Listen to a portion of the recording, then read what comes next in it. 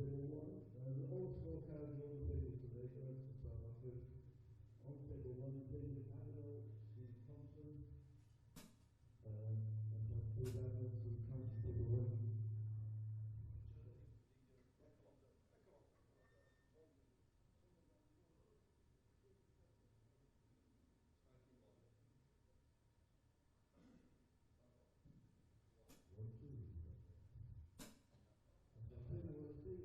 Steve Thompson, table 2, Steve Wall, David Hine, Steve Wall, David Hine, table 2, table 3, Jordan Cunningham, Paul Riley, Jordan Cunningham, Paul Riley, table 3, table 4, Dominic Yates, Greg Patton, Dominic Yates, Greg Patton, table 4, table 5, Scott Ramsey, Shane Saunders, Scott Ramsey, Shane Saunders, table 5, table 6,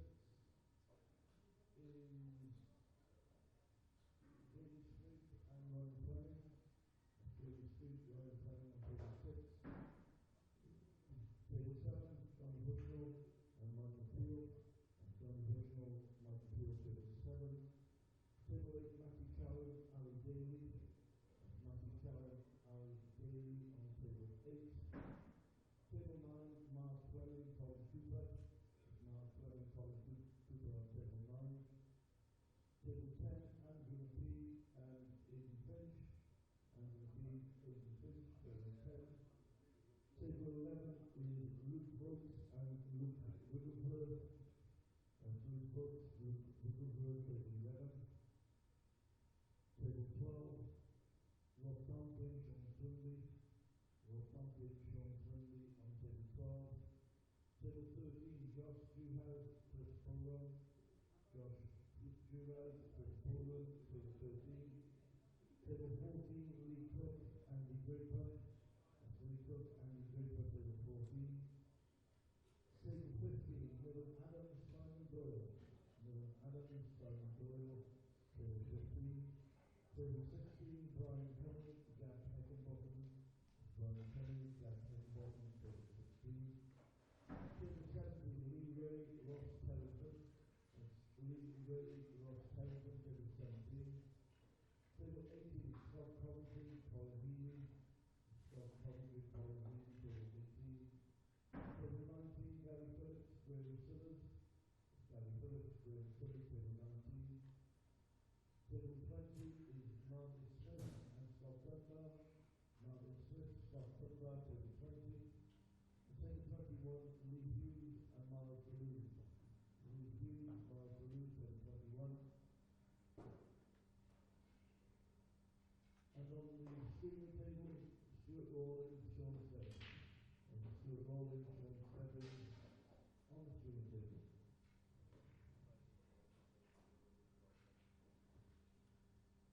If your opponent's on there the next couple of minutes, come up and bring your pad and put it on the table and we'll start. What?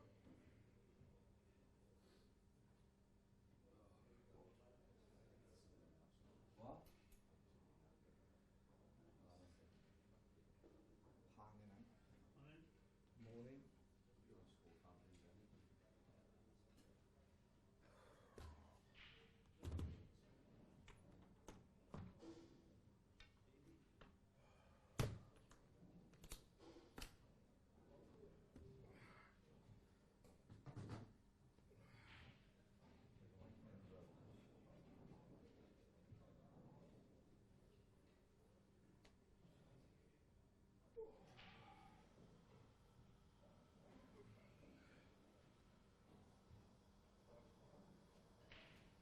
Şurada sizin tesise kadar. Şurada sivası.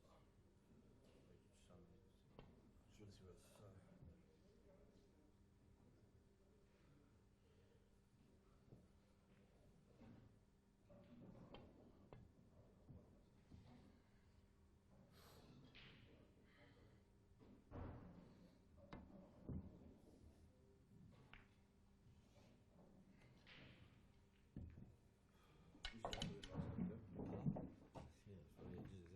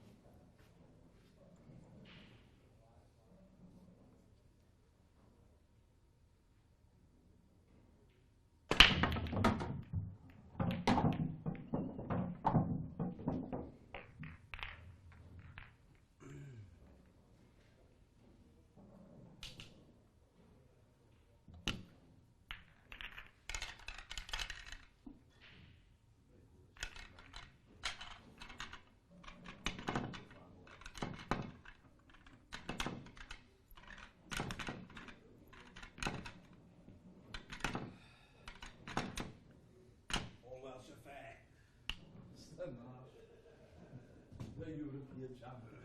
What are you doing up to him? Fuck knows. He was fucking tripped from the bedroom ages ago. Woke me up, so I'm not awake now. Right.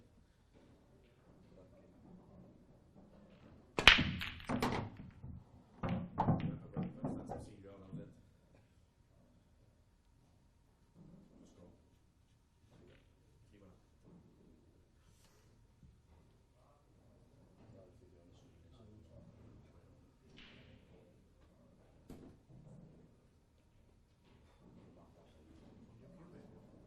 Well, can't take do it. I got about 14 kilos now. I just don't do it. No, you have. I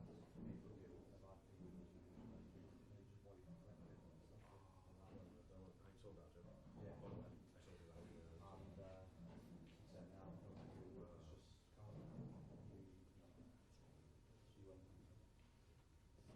Nothing worse, is it? Huh? Nothing worse, is it? That's what I tried to do. I tried to They're all persevere. right. They're all comfortable.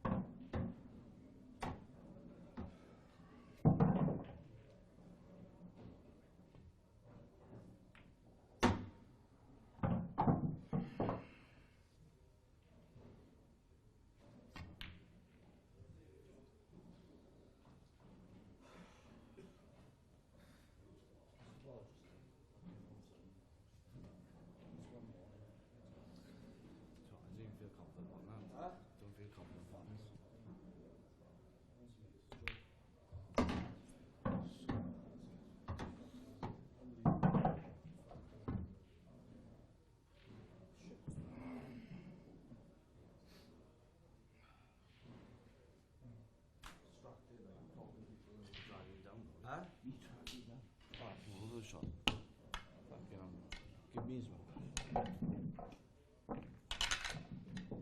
Yeah, you know, when people come in the room and you talk to them, my head just floats about and full of chocolate.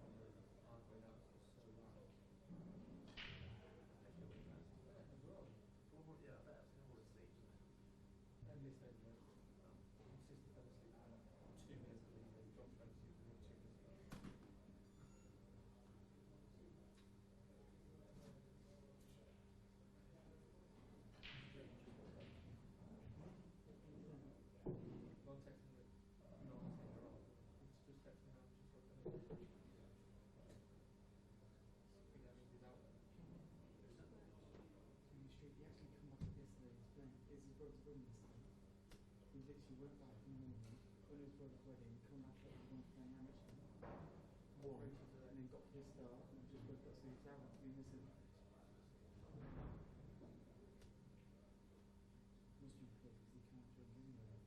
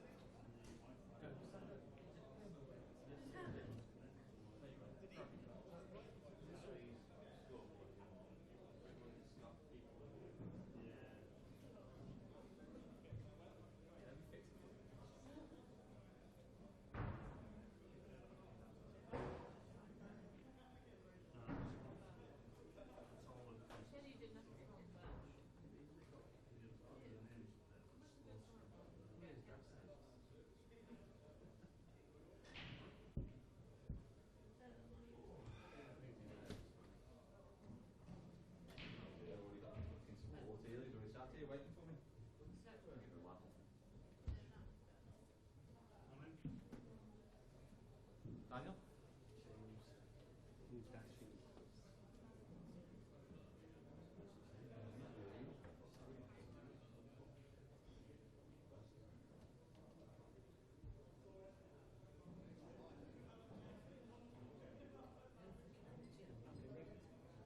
Coffee, latte.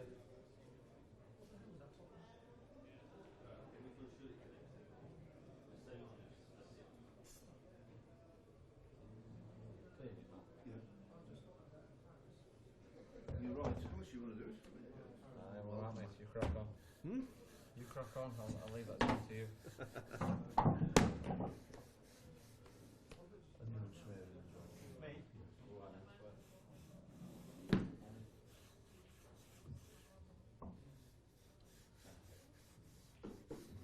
How many men? 25 to. In 5-2, 1-0 into me, is it? No, it's outside, it's waiting. It hasn't been called. You got me here for your match, you said. 5 minutes. Hasn't been called.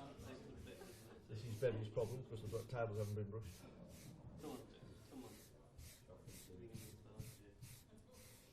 I recognise that voice. Hello, Mel. Morning. How are you? I'm alright. Nothing another 3 or 4 hours wouldn't have put right. Got work? I know, they were talking about some cocktail yesterday. Yeah.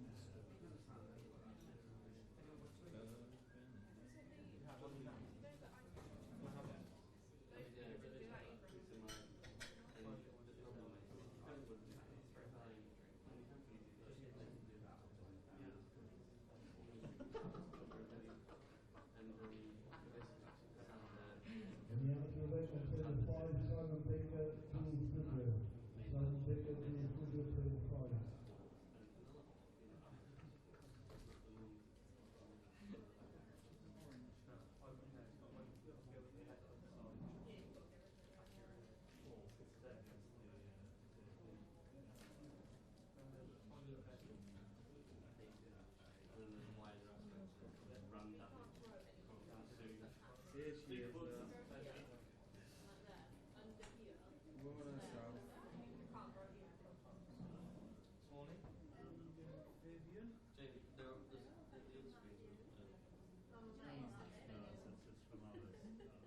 Jamie, the other screens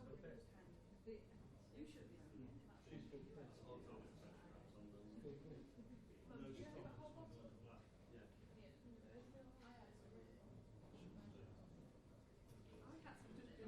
And for the sixth manager, Geordie Chisholm, Kevin Gary.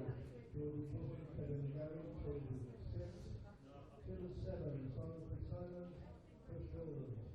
Simon Fitzsimons, Chris Rawlins, to the 7.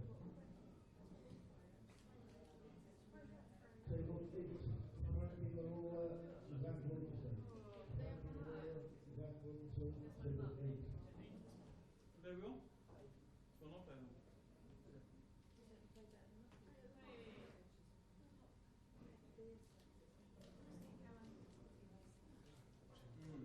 Bev, your camp's over here, look. Your camp's on this side.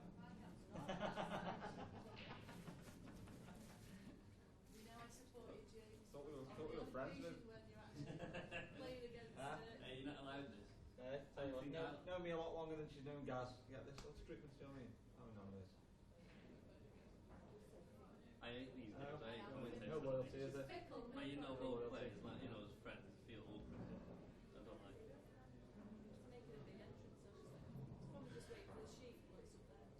It's been cool now, 1-0 up. 5 minutes, 9 minutes, it's 2-0. No, sorry, 3-0. It'd be alright. 20 minutes, it's game over.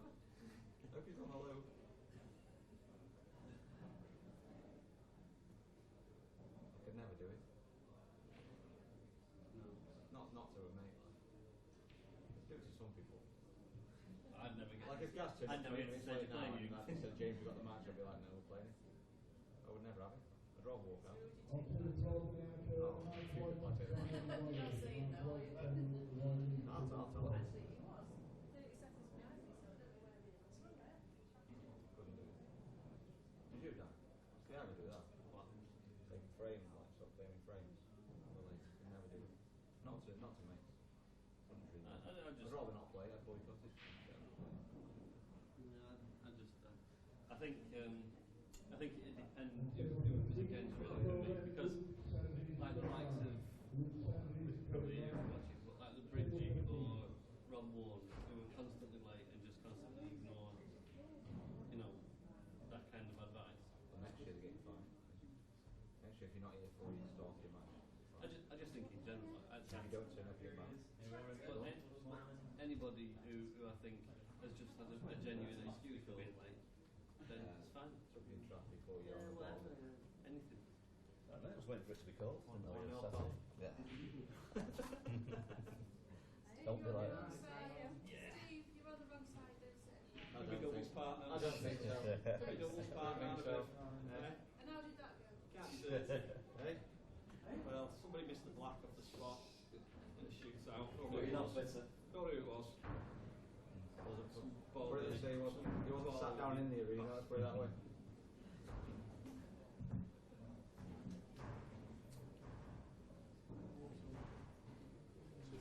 One, two, one, two, one, two. That comment is brilliant. It's the best comment on the whole thing. You see that? Brilliant. One, two, one, two. What was yours yesterday? 1, 2, with a switch on. 1, 2, here we are. And welcome.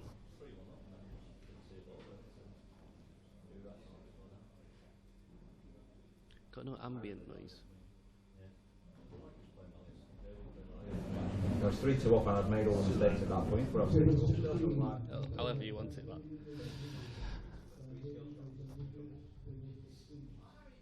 Good morning, one and all, and welcome to the first professional match of the day. This last 32 game between Jimmy Croxton and Gareth Hibbert.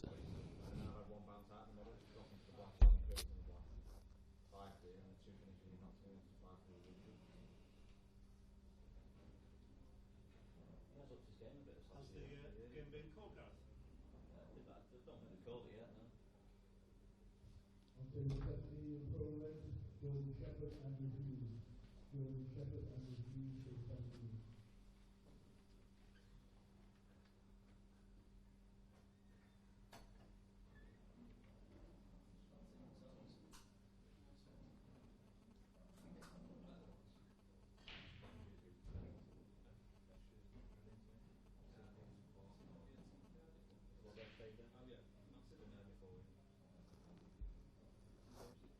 The game will start shortly.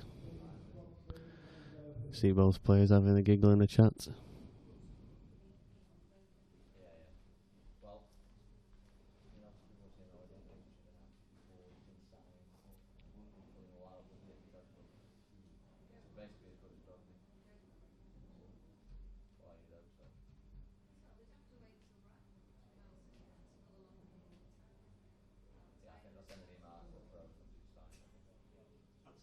That's a call then now. Ready, yeah?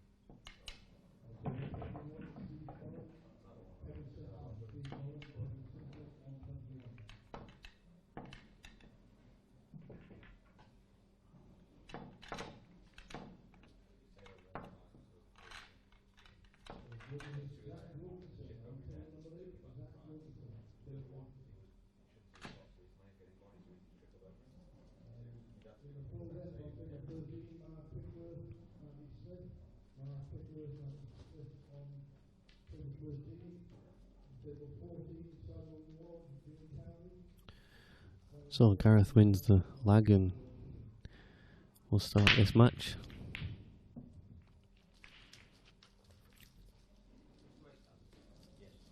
That looks to me like a Jason Owen break cue he's got in his hand.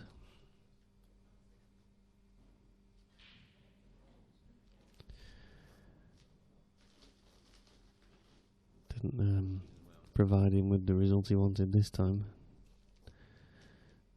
These two players, I'd say, quite similar in their approach. You know, they're not gonna make easy finishes look difficult. Both brilliant shot makers. Just because I think of Gareth's constant tournament successes, I would say that Corals are going to have him as a favourite. Jimmy won't be bothered about that. He's played some great pool already this weekend.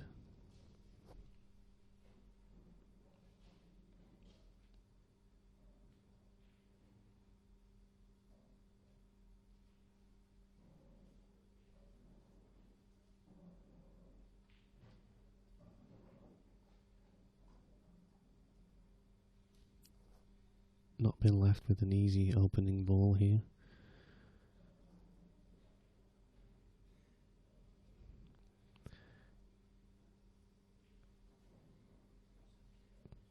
He might, well, looks like he's just playing a containing shot.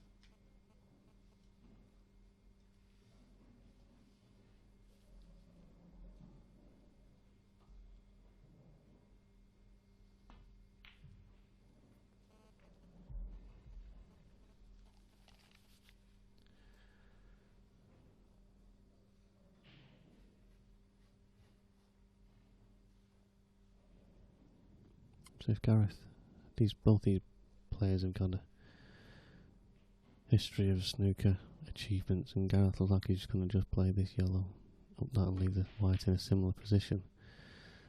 I think this is about the first time that I've seen a frame where pretty much every ball is in the top half of the table from where they've been broken. Jimmy's got a shot on this red here to the top left, and a little bit of a little bit of ingenuity, and he might be able to have a go at these. It certainly makes some headway towards winning the frame. I'll definitely be taking it on.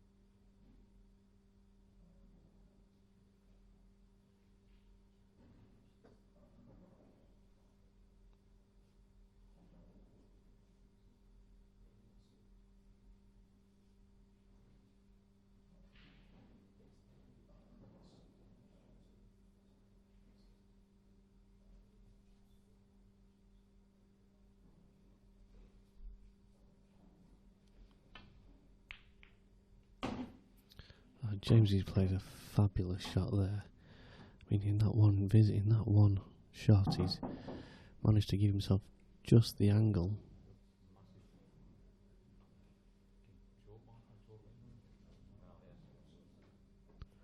It's just saying that on the red between the black and the red nearest the side cushion, there's a big chalk mark on the ball, so he's just gonna go and get a referee to get that cleaned. As I was saying, he's left himself pretty much the perfect angle here to either develop the red that's on the nearest the right centre pocket. But if he does drop it in, I mean, I can see a route here where he can play to develop that red and then drop the red near the baulk line into the top right pocket, land as straight as he can do on the red, then in the centre of the table near the baulk line, play that into the left middle. The red then, well, I'm getting a shot, but he has got a route that he can plan around these, and whilst it's not easy, Jimmy's cue ball control and putting ability should, he'll fancy these.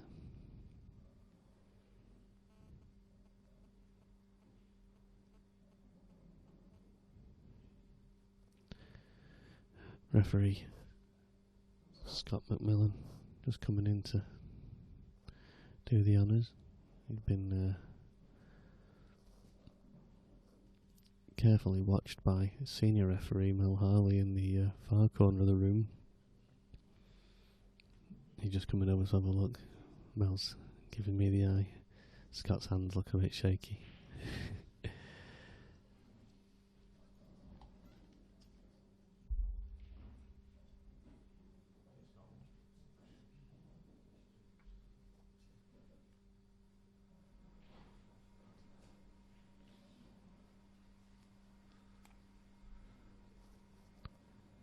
Scott doing a good job there.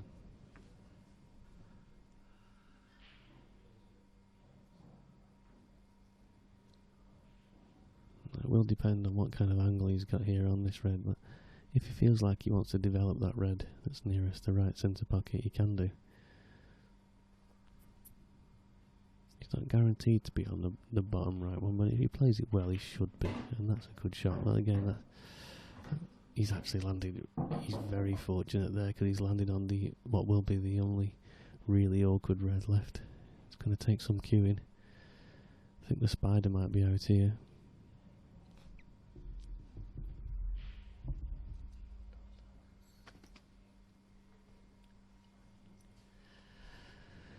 I've got Mel next to me and he's all excited, tapping tables.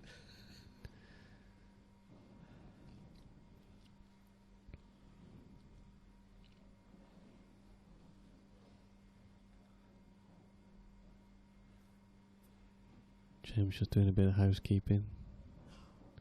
He's either hungry or he's trying to clean the cloth. Breakfast can't have been that bad, surely.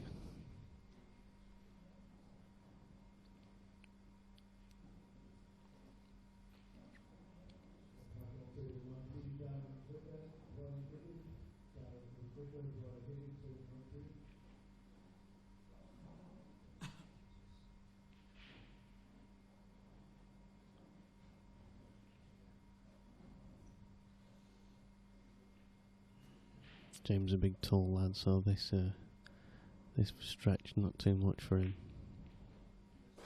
Got to hold its line, and it has. That's not a bad angle there. We'll play this with a little bit of left hand side just to get the cue ball out off the cushion. It's looking where he needs to leave it now, and that's.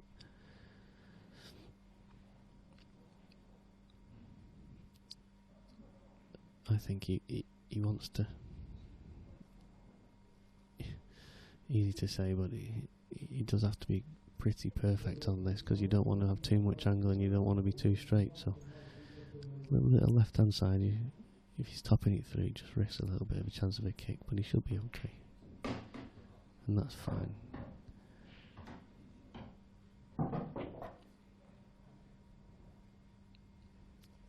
It looks to be ideal. His next ball, I don't think his next ball will be the one near the left pocket. I think his next ball might be the one to the right pocket. And it looks like he's on that now. Position on the black is going to be, well, if it goes to the left centre, he might well take this one to the bottom left pocket now. Roll the ball through. Leave himself the angle to get down somewhere near the top right pocket, but looks like the angle's fine.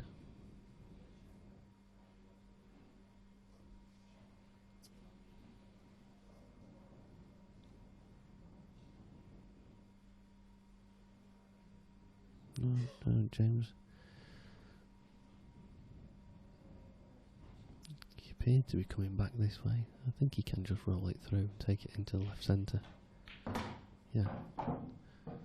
Slightly heavy contact on that. You saw the white ball pause just before it followed through. But with his cueing ability, and those two yellows are helping him at the top of the table because he can just career into them and not have too much concern about where the white ball's going to end up. So 100% on the pot, and there it is. James will be very happy to take off that finish in the first frame, but I say he'd have fancied it, and he's not. And it is a fabulous finish, but the way Jimmy plays this game, as long as he keeps his focus and his concentration, they're the finishes he can take out.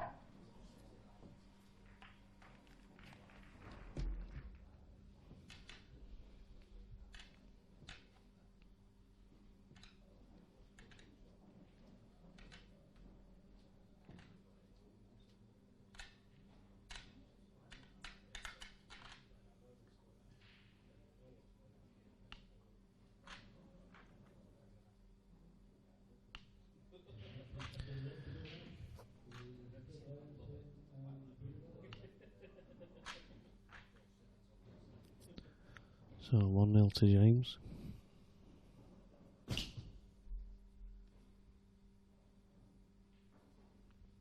Now he's got the break.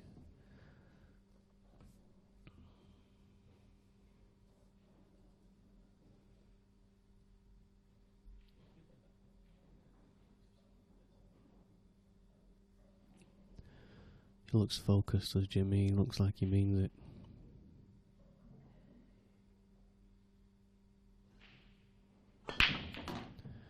A good strike on the break, that is.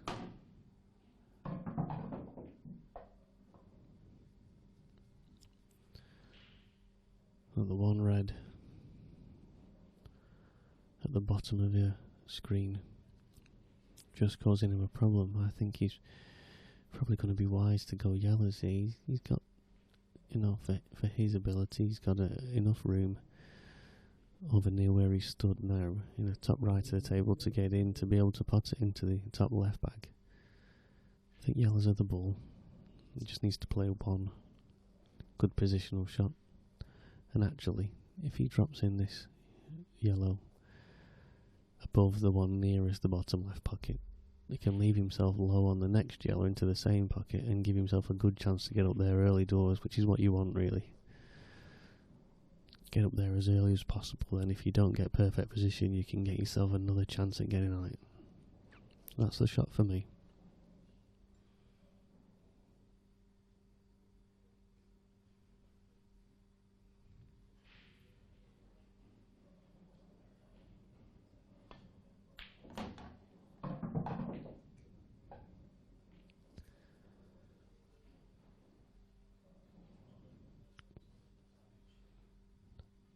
Perhaps he's just thinking, with it being the opening pot, he wanted to make sure he cued it fully. Just ran out of position a little bit.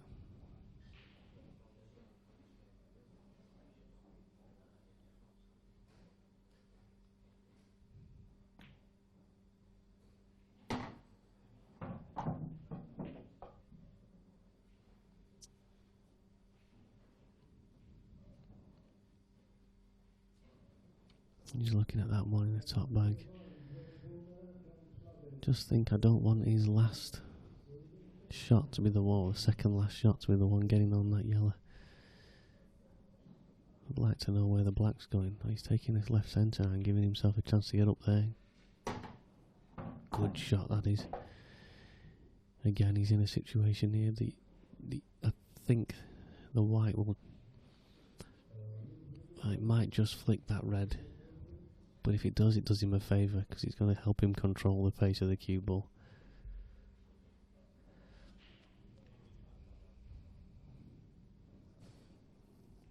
As long as it's just a thin snick, it's going to come back down the table.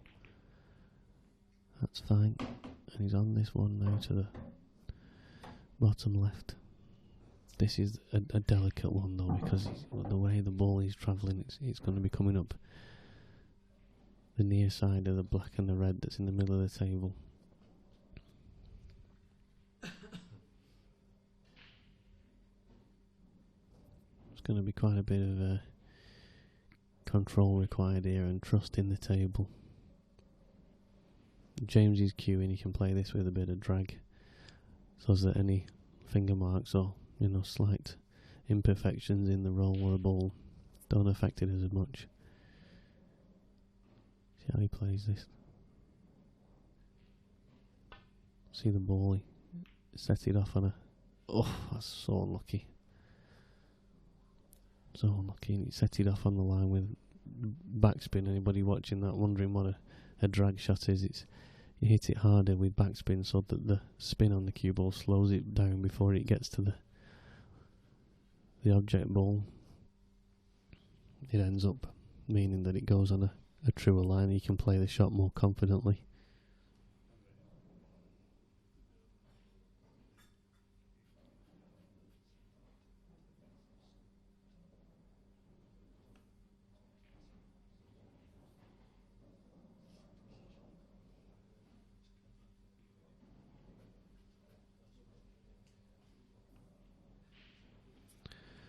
So this is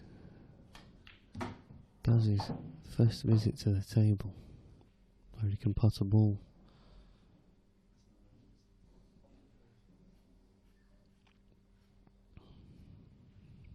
And you won't be that enthralled by what he can see. We can just flick to camera 3, we can see that the red doesn't go past the yellow into this bottom pocket, and it won't go past the black into the centre either. So got some positional work to do here, and an awkward pot on that ball on the left hand side of your table. It looks like Gaz has set himself up for the skill shot. I mean, that yellow's not that far in the pocket. It is in the pocket, but not that far. Now this is a high risk shot, but a great reward if he can get it. He'll be happy if he gets this. No, yeah, there was quite a distance between the red and the yellow, and then the yellow and the pocket, so it made that doubly difficult.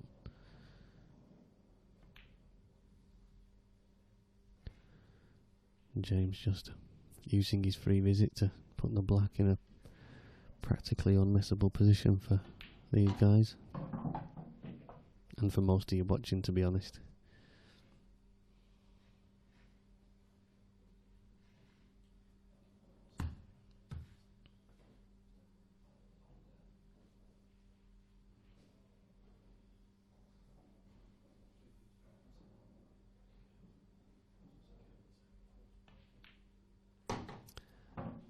And 2-0 up, and James won't. Gareth won't feel as though he's had much of a chance. Jimmy will be happy going 2-0 up.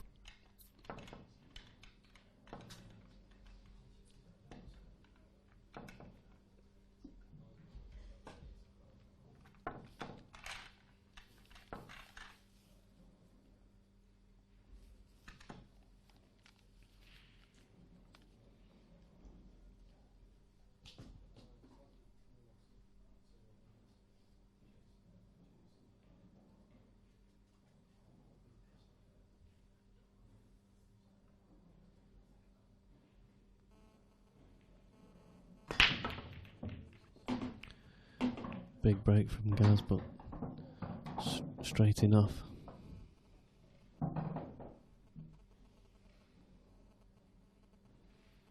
And Jimmy's going to look at these and be very happy. And this style of player, Jimmy and Gaz, chances like this, they eat them up. I don't want to curse Jimmy here, but I can't see him missing these. I just can't. Whereas some of the more flamboyant and quick players, they will miss. Even the finishes, they can miss them. Just because they get himself on the wrong angle and get himself out of position early doors, and then they're trying to get back on, having to play longer pots than they should. Really, this should be just 6 roll-ins.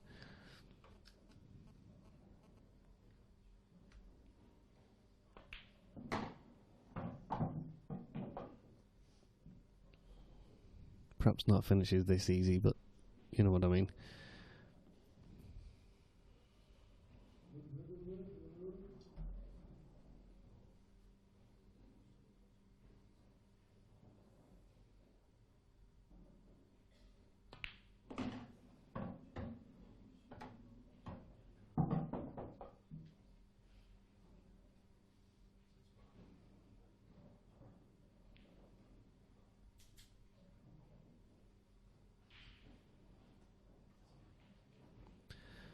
Just had a nice message from young Sean Aldrich. Hello Sean, nice to see you watching, mate.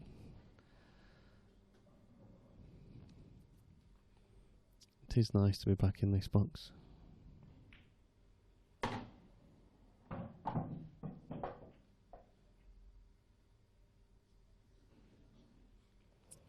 going to just take this one now to the right centre.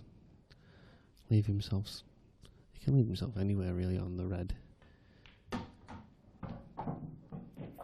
Depending on which side he lands, you see, he can just come out now back into the gap between the two yellows. But even with the shot, this simple, he's coming over, he's checking the angle, and it's a good example for. There you go, you can see there, it's a good shot we've got. It's a good example for anybody watching, wondering.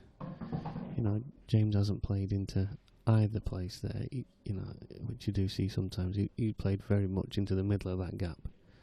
Not just to get past it, nothing like that. He's played to get as close to the middle as he can, so he's got a bigger room for error. And, that's 3 very solid frames from Jimmy. Very good.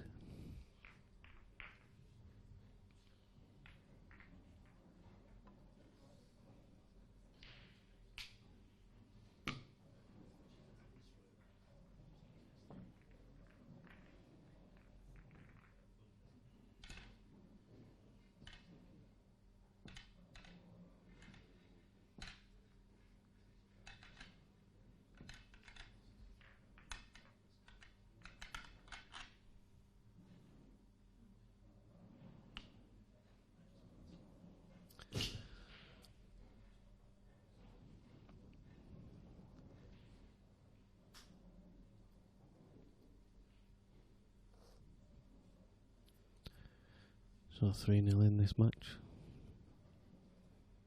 Jimmy with the break now. It cuts into the close camera.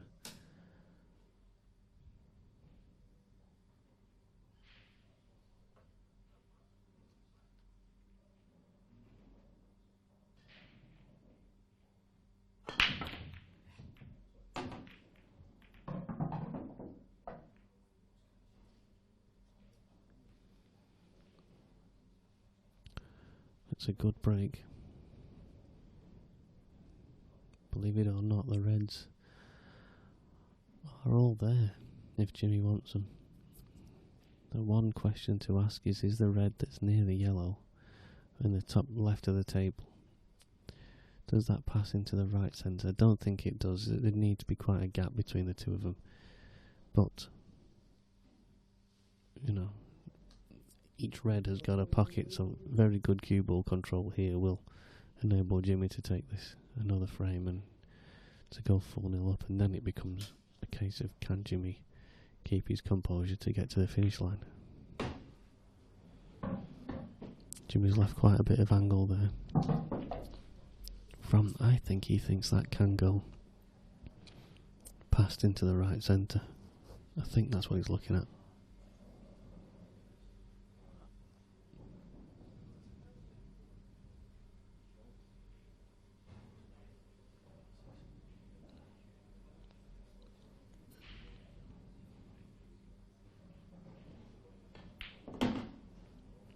That needs to travel.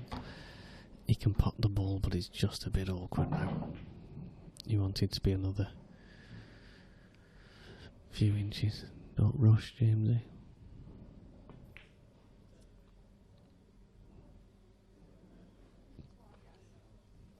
It's unfortunate. Even had he potted that, you know, the work became difficult.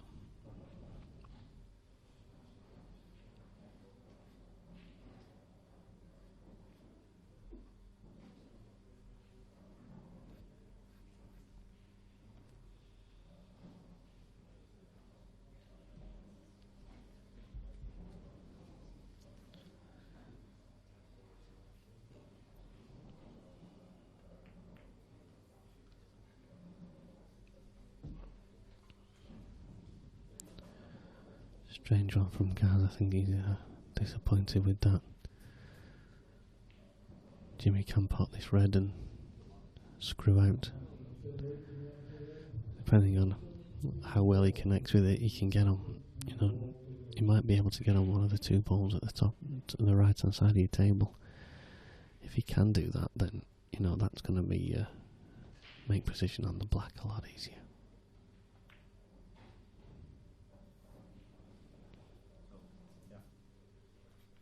Oh, Jamesy's played the sensible shot, and it's good to see, you know, 3-0 up. He's keeping control of his emotions, and but, you know, it is a total snooker, so Gaz can just put him back in a bit of trouble here.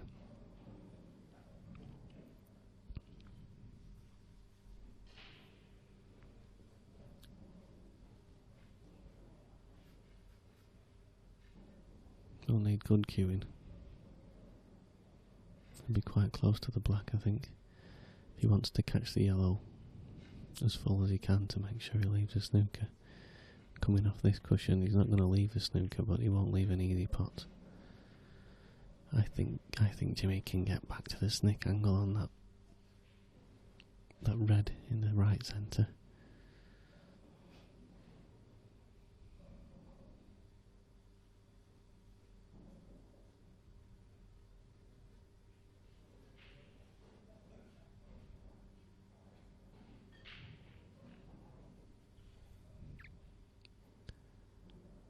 He's having a go into the top left.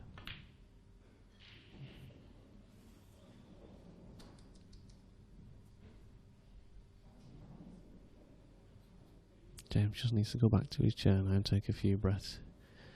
But for Gareth, he's got to, you know, he wants to reassert his confidence here, but every time he's come to the table so far, he's had nothing.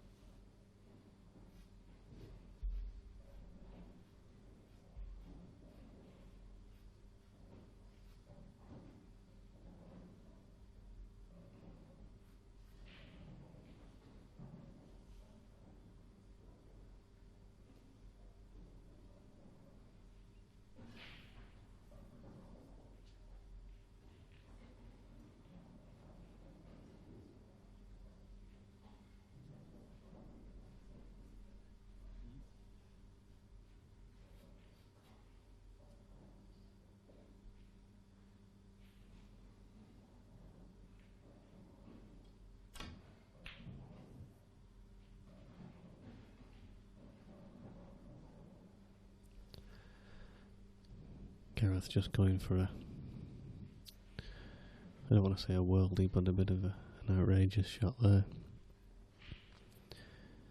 Jimmy might well elect here, just to give himself a bit more breathing room if he wants to go on the black. He can just pop the red at the bottom right of the table and just click into the yellow that's nearest to it.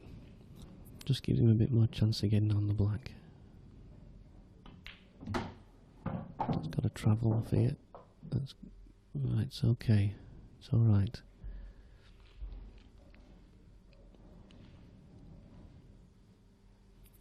Using that red at the bottom right of the table for position on the black is okay, but he does have to get on it perfect.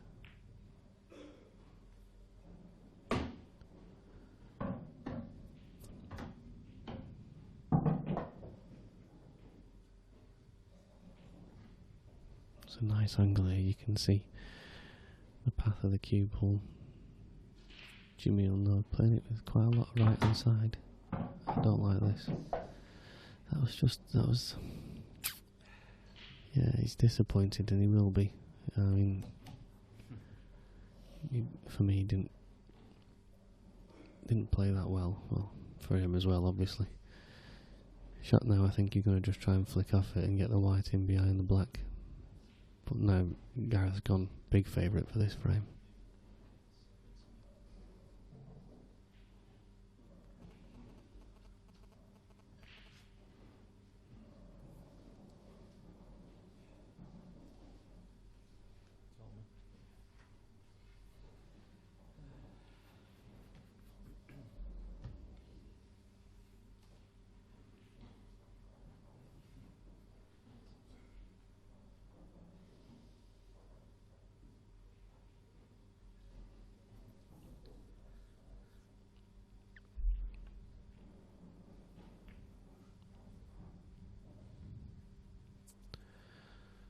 Now, I don't want to call it, but it wouldn't be unlike Jamesy to come off one cushion here and flick this red in and just somehow land on the black, but it's asking a lot. I think really he doesn't want to play the pot, he wants to play it at a weight where the red won't drop. It'll cover the bag.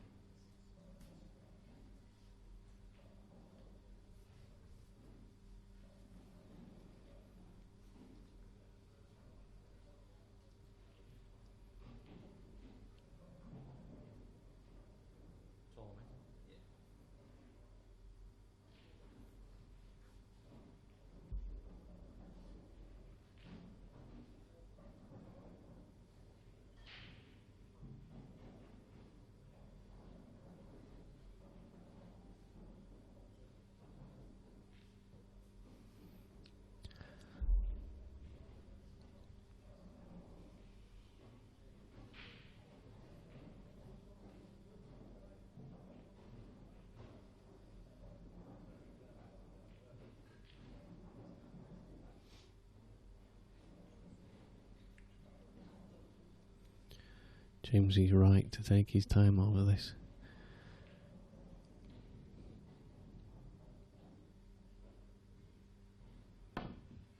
Oh, what a shot. Oh, James. That was preposterous. That was nearly offensive.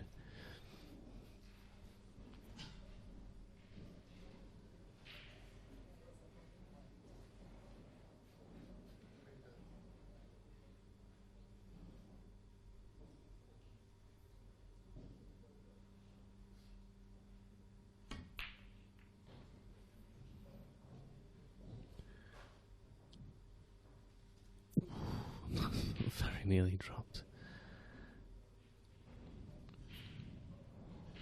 I don't think potting the red's the issue here. It's just keeping all of the white. I wouldn't be swerving it. I'd actually be playing this with a little bit of check side. I know it sounds stupid, but a little bit of check side off the bottom cushion, just to take the pace out of the cue ball as it catches the red.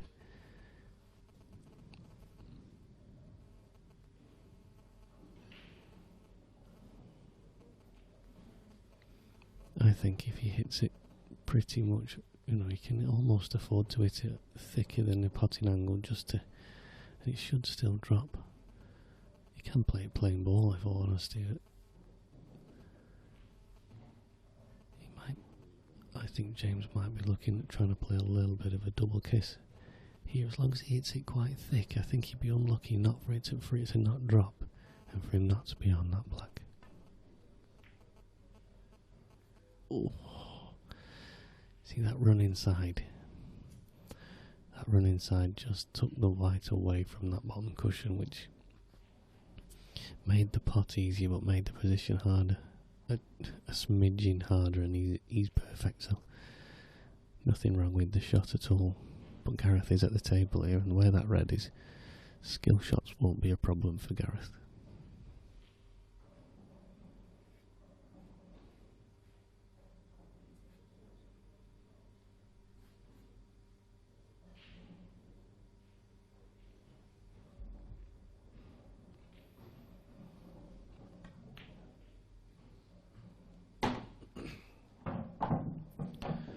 However,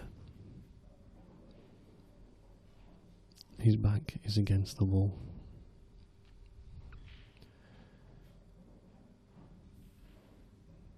This yellow will be moving at some distance, and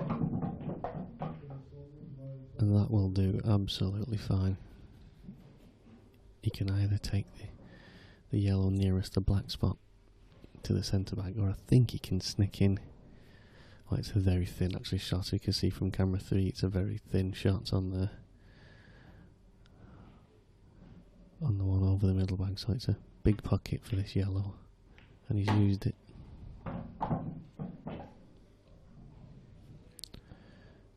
This is a little bit thinner than he wanted, but he's okay. Sneak this in off 2 angles, maybe even, I was going to say maybe even 3 if you wanted to get on the one at the top cushion now. But he's fine there. If he'd have landed a touch shorter, he would have been able to use this yellow that he's taking now for position on the black, but as it is, I don't see any particular issues. Where the black is, he can play this confidently and the white can come back out above the other yellow. And the screw shot down the table.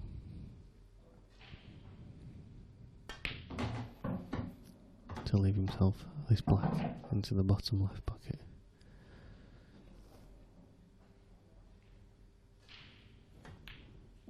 And that's the frame that Gareth will be overjoyed to win in the situation. Jamesy will be sat in his chair pretty disappointed. And this is what I said yesterday. In a situation like this, I just want to see James maintain a positive demeanour around the table. That frame went against him, and he may feel that he should have won the frame, but he didn't. Let's move on from here now and give yourself every chance in the next frame.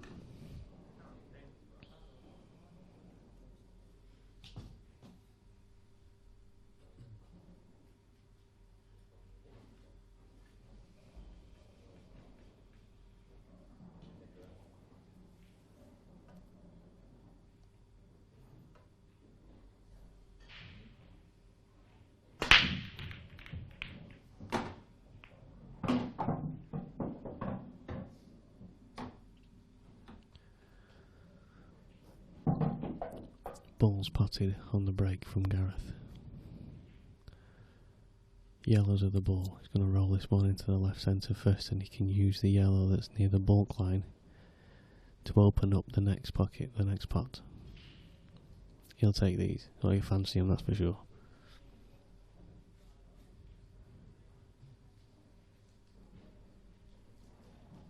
Just coming round to make sure where he needs to leave himself. He can actually leave himself on the cushion because the pocket's so big that he can actually almost play a double into the yellow. Oh, I'm not so sure. Well,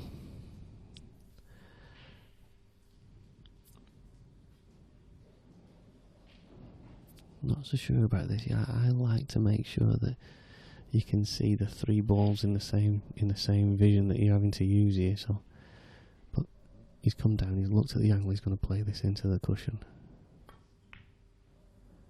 No, you see, I'm not keen on that.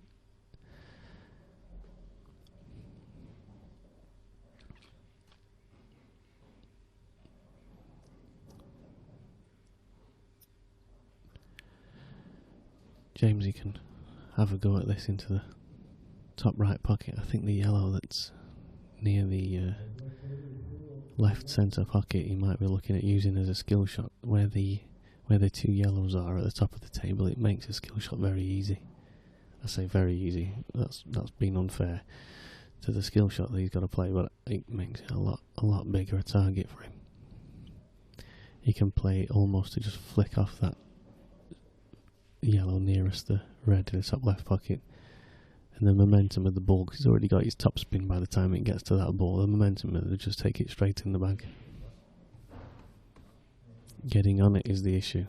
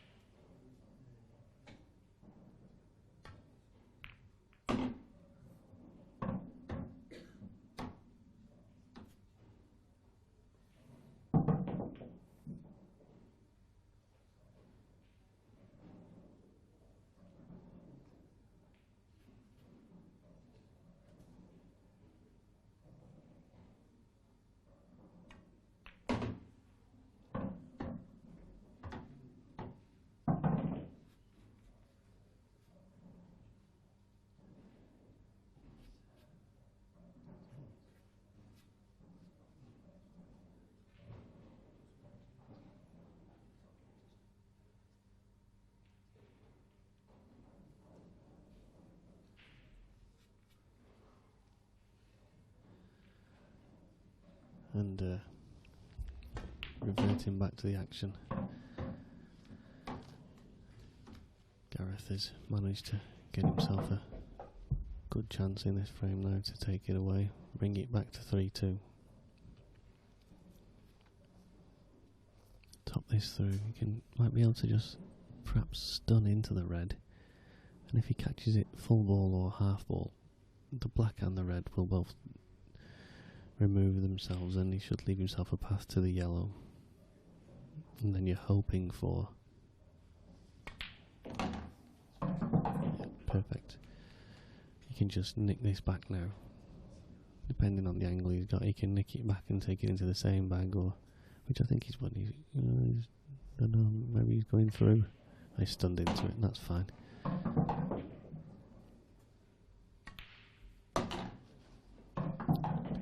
That brings him back to within a frame. Try and contain you, just try and hold on. Nice exchange between the two players. James is saying, I was just trying to contain you.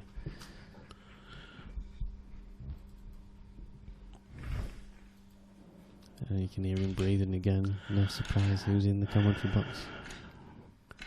Morning, Dan. Wow, you're loud. Oh. I am generally quite loud. Hi, Dave. I'm good. Good Nice night. to see you come back on the Sunday for the pro event. Well, you know, if Emperor Barton asks, Rush must follow and obey. The Emperor has summoned Mr. Rush.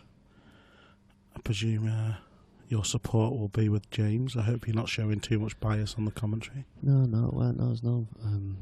I'm a Lancashire lad originally, so I know Gaz. I've known Gaz a long time, and I live about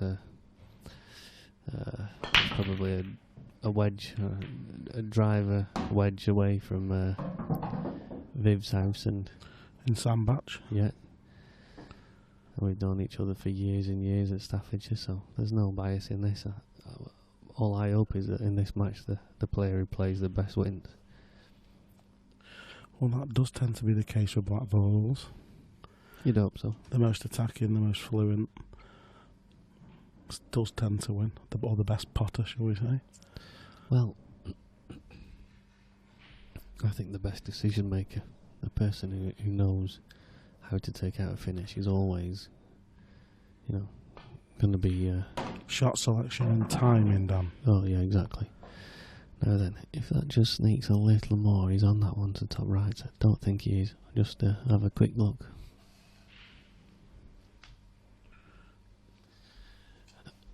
He isn't. He's on this one to the bottom left.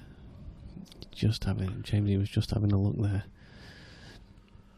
as to whether the yellow that's nearest to him now passes into this bottom left pocket, but I don't think it does. This is where you sit on the outside, Dan, so you can jump and have a quick look. Oh, You're a lot more, flexible than I am. Mobile. Both. I don't know about flexible. I just went to the chiropractor the other day for my back. God, you made me feel flexible. Felt like I had brittle bone. Crunched and cracked me. That's £33, Mr. Rush. Can you come tomorrow as well? No. £33 for pain. He said Your marriage has probably cost you a bit more, though. No pain with my darling wife, Your Honour. The politically correctness stuff only comes in regarding the wife, I see. Can you believe that yesterday, after we had the hedgehog discussion, and how Catherine was very keen for me to give instruction on how to set up the hedgehog camera, and the response I got when I got home, the first thing she said, "How come you didn't tell me how to do the hedgehog camera?" Come on. You did, Dan. I know. It's all on record. Yeah, that's a good point, actually. I can show her. I told her she's not allowed to come into my IPA streaming group if she's not watching the stream. I wonder how many minutes of your life you're going to waste finding the bit where you told the missus how to turn the camera on to prove a point. It's never a waste watching funny streams back.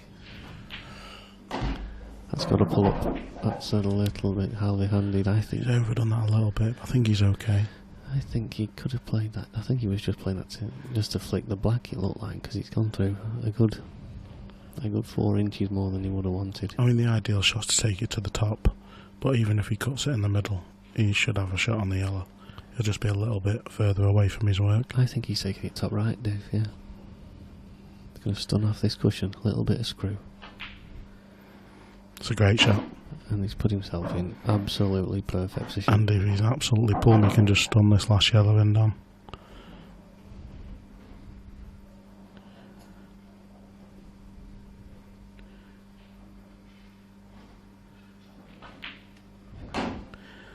That's 4-2. And who is it to break?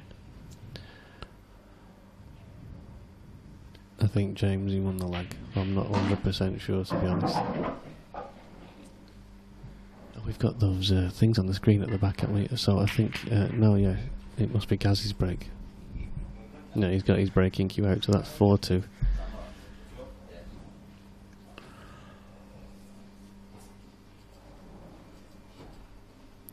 little puff of cheeks and a look at me as he walks past. I think James is going to a quick toilet break, and he's asked his good lady Natalie, as you can see, leaving the arena now in the blue skirts. He's gone a long way. There's one at the bottom of the stairs. Is there? Yeah, just on to the right. I wish I'd known that.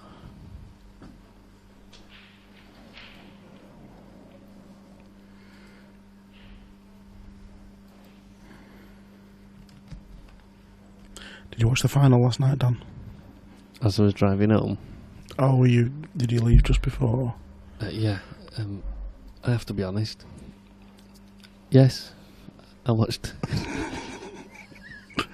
You do live 10 minutes away, don't you, Dan? Yes, officer. I had it. I'll tell you what I did. I had it on. I had it on the phone on my chair. I've got a little stand that actually sits with me sat nav, so you can use the phone as a sat nav. But I didn't put it in front of me because if I'd have done that, I'd have died. Of course. So I did just keep an eye on the score every. And so after often. the 4 Sambuca and 2 pints, you need to have both eyes on the road. No, we'll not have silly comments about illegal activities. Mr. Vokes was back on this morning in the amateur at 9 o'clock.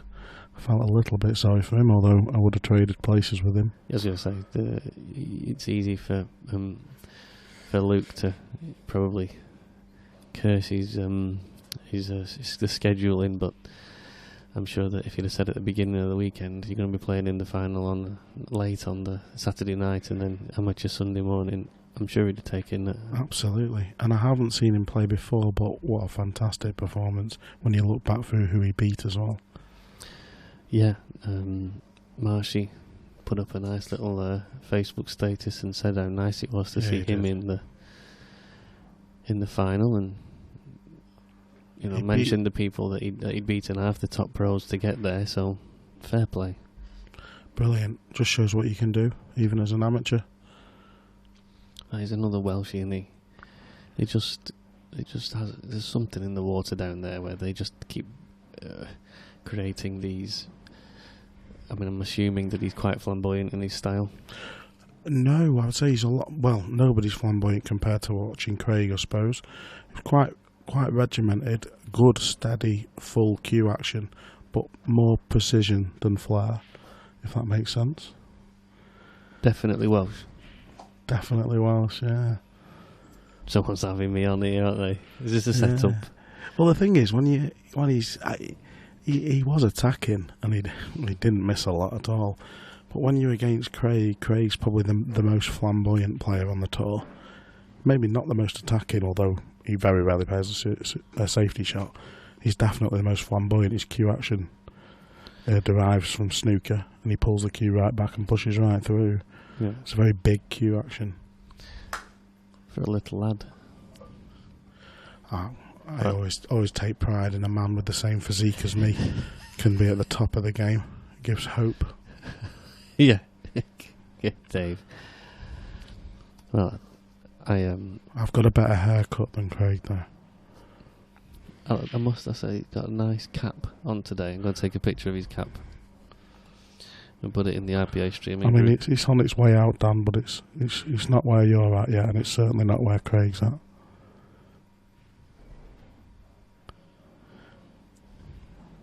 This hat cost me all of £2.20. See how many likes I can get.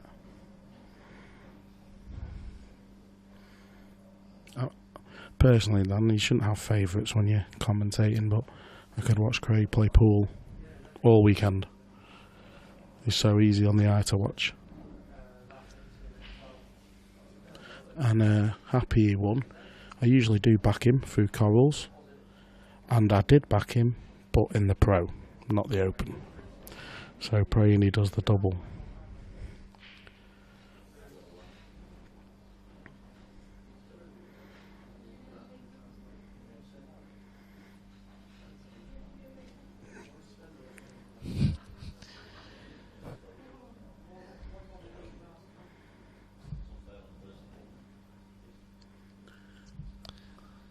James strolling back into the arena now. Welcome the players, mate.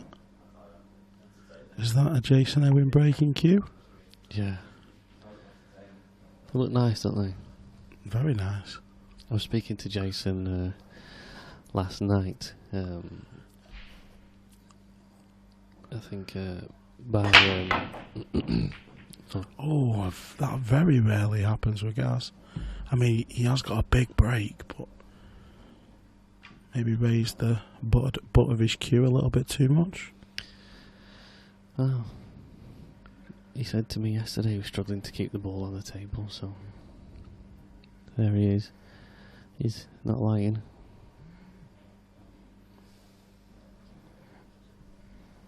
I'm going to leave you for just 1 second, Dave. I've got to go and say hello to my big mate Andy Blurton. There you go. I haven't seen him for a while. Just going to go and say hello. I'll come straight back. Don't be naughty while I'm away.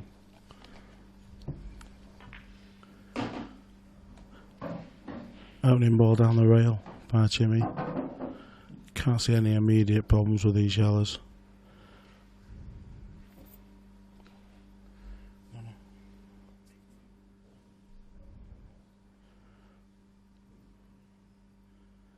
Definitely one of the more methodical players on the tour, Jimmy Coxton.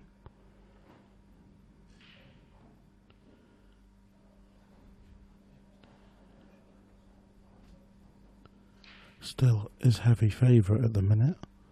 2-5 on, and at the table.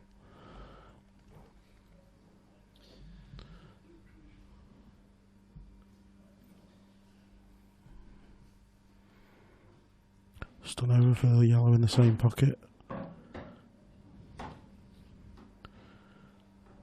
Just needs to avoid the cannon on the red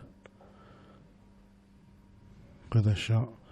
Bring the white back up towards the blue spot.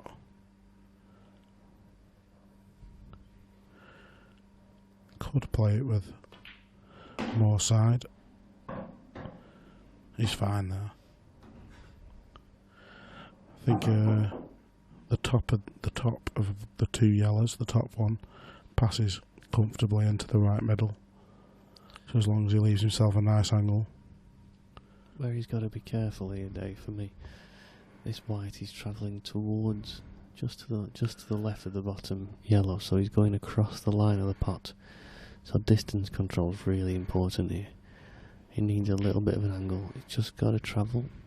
No, he's going to be fine because he can just kiss into the yellow and leave his second yellow into the bottom right back. So yeah, he needs a little bit of distance between the two balls on the next part, doesn't he? Yeah, so he can cue the next one properly, and he's going to take the black into the bottom right. So and he was obviously straight.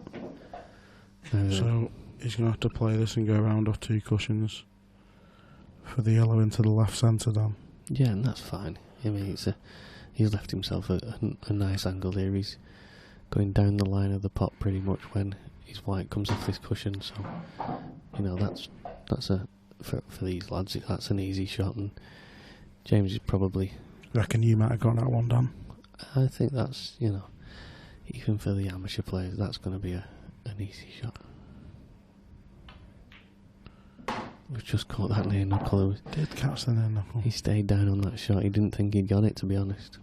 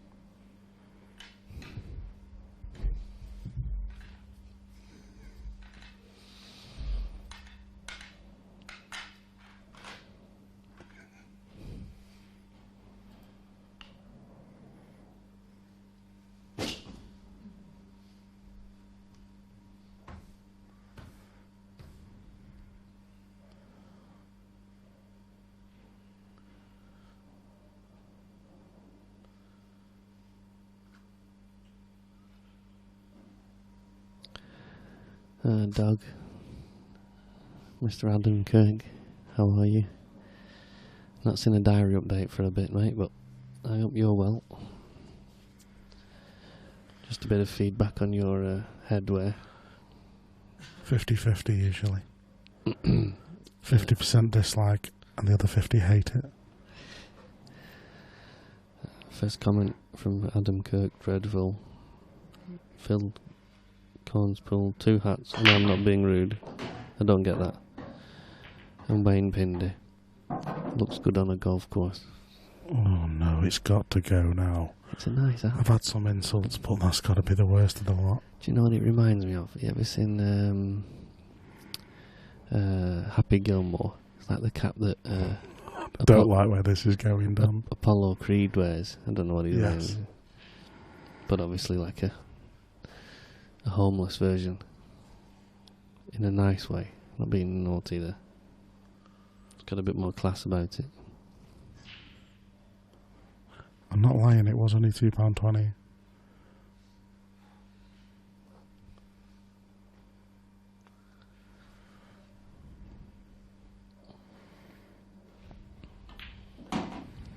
One thing I hate about iPhones, just while Jimmy tries to plan his way around this finish, it's not easy to, that yellow that he's nearest the red doesn't go into the bottom right left bag, so He's got an angle to go into the problem yellow.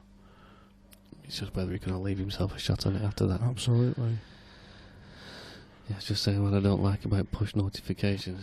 You just accidentally flick onto your phone and all of a sudden 44 work emails. Great. Oh, I've just got an email through that's going to tell me about a bet I've had. Come on now. Come on. Come on.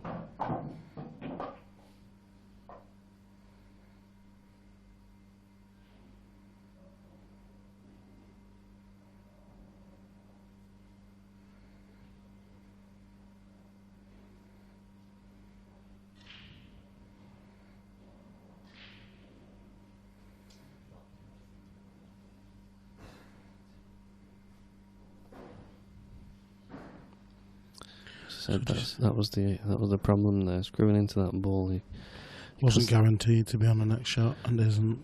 Well, no, and you know you're actually relying on the grip of the cloth to push the yellow clear, because the ball's screwing into it. So the balls are always going to end up close together.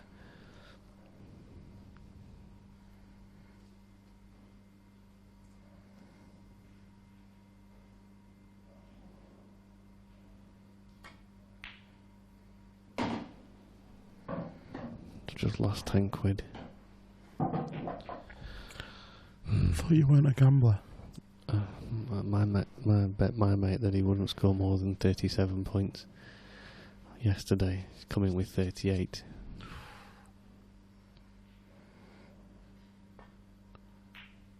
Oh, I don't think that's what he played. Yeah, he's fine. But he is on the red to the left middle. I think he did play to get on the red on the board cushion towards the bottom left pocket.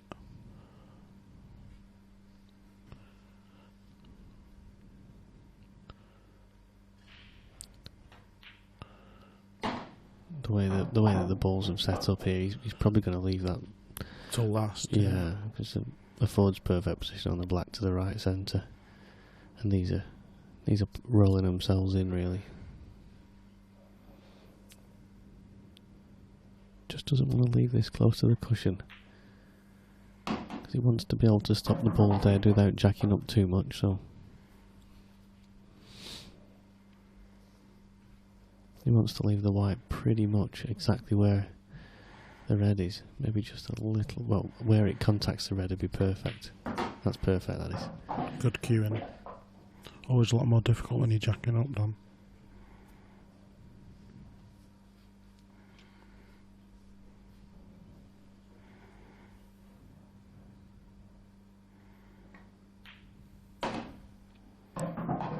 So just bob the last red in dead weight and take the black in the right middle.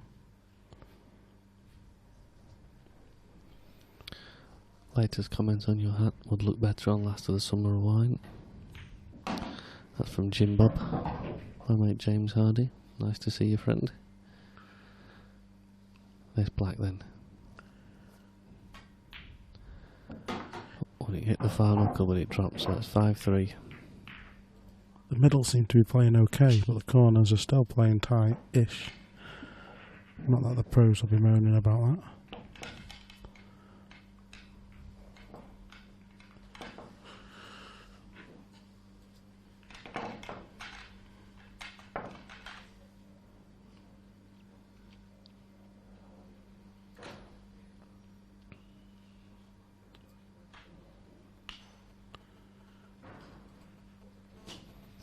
Had some strange shaped bacon this morning.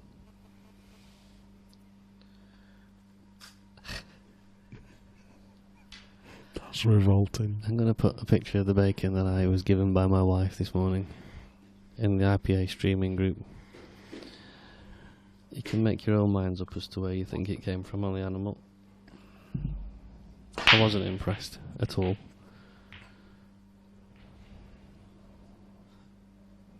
Anybody who's not a member of the IPA streaming group, please do feel free to join. It's always a good page to follow, especially when I'm in the commentary box. It gets a bit dafter. Entertainment, Dan.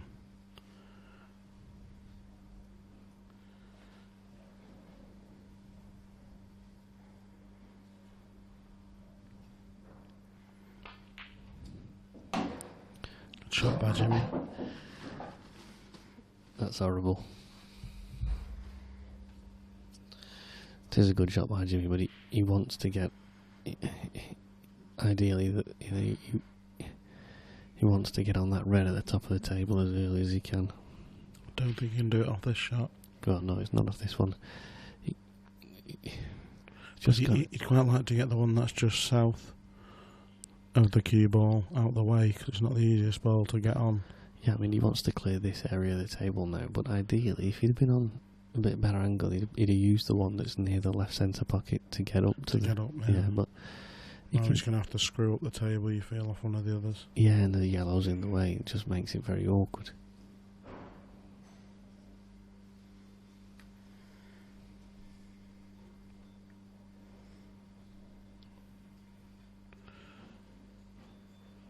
It's this one to the bottom left with a soft screw across. I think he probably will take this one and then do as you said, Dan. Use the one to the left middle to get up the table. Yeah, now if he can... Whether he gets rid of 1, 2 or even 3 of these, I'll probably leave 1 down here. Yeah, I think he's sensible to leave 2, because then he's got choices. Yeah, you're not putting all your eggs in one basket when you're trying to get on your last ball. Yeah, he gets across here now. That's perfect. Well, he's just rolled a little bit far. Yeah, he's okay, but he's only got to sneak it in, and the angle's fine.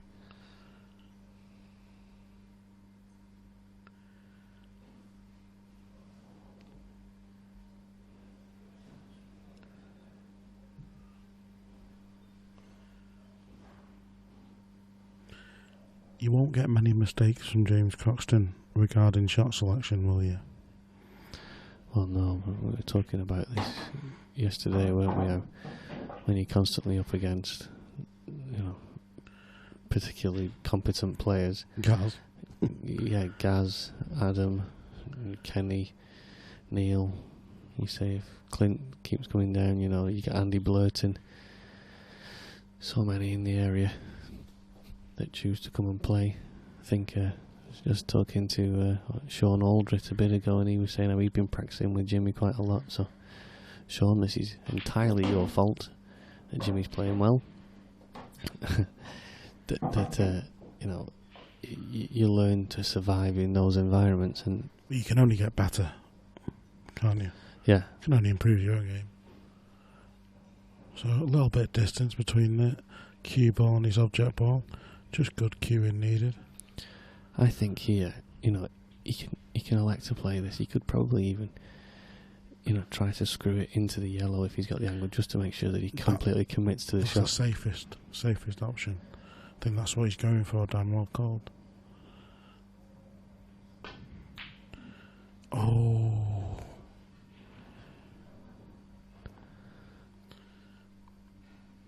And he's an hard RP. he's rolling back. Yeah, well, he expected to get that, and now he needs to keep his focus. At the end of the day, he's 5-3 up against the current world champion. Current double world champion. Yeah, he won the doubles as well, didn't he? Yeah, he's not bad.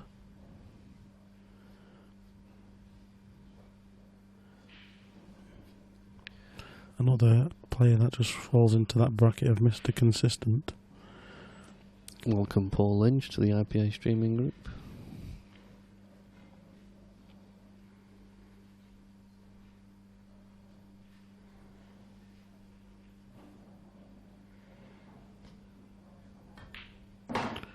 Not the simplest of finishes here for Gaz. Both balls just south of the middle pockets. Not the easiest. Especially the one on the left arm. Yeah. Gaz got, as former snooker player, he's still winning loads of snooker titles now in his local area, but as a very good snooker player, those kind of things don't faze him. I saw a situation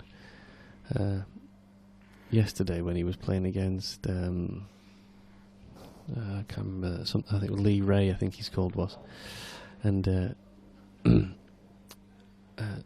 ended up leaving him, rather than taking on what I thought was quite an easy double, he ended up taking on a ridiculous full length shots, which he actually missed, but it just shows the mindset of him. He's not scared to leave himself a pot.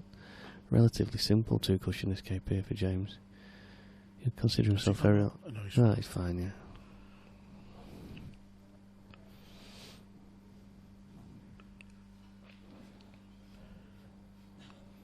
It's funny, isn't it? He's played the snooker, but because he's left the relatively easy 2-cushion escape, he's now in a worse position than he was when he had a chance to attack. Yeah. I mean, he can just flick off the yellow that's nearest the right cushion and get the whites up towards the left centre pocket. But I think he'll go for this, and his angle is to develop the yellow on the right cushion. I think he had a slightly heavy contact there. That's why he missed the pot he didn't get the pot right in the middle of the bag. And he'll keep plodding away. Again, he's got the snooker. If James plays the same shot, Kaz will be in a difficult scenario once again. Round 2. Getting off this side cushion. I don't think it's got the pace.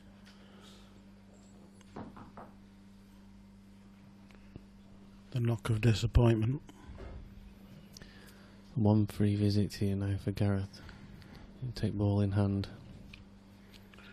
Would you be looking, obviously you're taking the white, would you be looking to knock the yellow that's towards the right pocket down the line with the first one? A little bit of insurance? I think he's looking at the one that's near the left side pocket. And then going game? Yeah, I think with Gareth's potting ability, he's got the ones down the cushion aren't going to worry him. So if he just develops this yellow down the side, he's actually only got to land in off a ball that's relatively well positioned, land just off straight on either of the 2 yellows on the right hand side of the table for his last 2, and he'll fancy himself, especially if he's taking the yellow that's nearest the right cushion for last, because if he doesn't get it, he'll have the pocket.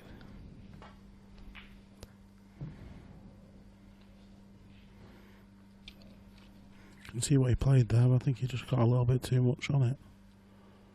But he's fine. You can just take that one over the pocket now.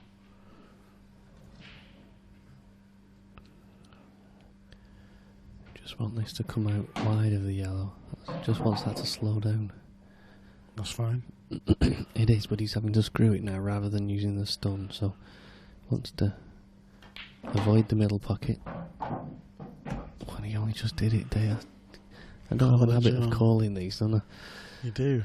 And he just... You're right though, it's because he had to play with a touch of screw instead of stun. Yeah, he's a lot harder to control because it depends how quickly the cue ball takes the grip on the cloth. You can't judge that slide as easily. And because of that, he's taking the one that he's straighter on. Oh, rattled its way in. You can't believe that even rattled because it was so close to the middle of the pocket. I know, they're so tight. They really are. I think that's why Gaz gave that pot a little bit more respect and sacrificed a bit of cue ball power. This now to bring himself within one frame.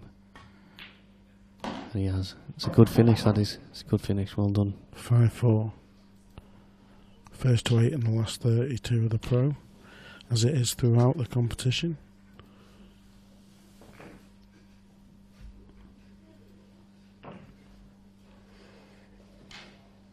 Words of encouragement from soon-to-be Mrs. Hibbert, I believe. Yes. An initial ring has exchanged hands. I need to speak to Gaz about that. I've just been through it, and it's not all it's cracked up to be. Well, she said she doesn't listen to the streams, so I'm not bothered. You did get bacon this morning, though, Dan. Phallic bacon. Maybe she tried to tell you something. Yeah, just self-restraint there. Well done, Daniel. That was very good. Good Jimmy's break. Smash. Oh, well, he's had a little touch there. He's held his hand up. White was heading towards the right middle. But instead a ball got in the way and dropped in the middle and kept the white out.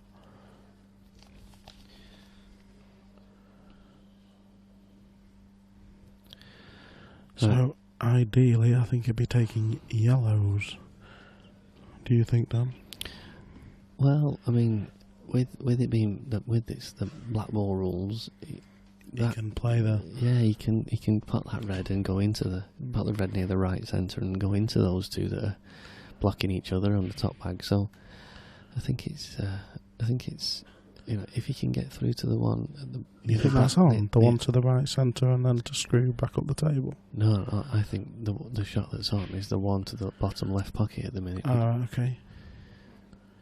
Because I can't see a way that a ball that Jimmy can use to develop the yellow that's near the bulk line. You know, the one that's been blocked by the red. Yeah, only the yellow to middle, pretty much. But even that one is blocked. Yeah, you can't. Yeah, you have to top. Yeah, it's a difficult shot. You've got to be absolutely perfect on it. I like the reds here. For me, there's only if the red goes past the two yellows to the bottom left pocket, I think Jamesy, if he just gives it 100%, he can get these, and he'll want to get these. He'll want to keep that, that advantage. Obviously, yeah, 2 frame gap. When I say he wants to get these, I think Jamesy appreciates the importance of getting these. One option here that I've just spotted is he could put the red to the right centre and hold position on the yellow, which would open up the red into the right centre afterwards, and he will leave himself the right angle to just play into the red and yellow at the top. I'm not 100% sure that goes past into the... Don't think this passes into the left middle, does it, Dan? Well, we can have a look on camera 3 there. Thanks, Dave. You can see it doesn't go past. Sorry, thanks, Jane. I thought he had long arms there. Sorry, love. I thought his nails looked nice.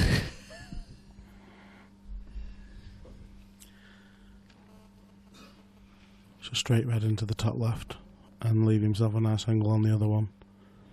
Another black spot.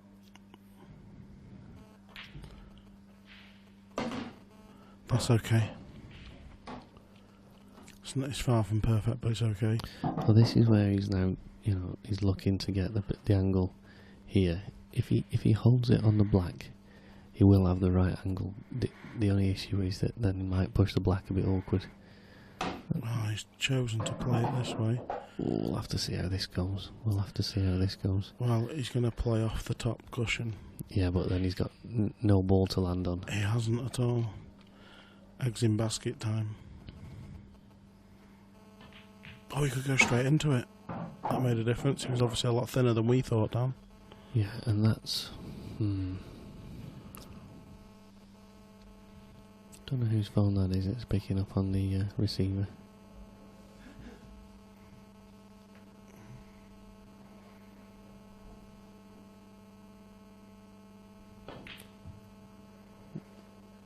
What a great shot from Jimmy. The back double stunned it off the top cushion and he left himself absolutely plumb on this double. All he's got to judge now is getting the white. It's going to hit the cushion and it's going to bounce probably between the two yellows. So just judge the pace of it, Jamesy, and it should be natural for you. Oh no, it was a lot straighter than... Yeah, I thought it was a little bit straighter though. Difficult to see really from the... From the camera angle we have, it's always tough. Not from any camera angle really, when you're not stood next to the table, but just wants to roll big this in pot now. for 6-4. Great black, great finish. Deserved of a round of applause, that one. That's a hell of a dish from Jamesy. And this now where he does want to maintain his concentration. Just get his focus, make sure he's maintains his composure. On to a Cole, 4-7 for Jimmy, 11-8 for Gareth. Just some comments on my bacon coming through. It's not crispy enough. It wasn't finished. Dog, it wasn't finished. I just took it out to take a picture before it went all brown. Quick fire. Nice to see your dulcet tones on the stream. Thank you, Lee. Nice to hear you. Nice to see you and I gave you a nice mention the other day on the stream. John Clavey, what's for lunch today? Can't decide to eat before I head back up to Warwick. Well, the menu's nice here. I had a nice club sandwich yesterday. That was good. Glenn Thompson, bit of brown sauce, yum yum. Yeah, I'm a ketchup man. Gotta be honest. Jamesy's just started to flow a little bit there. He needs to keep his concentration. Didn't want to leave himself this long plant. Needs to cue this well. No, Played it slowly, sort of like a drag shot. Though. Yeah, he's played a drag shot because he needed to keep hold of the white, but it needs to keep the red over the pocket if he got the plant. But he's okay. Not think that yellow would go past the red into the top pocket. Not even close. Whether he can, hit it out. But Gaz looking for the opportunity now. If he can pot the yellow nearest the top left pocket and bring the white ball right out, because where the yellow on near the right centre is, he's got a good chance of developing a ball here. So that needs to pull up, and he knows it. Gone too far. However, might have the chance to do it off the one that he's on a natural angle there to pot and get in to do something to the balls on the right hand side of the table. The yellow that is nearest the balk line. He's going to have to play it with a lot of right hand side to shoot it across into that. But he's looking where it's the best place he can hit the cushion. This is no foregone conclusion that this will go well. Right hand side, you can see he's queuing in near that red spot. That was, when you're trying to judge that slide, it's not easy. The tables are very, very fast, very slidey, and cushions are extremely bouncy. Well, when you're playing a shot like that, the harder you hit it, the more that the ball will react and kind of the collision effect widens the you get like a bounce when the balls connect, so that if you hit it harder, it'll come off straighter.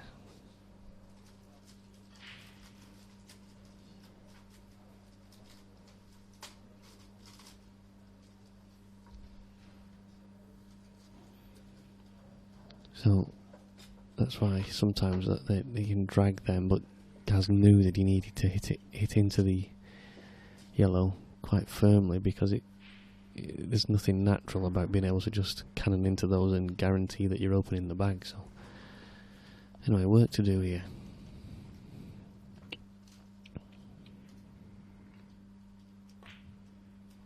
That ball's straight in the middle of the pocket.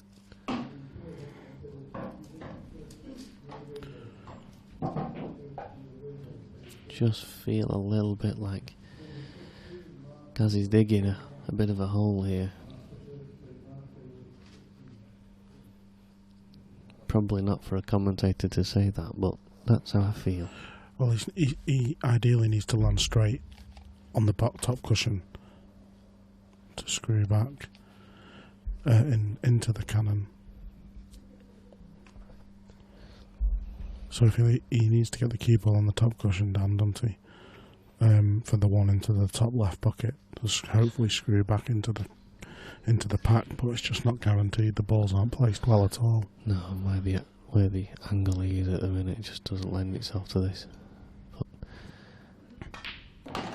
that's got to come. That's got to travel. That's a hell of an effort, but he didn't have enough angle, and now he knows it's not possible from here. So, plan B. Well, depends on how much gap there is behind that red at the top right, and if any. There's some, but he might find he whacks the yellow into it to stun the yellow and rattle the red in the jaws and tries to open up the bag. But gotta be honest, Dave, this is one of them shots where you're hoping rather than expecting.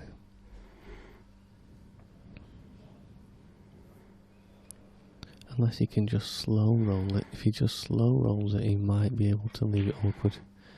Well, that's not bad. I mean, James is going to get the pocket back, but he opened up the pocket. James now will probably elect just to get the pocket back. I don't see him going game here. Or has he? Yeah. He'll be happy to see that stay up. Yeah, I think he's gone for that, and it was always meant, because he's potting it thin with the other red, it always meant the red was coming back across this way. Yeah, towards the middle of the table. He's still in control, still favourite for the frame. It depends what sort of angle he's got on this yellow, whether he can play the deep screw or not. I think he's trying it, but that's a great effort. He won't be able to believe that hasn't skill shotted. But I mean, right, let's take it. If Gaz wants to just drop this one into this bottom right pocket, the skill shot is then on at the top. It's very difficult because the balls are so close together. Yeah, and he'll want to be maintaining control of the white, but that's the only thing that I can see for him at the minute. There is a ridiculous cross triple on, but that's one for Wardy, Marshy and Ben Davis and Sheppy and yeah. Well, is he taking this on to the bottom left? Has he got it? Oh my days. I tell you what, Danny's cute that well. That's obscene. And he's used the red to keep hold of the white. Absolutely brutal. I'm going home. Jimmy applauding. There's no point trying to commentate when they can come up with things like that. Just as he was queuing up, I just had a quick look. There's loads of armchair commentators at home going. He's finishing it off. I spotted that. These two are rubbish. How did they not see that? It was obvious. Well, Jimmy Croxton finished up really well in the last one, but I think Gareth may have just topped him slightly with that shot. Little wink as he filled in the card.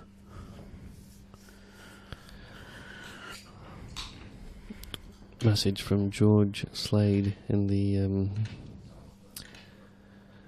IPA streaming group, and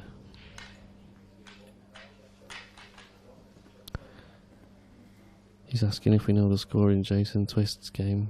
I'm afraid we're in a different room here, George, and we can't really get across. I would suggest your best option. I believe that there is in the IPA pool group. There's like an association Facebook page. There is links in there to the live scores. They can give you the most up-to-date information that we've got, short of me going up to the players on the table and going, score is it, mate? Never recommended. And they always look at you like you probably deserve. So if you do try that, George, and then if not, when it comes to the end of this match, which we'll try and get some scores for you before the next match, which will be Christian Phillips versus Ronan McCarthy around midday ish. Well, it's 12 now, so we're obviously running a little bit late.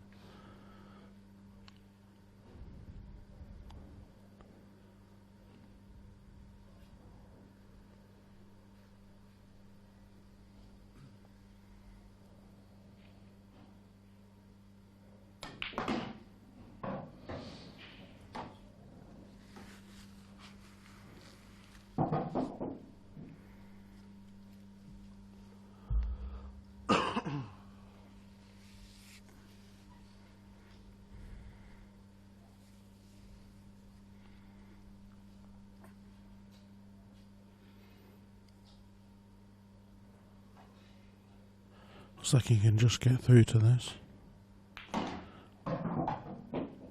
Well, dependent on the gap that he's got, if he can get through to the L on the boat cushion, will be probably his last ball or the next ball. It looks very thin now. Yeah, he's not getting to that. I think he'll have to play the yellow, or he's just going to have to get an angle to move the red, isn't he? Yeah, I think he can do that now. I mean, he might be able to use the red to make it a big pocket and just screw up and leave the white somewhere near the blue spot. Proverbial one, imaginary one, however you want to say it. But still, 2 awkward balls at the top of the table.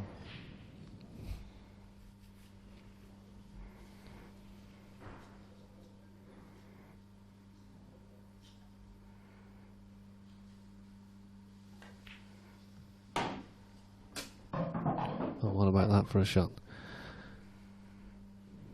Developed them both and left himself a nice angle to get into these two at the bottom of the table now.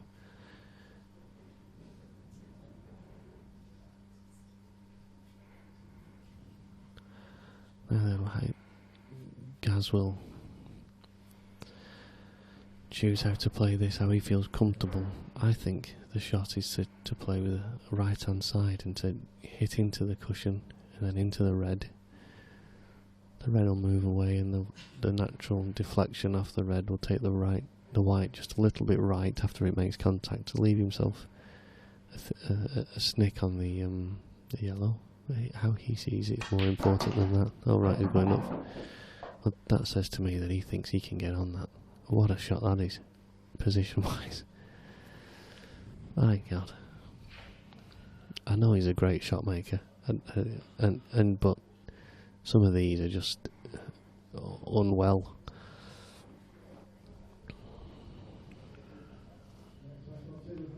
So I say thank you, Steve Daw. You probably do win Best Comment Award on the hat. Dozy generally does win Best Comments Awards. I think the guy that said it's a good hat for radio, that was close. But Steve Dawes commented that hat's worse than Daniel Rush's golf swing. Sorry, pal. Dozy. I will say Dozy is a former pro. I'm allowed to take criticism off him. He's supposed to be supporting me.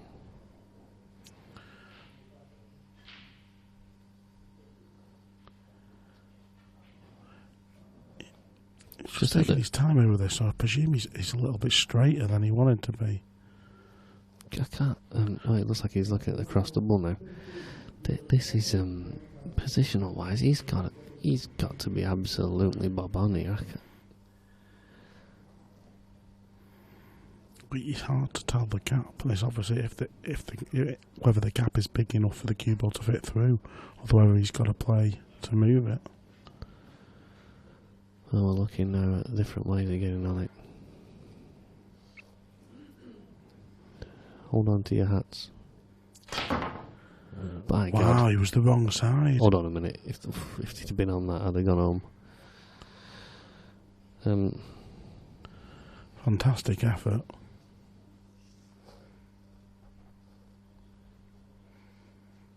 Zach Harvey has commented in the stream page, and I do want to make sure that we get this right, because obviously I don't want to give advertising to the wrong people. Yeah, about the breaking queue. Is a Tiger breaking queue? If that is the case, then I do apologise to the Tiger queue. Clint uses what looks like a very similar breaking queue, and I'm pretty sure Clint is a Jason. Jason made the original, didn't he? Well, let's not go original. I mean, it's a design. The important part of the queue is what the shaft. What's the word I'm looking for? Elasticity, the whip. So I think the idea behind Jason's queue is a bit different to your average breaking queue. If you manage to get a look at Gaz Hibbert's normal playing queue, you can see it there. The bottom of his queue doesn't line up to the top. Yeah. It's completely out of shape. I don't know if it's been damaged at some point or... He kicked it when he was playing somebody and played a bad shot. He told me yesterday. Did he? And it hasn't sounded right since, he said. There's a few players now. There's a double world champion. I know one of the pros, Luke, the Welsh guy, what's he called, his surname? Sanjis. So Luke Sanjis uses a queue off eBay. It's worth about £12.50. It's got about a 12mm tip. Has no issues with it whatsoever.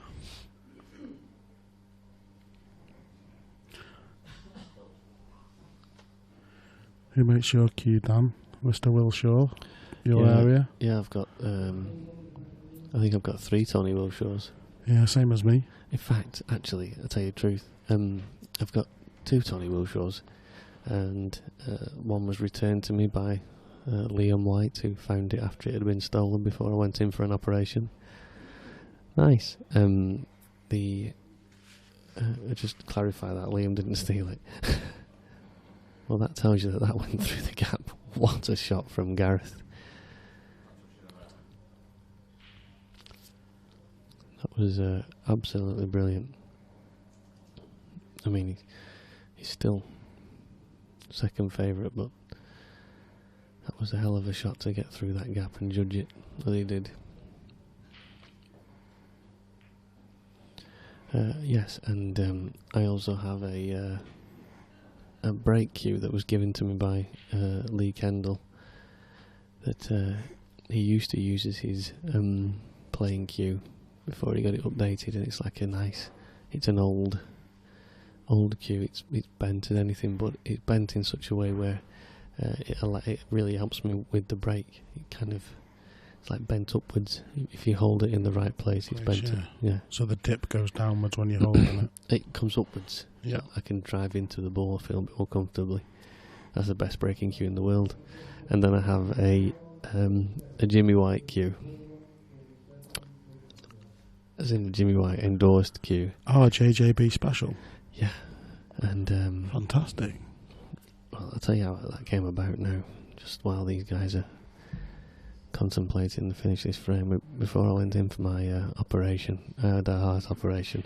Nothing too serious, don't worry, anybody. And it was a while ago.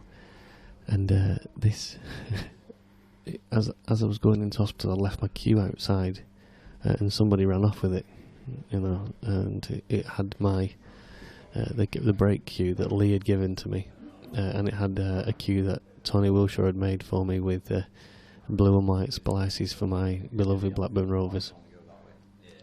We'll not go there any further.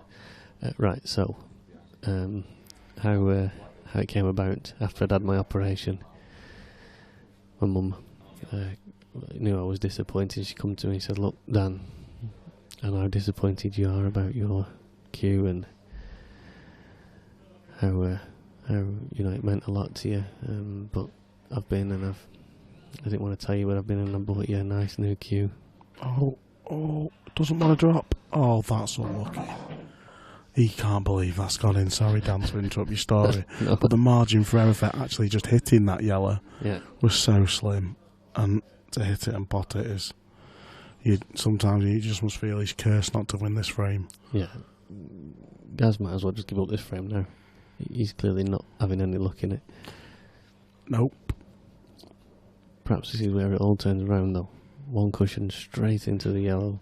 It's such a key frame to put Jimmy on the hill.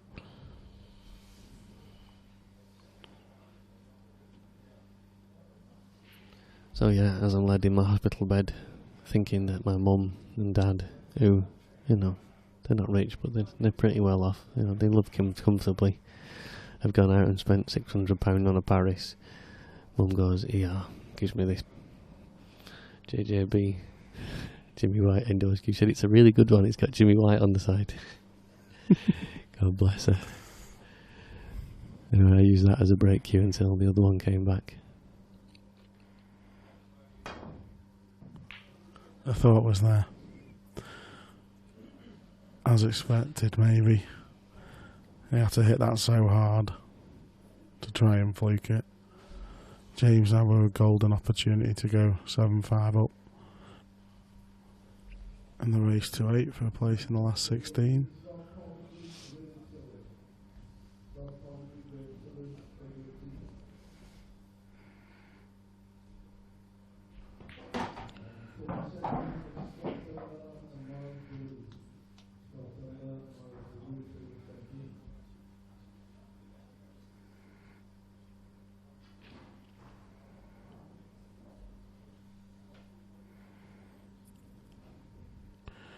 A few different ways you can take this finish, and I'll take the one to the right of the black.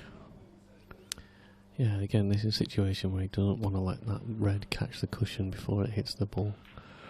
So, just having a look at the odds for the pro event. Craig Marsh goes in favourite after his win yesterday, which would be good, because I backed him in that. Mark Farnsworth is at 16-1, which tells me probably he's losing, because he's usually always in the top 3.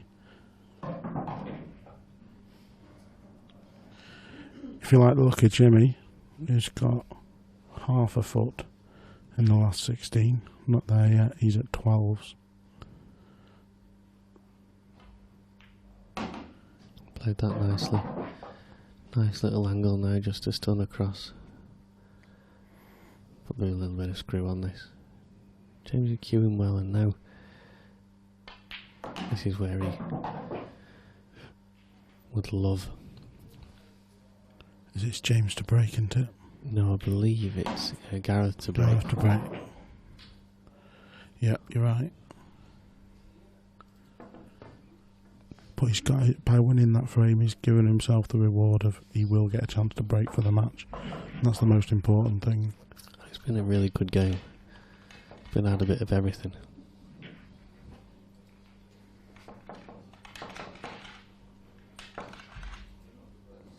John McAllister had a good run yesterday into the semis. He's at 9-1.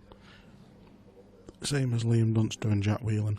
Very difficult to pick a winner of the pro event.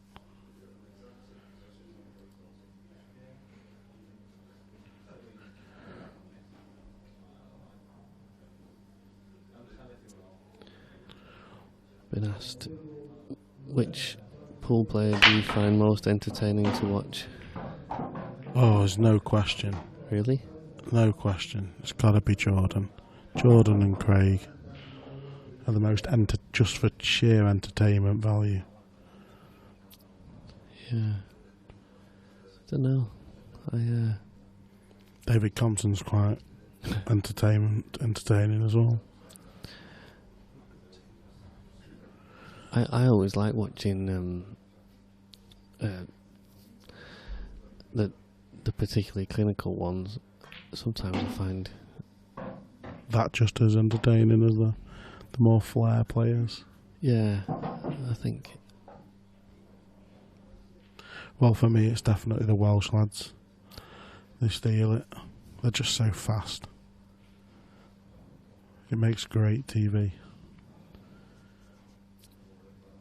Yeah, I think I think the man at the table for me, because he's pretty quick around the table. He's confident. He takes his shots well. He doesn't make mistakes. Gareth Hibbert. Gareth Hibbert, yeah. And he has the ability to make shots from nowhere. And you know, there's not. I think he's got it all as a pool player. He absolutely has got it all. But as the question was entertainment, he plays the game so perfect. Sometimes that can be a little bit boring. Okay, so we're talking about entertainment, excitement. Oh, no, hold on. Entertainment and exciting are two different things, aren't they? True. It depends what you class as entertainment. I like attacking and mistakes and drama. Why? Yeah. You see? Well, there you go. That's excitement. That's top quality pool's also exciting. I mean, I love watching it all, but you're just not knowing what's going to come next from a player is a lot better for me. Yeah, it's certainly interesting to watch two players, you know, having to play amazing shots to get out, and that's entertaining in that sense and exciting. But for the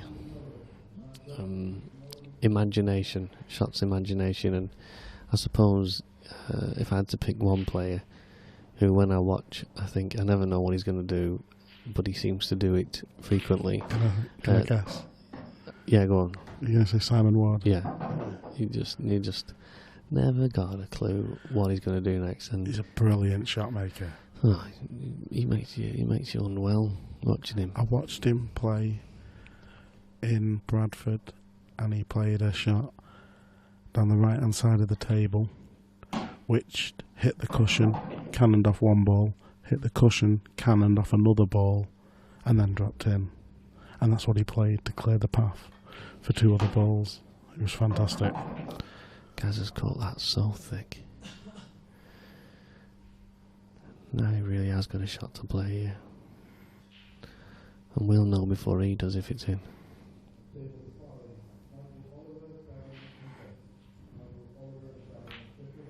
It is. Far jaw. Oh. Frustrating. You don't often see that emotion from Gaz. Well, he wants to win this.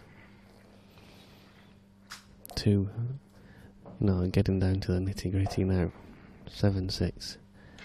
And Gareth doesn't want to make Jimmy feel any more relaxed at the table than he probably does. It's the first time I've seen any emotion from Gaz before that, Dan.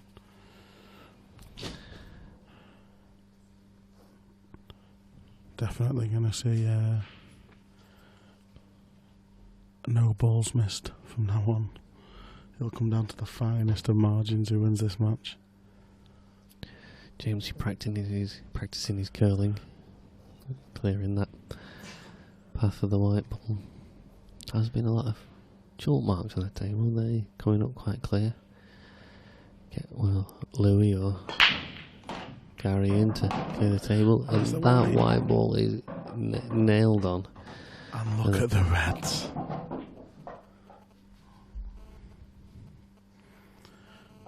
Well, if he chooses, he could even use the first spare shot to bring the black slightly off the cushion. These reds are that easy. Oh, yeah. Easy in. I don't think he needs to, though. Let's be honest. Well, I just think they are. Don't get me wrong. He'll be over the moon with the finish. Just gotta make sure you go the right way. Well, yeah, and where that red is at the bottom right of the table, it just needs planning. It needs to make sure that he gets on that and gets himself back out into the open as quickly as possible. For me, the first red is the one nearest to the yellow on the top cushion. Yeah, of course. Then screw yourself back for the red over the top right pocket, and then you've got choices. Then you can use whatever angle you get on the red to the bottom right, you can use to get on your next ball, and you've got 3 to land on. all about giving yourselves options and everything. Yeah. Trying not to play onto one ball when you could play onto two. Yeah. Well, he's not, is he? Yeah, he's the I right. haven't called one shot right, surely. I think it's the right shot. I think, especially now if he can flick off it and get down. Oh, a little bit He's not further. landed quite well there. Yeah, he's fine because what he's going to do now, in having done that, he'll leave those two at the top of the table to the last.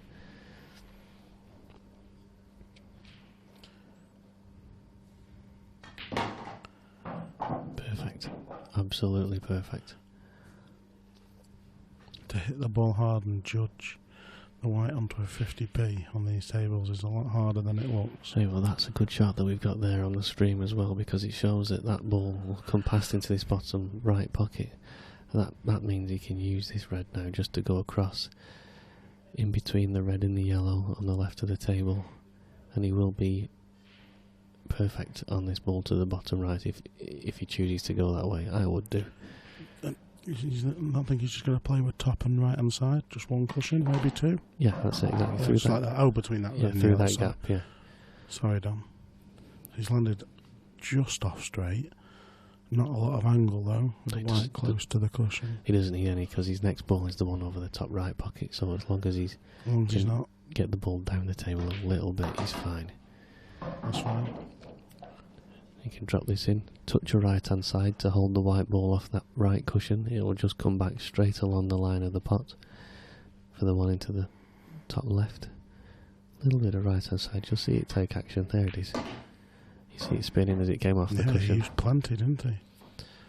And 3 drop-ins for a hill, which I think it deserves. I mean, I haven't seen all of the match. You've seen it from frame 1, I presume.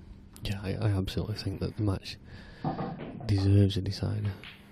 And it'll be advantage Gareth. So get your bets on now, because he's the outsider. And it'll be Gareth to break. So looking at that now, I assume that the odds will update when it goes to 7-7. Do you think Gareth hasn't been that successful off the break? Gareth hasn't been that successful off the break to now. He hasn't, but he has got one of the best breaks. Yeah. Odds still haven't changed. No, it'll come.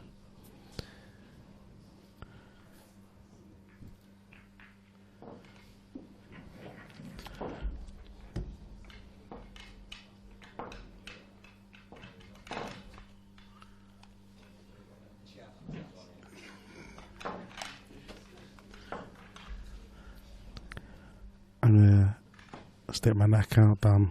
I'm going for a gas breaking dish. I know the odds are probably there for that anyway, but I just feel he's pumped up, ready to go. Nice friendly handshake.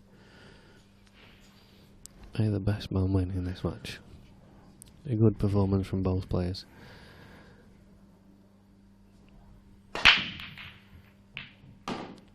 He's made a ball, and Reds are looking okay. One little problem at the top of the table. Where those two Reds have landed though next to each other, it means he's got a good chance of developing that quite early doors. He's going to have to play the plant first shot, you feel, Dan. Well, I mean, if you look where he is, on the red to the right centre, Yeah, he has can he go got the straight angle? into it. Yeah, he's got the Yeah. angle, yeah.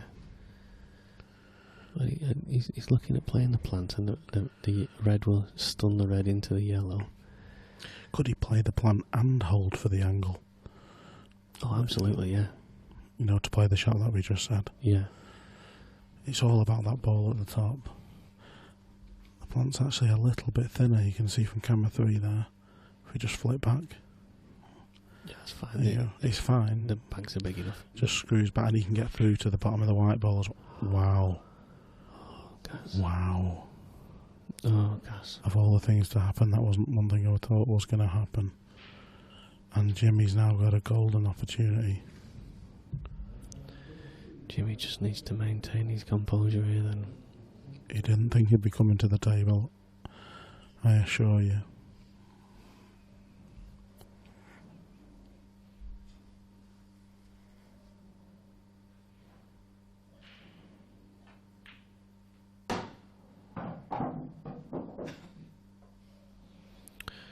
a result we've had from one of the other matches. Sorry to report this to Die, but he drew. Andrew Hughes has beat Sheppey 8-6. That would have been a hell of a game. Drew and Sheppey. Wow. Anyhow, this has been an absolute treat.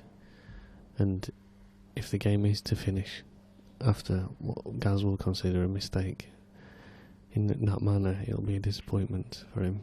He's got to travel.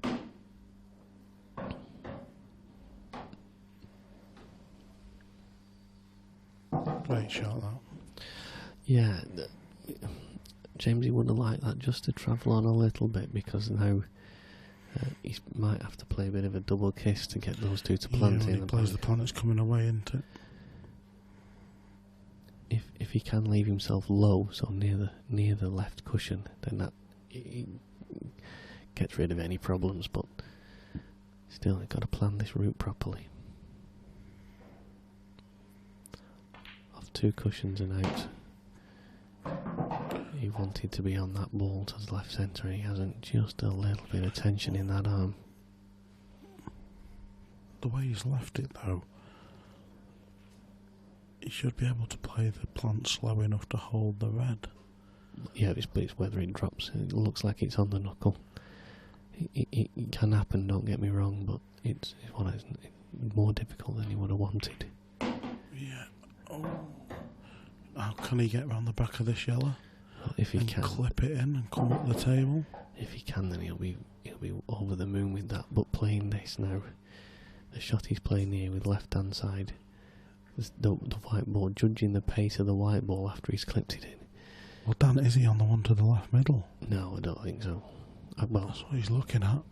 Can he turn it in with a little bit of left hand side? He's had a good look at it. I think he's just looking at where he wants to leave the white as best he can. Well, I mean, again, you can't really tell, but if he's on the one to the left centre, then he can count himself very fortunate indeed. Intense pressure at lunchtime. Yeah, I should be. What time is it? About 1:45. I should be just about ordering my ham salad sandwich and chips from the clubhouse.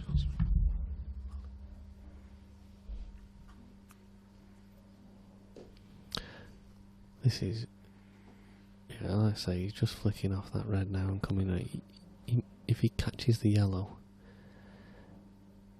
full, then he's fine. But again, because of the way he's having to play this off the top cushion with maybe a bit of run,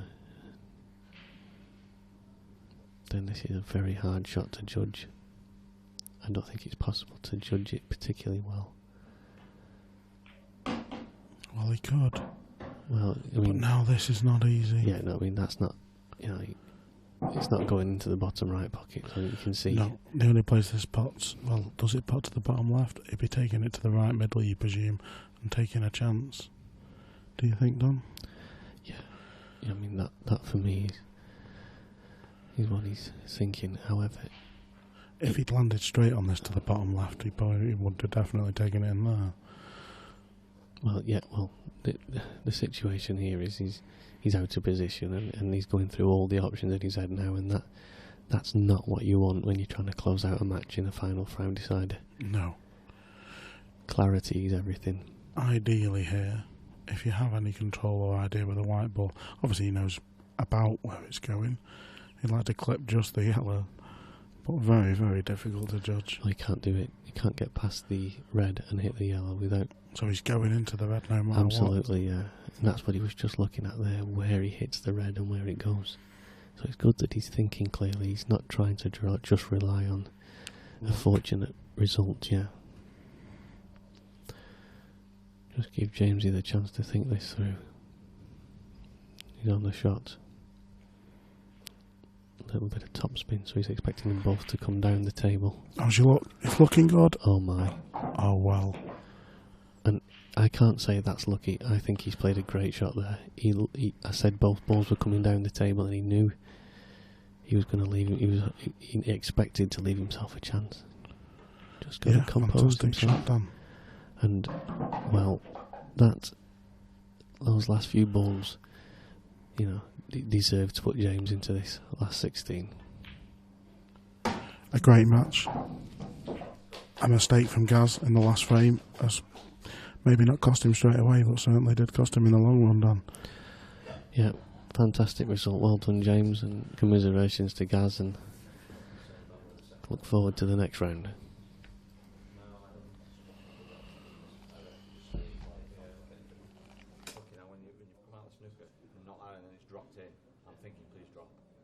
Because after the finish, you've knocked in there to go 6-5, was it? Yeah.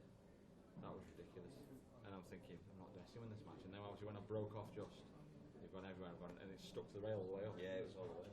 I'm thinking, what's going on here? Like, apart from the one where I think I should have gone 4-0, where I've topped one in the middle, try and bounce off the rail, and it's skid, and I've not left myself on it. Apart from that, I can't really remember making like a big enough sort of error to. Just a few turning points. Yeah, there was, just in turns, wasn't it?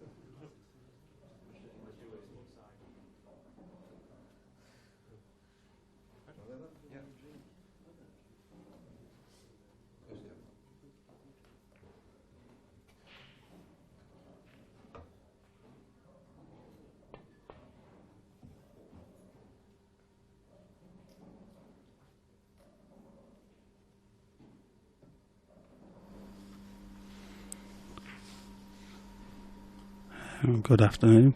My name's Andrew McKee. I've just lagged off for the last 16 of the European Pro event between Christian Phillips and Ronan McCarthy. Ronan's won that lag.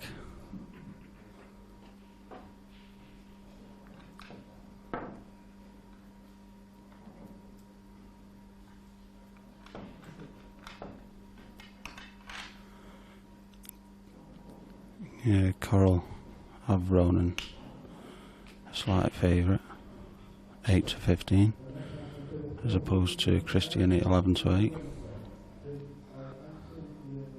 My guess is it will be a close affair. Players of even ability.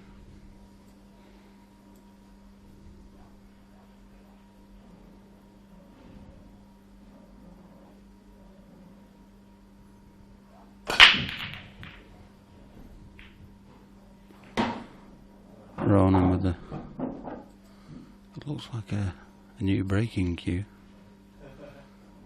Give him a fair old whack. I think he'll be looking to take yellows.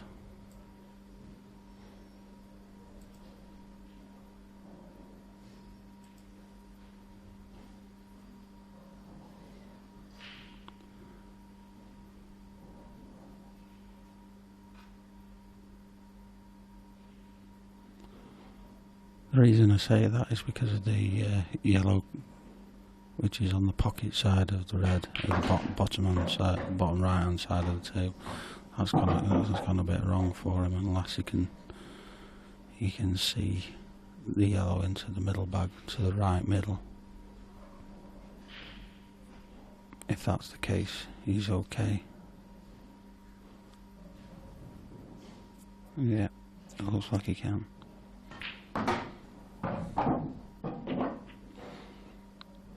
So he's just opened up that area a little bit now by forcing through, and he'll have one mind on that little cluster, 2-ball cluster at the bottom right hand side of the table. He's looking for a way to develop that.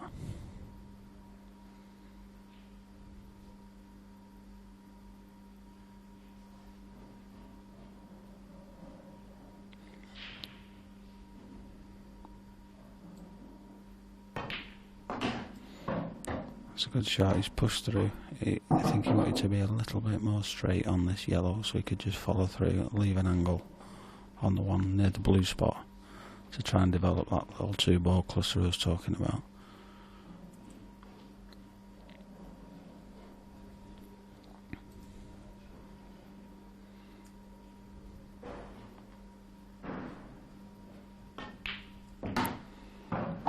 And he's just not that out of the way, but I don't think he's got an angle here. I think he might be too straight, or he might be able to force an angle by playing it to the right hand side of the pocket, which he has done. That's a great shot.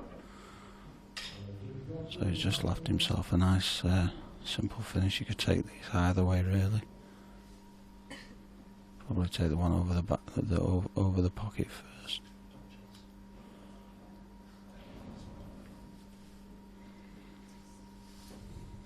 No, he's a bit twixt in between here, but I think either way.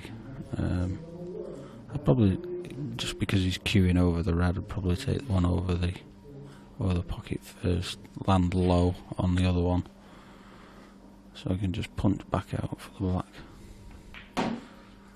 Yeah, it's just on the low side of this yellow. I think he's going to have to play this with pace. So he's got to be careful and make sure of the pot.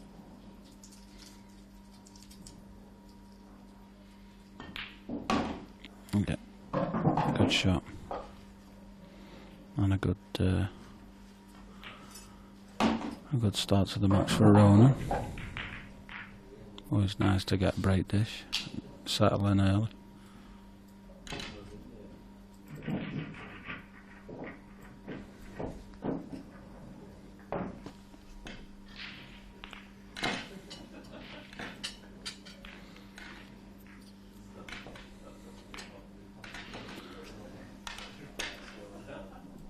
the odds haven't changed a great deal because it's so early in the match.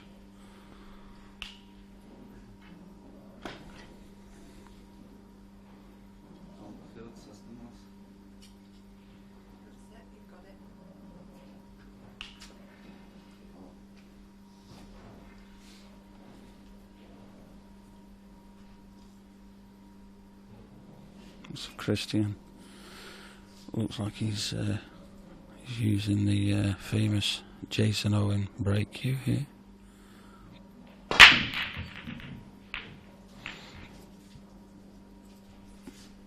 He got a great split, but no friends.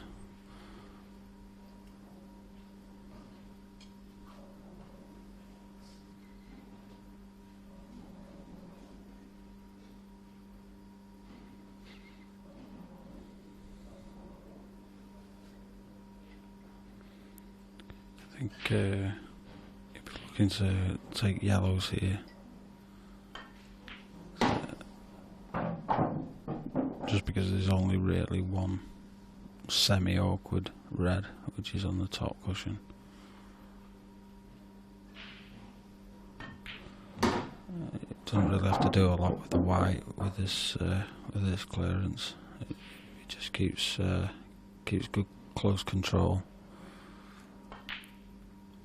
Just a little stun there, but just a little follow through here.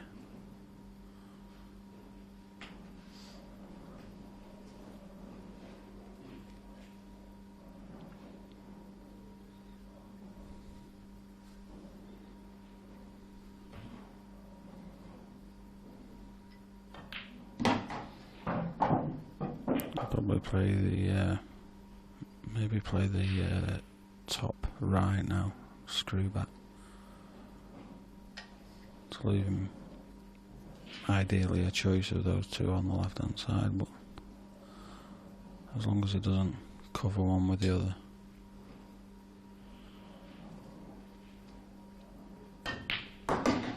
Yeah, got into that well.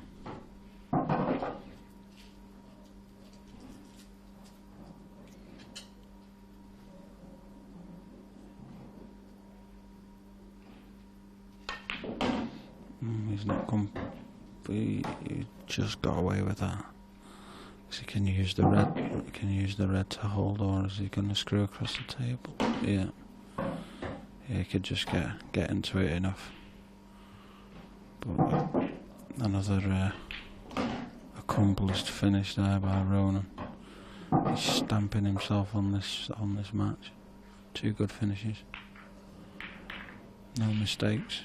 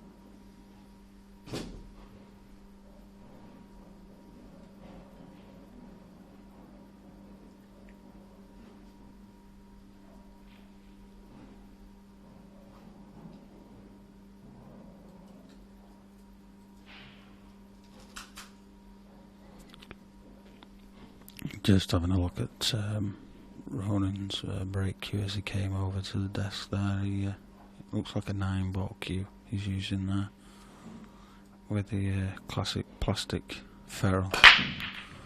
Seems to be working for him. The one of the reds has gone a bit awkward, but I think he'll be taking yellows here. There's no, from what I can see, there's no dangers there. Again, if he just keeps that white around the centre of the table, he's going to always have options.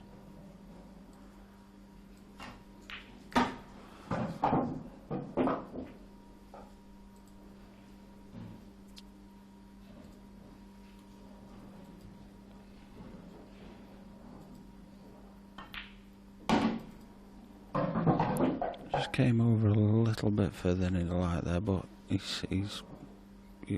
can't really fail to be on something. I think he'd have liked to have taken that bottom one first and left the one he's just potted till last to take, come back down for the black ball. It doesn't really matter, the black situated where it is. Again, bringing it out into the centre of the table, making sure he keeps his hand on the table.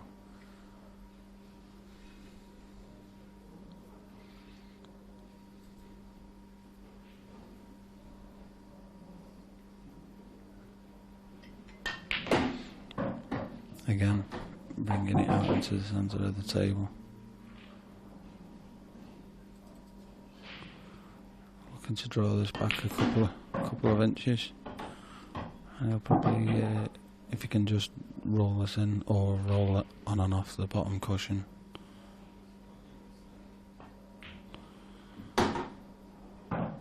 And that's that one.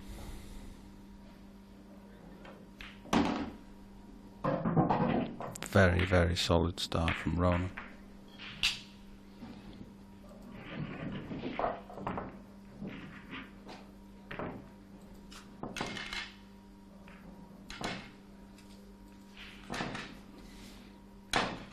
Looking very relaxed.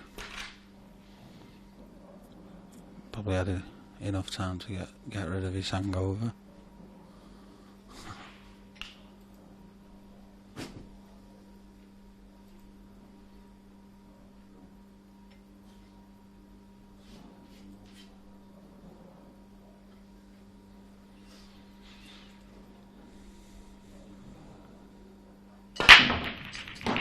Oh dear. Made his crunch the balls again off the break. He's made a ball this time, but he's also made the white.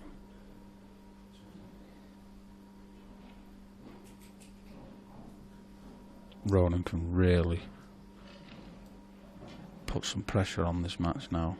If he takes this finish out 4-0, gives him a great lead.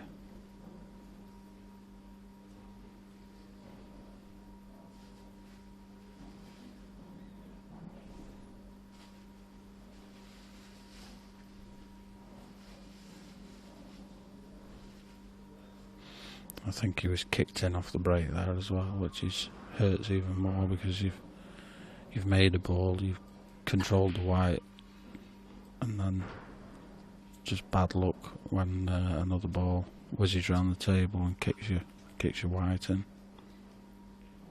There's absolutely nothing you can do about that. You can't practice it.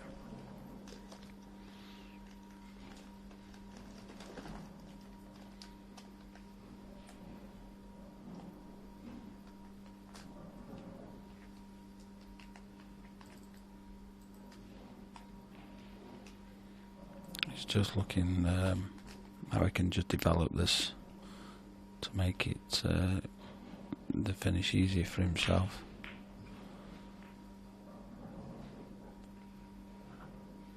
I think he was trying to open up the reds there.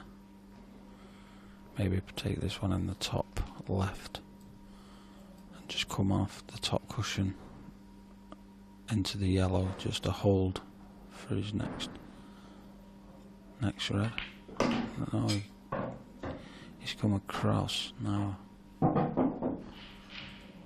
Does that red pass along the top? Looks like, well, he's got down. It looks like it does. And it does. Just overrun the white a little bit. But he's still got a shot.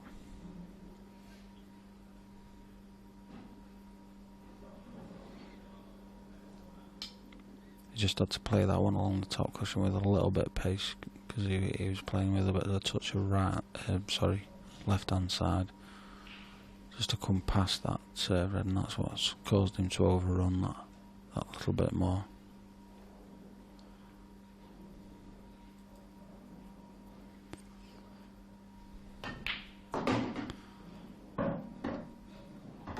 But he's back in good position now.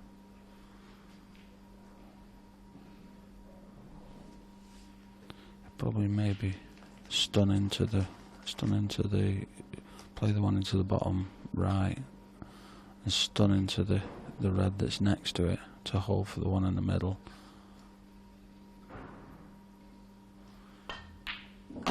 He's missed that, but it's worked out okay because he can take this that red that he was going to cannon into the other opposite middle. Unless that's what he played, but only Ronan knows.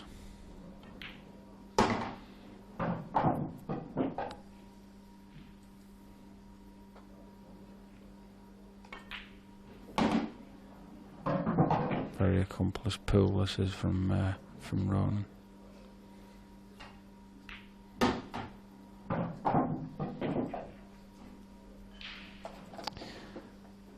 And with that scoreline now at 4-0 to Ronan,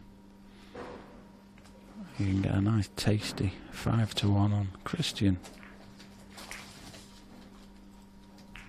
And it could quite easily, the luck could swing. You know, Ronan could go in off this break, let Christian in. Christian break dishes himself, and get himself back in the match. So 5-1 is quite generous. But with the way Ronan's playing at the moment,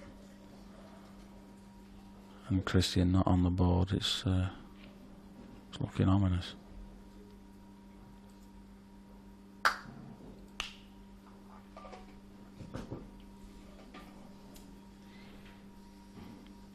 One thing that's been talked about a lot about Ronan's game is his break, and don't know this new break cue that seems to be giving him a lease of life.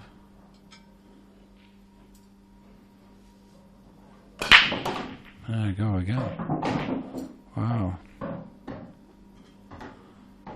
I mean, this guy has won tournaments, cash games for all his career with a so-called lesser break, but if he's found a new break with a new breaking cue and it's working for him, then look out.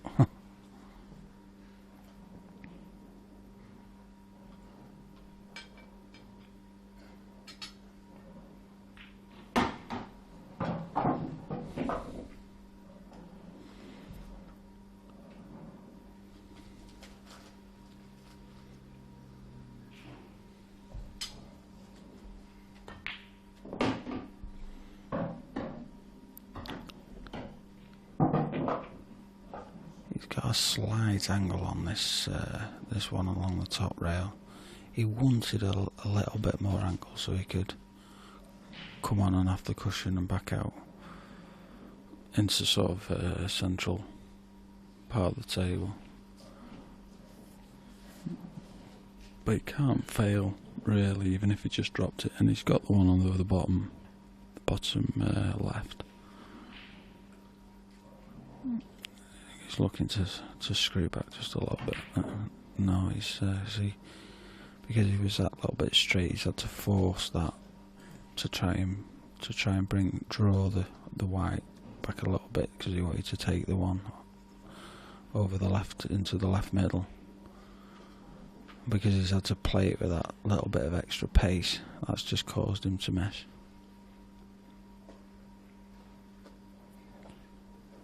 If you can roll those in, you get them 9 times out of 10, or 10 out of 10. When you have to hit them with that little bit of pace, just swings the odds in missing the shot.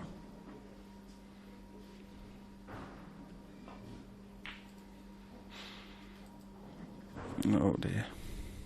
And Christian looking to contain the frame by getting his red over the bag, and he's left it wide open.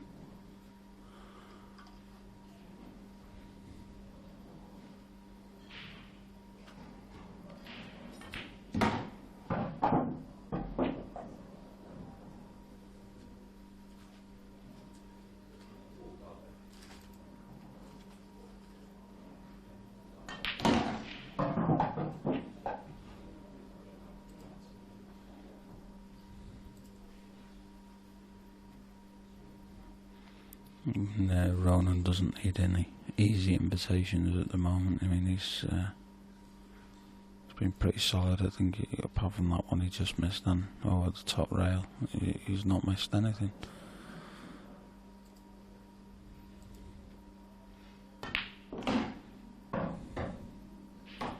Looking to get that white as close to that yellow as possible. The closer you get it, the more control you've got over this next positional shot. He's able to just stun back out, leave himself a straight black, and there should be 5-0. And it is. Christian won't be happy with himself leaving him that opportunity. He doesn't need any invitations at the moment. 7-1 for Christian now. 1-12 for Ronan.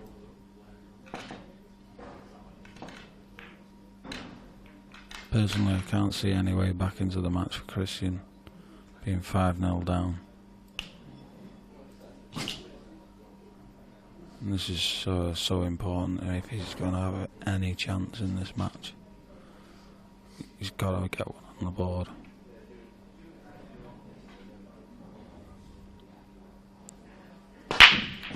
Oh dear, well, it's a story of the match for Christian.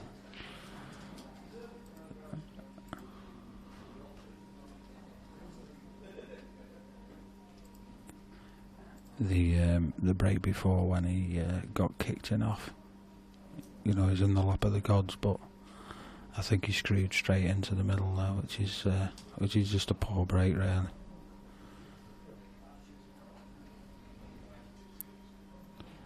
He's not hit the front ball central. He's stunned off it straight into the middle.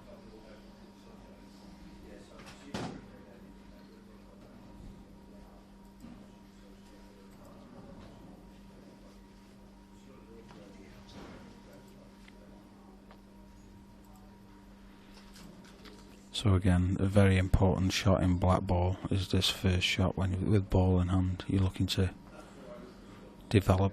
You know, if you're looking to pick a colour, which I think will be reds in this case. Got a couple over the bag. This is just a little tricky area down the bottom left hand side of the table. So I think he'll be looking to play something to develop. So he's put his white behind that red where his other tricky ball is. I'll be looking to develop both balls in one shot here.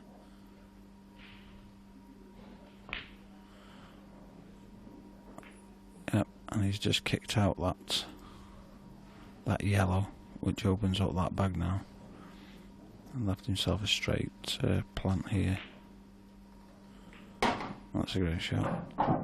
And as you can see now,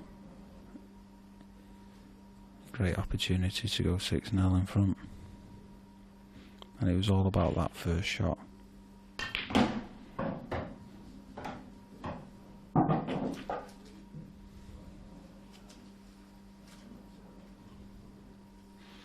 Might play this ball into the middle and just float down onto the bottom cushion.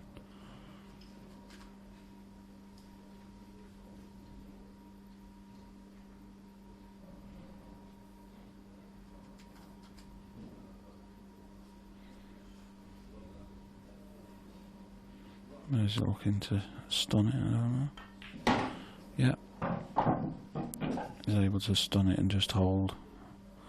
And this will take him back out into around the black spot area.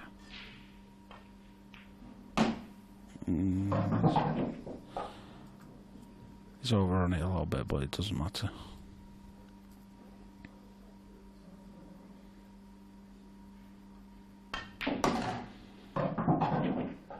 So, a couple of dollies into, first one into the middle and then into the bottom left. Black into the opposite middle.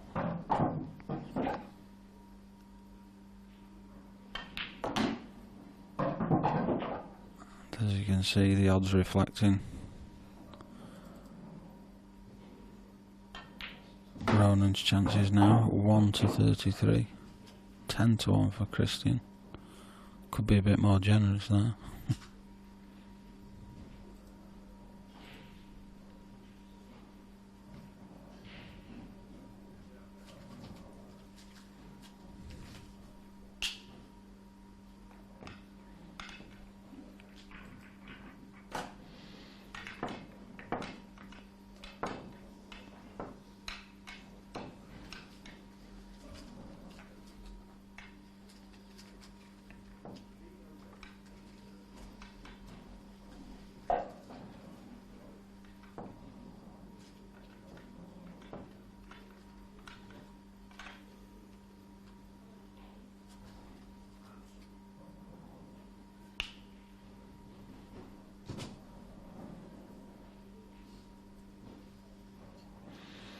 So, Ronan, frame 7, 6-0 in front.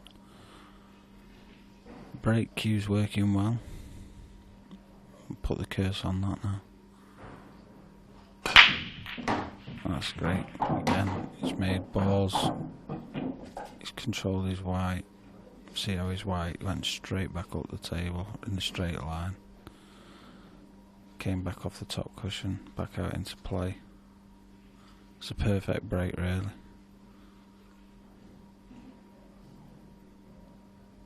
He'd like to be taking yellows here, just because he's got one covering that top left-hand side of the table.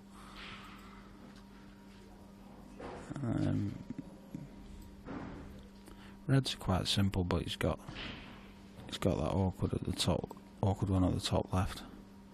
He hasn't really got anything that he can use to develop that area.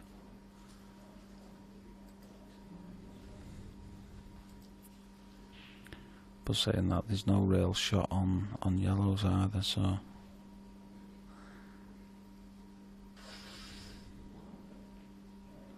interesting to see what he takes here. I think he's looking at reds purely because he's got an easy one, just that easy starter into the middle. Don't think he's got a shot on yellows.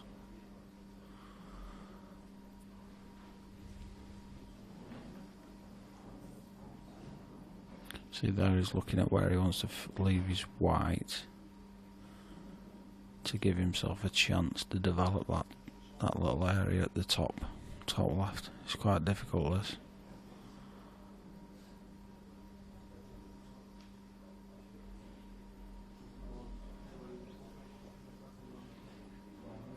Showing his professionalism by just giving it the time it needs. A lot of people at 6-0 up just think, oh well, it doesn't matter, but he wants to win every frame. No, he's just tried to. Oh, has he fluked one? No, it's landed short, but he was just trying to force the ball into pinch the pocket a bit there to create an angle to try and develop that red. It's not really. I think Christian's got a bit of a smirk on his face, and it's not left anything easy for him.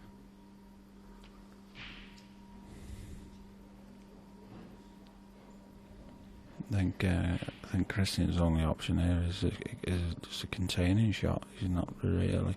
It's an open table because Ronan didn't make a ball after the break.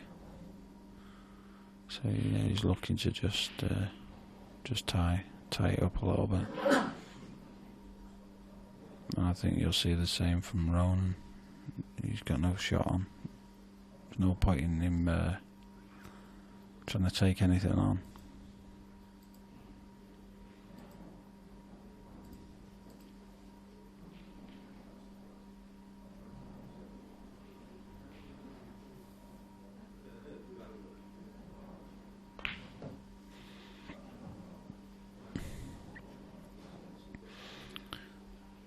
So again, he's just popped that yellow out and left no shot for Christian. It's just tit for tat at the moment, just both players trying to create a mistake from the opponent to get an opening on reds, really. With that red covering the bottom left-hand side of the table now, bottom left-hand side pocket. Yeah, reds are the favourable colour.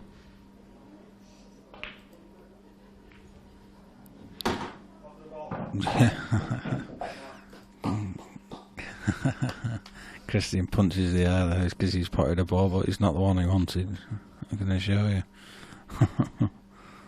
Good to see he's not lost his sense of humour, considering he's 6-0 down.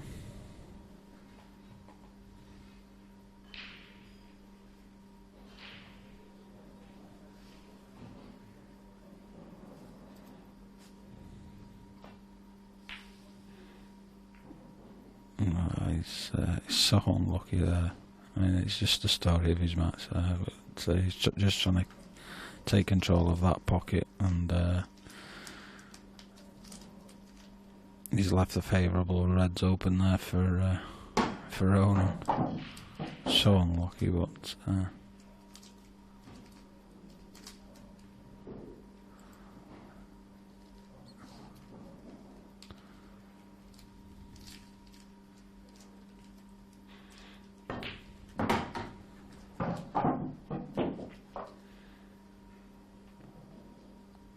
so we're just looking to punch this back out into around the black spot area. He's not gone far enough. He has. He's got a shot. He's got a couple of options here. He can either take that one along the cushion. If it hangs over the bag, it's not. It's not a bad shot. Or he can come across off one cushion and play the one over the bag, which is guaranteed to leave him on the other one, just like that. I can just float this one in, and should have a reasonably easy black into the middle.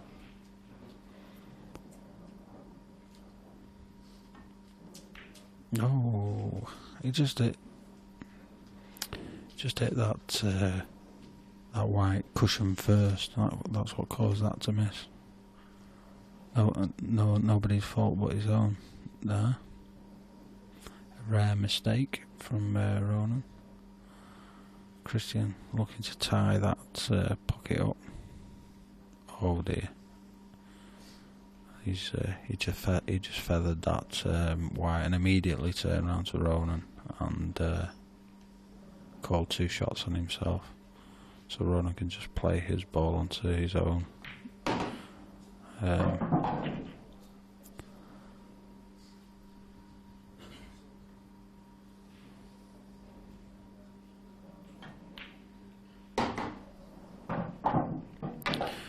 I'm glad to see that my pre-match prediction of a close game is coming to fruition. 7-0 to Ronan. Thought it'd be close. So Christian needs to win the next 7 to make it hill.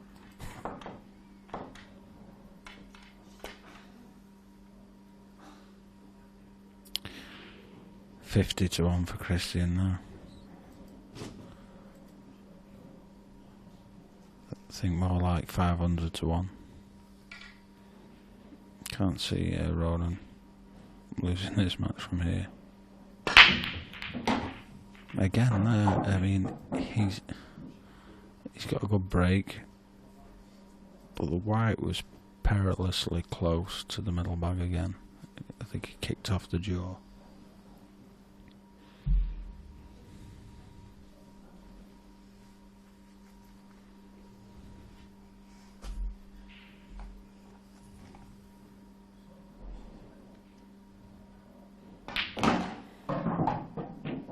So it's just freed that yellow up, which was really his only awkward one. He's got the one over the bottom right cushion there, but he's got a ball over the bag to take him onto that ball.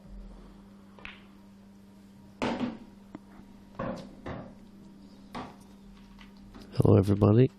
I decided to come back and join Andy in here. How are you, mate? Alright, mate. Alright, Dan. 7-0 to Ronan. Yeah, it's just been... I mean, Ronan started off really solid. I mean, he didn't miss anything to go about 4-0 up, and then he's just been... you know, Christian's had some bad luck on his breaks, but also, you know, he's had a couple of poor shots on his breaks. You know, he's screwed straight in off, which, you know, it's a poor shot really. But he's also been kicked in off as well. So, you know, when you start chasing these finishes, and you seem to find, you know, when you're down, you seem to find pretty quickly that things just do go against you. Yeah. A little bit awkward here now because he wants to be high on the pot to the corner bag. Got to cue this quite well, and these pockets are playing tight. It must go past the black. Yeah. Camera 3. Yeah. It looks tight. Yeah, it goes. Flew past. Well, perhaps I've just come back in time for one of the greatest comebacks in IPA history. Yeah. Well, my pre-match prediction went right out the window because my pre-match prediction was a close game, and then it went 7-0. So I just mentioned before you came on, we need Christian to win 7 on the bounce to make it close, you know. Well, he's capable of it. Oh yeah, without doubt. But I can't see Ronan letting him off the hook. No. Once Ronan's got a fishy, they never usually get away. No. And I just mentioned he's using this 9-ball breaking cue, and it's working really well for him. Yep. He's got the old plastic ferrule.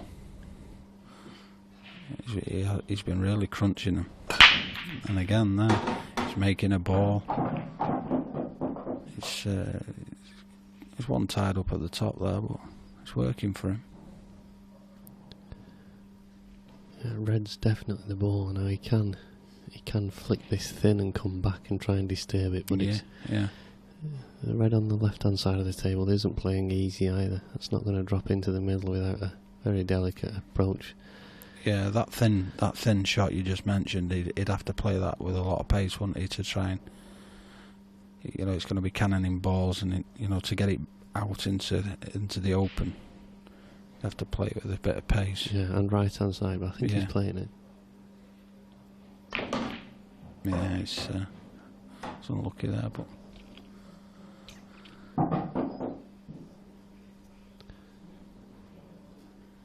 I think he's going to have to come down the table now and then look for a way. Yeah, he's still got options, hasn't he? I mean, yeah. He's on 2 pots. He can get one to the right centre, one to the right corner. Mm-hmm. Ronan's tenacious, though. He never plays anything particularly rash. I think he'd rather leave the one that's sort of the more central of the table, because that's, you know, the closest one to that ball. Easier to judge the developing shot. Yeah.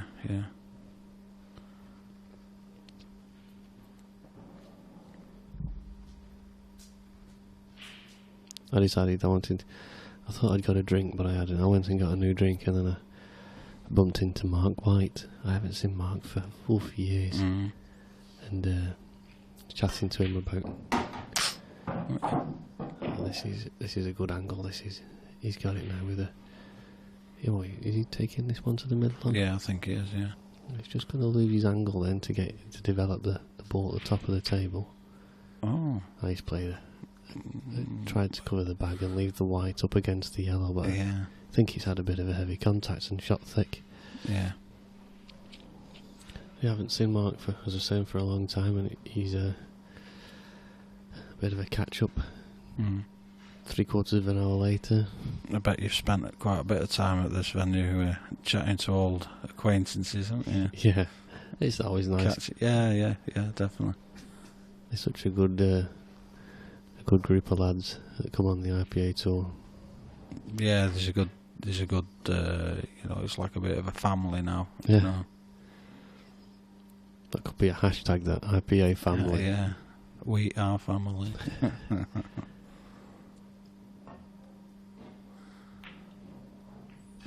Yeah, just running, just trying to.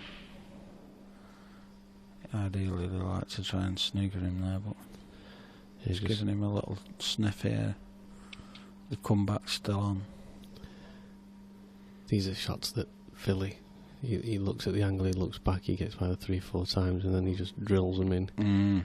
He looks like he's punching this in, stunning off the far cushion. I think he's containing here. No, Philly never contains. He's been a bit unlucky there. I mean, that's the story of the match for Christian. He's, just things haven't gone right for him. But to be fair to Ronan, he's not really giving him a lot to go at, you know. And that's a mile away. I think he just wants to get off the table now. Go on. Sort of scenario not dissimilar to this yesterday, where I think it was Philly playing against Ben Davies, and Ben Davies run 2 frames off in the space of a minute. From 6-0 down, he was 6-2, and then he had another on the third of the frames that he went for. It was just so fast, and he ended up missing one pot. He got slightly out of position, and but before you knew it, he was back in this game, and it just shows, you know, a little. Yeah. You know, it's never over. The 2 hardest frames are the first frame and the last frame, and definitely, yeah. No, he's sort of like just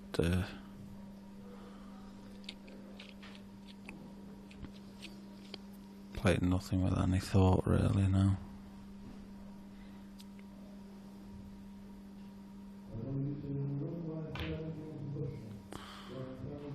Again, he's tried to play a covering shot, and don't know if he's quite got that back, but I think if we have a quick look on camera 3, I think we can see that. He can sneak behind it, can't he? But I don't think he can pot it. No, yeah.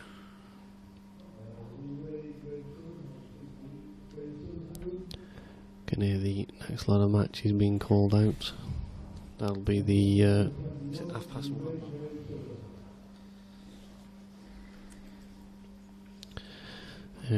We'll have a 1:30 session probably. Emperor Kev Barton started at 10:30. It's 1 each. It's 2 breaking dishes from Kev. Yeah. The odds before this frame, you can get 50-1 on Christian. He's won 1 frame, and he's coming to 25s. Ronan was 1-500 at 7-0.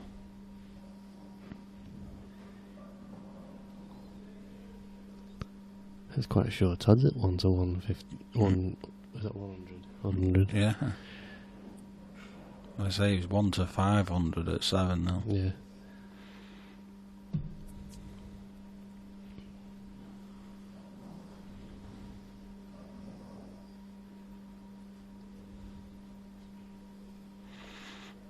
I think, you know, I mean, personally, you know, if I'm in this position and I'm just trying to make the scoreboard look a bit respectable, you know.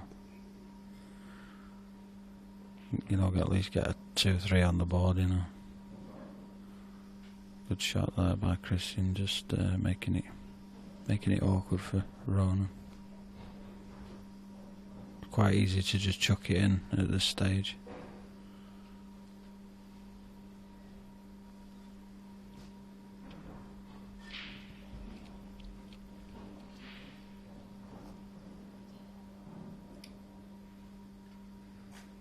So I mentioned before when I saw you're looking well yourself, Dan. You way of saying chunky, Andy? No.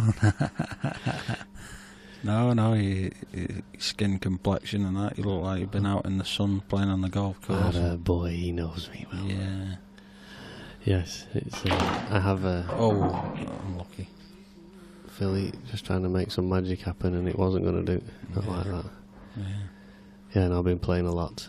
Yeah. Sunshine on my fading hairline is what's required. Stops me getting burnt. Not long now. Hold on. How long? 6 weeks. 6 weeks to Portugal. I don't know if you remember. I mean, just going back a few years, you commentated on a game between me and Gaz Potts, and the night before I was playing with my partner Emily. You did mention it because we were playing on the stream table at the time. Go on. And Emily's just taken up golf. I see. Yeah, and I play a bit myself, and so we're looking forward to getting out on the course together now. She's had some coaching. Off you? No, definitely not. No. She's had some professional coaching, and yeah, she's quite good. She's got the timing. And that's the importance. Yeah. Much like a cue action. Yeah. It's well, she's good at pool, so yeah, she's got that timing. Was that in the Golden 8 Ball? No, that was I think it was one of the earlier. I think it was the first year the IPA broke off. Oh, right. It was at Bradford. I thought you said it was. You again. I thought you said it was you and your wife who was playing. We were practicing the night before. Ah, right. Yeah. It's a great game to get into, but this is looking like a match over here. Yeah. Back to the action. It's got to pull up. Yeah, it's end up awkward. And it has. Can you see the one that he's closest to? If that just you can plop that one in. I think he can. The way he's shaping up. This is just awkward queuing. Done that well.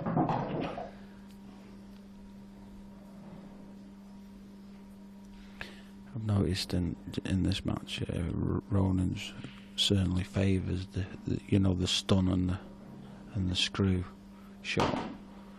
Yeah. That's his forte, and he gets good control on the stun and screw shot. Yeah, I mean Ronan hasn't got what you call a classic cue action, but I suppose when you look at it from that side, it's fine. But it's a great. It's so solid. He hits the ball so true, and that's why it's short. It's not a long, fluid action. And that's why he's so good under pressure. He never makes mistakes because there's not that much to go wrong. That's right. Yeah. And he's been around for such a while anyway. That means that because it's not reliant on too much muscle exertion or anything like that, it can last forever. Yeah. So there's no reason why. Play for the next 20 years. Exactly, 30 years. Yeah. You could see him with the Zimmer, couldn't you? Hobbling round, still taking money off everybody. All the young punks. Yeah, and that was that. 8-1 to Ronan, puts him into the last 8. Let's see if we can grab a word with him in a minute. Oh, you'll do well to get him to come and say anything on the camera. He'll avoid that like the plague. I might get a word with him off mic. Yeah, you can pass the words on then.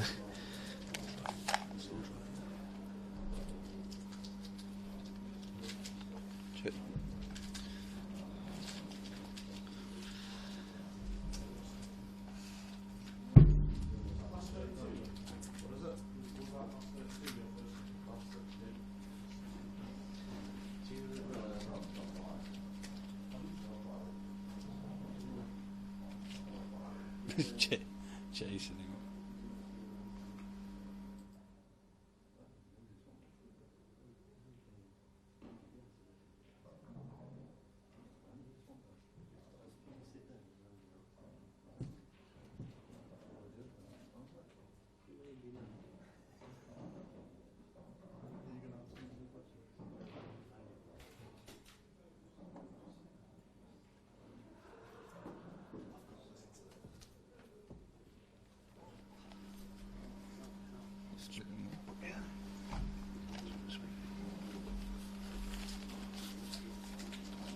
So we're joined in the commentary box with Ronan McCarthy. He's just beaten Christian 8-1. Hello, Ronan. Hi, mate. All right. Yeah, we were mentioning throughout that match how well you were breaking well. Are you using a new break cue there? Yeah, I've been using that probably for 2 or 3 months now, and it's probably the best one I've had. Is it the old style 9-ball cue? It's just an old 9-ball cue. I've tried a lot of different cues and a lot of different breaks, but for once it worked there today, and Christian broke bad. So yeah, we noticed Christian. I think he had one kicked in on him, which was in the lap of the gods, and then there was another one where he screwed straight in off. I mean, yeah, and to be honest, Christian usually has a very good break, and I would usually struggle. So it just goes to show you how big a shot the break is. If he'd have got my breaks and I'd have got his, that would probably have been 8-1 to Christian.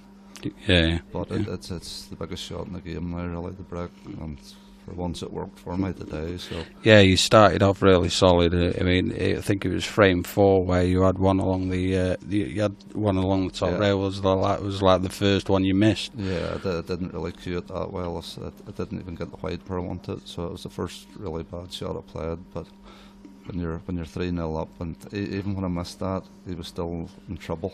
Because I let the ball over the hole. So every time Christian went to the table, he was sort of seeing problems, which you don't really want to when you're 3-0 down, but that's the way the balls break sometimes. Yeah.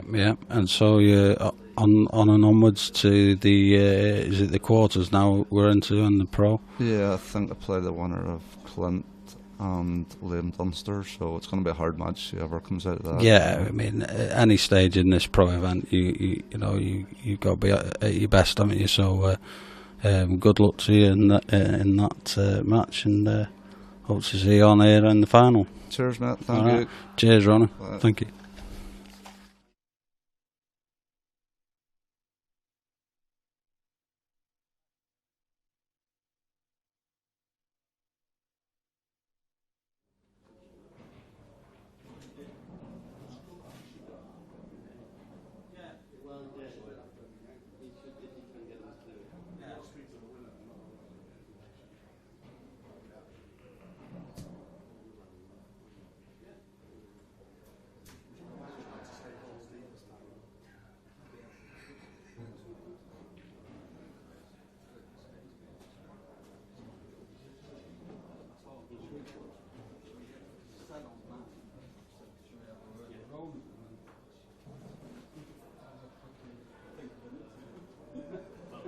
And he went, I'm not going in there.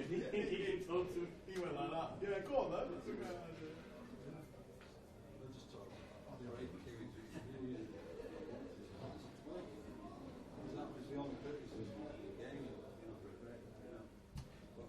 Ronan armed with a break.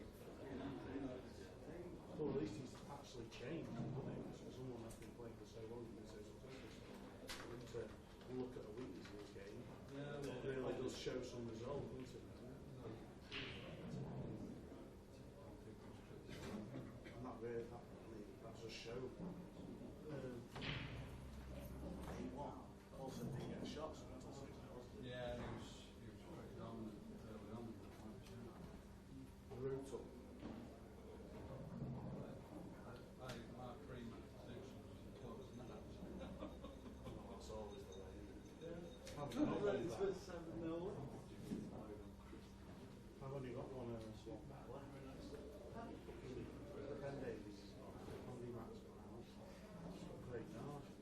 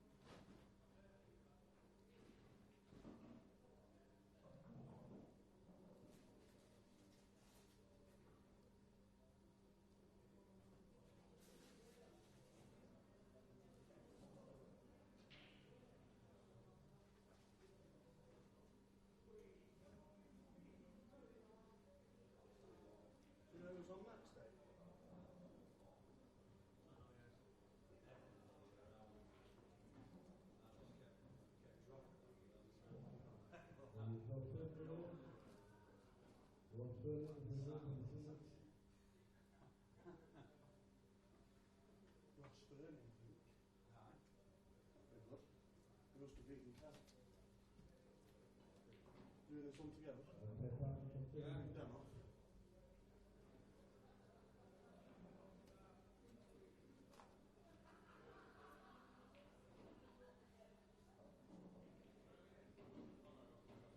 How long did that match take? I think it was only about 40 minutes, wasn't it? Yeah, it's quick. So he was 3-4-0 up in about 15 minutes. Wasn't it that? Seemed longer, but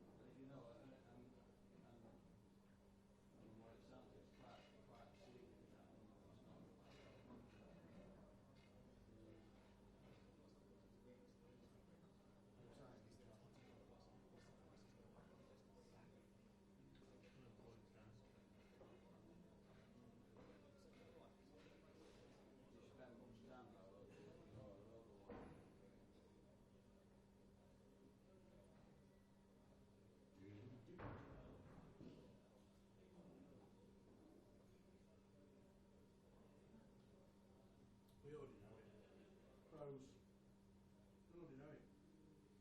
Neil Rayburn and Ross Fern, isn't it? No, it's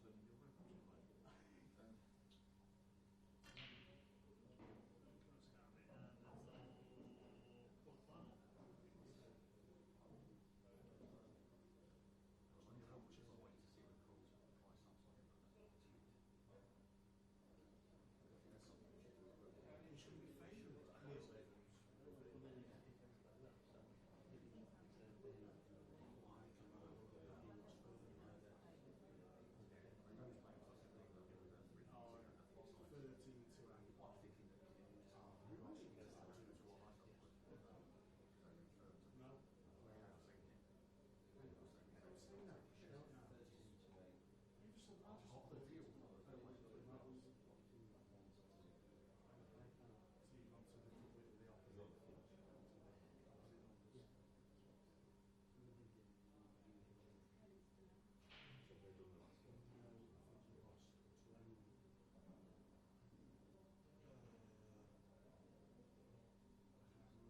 Ross Fern.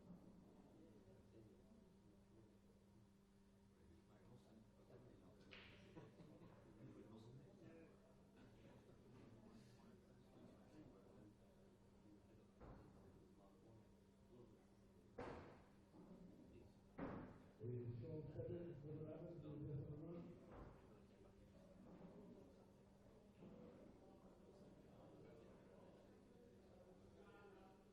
Sean Seven, Neil Russ.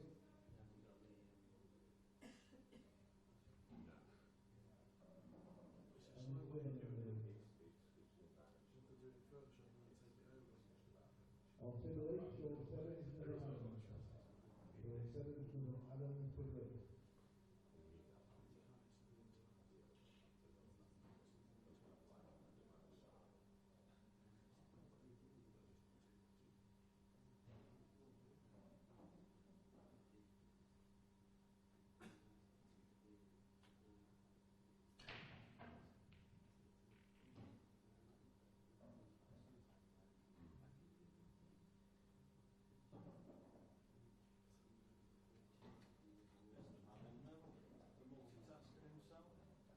Throw in one hand, hobnobbing the other. Yeah, you see. He's still in.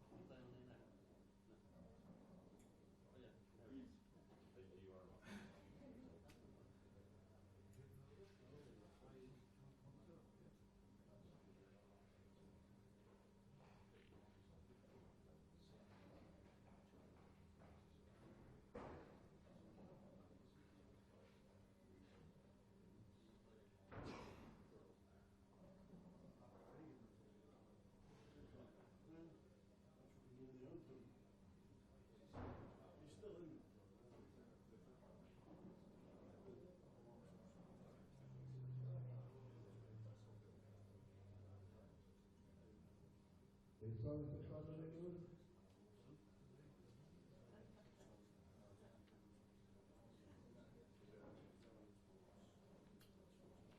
Is Mark on the field?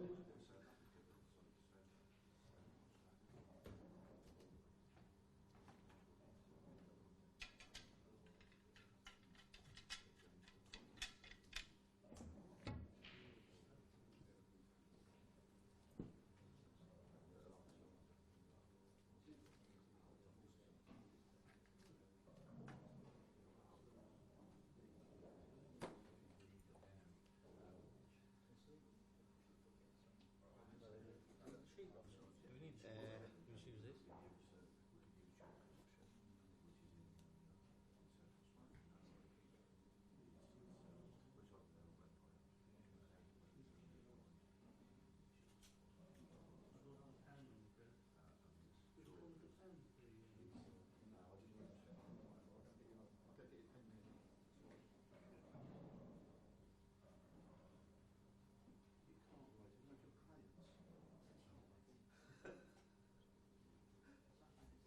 Just press start.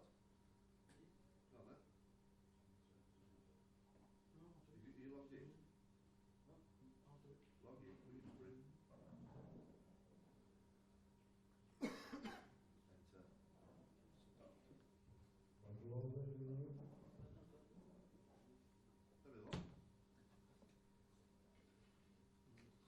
Obligatory handshake photo for Twitter, please. Everybody loves everybody and loves pool.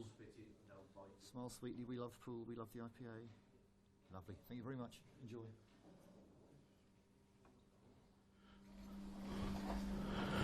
Good afternoon.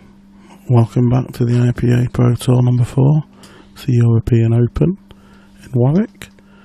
We've got a last 8 professional match between Neil Woburn and Ross Fernie, first to 8, joined on the commentary desk by Andrew McKee. Good afternoon, David. Afternoon. Did the last match with Dan, didn't you? Yeah, we did the Rona McCarthy, Christian Phillips match. Ronan breezing through. Dan just came in on the last frame to steal the show. Should be in for a good match here. Ross Fernie's just beaten Kev Barton in the last round. Neil Rayburn, seasoned pro. Very few mistakes usually when we've watched him before. Yeah, as I said before, we've got 1-2 for Neil, 6-4 for Ross.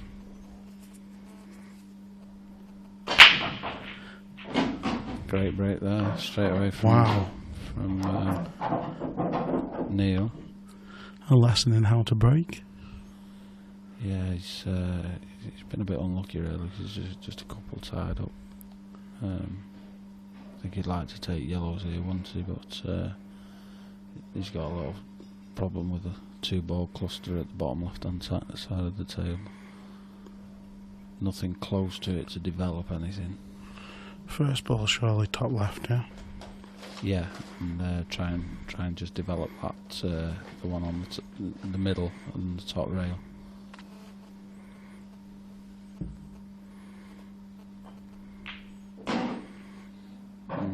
He's just running a little bit. He's going to have to take the one of the 2 balls to the middle now. I think he was just trying to hold on that red one, so he just shaved off it. Have you found it this week, mate? Yeah, it's brilliant as always. You know, every event has been just really a pleasure to play in, win or lose. You know, just being in the environment and the people. You know, like I was saying to Dan before, you know, it's becoming like a very family orientated type competition now. IPA events. Yeah, they're good. Can't wait for the new events. Yeah. It's getting bigger and better. He's just trying to take control of that. But he's already got control of it, but he's just trying to put that. He's trying to put a ball down there so he can develop that. He'll be disappointed with that after the break that he had, not to be finishing up. I don't think he has to rush really, because, like I say, he's got that bottom left tied up. Ross has got an awkward one on the top rail. I don't know if the one on the right hand side middle goes into the middle. So, you know, one thing you get with Neil is he doesn't force things, he doesn't rush things, you know.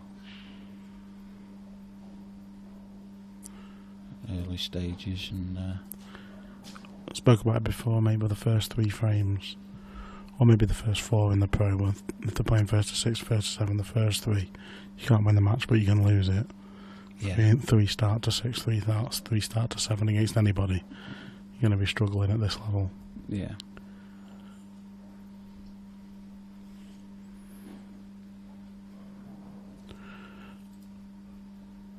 Ross probably sort of like an all-round player, hasn't had that much exposure, has turned pro new this year.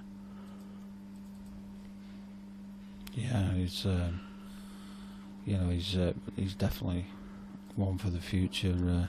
Ross, he's going to be around for a long, long time. He's got every aspect of the game. Yeah, definitely a tip for things like World Championships in the next 5 years. Yeah.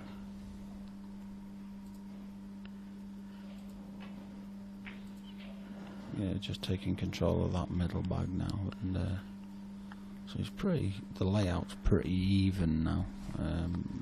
Neil will probably try and move that yellow now, so he hasn't got one tied up. What he'll try and do is not leave Ross a chance to develop those bottom 2. So that's what's stopping Ross from winning this frame. If you have any questions while we're on Talking Dribble, just direct them to the IPA streaming page. Stick them on the last thread. I've not had a chance to speak to Dan, put a new story on there, but the top story should start with a picture of the arena from last night where Craig won the European Open. So if you just put comments on there, I should be able to see them and answer any questions between the two of us. We'll try and keep you updated on outside scores as well now, because my mate has found an app which is very good. Yeah, we'll just give you we'll give you some updates on the scores. If you go onto either your Play Store or your Apple store, you go onto all one word, Pool App Live, and then when you get into that app, type IPA, you click live, and then you'll get the live scores.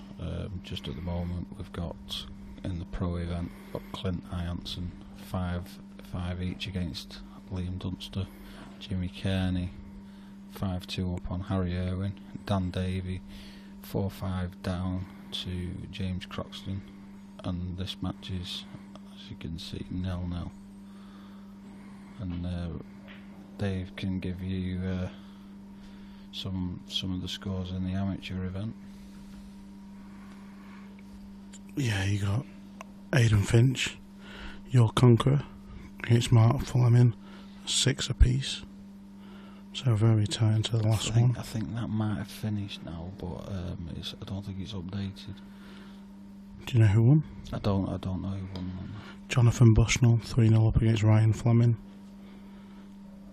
Scott Dunbar, that's been 6-5 against Miles Deleuze for quite a while, so I'm going to take a guess and say that Scott has won. And Steve Wall, the man who beat Farnsworth in the Open, is 3-1 up against Greg Batten, a name you should recognise for winning the amateur event in Bradford, was it? Was it Bradford or Glasgow? It was on the... I don't recall which one he won, but yeah, he's certainly an amateur winner. Yeah. The only one we haven't mentioned there is Lee Ray, 2-all with Graham Sillers. Yeah, great shot there by Neil. He's just developed his only bad yellow. He's just opened the frame up now for him to get the first frame on the board. Not the perfect angle on this one. No. On the top cushion. I think he'll take the one into the middle first. I think that's probably more straightforward. Just because of the angle on the one, he's just a bit high on the one on the top. So yeah, just float that one in, and then take the other one. Take the other one to the top right, touch your left hand side. Yeah, just drag it in with left. Just bring it back down the table.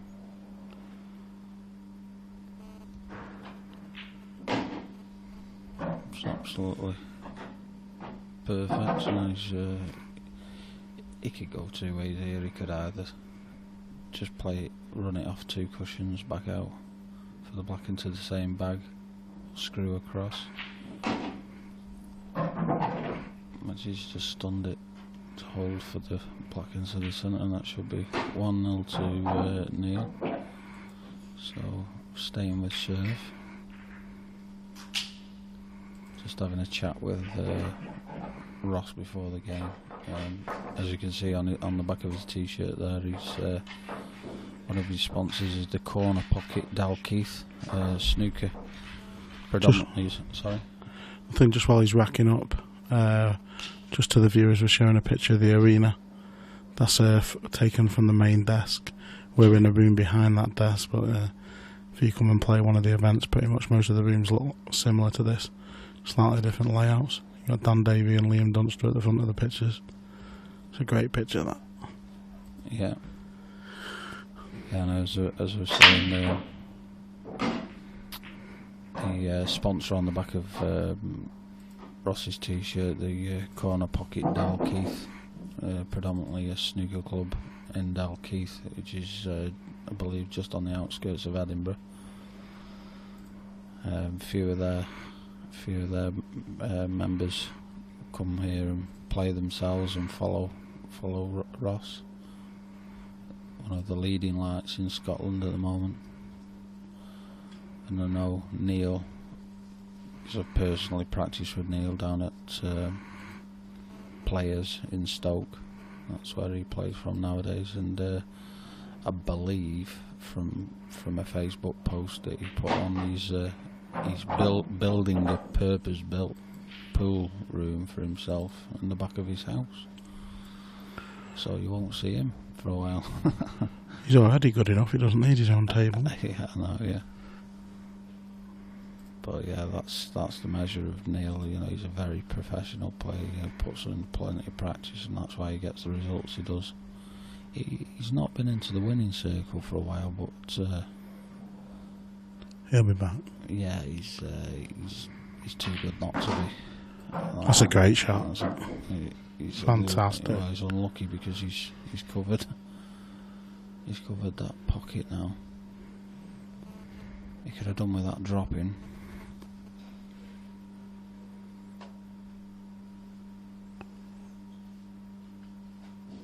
But yeah, it was well thought out. No, he's not really. I mean, he can see the one at the top left, but it's not going to be easy to get onto anything else.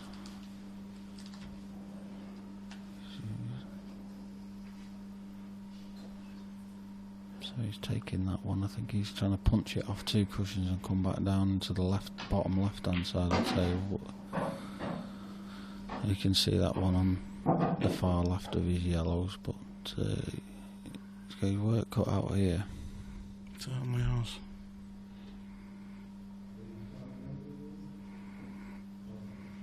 Sometimes, you know,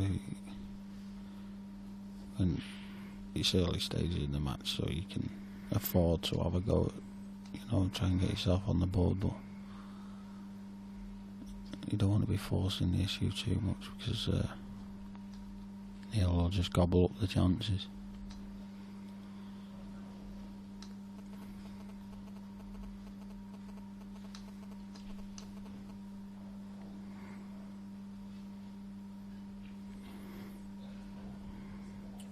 It's going to need something special. Right, skill shot. Yeah, I was just going to say the same thing, yeah. There's quite a bit of distance between the 2 balls. That makes it easier. Just got to make sure you hit that red plum in the middle. Yeah. And you should see the yellow following after it. Yeah, the fact that red is quite deep into the jaws makes it a little bit easier. Like you say, he's got to hit that literally bang centre with his yellow. No, he's Hit it half ball and that's what happens. That's right. Now it's 2 shots to Neil. Were you listening before with Dan commentating about his bacon? Oh, I saw the, yeah, I saw the picture. Where was that? It's I made a mistake before. I said the IPA streaming page. I meant the normal professional players. So either does, if you go on the streaming page, Dan put a picture of his phallic bacon up. She was amazed by. And my heart, which is awful. Say no more. Undercooked bacon.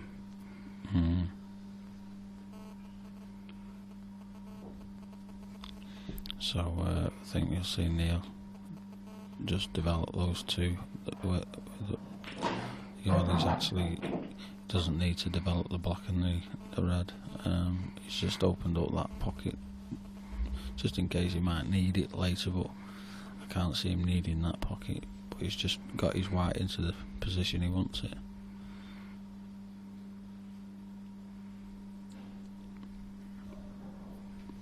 Very methodical when taking out his finishes. Neil, he covers every base with his. He has a second look. Make sure he knows where his white's going to land. He just stun this one in. Stun the one to the top. Just come across to the left hand side of the table slightly, just like that. And they can just drop this one on.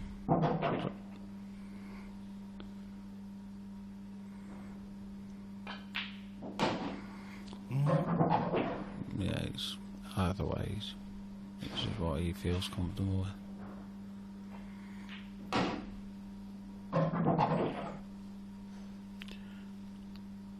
And a simple rolling black to take him 2-0.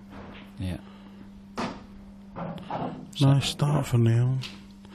Ross pushed the boat out maybe a little bit, but was very unlucky when he played the cannon into the yellow and red for the red to stay up. He obviously thought it was a direct plant.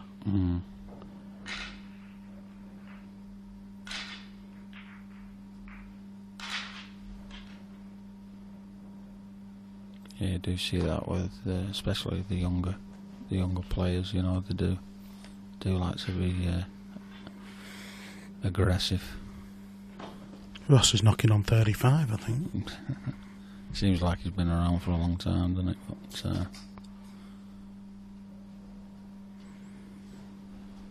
got a bit of a smile on his face there. He's smiling. I do. Uh-huh.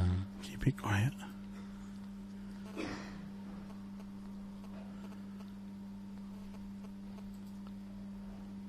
When you practiced against Neil, you told me it was frustrating, annoyingly frustrating, because he just never goes out of position. Yeah, he's, even on, I mean, I like to just keep my arm loose when I'm practicing, and I'll just go for anything. And Neil plays exactly the same in the practice as he would on the match table. That probably makes him why he's a better player than me. He's always match ready. He's so professional in the way he practices, and he'll snooker you. He'll play exactly how he would in a match situation.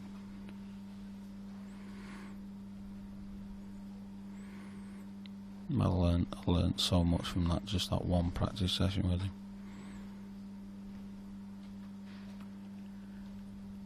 But like I was saying before, he's had some great practice partners himself in the past.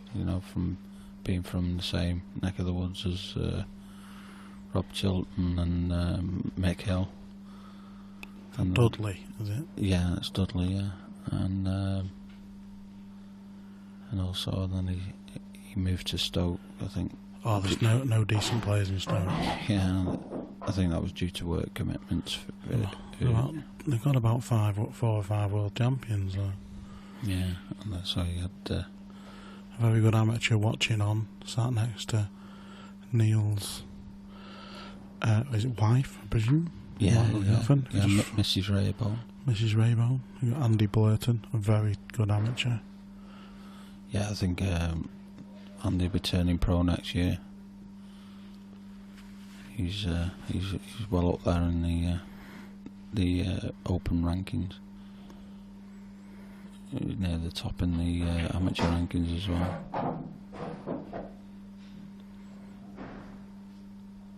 I think next season they're looking at making the borderline for to turn pro. It will be the top 64. Yeah, and a certain gentleman is very happy about this. Yeah, aren't they? Yeah, I'm over the moon. Yeah. Because you're sneaking in. Yeah, I might just sneak in. Surprised he didn't play the breakout there. Maybe it passes and he's just going to leave it to last. Yeah, I think you're right. Mr. Marsh walking by. Is he going to do the double? He's 2-1 favourite for the pro. I don't believe anybody's 2-1 favourite. Yeah, but I mean, the way he was playing yesterday, it's phenomenal. He deserves that price tag. Just Great shot. Yeah, checked it up. Checked it up.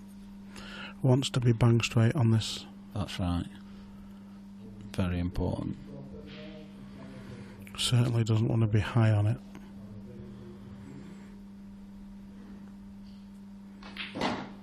Yeah. And straight back. Beautiful.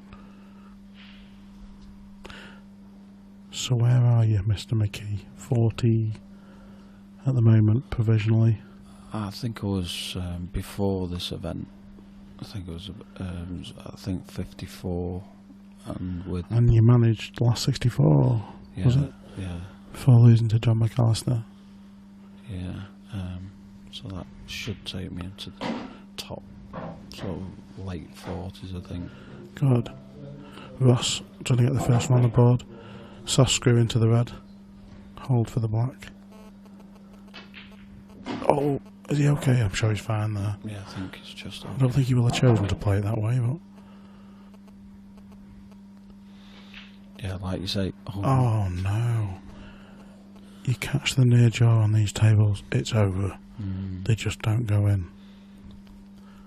What you just said then about the soft screw into the red, if he had have played that any harder, he'd have been snookered. But because he played the soft screw, enabled him to just nudge that red onto the cushion, but I didn't expect him to miss. He just didn't take his time with that, did he? He just got down. Maybe took it a little bit for granted. Yeah. So an unexpected chance. Going to be wasting no time with these. He looks like he's got the perfect angle here just to top this one in and possibly play the red to the top left. Yeah.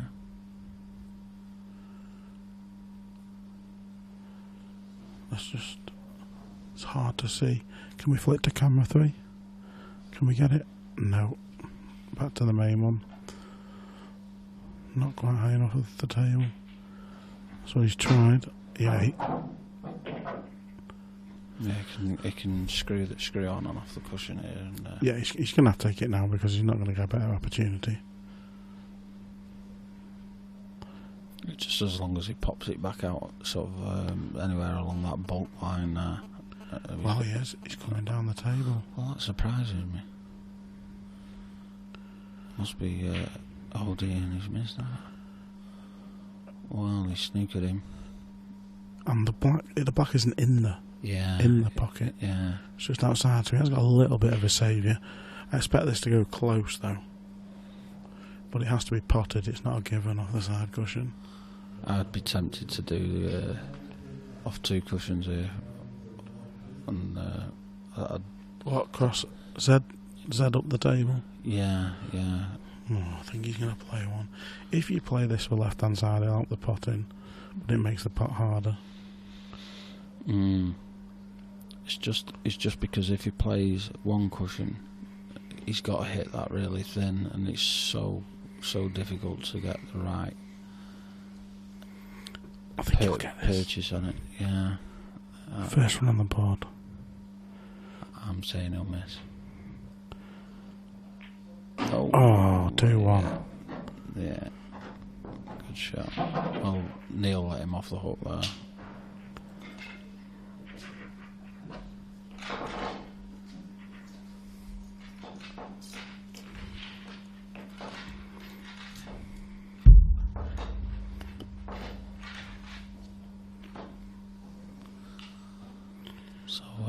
Ross will be happy to get on the board there. He's 5-2 now, only 2-1 down. You've probably seen it on Ross's shirt. He's sponsored by his club, Corner Pocket. There's a few of them down from Scotland. Just outside Dalkeith Snooker Club. Just told us he's got 7 pool tables in there.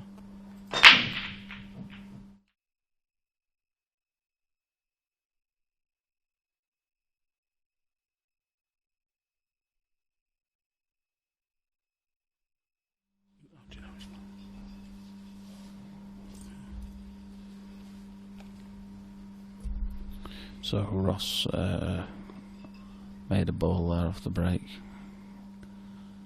He's got a couple of tricky reds. He'd like to be on reds, but he's got 2 tricky ones on the bottom cushion. They're both sort of equally. But I'd probably just favour reds. And with that, he's taking yellows. Yeah, well, that's it. Good clean first pot. Like to be on this yellow. I'm not so sure if he is though, judging by his body language. If he is, it probably need turning in slightly.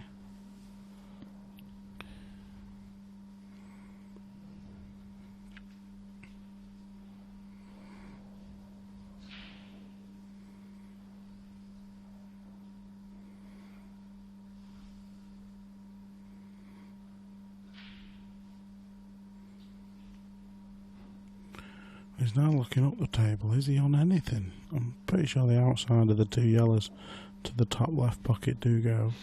Yeah, I would say he's got no shot here, but like I say, he might have to use a bit of side. If he has to play safety, he'll be taking the one to the bottom left. Yeah, just covering. Because there's more of Neil's reds down this area.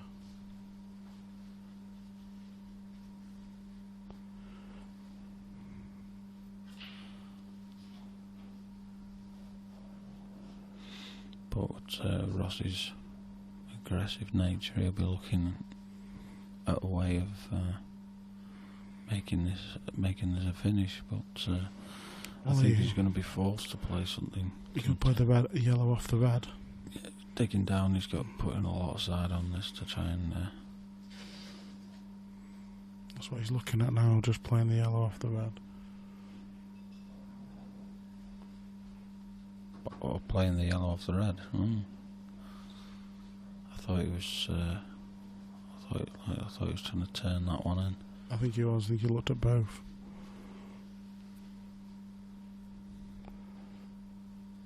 Slip to camera 3. Yeah, camera 3. You can see how tight it is.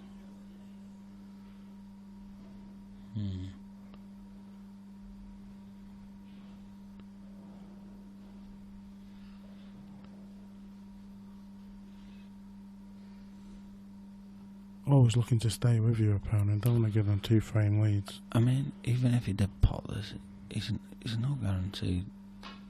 See, he's trying to turn it in with some side, but it's not worked out too bad. But Neil will be looking straight on this red down the rail to cover this bottom left hand side of the table. And if he gets control of that, he becomes heavy favourite.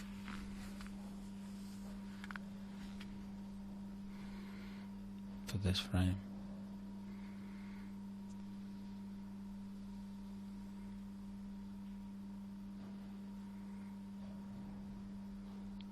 It's a delicate shot, this. You know, he's got to play it slow.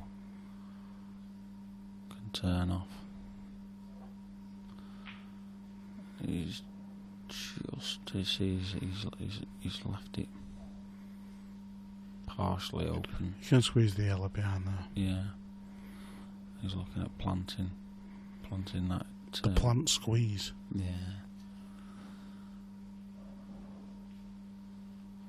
Tough shot this because he's got to play the plant very thin. Yeah, but Shot. he's got control of it. That's a good shot. Do second prize.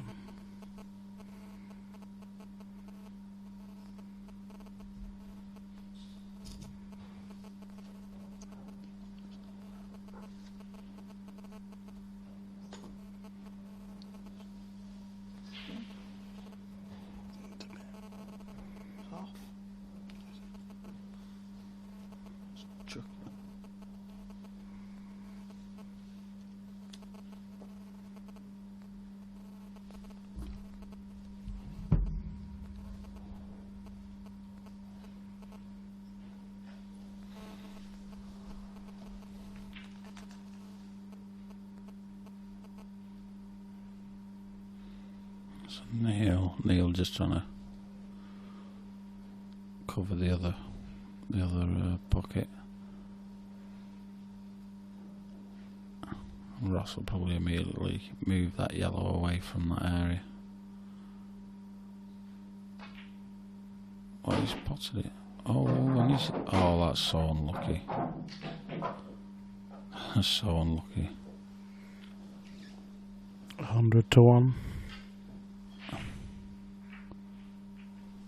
Yeah, he's cut the ball back there, come off 2 cushions and kick the black into the middle. Very unlucky. But I think he was trying to, in the same shot, I think he got the shot wrong. I think he was trying to cut that back and to develop the bottom left hand side at the same time, and he missed that cannon, which sent the white free to kick the black in. So 2-9 Neil now, heavy favourite. 100 to 30 for Ross.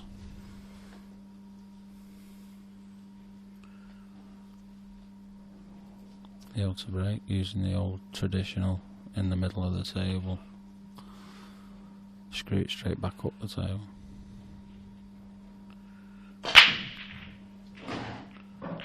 Great break. They're looking pretty good. Yeah. I think red's all day long here. Leave these 2 at the bottom till last.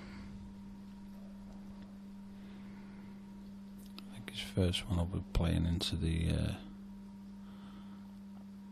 I think he'll play into the right middle and just hold on that yellow. Just like that. And just opens up that little area.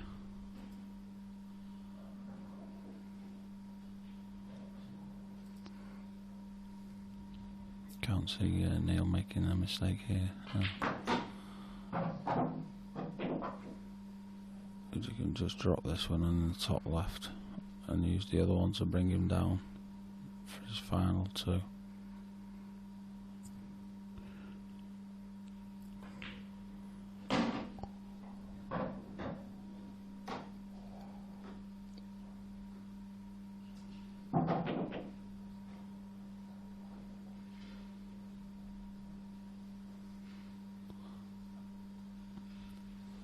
Just don't really have to do a lot here, just punch it in.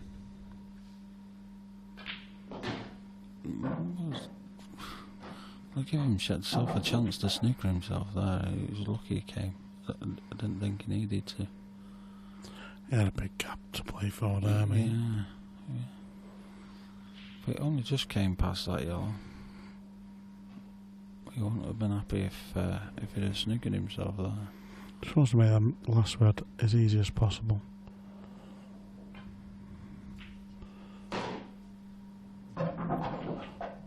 Give this every chance to drop, because this bottom left hand corner is probably the tightest bag.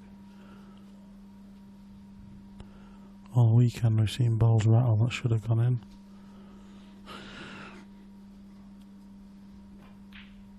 But when you're 3-1 up, they usually don't touch the sides. And that's exactly what Ross Fernie didn't want after the bad luck in the last. Everything in Neil's favour at the minute.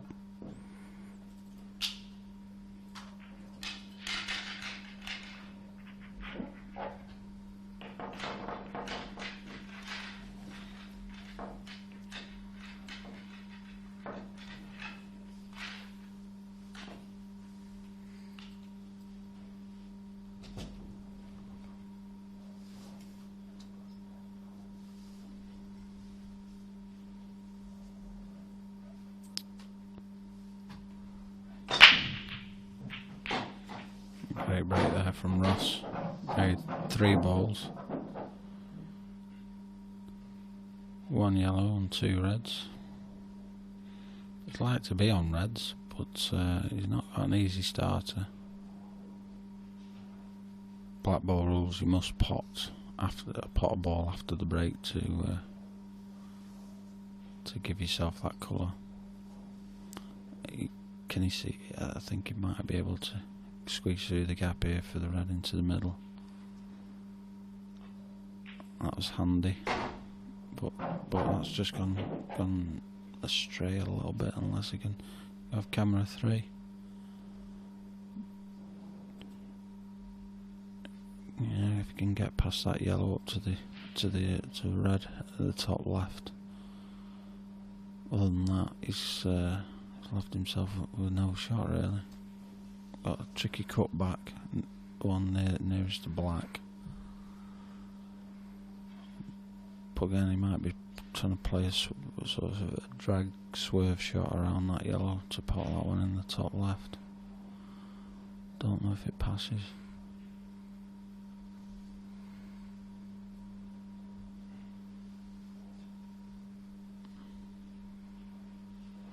Could play the double. Oh, he's playing this.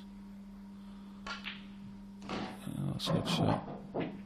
Yeah, and he's got a good angle now to take him back out to the top of the table.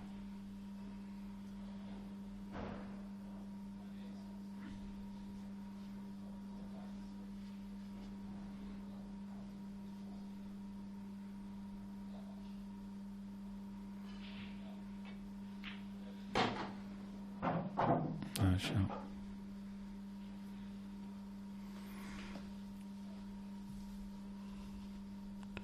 Has to get these. Just a bit of, bit of movement with the cue ball off the last one.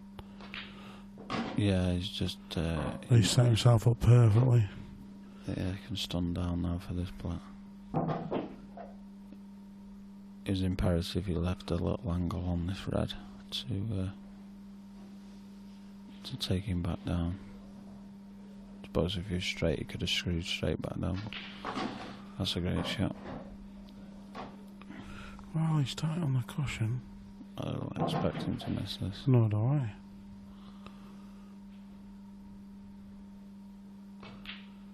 In the heart, yeah. 4-2. But it's Neil's break. So they've shared the last 2, which Ross will probably take after his bad luck.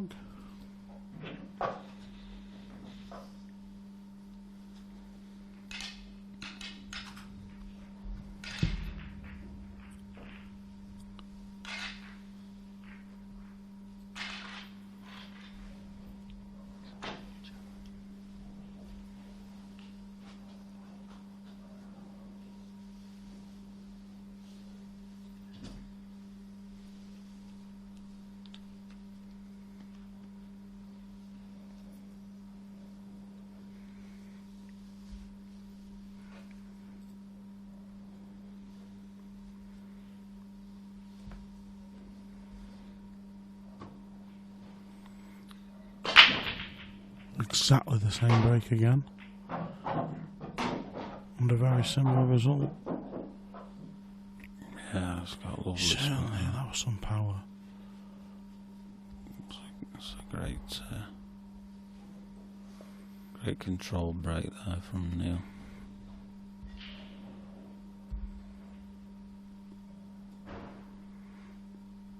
looking to take. I think he's looking to take reds. I think either reds is probably the easiest starter. But, yeah, just pop this one in.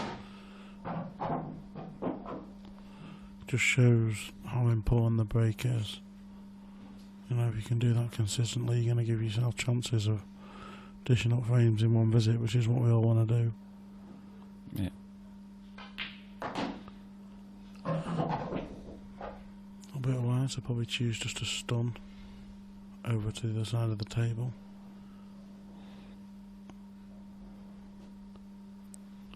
Yeah. Do you think he'll go for the one on the bottom, or land sort of a similar position where he is now, a screw back, and then? Well, I think he'll play this one and stun over to the right side of the table. Like that, well, he's played through the gap. Yeah. It's okay. Now he's going to have to find the gap for the second time. Oh, he's looking at coming out. He must have a little bit of angle. Thought he'd landed bang straight. So just punch this in. Up the table. Yeah, I think he can just dolly this in. Presuming from his body language he's on this red. And it's all very simple and easy at the minute for Neil Rayburn. He doesn't look like missing, and he's breaking really well. And that's not a good combination if you're Ross Fernie. Yeah.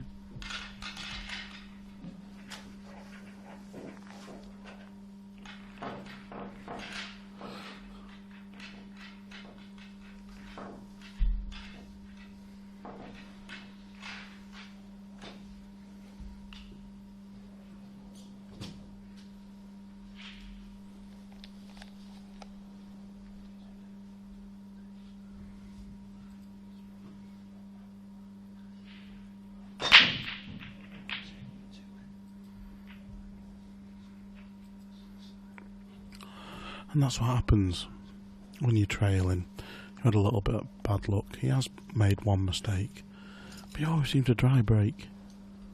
Nothing seems to go for you.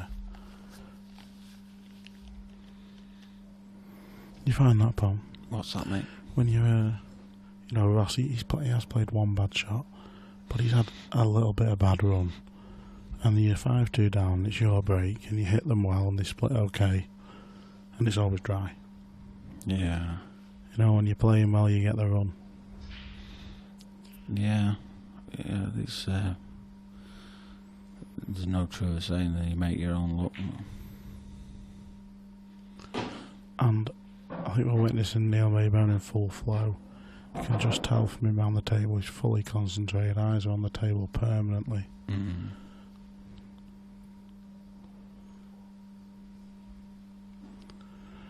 Because he's on the cushion, I think he'll take the one into the middle.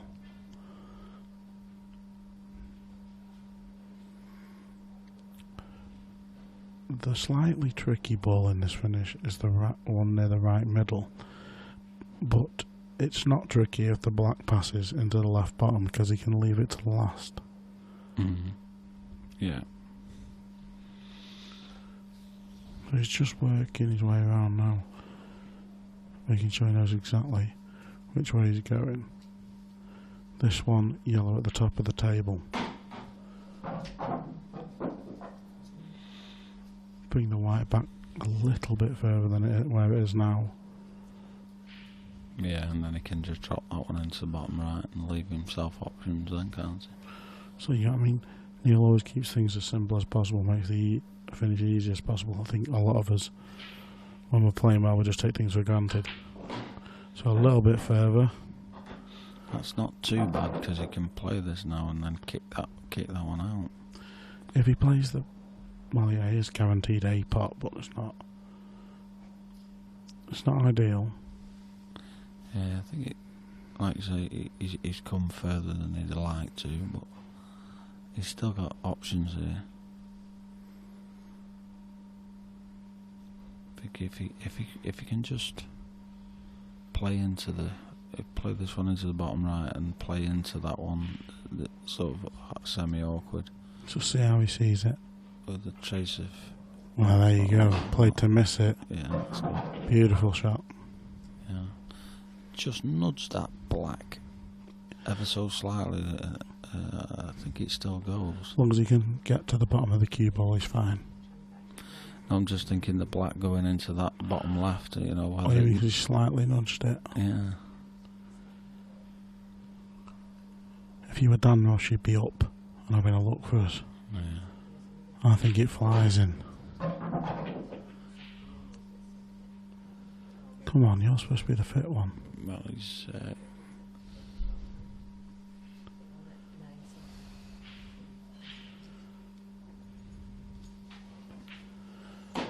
Slotted home. A little bit too far. Didn't want to be playing into a blind pocket.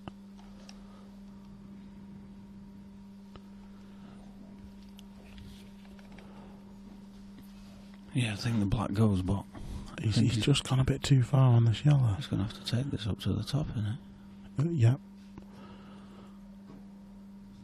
I'll back him to get this the way he's been playing. Yep, that's him. Fantastic shot.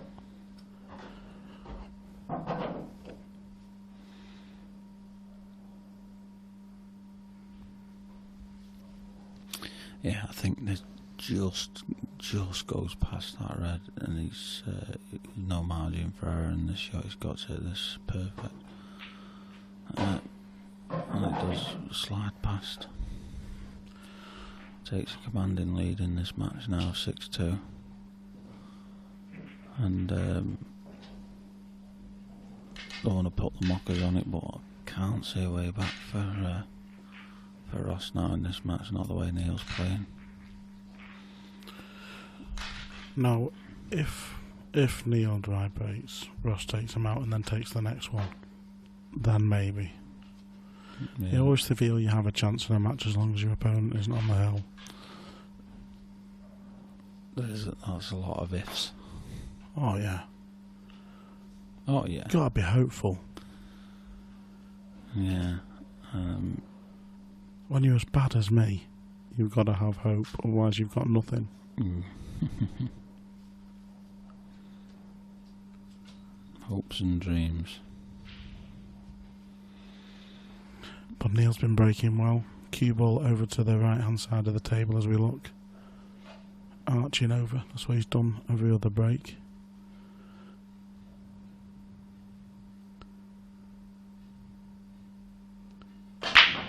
Oh, no. He's lost the white. He's cued across that. That's why he's still looking at the tables. He can't believe he went in the right middle. And not, well, the right middle as he looks at it. Yeah. Every other break is arched over to the right hand side of the table as we look at it.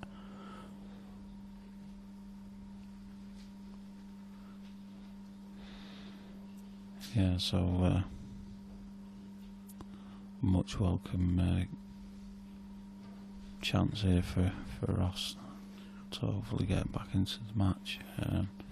Like you say, he really needs to be taking this finish out and then making a break and finish on his own break to get, right back into it. Well, it's just why he needed this. You taking reds or you taking yellows there, pal? I think all the reds go, don't they? I think all the yellow just below the black is tied up.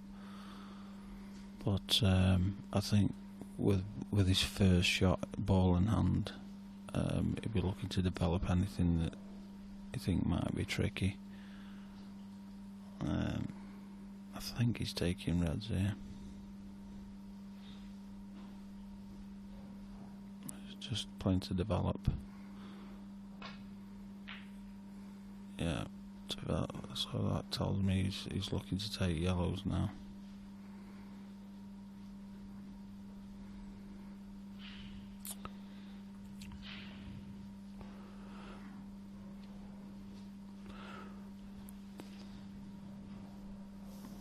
Don't know. I'm not so sure. Yeah, it's an odd sort of shot. He is taking yellows. Screw on and off the cushion with this one. Oh, nicely controlled. He has got that one just below the black. I'm surprised he didn't. I'm surprised he didn't take reds there. Really. He's got a good angle here, though. I think he can put this red and cannon into the yellow. Try and hold for the slightly awkward red. But it does go in the right. He's on yellow. Oh, he's on yellow. Of course, yes. Sorry. That's what I'm saying. Unless he can play this one thin, so no, he must go into the middle. Must do. That's why he's playing, and we're still trying to work out what colour he's on. Yeah. Well, now he's should be playing sailing from here. He can take these 4 out at the top of the table. That last one over the bottom left will just.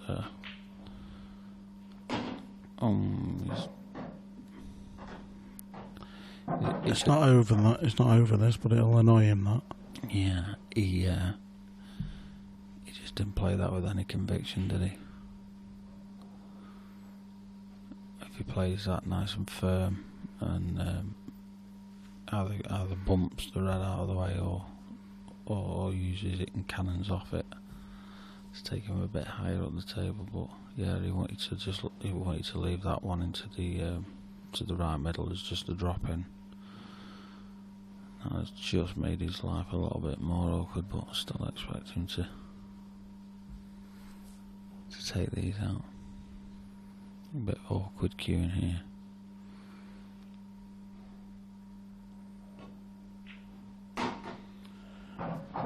So good shot. Yeah, he's going to have to drag it back over to that side of the table. Could go wrong.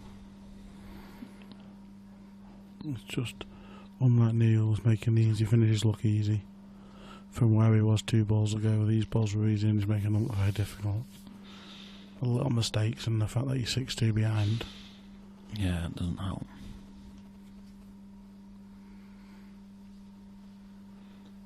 So a trace of right hand side, drag it in. Plenty of right hand side. Just okay. That's fine. Yeah. You can drop this one in, yeah, and he'll be on the last ball. Yeah.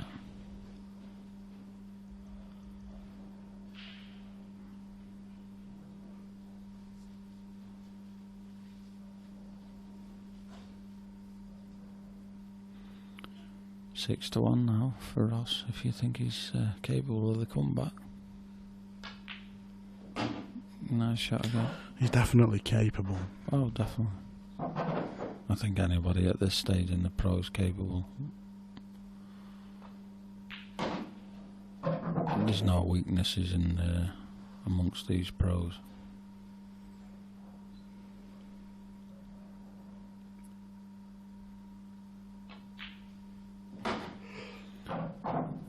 We were just talking before in the Christian Phillips match when he was 7-0 down to Ronan. He was still playing, you know, like he was still in the game. You know, he never lost it. You know, a lot of people would just chuck it in, but he was still trying to win frames.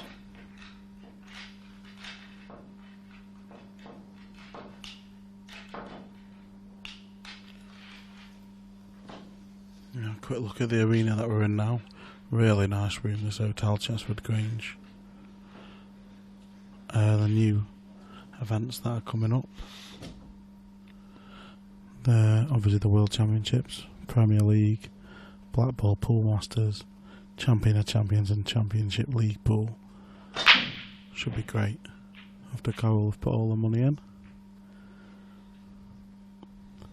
Table looks awesome, doesn't it, Mal?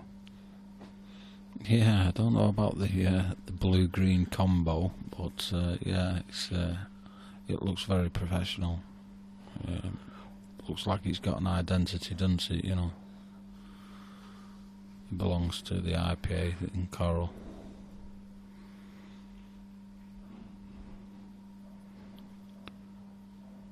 And you can just see in the background there some of the banners up for the up and coming events in the 2017 season. You can see what Dave's just mentioned.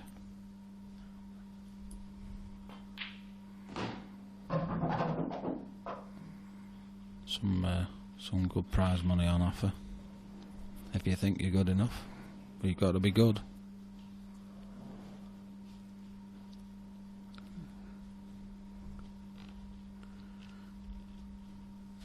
But as we saw last night, you know, amateur Lee Vokes turned up in the Open final last night. Admittedly, he lost, but he, you know, just shows you that it's not all dominated by the pros. There's some great amateurs, and if you're playing well and consistent. Mr. Vokes actually lost his first game against Simon Fitzsimmons in the Open, so he had to go the long way round, and still managed to make the final. I'm sure he was over the moon, even though he had to get up at 9 o'clock this morning to play in the amateur. Yeah. Just to let the viewers know, in the amateur, if you are in the Open as an amateur, you start off earlier in a qualifying round for the Open tournament, and you basically get a double elimination, so you need to win 2 matches to qualify. If you lose one of those, you get another chance. So that's just to qualify to get into the last 128, where the pros automatically enter the last 128.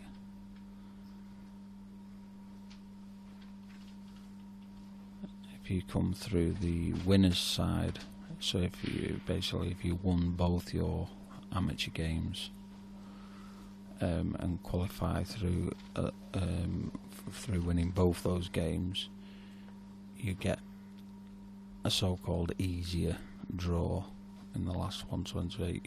You're more likely to play another amateur who's won rather than a pro if you've lost.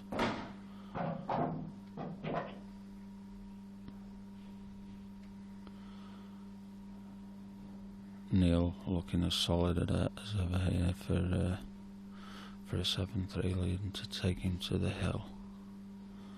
And I'm afraid if he takes these out, I can't see a way back for us.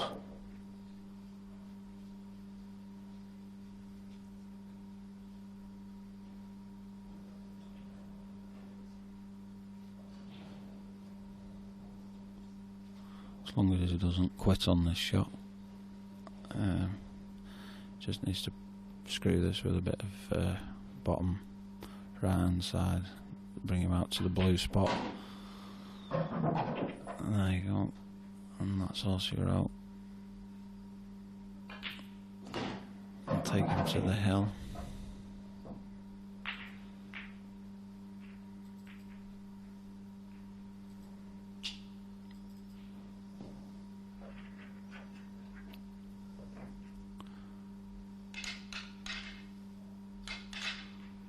I think that's a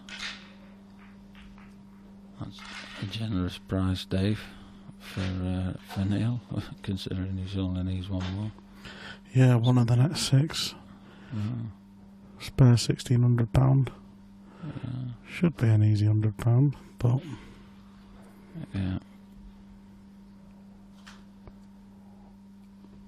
You can just see Dan Rush over there taking pictures and of the main arena. Good to see Dan back around the IPA venue.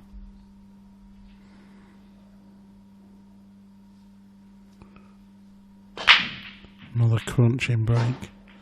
Screwed straight back this time. And reds are looking very nice. I think the red on the right hand side does pass into the top right hand corner, so there's no problems at all with this finish. Yeah. Just got to map it out the right way. And looking at Ross Fernie, he knows it too. Yeah. Holding a towel, but it's not a white one.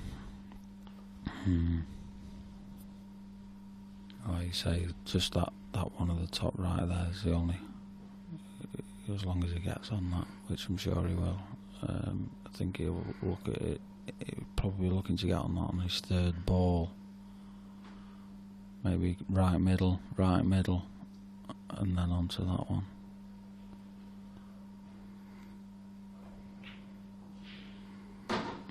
choice. Down the table he's come.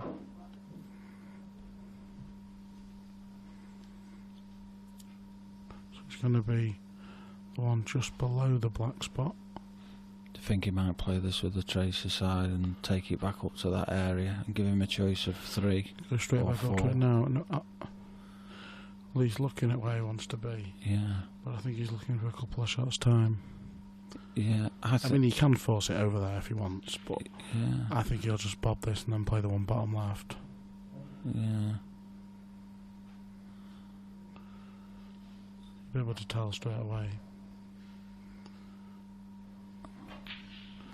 Back up the table. Not ideal position. Yeah, I think he can just dolly this into the left and then leave himself straight on the other middle to take him there. I can't see this being a problem for Neil. Has it gone far enough? Yeah, I think he has. Just roll this through.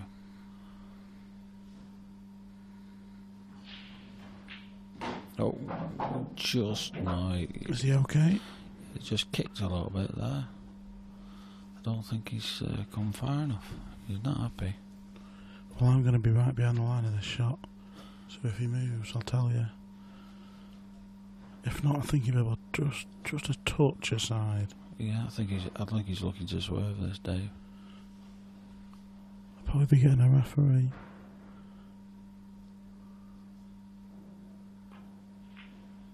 No, has he got the legs? Oh, what a shot. Yeah. Perfect. Them kind of things annoy you when you're the opposition. Yeah, he missed a similar shot to this earlier. But not much pressure on it, apart from the winning line, but with a 4-frame cushion. All he's got to do is just drop this in.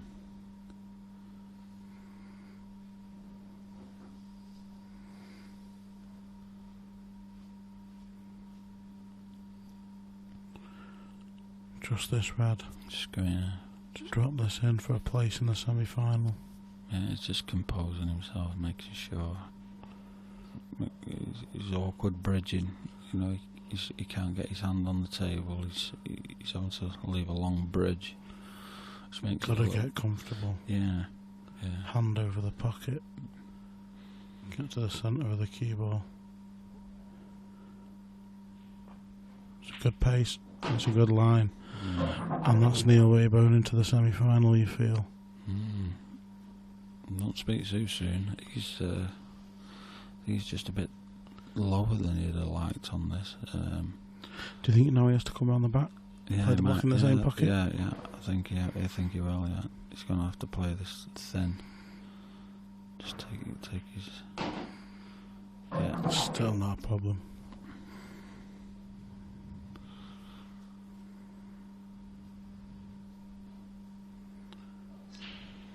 Well, I'm pretty sure, judging by other results this season, Neil will be over the moon with this. Yeah, he's. Unlucky to Ross Fernie. Yeah. But there was very few mistakes from Neil Waybone. Yeah, well played. And he did break better. He did run better, but he did play better. Yeah. Well done, Neil. Yeah, well done, Neil. And should we just try and get a word with Neil just before we go off?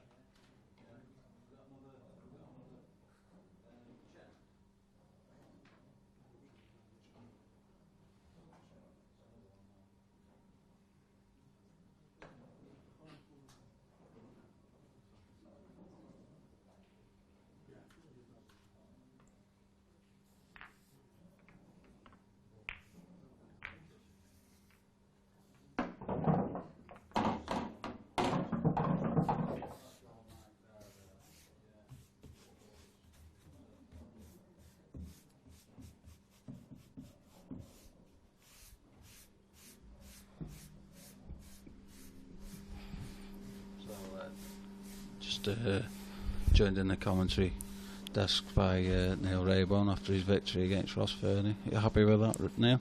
Yeah, I played well. I seemed to break well and took the majority of my chances. Yeah, I think the big frame was when he knocked the black in. I think it was 2-1. He knocked the black in. I went 3-1, and then from that point on, he didn't really have much table time really. Yeah, that particular shot you're talking about, he was. I think what he was trying to do is trying to cut that one in and develop the other one on the other side. Yeah, I mean, he was so unlucky, really. Obviously, the black was in the middle of the table. You can't think that's going to happen at all, really. It's just one of those freaky things, really. Yeah. And I was just mentioning before in commentary, you're building a purpose-built pool table at the back of your house, are you? I am, yeah. It's just being built at the moment. Should be ready the middle of October. So, obviously, the IPA is looking really good next year. So, yeah, I'm up for a good year next year. You got to give me a call for a practice. Yes, mate. Yeah, no problem. Anytime. Yeah. Is the break something you've worked on recently a lot? Because it did seem very solid, apart from one in off. Yeah, to be honest, I've been struggling this year. I've not been consistent over the last couple of years because I've been swapping and changing with break cues. But when I was doing well 2 years ago, I used to break and play on my own cue. So I've just gone back to that really, and yeah, it seems to be working better now. What cue do you use at the moment? I use a B&W cue. Size tip? 9mm. That's quite big. A lot of the players prefer smaller, don't they? Yeah, I mean, I actually played with a 7mm tip for probably about 8 years, but I made a decision a couple of years ago to have a new cue made, and I went to 9mm. And I don't find I put as much unwanted side on the ball as what I used to. That's exactly right. The smaller tip, the more unwanted side you might put on, more chance of missing, of course. Definitely, yeah. Yeah, so that gives you a semi-final now, is it, in the pro? Yeah, I'm in a semi-final now. Yeah, I think I've got the winner of Clint's and Liam Dunster's match, I think. Yeah, well, good luck with that one, Neil, and I hope to see you back on here in the final. Yeah, hopefully, mate. Yeah. See you in the final. Yeah, thanks a lot.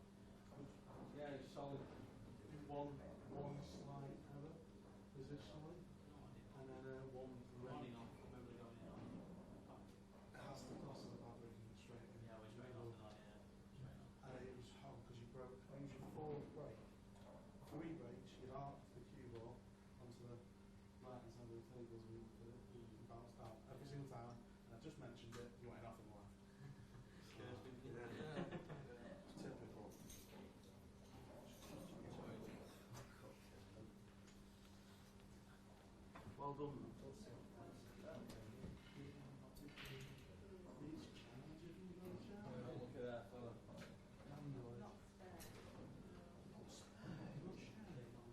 I did say Mrs. Ray, you are mine. Yeah, I did say Mrs. Ray.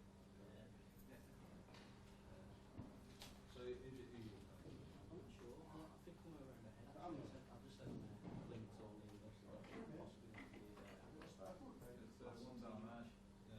Yeah, it's not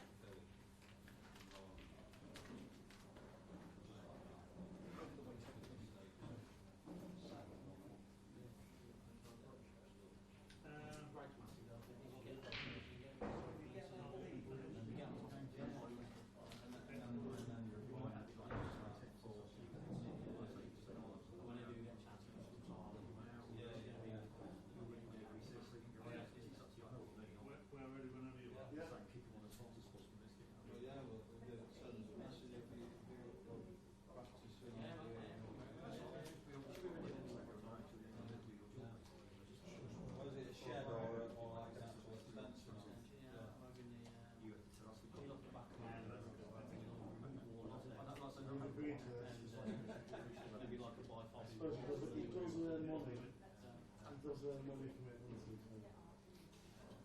After winning, you won't get a manager that wide.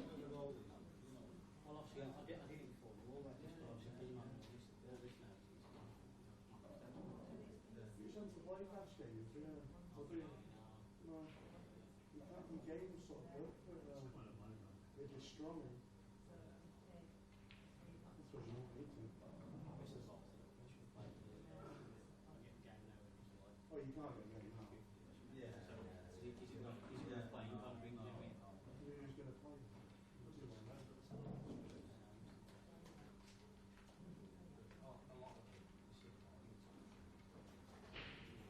I think it's good one. Any game that they get against Liverpool, he's like 50 marks or stuff. Yeah. Ulster had 20, was it 21? 22. So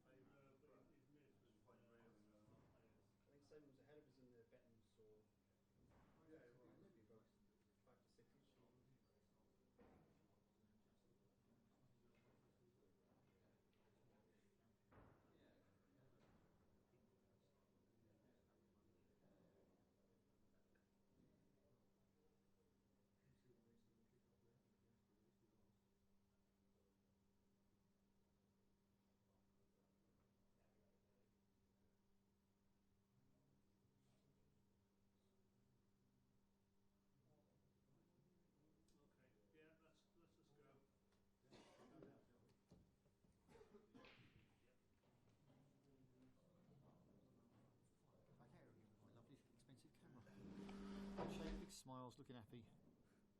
Lovely. Thank you very much. Good luck, boys.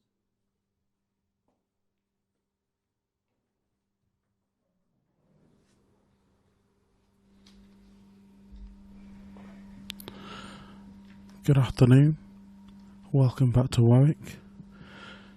European Open, last day of the amateur. Simon Fitzsimmons against Michael Oliver, the Manchester boy against the North East, and lad who played Simon Ward recently in the Open on the stream, if you remembered to watch it. My name's David Hine. I'm joined in the box again by Andrew McKee. Thanks, Dave. Looking forward to this one, pal. I know Simon quite well. Played a few cash games. Yeah, not too familiar. I know Michael Oliver's been batting for a while, but I don't know much about Simon. He's predominantly cash, very attacking, hits the ball very full, hits things quite hard. Yeah. Been told to be very nice, as his good lady is watching. And they are expecting as well. Oh. Congratulations, Mrs. Fitzsimmons. Yeah. And hope everything goes smoothly. Sure it will. Good opening break, good opening pot. I do remember, I think I commentated on the Michael Oliver Simon Ward match, and although he did get beat, he was quite impressive. Mm. Simon very difficult to play against.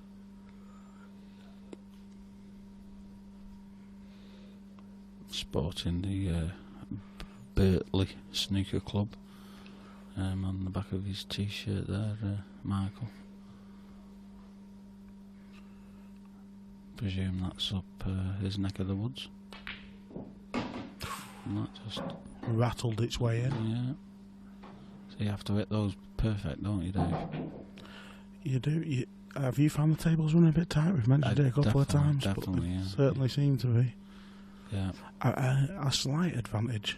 I mean, Simon's been on stream tables before at other events, but Michael's been on the stream table twice this weekend. So, a slight advantage, I suppose. Not that it'll phase Si at all. Mm.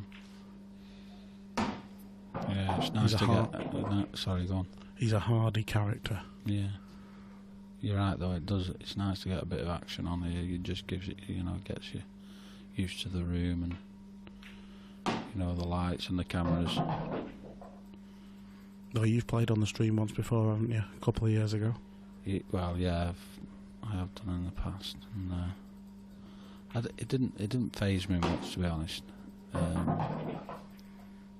You either grow or you shrink.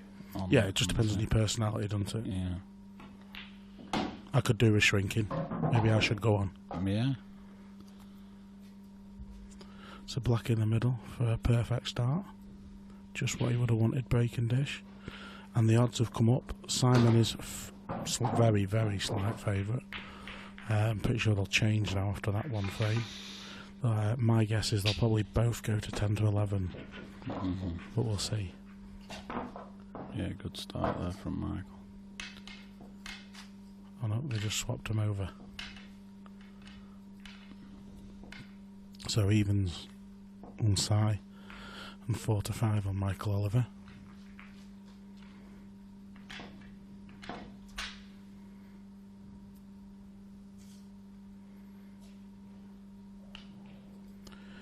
When you get to this stage in the amateur competition, we watch all the tables in between breaks of doing the commentary. There is differences. There's no doubt that the pros are pros for a reason, but some of these amateurs are good enough to be pros and consistently good enough as well. Mm. Yeah, we were just talking to Scott McMillan then about the last 16 of the amateur. The standard's been so high. Most of these players are capable of taking on and beating any of the pros. The level's so high. end of the quarterfinals of the pro event are just about concluding and semi-finals beginning. We will get some updates on the scores for you now, and the pro final will be on the stream around 5 o'clock, will it? No, we're coming. Well, it's about 4ish now. So probably, 1 or 2 hours we'll be having the pro event. Yeah, just some results coming in. Got Steve Wall and Greg Batten at 6 apiece. Wow, pushed all the way. That could have finished by now. I'll just update on that in a minute. This match you've got Michael 1-0 up against Simon. Scott Dunbar and Simon Baker at 5 apiece. And I've just seen Si. I should have asked him how it finished. I'm pretty sure that's finished. Yeah, and Mark Fleming versus Niven Adams hasn't started yet. Both good players. Yeah. Niven's been on the stream before. He was very good. I think he was on the stream in Glasgow. So Simon looking to attack again. Queuing right up and screwing in. Wow. Well, unlucky. When are you going to play? I told you he was attacking.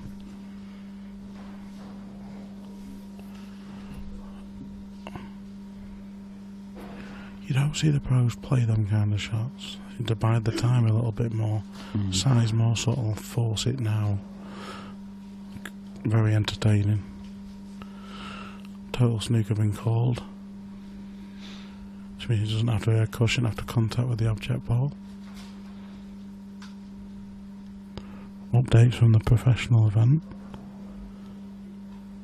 John McAllister's currently 3-2 up against Jimmy Coxton. And Liam Dunster's tied at 2-all with Ronan McCarthy.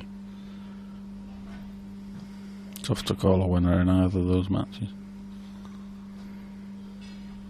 And that's the best he could have hoped for there. Just making sure he didn't give 2 shots away, but always going to leave a ball for Michael. And from what we saw in the first frame and watching him in previous, he's going to be putting these away. Just a little bit of navigation off the first ball. Yeah, do you think he goes to the bottom left first? Could do.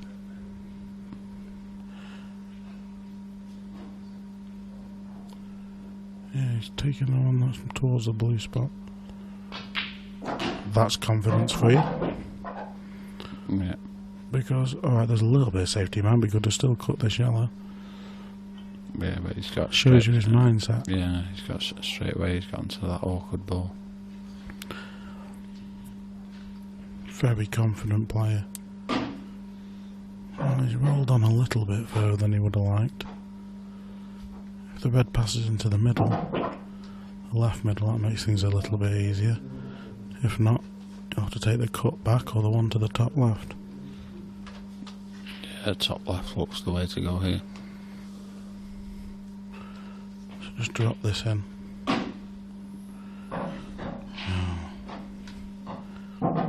Michael's obviously been spending some time on the outside tables. This one just seems to have been a little bit quicker. Just catching him out early doors. Yeah, it's... with that yellow being close to the ball into the centre, you can use that just to hold the white in that area.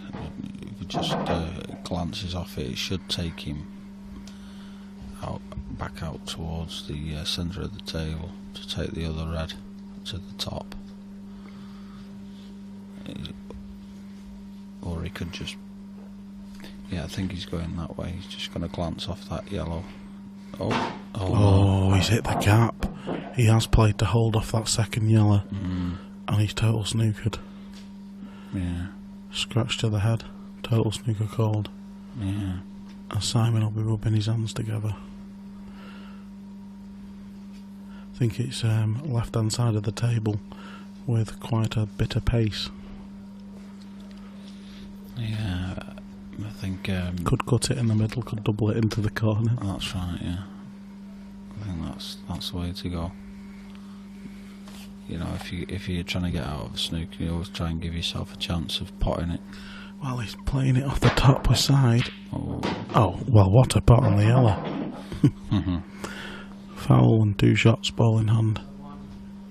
See, the shot now is to put the white up at the top and put that red safe, just to give you a bit of insurance. You shouldn't have any problems with these, but... You know what size like though, he just doesn't think like that. He doesn't bother with insurance, he just backs himself. Yeah, that's good, it's confidence.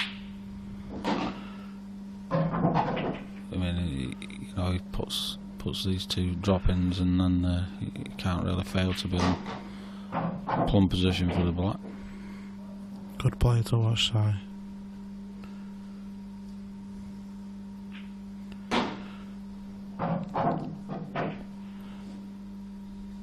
So we can't really class that as a little bit of bad run. It's a bad shot and a mistake from Michael. Only a little one, but it's cost him the frame. Yeah. And the bookies have changed their mind. Yeah, I think there's no favourite. Yeah, there's promises to be a...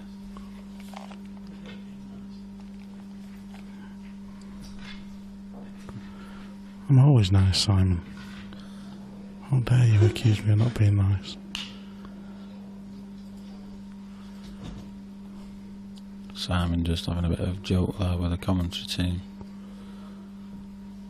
Wants us to say nice things about him. I just told him I'd got empty pockets. Oh, do it. Unlucky, hit them really well. Has he got a yellow? Yeah. Oh, last ball moving. Yeah, how many times do you see that last ball just dropped in? When you're the opponent, you sat there thinking, hey, dry break, I'm going to get a shot, and then it just trickles in.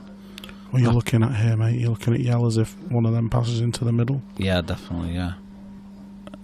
If he can get the one nearest the middle pocket, then yellows are definitely the balls. Yeah, I think the right one of the 2 goes there. Brings him back out into the centre. And what a difference that last ball drop-in makes. Yeah, it can be the difference, can't it? You know, of winning or losing the frame. It's just the importance of the break and making a ball on the break.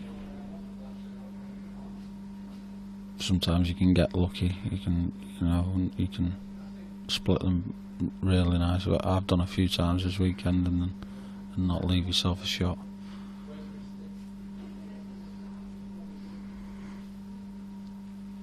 I remember him impressing me last time I watched.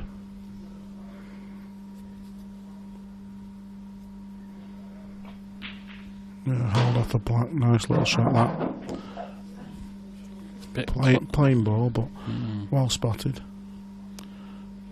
Yeah, he's just a bit close for comfort for this one. He's going to have to really dig into it just to... he's playing it plain ball.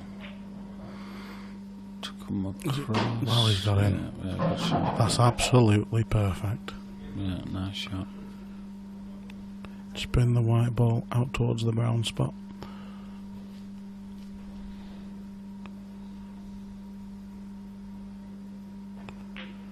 Oh, bobbed it in dead weight.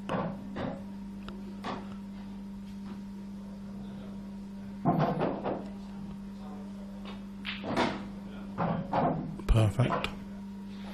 Yeah. Looks like to take his 1 frame lead again. That's confident. Yeah, it's good to see. A high quality start to this last 8 amateur match. Both players proving and showing why they're here. Michael obviously had a good run in the Open, hoping to go further in the amateur. And I know full well Simon will be praying for a good run, especially with the little one on the way. Yeah, because that money's going to come in handy. Sudocram and nappies. This could be his last event. We will see.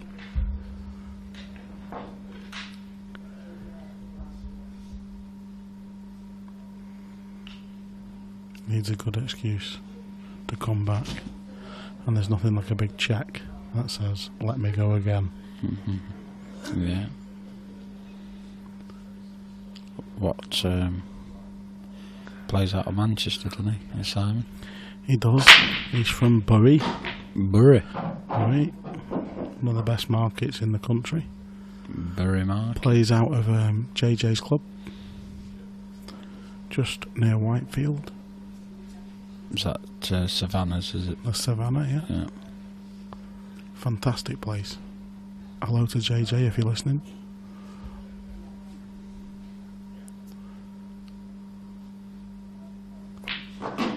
Yeah, I believe he runs a few Blackball comps there himself. Yeah, it's a brilliant venue. They had a £500 a man there not so long ago. Yeah. You've played in a couple of tourneys there, haven't you? Yeah, not the £500 a man. No. My best I got to the semi-final against Simon and lost 7-5.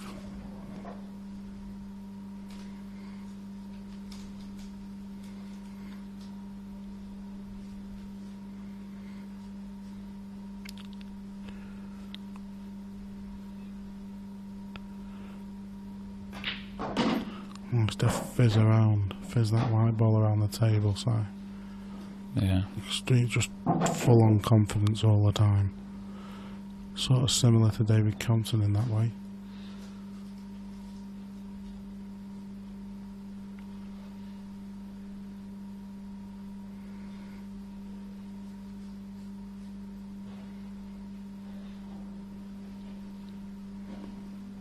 Yeah, we had a good example of that style of pool last night off Craig Marsh in the Open final. Who's just, his cue ball control with spin is just phenomenal, top notch. He puts it on a 50 pence from wherever he's, screwing the ball to. He just hits the ball so well.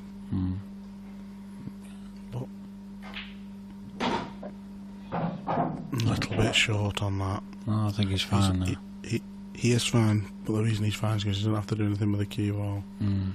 But he will be bridging over. Yeah. What he'll be more mindful of is when he drops this one in and he takes that yellow off the bottom of that cluster. Doesn't want to move the red, you mean? Yeah. I think he'll be taking the black up to the top right. Just having a look at it up towards the top left, which I thought he was playing it originally. He must be able to see it full. Yeah. Yep. That looks tight. These are a lot easier when your cue ball's close to the black. Don't expect him to miss this. Yeah, good shot. Yeah, it's nip and tuck. Well, from what I've seen in this game, it's going. We'll make little predictions only. I'm going for 7-6. And which way? Well, being a betting man, that's 2-all. So Simon won the Michael won the lag. So Michael will be favourite at 6-all. Yeah. It will be his break. Yeah. Good call. I'm going to go for a Simon. I can't bet against. Your mate. It's not allowed, is it? No. I'm going to go for 7-4 to Simon. No. That's okay. You've got options on both colours here. Yeah, red's definitely here. Red's definitely. Yeah. So red to right middle, screw back for the red down the rail. Or would you go up the table? Yeah, he could do that. He could, like you say, he could just roll through. I think the natural angle off that first red to the middle takes him into the other red. So I don't think you'll want to bump into that really. Just looking now, which which ball he wants to leave next. He's indecisive. He can't decide what colour he wants. No, I'm pretty sure he knows he wants to take reds. It's just getting the map right. Yeah, next ball. Good clean part, screwed over to the side. Yeah. The problem with going that way is the black only goes into the left middle and the left corner at the minute. So position to get on that is a little bit tricky.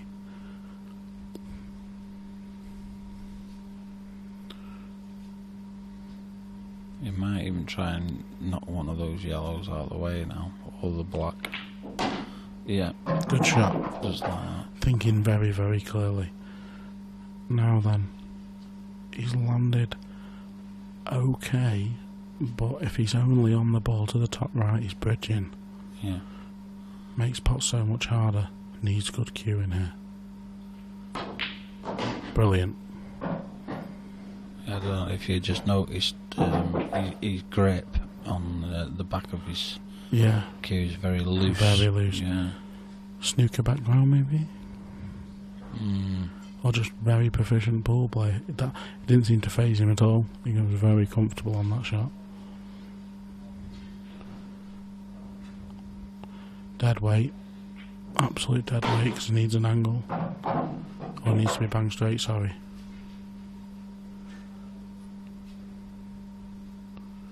Just a little bit mindful of his work here. Looks like he has landed straight as required. Yeah, that's okay. He can stun past the yellow. Can play the black into the same pocket. Yeah. Yeah. Do you think he can No dig problem. enough? Yeah, no problem. Just like that. Who said that? Just like that. Tommy Cooper. Tommy Cooper. Hold it. Or just like that. Just like that. So Michael Oliver 3-2. Spot the mistake at the minute because there's not many. He's going with serve at the moment. Sai wouldn't make a good tennis player.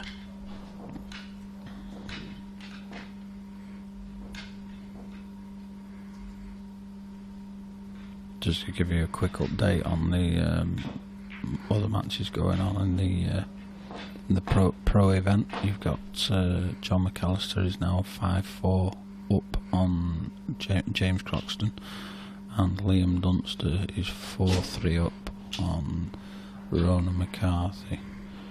And just going to look at the other amateur matches.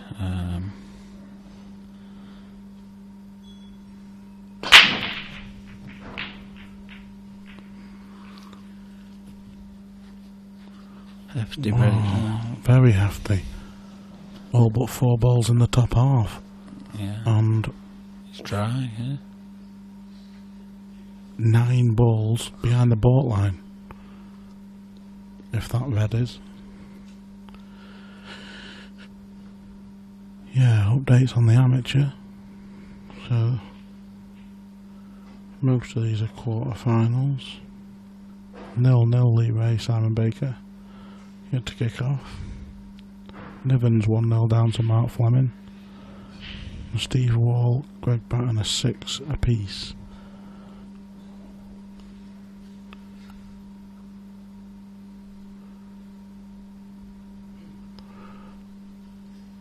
We're all first to 7 matches in the amateur. So it's decent value for money if you think you're going to come into Brighton.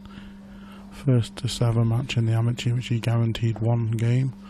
First to 6 in the open, where you guaranteed 2. Yeah, I think Michael, just looking at this now, I think he'd like to take yellows. Definitely, given. And these are more than gettable. Yeah. Hold off the black. Oh, he played to hold off the black there. Well, at least he's made the pot. But he potted it thin, and that's why he missed the cannon on the black. Well, a thick cannon on the black. It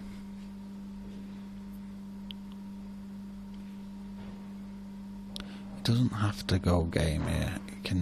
you know, he can take control of the... Yeah, he could quite easily pop this yellow to the right middle and cover the top right, and he's more than in control. We've watched quite a few of the pro matches, and that's exactly what they do. That's a mistake, that. Do you think that's a tactical mistake? Yeah, I don't think he needed to go into those. Well, I mean, he tries to develop it, but now he's sort of given Simon. Both players are so attacking in their nature. I mean, if you were to watch maybe James Croxton or Neil Raybone, do you think one of them maybe would have chosen to cover the bag, take control? Definitely, yeah, definitely.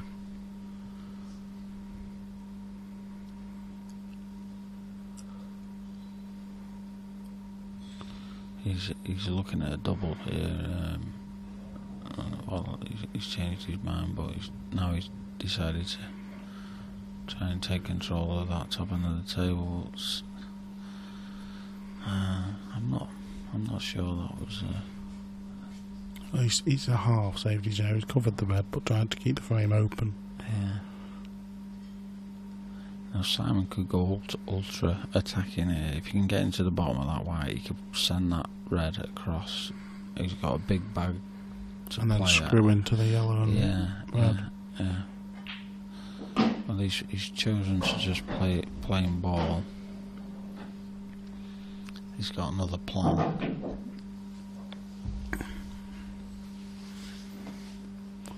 It's hard to see how he's going to get into them problem balls at the minute. He has got an option here. He could play the one that's just below the brown spot, down into this bottom bag, and stun into those two that are stuck together. It doesn't look like much of an angle there, though. Yeah, I think you've spotted it right though. Doesn't want to catch the it's not. The yellow I was just about to say. Yeah. I think he's the wrong side of this red to screw back into the two other problem reds.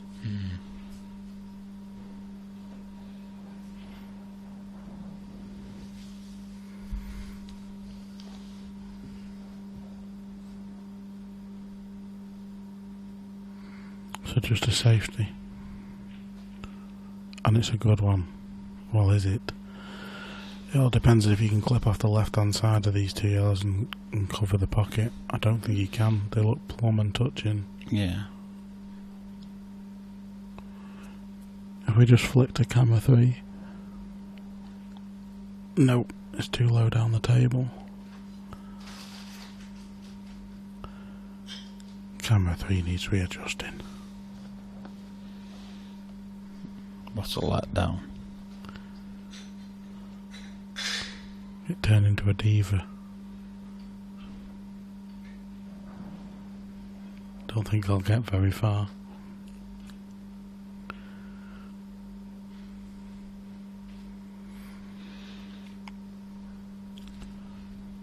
Well, is he playing the pot? I think he might be. That's not there. Anything near side, it doesn't go in. Yeah. So, side, you've earned your chance.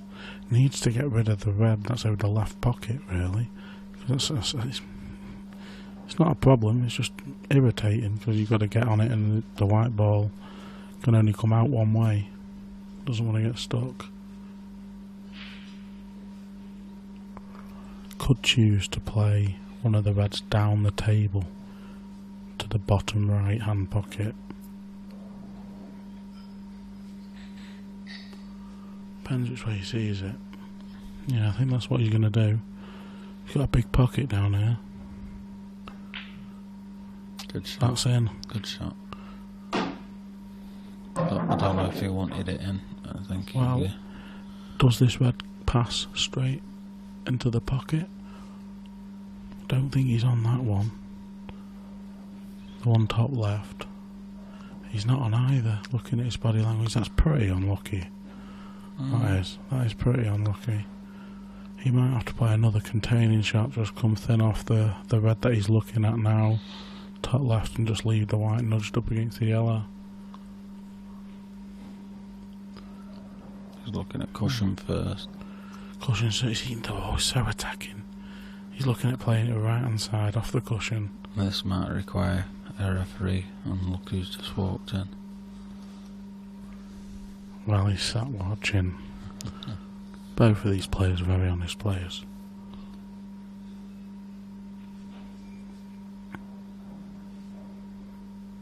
Or is he thinking of playing the one near the brown spot off the other red? Well, that's the attacking option. Shot. How's your luck? That's a great shot. Well, yeah, it is a great shot, Well, but it's not landed perfect, has it? He just put his hand up then, Simon. I don't think he meant to do that. I think he's put his hand up just to acknowledge that he didn't quite know where the first red was going to land. Sorry, the second red. Yeah, now, if this plan was straighter, it's all over. But because he's got to play on the right hand side of it as we look at it, he might have to play with a little bit of pace. That's why he's looking at this one near the black. If you could move the cue ball, you'd be playing the one over the pocket first, wouldn't you? Yeah. It's not a dead set plan, is it? So no, and if you're playing it from where you're playing it now, you're losing both balls. There you have it. Can he play it straight and hold? No, he's taking this one. Yeah, I was thinking that he's turning this one and he's with a bit of side. That's what he looked at.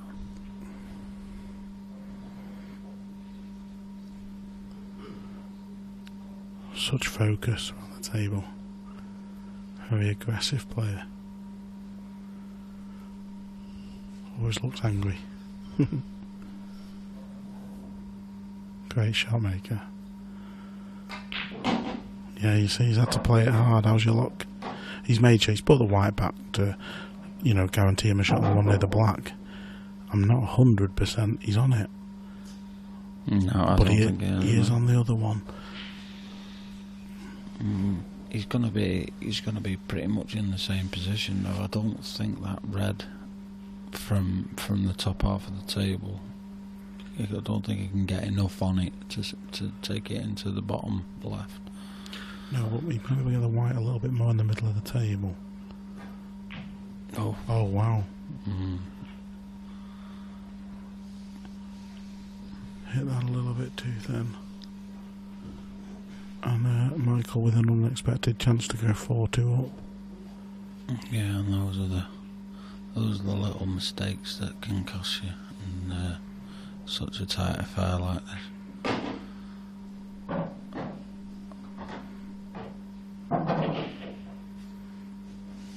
Things just not quite working out for him in that break. Yes, he plays attacking, and when you're moving balls around the table, you are relying on luck. But nothing, although he acknowledged, his good fortune, nothing landed perfect for him. Yeah. Now then.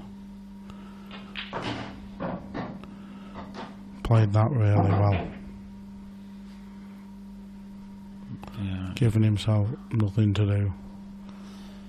Yeah, he just got a really delicate touch here just to hold for the black in the middle. It's going to be 4-2 on Michael to break.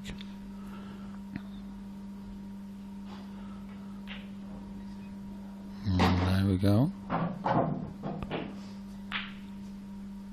A frame he probably didn't expect to win, it has to be said.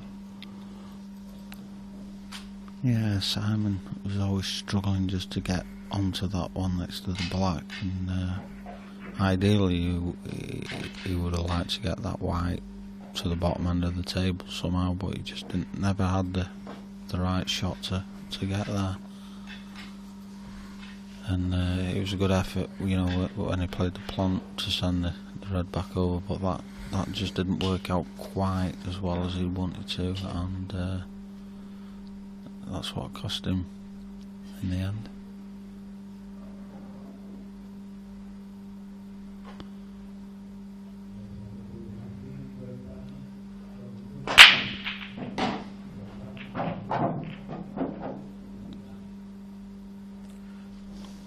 break there. Could break. One problem yellow. But he's got a ball up that neck of the woods to try and get on it. Yeah, does he? Yeah, does he try and flick off this one in the middle and try and develop something? This is thin enough cut into the middle, I think.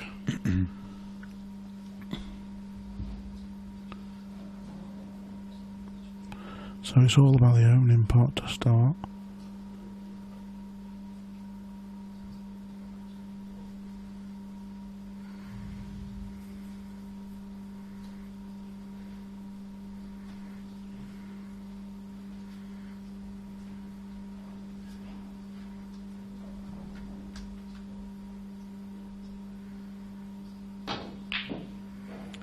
I chose to go reds because of the problems of an opening yellow, and he's missed one.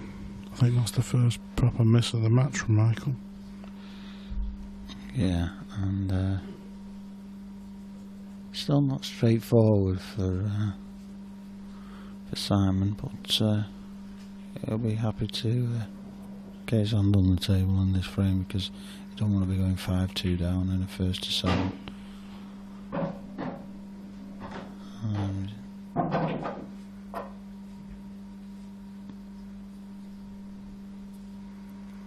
Trickle this one in. It's just come out a little bit further than he wanted to. Ideally he wanted to be able to take the one on the top cushion there in the centre of the table.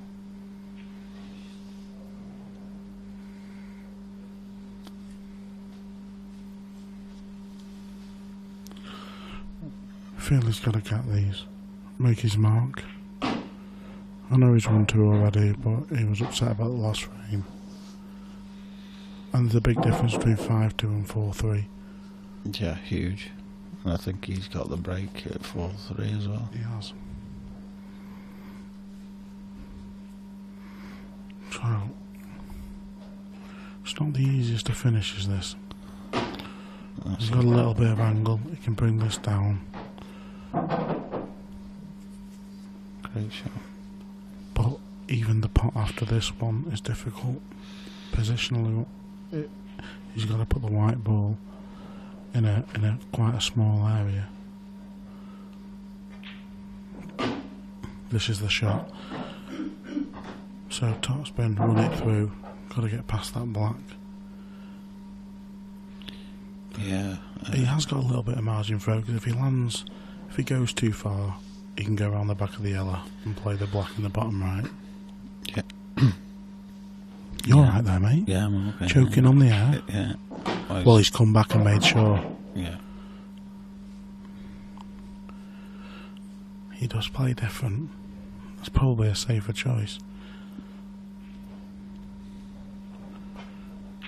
Good cueing. Good cueing. Oh, he's had a little bit of a bounce off the side cushion there, I think. Still expecting to get this. Yeah. Well, it did seem to bounce off the second cushion. Yep. Doesn't play anything slowly, this man. Powers everything in. Good finish. 4-3. Simon to break. Any results from the outside table? Yeah, just looking at the pro event. We've got Liam Dunster. I think John McAllister has beaten Jimmy Croxton, and Liam Dunstan's leading Rona McCarthy 5 frames to 4. Marshy will play the winner of Dunster McCarthy, I think, in the semi. Yeah. And McAllister will, if he's won, will play Raybone. Is that right? Yeah, I think you're right. Yeah. And the other amateur, Greg Batten, overcame his match, and he's about to start with Jonathan Bushnell. I know that name. I think he's better known to his mates as Bushy. Oh, he's made a pot again. Simon's got a hell of a break. He's put 1, 2, 3, nearly 7 balls and behind the baulk line, 10 in the top half. I think reds are the order of the day. Yeah, I'm sure he will have looked to see if his red passes into the bottom left and where he needs to put the cue ball. Yeah, I think his hand's forced for reds here. Going to take some working out. That, you know, he's just pointing at it there. That's his problem. He might be able to, if he can. No, I don't think he can get the right angle off his next ball. But I can't really see how he's going to. How's he going to develop these? Yeah. Well, I think he's going to play this one obviously to the top right, and then he's going to play the one nearest the pocket and screw into the other one, try and screw through it. Like this. And he's going to screw through the other red, push the red up the table. Depends how much gap there is. Now he can go forward. That's a little bit unlucky, that, I think. A thicker contact on that red on the cushion and he would have been on this no problem. Do you know something? That ball that he's closest to there, he can play that, and he can play a developing shot off 2 cushions into these 2 down here. I think that's what he's looking at. How things can work out for the better. How's your luck? Good shot. Oh, I think you got to take that. That was a great shot. More work to be done, Si.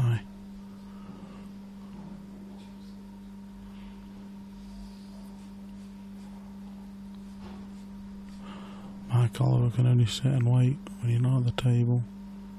It's horrible. Yeah, this is a very important shot now in this match. He's cutting this in, so his white's going to be a bit loose. He's going to have to play this with right hand side if he chooses to play the cut. If he's banged straight on this one to the top left, I mean, I don't think he is, but if he is, oh no, he's not. He's just looking if he can get the white ball over there for the red into the top left. He's looking at playing this long red and forcing the cue ball over to the right hand side of the table for the red on the brown spot into the same pocket.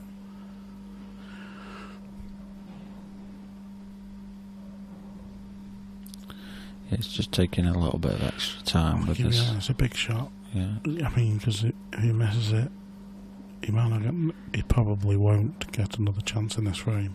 Yeah. Like I say, he's done really well to get to this position, you know, to develop that ball. He's just developed, but now he's struggling to see a way of getting onto that red next to the brown spot. Weighing up all the chances. It might be a case of them. I don't recommend the shot, but he might have to just take a chance.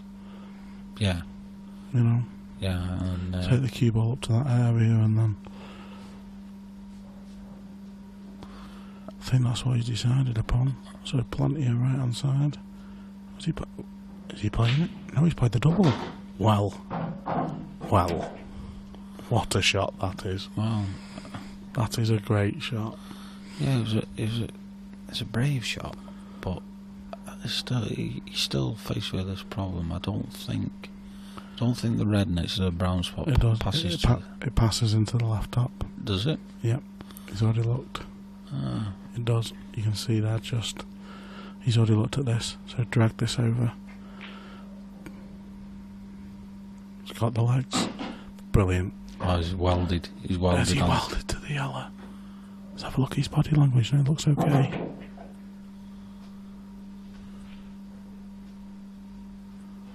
Is he on it?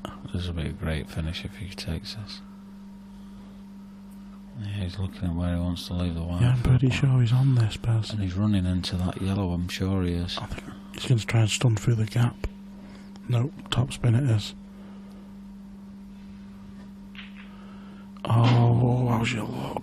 That's the danger. Look. Oh, I don't think he's on this. Shake of the head tells me he's not.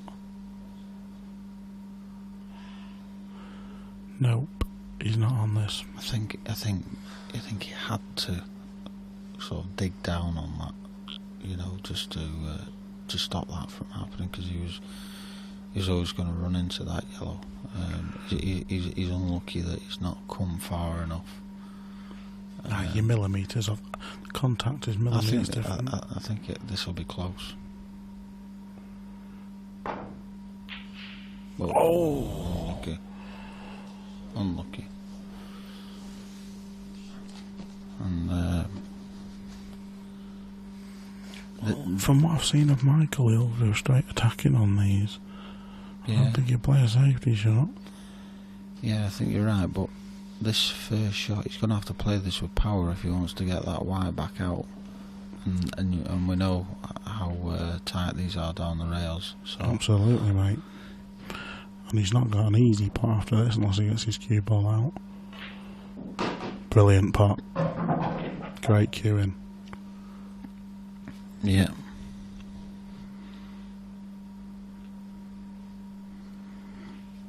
He's giving himself a great chance now to take this and to take a 5-3 lead.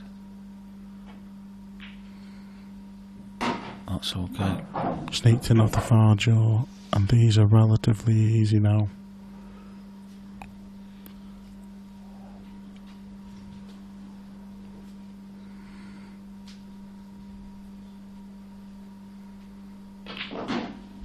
Yeah, that's a great shot.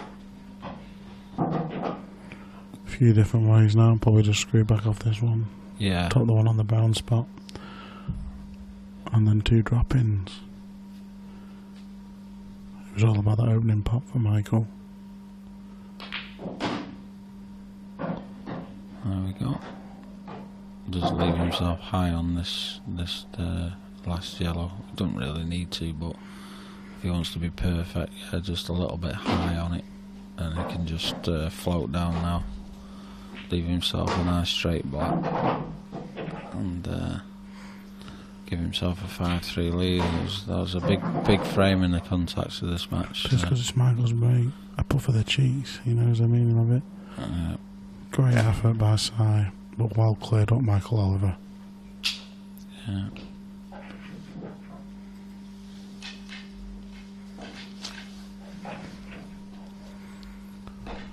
Michael Oliver has the odds very similar to what they were at the start of the match. 4-9, 7-4.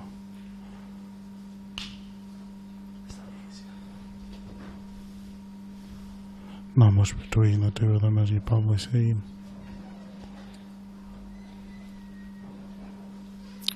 Yeah, I think 4-9 is quite generous, you know, because if he takes out this finish now, he's well in the driving seat. He's made a ball.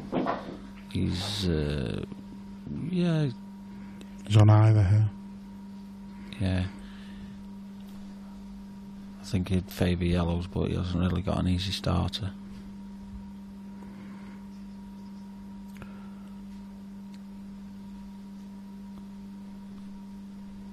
Reds he's got a couple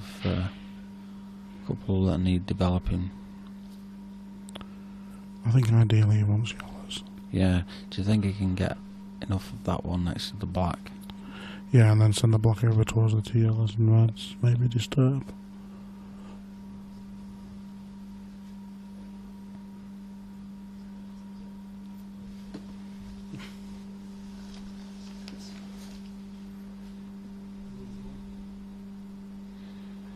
Yeah, he's choosing to take reds.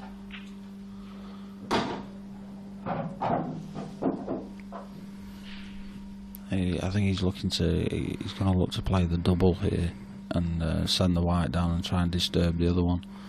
Very attacking shot, but I haven't seen anything other than an attacking shot in this game. Yeah, it's high reward if he manages to pull it off. There it goes. Oh, how's your luck? He's unlucky there. Why? He's on it. It's a great He's shot. got a shot. He can play this up to the top of the table. Yeah, it's not easy though, is it? It's not easy, but when you play a shot that hard and you're moving balls near a pocket. Yeah, he's got a shot. But, you know, and even if he did make it, you know, looking where the black's situated, he's going to struggle to get on that as well. He's got to play this with screw on and off the top cushion.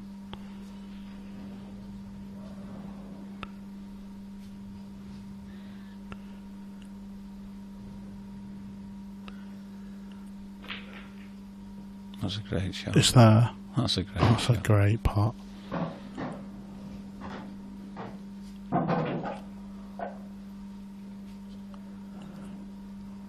It's funny, is it's like a mirror reflection of the last frame. Because, yeah. you know, Simon pushing the bout out, trying to get the finish. Do you think he'll try and... He's just going to try and stun up the table? Wow, what a gap has he hit there between the black and the yellow. Yeah, and he's fighting position here. A little bit. Ideally, you want to play the back double here, but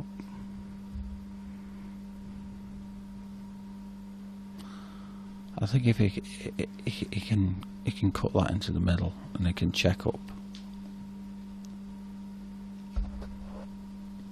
Yeah, he can check the white off the top cushion to hold for the other one. But it's the black is going to be the problem, unless it goes into the bottom right. Can we see that on camera 3? Yeah, the black goes. Oh, he's played the back double and he's got it. Can he hold for the black? Yeah, he's going to have to drag this in with a lot left on side. Seen some fantastic attacking pull in this match. With check side as well. Brilliant shot. Yeah, that's confidence in your cueing, that is. Yeah, great cue ball control. Fantastic, brilliant finish. Very, very, very good. Deserved of a 6-3 lead. Puts himself on the hill.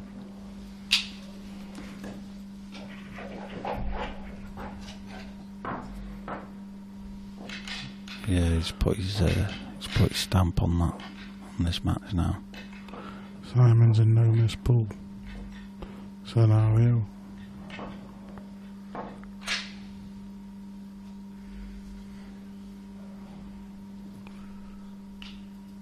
Any updates again, mate?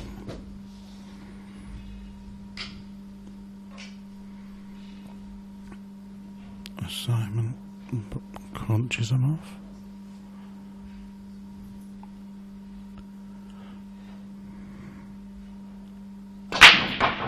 Well, there was some power went into that. And it's dry. And the reds are looking tasty. Yeah, I think his first shot is going to try and develop this awkward red. I don't know if I'm not sure if he's got the angle to do it off the first shot. It's definitely reds he's going to be choosing.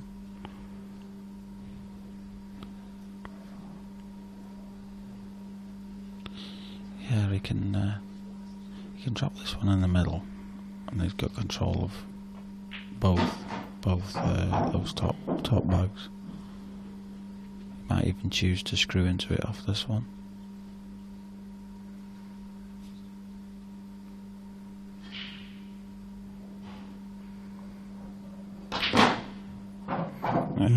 Was unlucky. The problem is if he tries to play it into the problem ball off the one on the top right I don't know if he's guaranteed to have a shot on the one to the top left. Yeah. When you're going into a ball, you're just looking to be on another ball as insurance.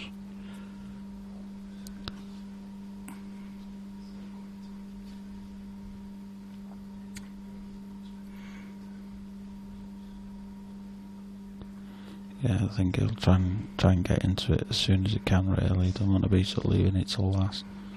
No, not at all. It's got to be now, really.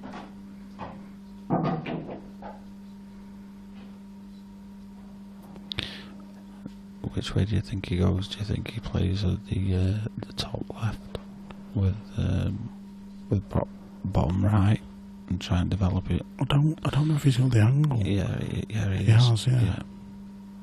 Well, yeah. Obviously, you play that way. Great effort.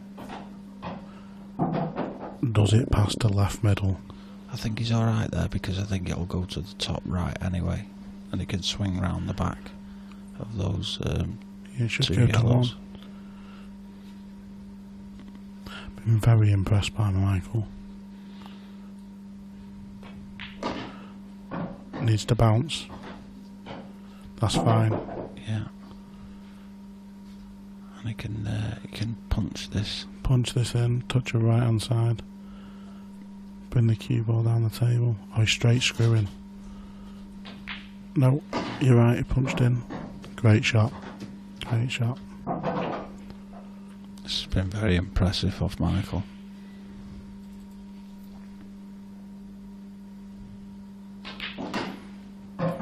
So, a very entertaining match. Both players extremely attacking. Both players impressive. But Michael was faultless. He goes through to the last 8 of the amateur, a 7-3 winner. We'll be back shortly with the next match, which might be a semi-final or a final. We'll let you know. Cheers, Pez. Okay. Was it a bit was it, because I think when they got the airport, I think what I was trying to say, you just need to get right on top of that. Yeah. When you can't take it, we'll just say you can't take it, but unless you know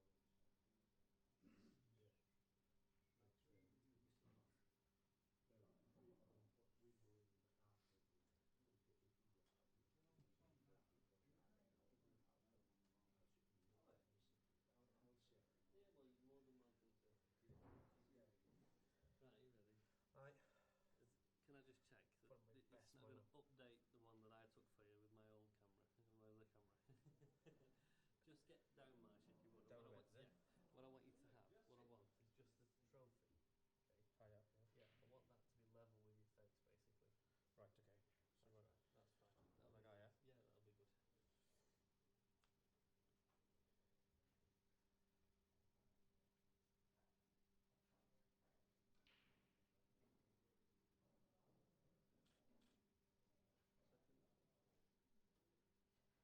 yeah? Yeah, that'll be good. Second. So let me shave my head first.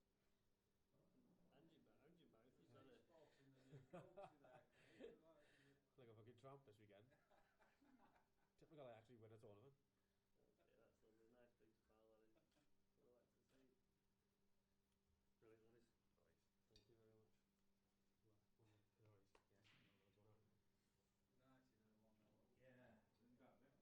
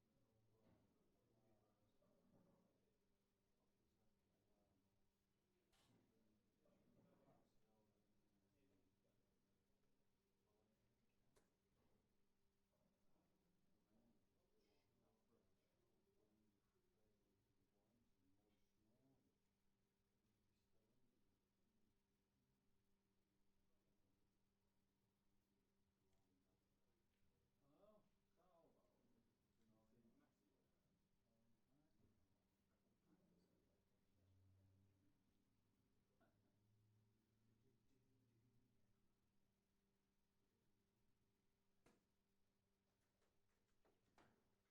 over.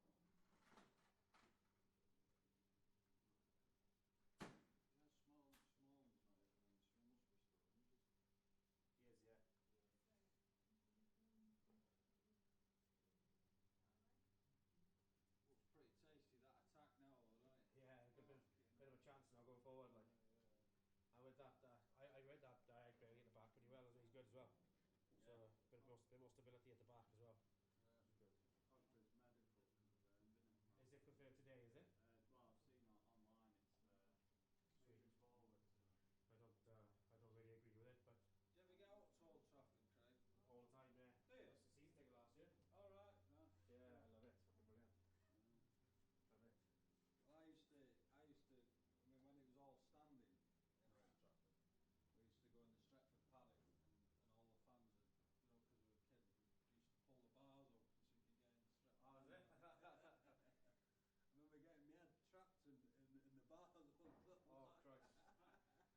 Oh, Christ. I'm a kid, and they're all laughing at me. All yeah, fucking hell. That was on the Stretford end when they used to score, and everyone would just pile forward. Yeah. Like, fuck. Sardines. I'm not asking you. No, it's alright. That's my next job anyway. You want to go there?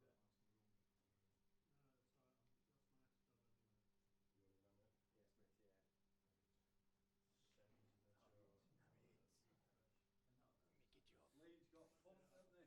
Did they what was score? 3-0. Not surprised, really, is it? It's important, but I don't follow them. Score Villa. 0-0. 25 minutes gone.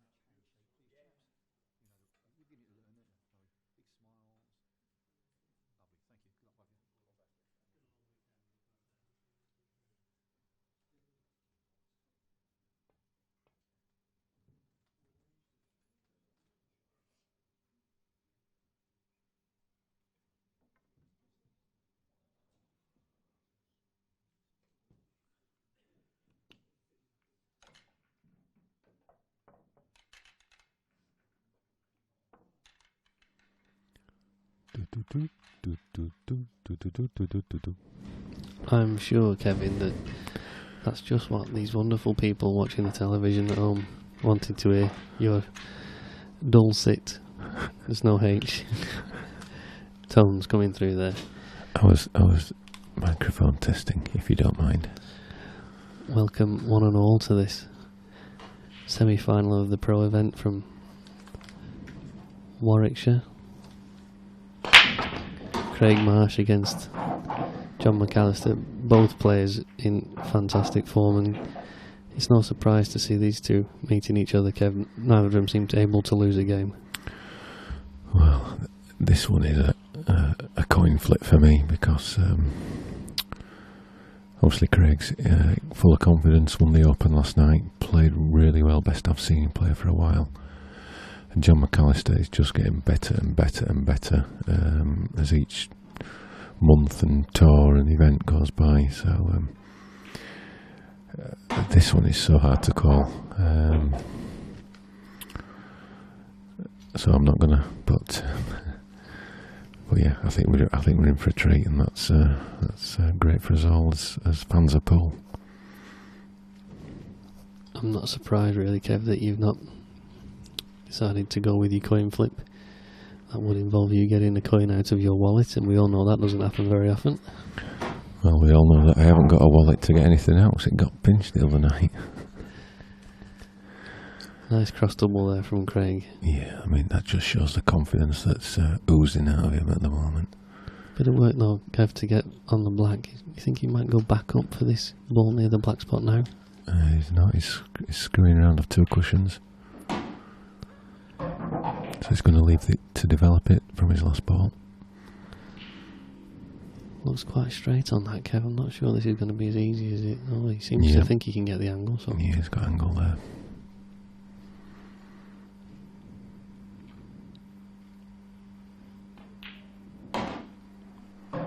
Looks pretty good. So he needs to judge the kiss on the red to just nudge the black out and the white to slide past the red. Pretty much something like that. He won't be afraid of this party. It's not as nice as he would have wanted, but with a man of his bossing ability and snooker background, these are easy, aren't they, Kev? I think he's going left corner. Yeah. I'm surprised he's put on bottom one. There we go, clean as a whistle, first frame. Blink and you miss it. I think one thing that I've noticed over the past sort of few tours is that the innovation that we're seeing in matches, particularly by the top guys, is frightening. You know, they're looking to attack at every opportunity, not take a backward step. And, you know, as a result of that, we're seeing shots that, you know, we've probably never seen before. Yeah, we've had a couple of examples on the stream of shots that you just makes it hard work for me trying to pull out, to pick out these shots on a consistent basis. And surely, if we have a competition for shot of the year, Kev, there's going to be a few fantastic examples of shot making. There is. I think it'll be pick one out of 30. That'll be a right compilation Dave will have to put together for that. Be an hour long. God, at 30 you might even get in. Maybe. But my simple tap in black, I don't think that would qualify, would it?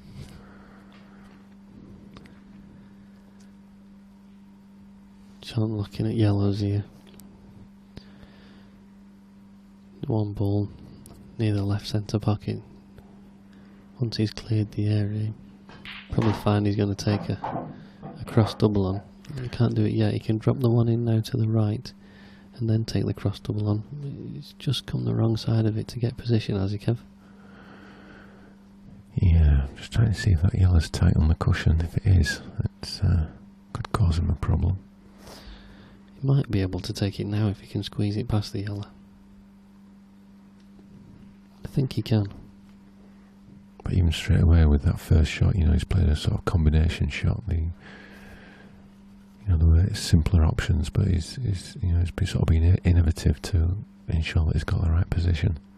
I think the rules just is the primary reason for that, because they allow you that freedom to be innovative in your shot selections.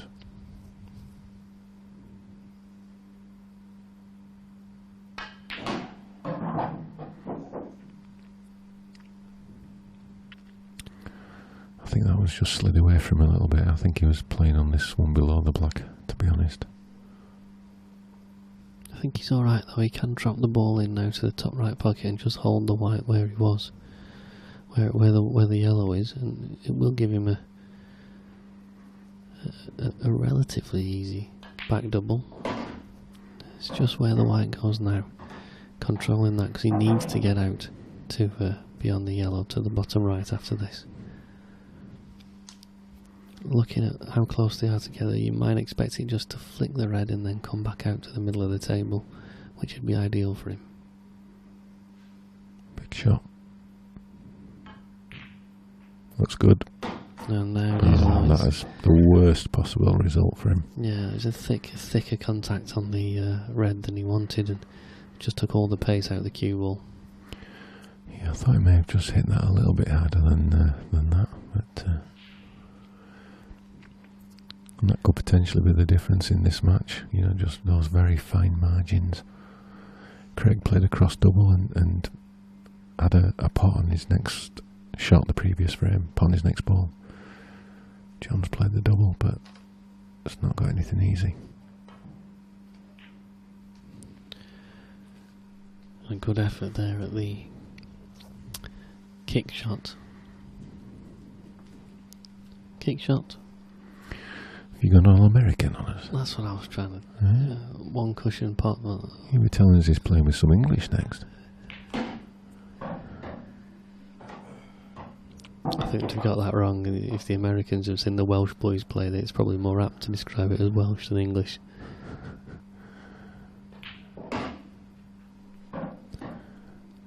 And you just know Craig's not messing about. Come across to the side of the table. Gonna move it. Don't think he needed to move it, Kev. I think he felt he had an easy opportunity. He had quite a wide margin there to nudge it. As it happens, it's gone a little bit awkward. I think he's looking at this into the middle. Just a little soft stun, possibly. Tight past that black. Oh, he's missed it. Is he going to snook him on that one? Oh, he's had a result there. As disappointed as John might be, I actually think, it was still quite a difficult shot to pot that yellow and get position on the yellow in the bottom left of the table. The double will just give him freedom to go for it. If he gets it, he should win the frame. It's close. It's very close. That's a great shot. And it looks like he might have a bit of angle to come down and be below the black for the middle pocket. Oh no, he's lining it up for the corner. If that pulls up a centimetre shorter, Kev, the black's not even a concern. Yeah, I'm just wondering if he can just pinch a little bit. It's like he's screwing back, probably with a bit of reverse side. Needs to travel. He's just okay. A little bit betwixt in between, but he's certainly taking any choice out of the matter. Just wants to roll this in. Little soft screw. Yeah. Good shot. Nailed it. Parity after 2 frames. So I think John will be pleased about that one after being a little bit unlucky. Craig had a chance to steal it, but as you say, one apiece.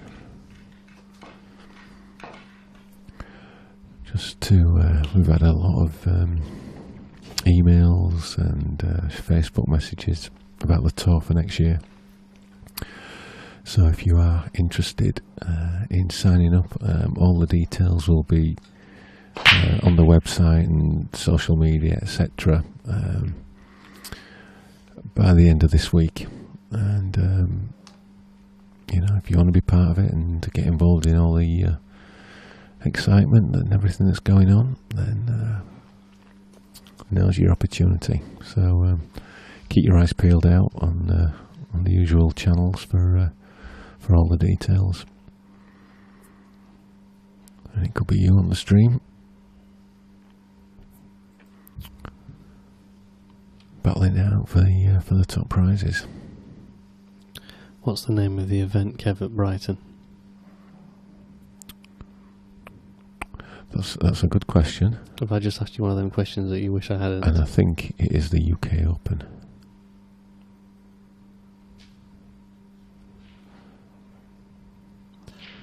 But it might not be. I think it is. I can't remember. I can't remember stuff like that. He was just asking a bit much with that one. He was trying to flick it out with the side, but the angle wasn't quite there. I think it is the UK Open, Brighton.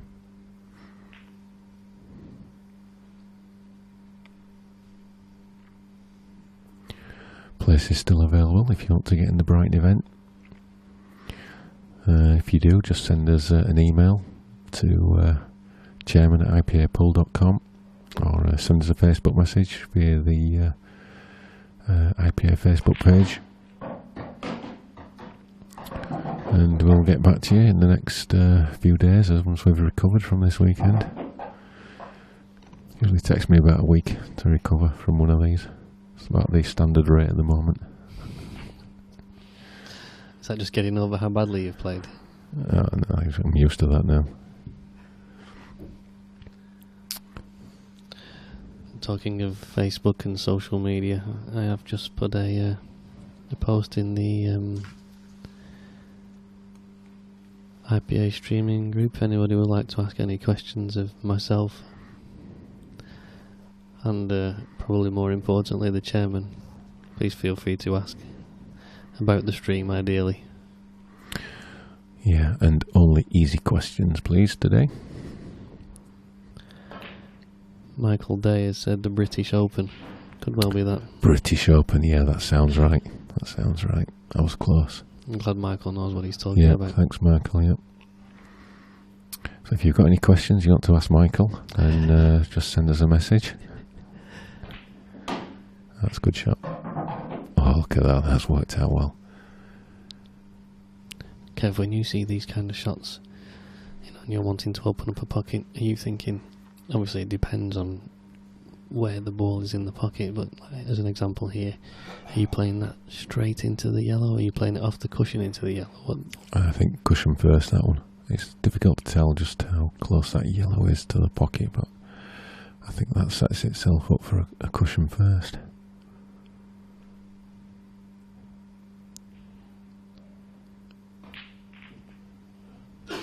I missed it, so you can tell it must have been quite far away from the pocket for him to hit the knuckle and not on the ball. Yeah. This table has played quite tight, Kev. If you ask me, they all play tight. Have you ever tried 9-ball? Yeah, I fell in one of the pockets once. It wasn't for me.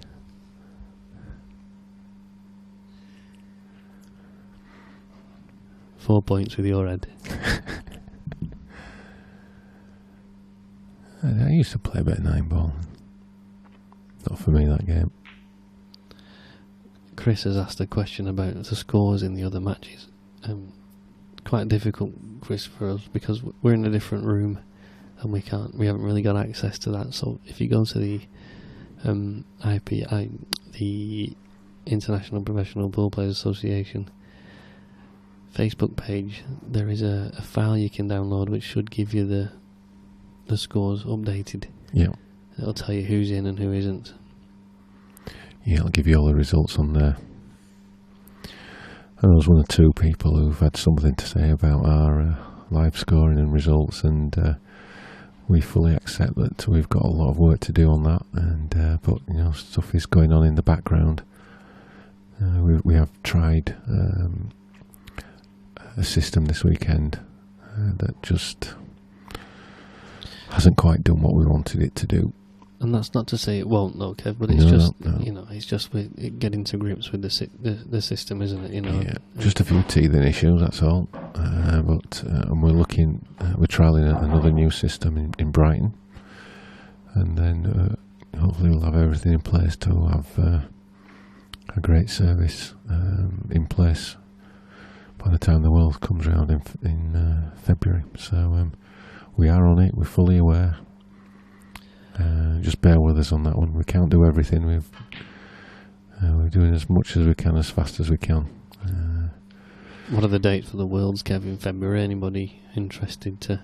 They start on the 31st of January, and that's a Tuesday, and lasts until the Sunday.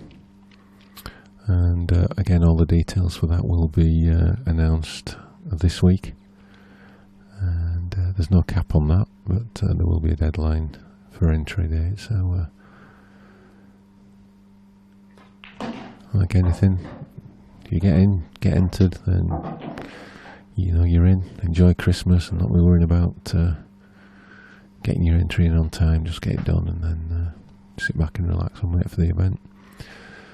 Prize money gone up significantly for the World Championships. So it's going to be £10,000 to the winner, which is a fair old increase from what it was, what it's been for the last few years, which is great news. Good effort there by Craig to give himself a chance at splitting that red out, but it just didn't fall for him.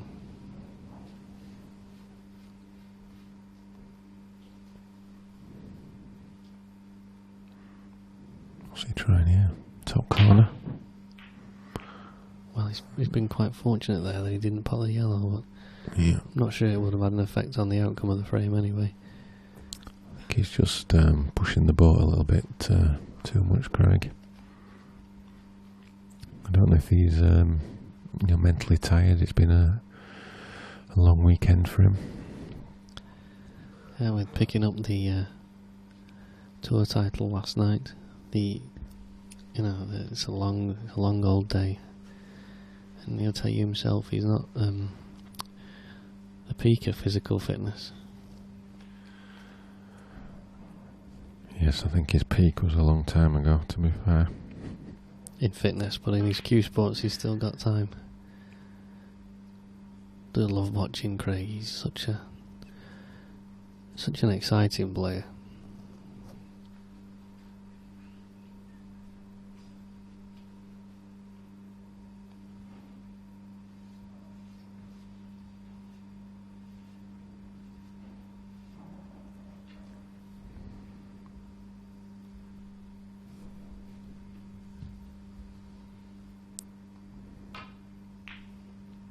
That's a fabulous shot from Craig to swerve it round to get to the potting angle. That's absolutely brilliant. So how does he want to play this one? Does he want to leave the skill, or does he want to try and screw off the side cushion? Get in behind and come behind it. Behind it. Oh, look at this for a shot. It's too much. So it's just okay. But he can play this with confidence, Kev. That yellow over the pocket's not going to cause him an issue. The natural angle is going to come off the two cushions and just be on the black for the left centre. 1, 2, and there he is. And that's going to be a sickener for John.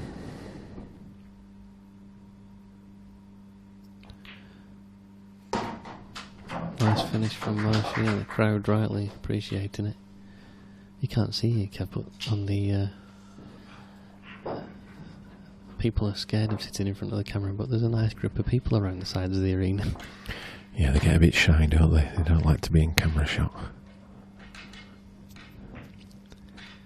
Commentator David Hine, he's grimacing at the finish that Marshy's just taken out there. We were just talking about favourite place to watch, and Marshy's right up there for David.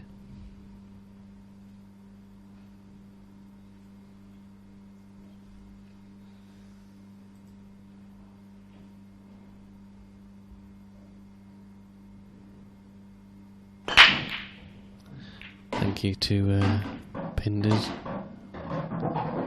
Wayne Pinders. Pinders, top lad. He's put the link into the IPA streaming page, Facebook page, to for people to go to the scores.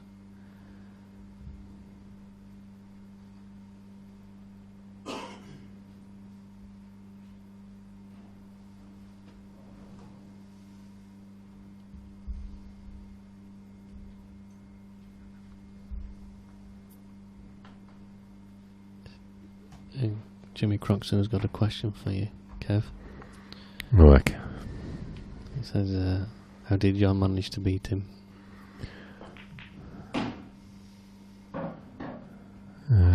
Well, I think James should know he was there. Let's put it down to experience, James.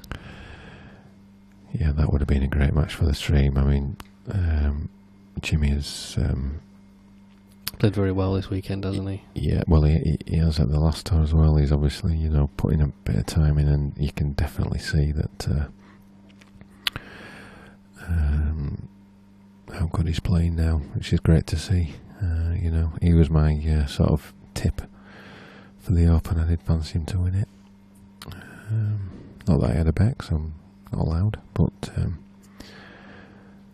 yeah, I thought he was playing well enough to win.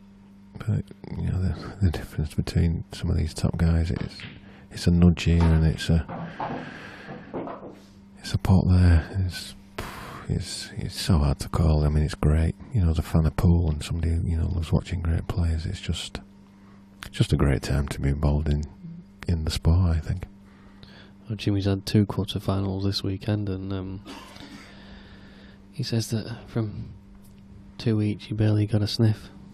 So you can't. What can you do? You know what's nicer though, Kev, and this is something that you don't see very often. As Michael Oliver came off the table against Simon Fitzsimmons in the last match, and Simon said, "Well, I don't mind at all losing to a performance like that."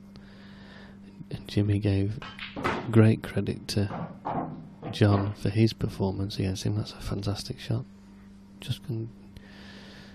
don't think the yellow, if you can see on camera 3, the yellow doesn't go past the black. So some work to be done. It's going to be very difficult to avoid an in-off if you should try and slice the yellow into the left centre. So bit of shot making required here. But my point was that the standard is so good that when people lose, generally it's to a brilliant performance, and so you don't feel as bad. You know what I mean? Yeah, sorry, I wasn't really paying much attention, if I'm honest. I was just You're adding friends on Facebook. Well, it's a little bit sad. Just seen a post from Bertley Snooker Club. We've got the streaming on their big screen, so hope you're enjoying it all. They're watching Michael Oliver early, putting I think what can only be described as a sublime performance, and we may well be seeing him in the final later. Betley, is that Yorkshire? Bertley, it's northeast. Northeast. So great players that have played here this weekend from the northeast, haven't they? Well, it's ridiculous the amount of talent in that area, and obviously delighted to be rewarding that with one of the tour events at Newcastle United's ground next year. Oh, John, disappointed with that one. It wasn't an easy shot. He was conscious of where the red was. I mean, they seemed to kiss pretty much at the same time. It was a millimetre away from being a foul, so it's just got in John's head. He would never have missed that ordinarily.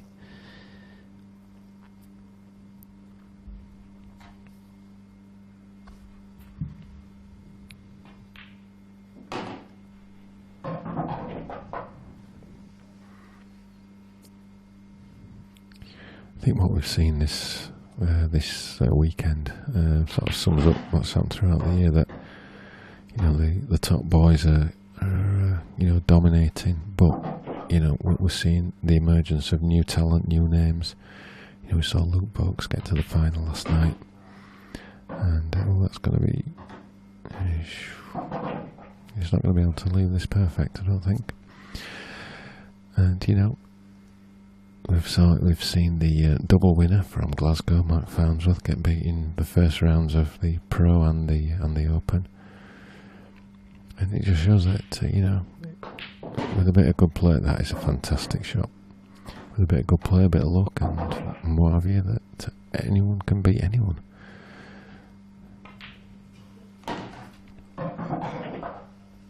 That was such a good shot. He played 2 reds ago. Fabulous. These guys are making it look ridiculously easy. That was a tough shot what he played there, lifting his cue up to just stun it down perfectly for his last red.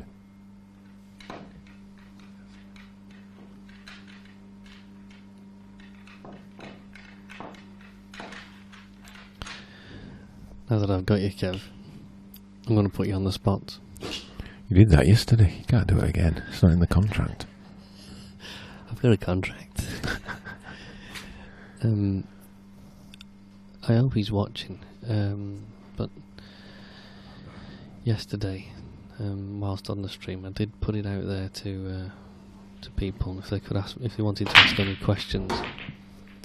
And Jamie Simpson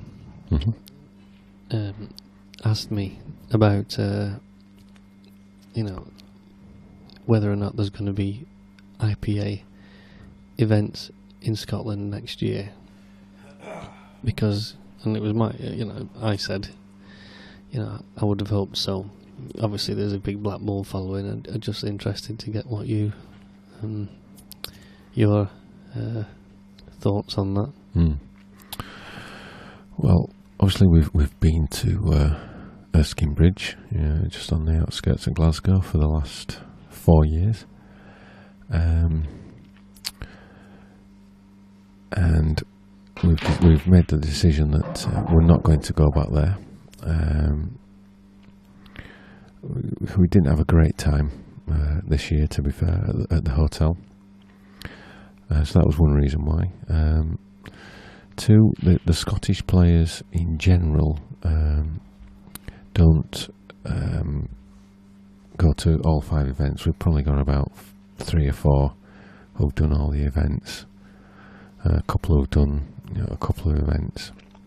So they've not been that well supported. We've had a few enter the Scottish event as a one-off, but as we're not doing the flexi system next year, those sort of entries won't be happening next year.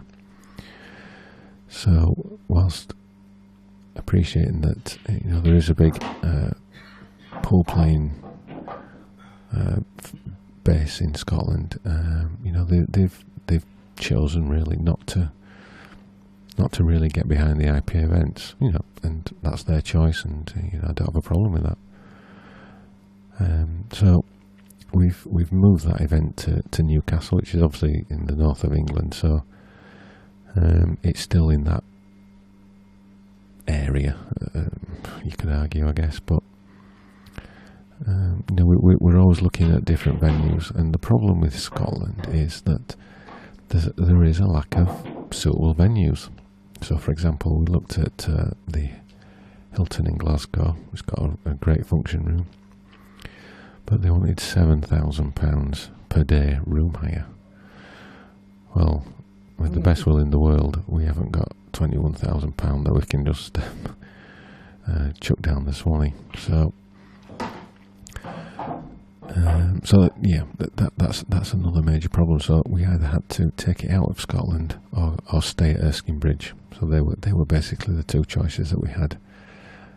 We didn't feel we could go back to Erskine Bridge, so we've made the decision to move that one to Newcastle, and hopefully some of the Scottish will start to support the tour now with with the increased monies and everything else that's involved, and then we can possibly look to go back. It's a difficult situation, and we've done the best we can with it. Is that why you've chosen to do the event then in Newcastle? Because yeah, there seems to be northeast accents absolutely everywhere I go. Well, what we've got to remember is that there isn't a massive amount of venues that can host us without charging an arm and a leg for the function room hire. There's probably 10 venues in the whole of the UK that fit all our criteria. Now, obviously, with the involvement of Corals, it's given us a little bit of room for manoeuvre, you could say, and a bit of flexibility. But ultimately, in Scotland, there is a shortage of hotel conference venues. So that's where we're at the moment. Now, there's nothing to say that obviously we have the World Series of events, and there's nothing to say that we can't contact the SPA and see if we could look to do one of the World Series events in Scotland. That's something that we're thinking about at the moment, and as we look to do the plans for World Series for next year. So and the World Series, Kev, just to clarify, they have open events linked to them, don't they? They do, yeah. So there's a team challenge, then there's the finals of the pro event, and then we do an open event as well. So there's a bit of everything for everyone.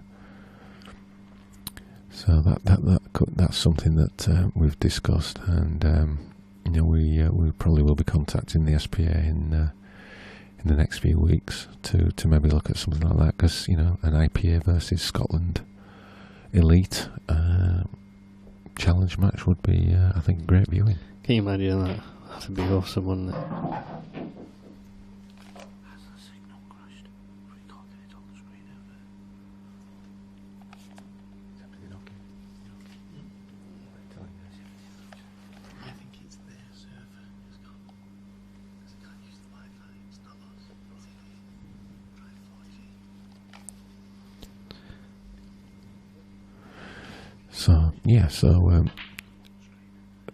Obviously with World Series we don't need a big venue. It can be held in a club or something like that. So we'll see what we can do on that one.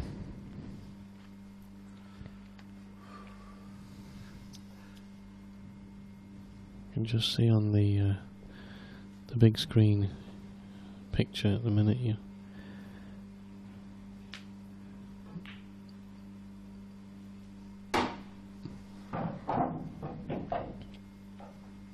Marshy does look relaxed still, at 4-1. He's just giggling away with Mel. He needs to get rid of that goatee.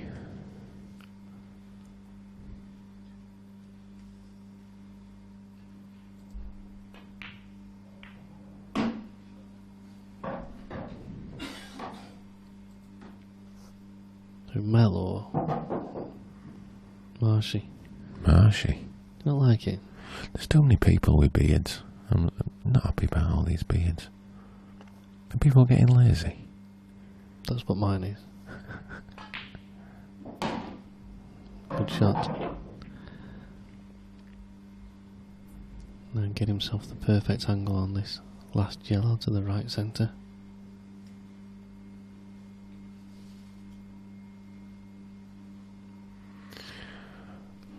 Here's a question for you, Dan.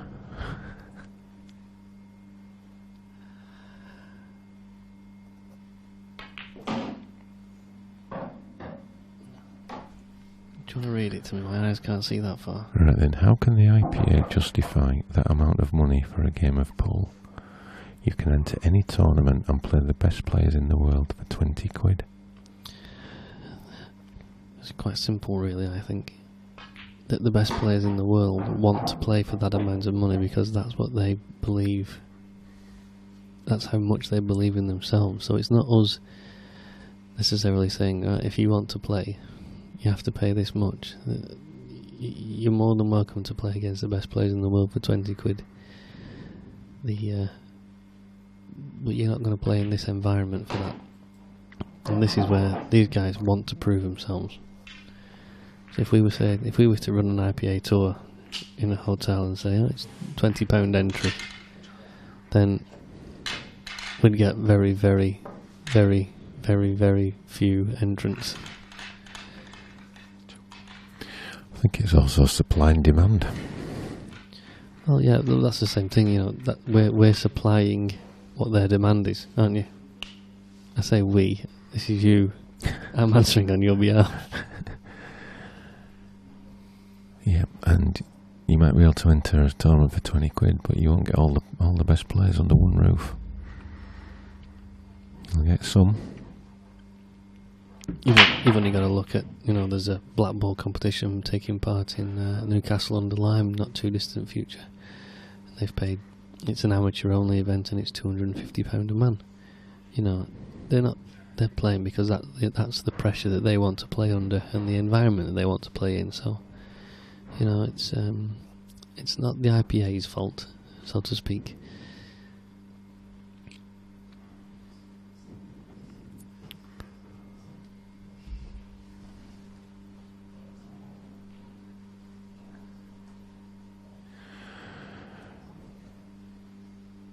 Dirk Benedict, he's saying, no English pool in Scotland, I blame Brexit.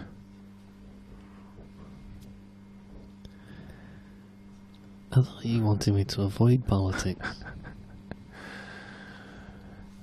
Well, on a serious note, if anyone knows of any venues in Scotland that could host an IPA event, where they don't charge you a remortgage to host it there, then we would always look at any opportunities. If, as an example, then Scotland was to separate itself from the UK, Kev, and have its own currency, that currency gets about the value of the Turkish lira. That £7,000 would just be a snip, wouldn't it? We might be able to go back to Scotland. Anything's possible. No, in all seriousness, I think it would be nice. It would be nice, Kev, wouldn't it? We'd prefer to have an IPA event in Scotland. You want to get as many people who want to play, don't you? But you've got to, as you said before, supply and demand. And it's just the circumstances at the minute are that to give the product that you want to give to the people. There's not the correct circumstances in Scotland as things stand. You're right. We definitely want to be there.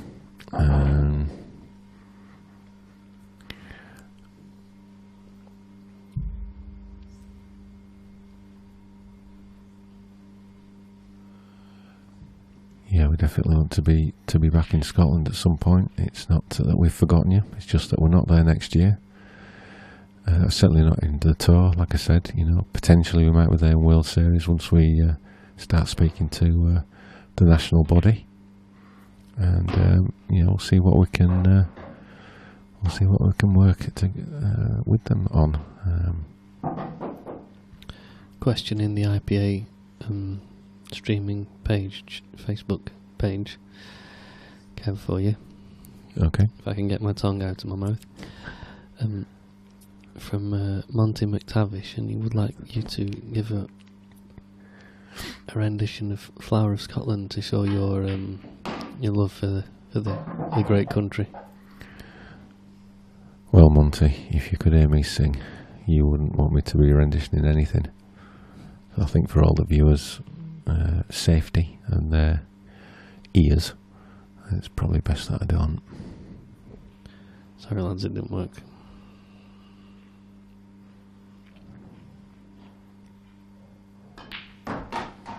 Oh, nice shot.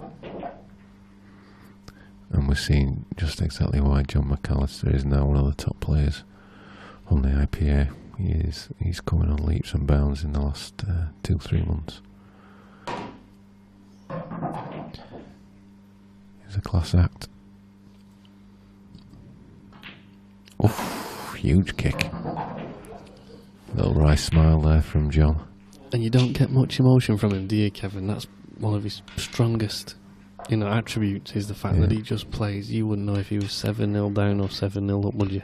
That's the most emotion I've seen from him in about 3 years.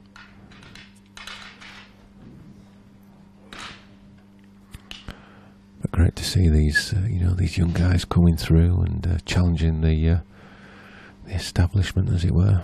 It's, I've said it before, as a fan of Paul, it's just great to see.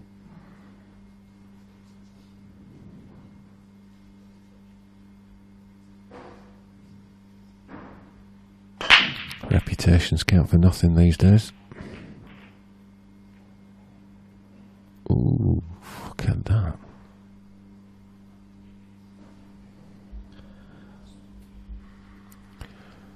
Half of that white's in the pocket. Is that an anti-gravity white? Marshy doesn't want to get too close to that table.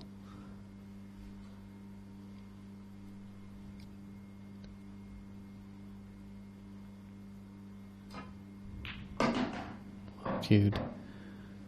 Just want it to pull up now. That's fine. It's a very good chance now for Craig to get a 5-3 lead. So you were asked a question earlier about what is the most memorable match you have commentated on. Did you get asked that question? Not in the most recent post. I don't get notifications on them. It was 5 hours ago. How were you commentating then? Probably.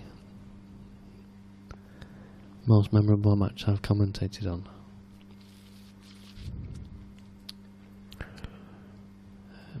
Don't include any of my matches in that, though.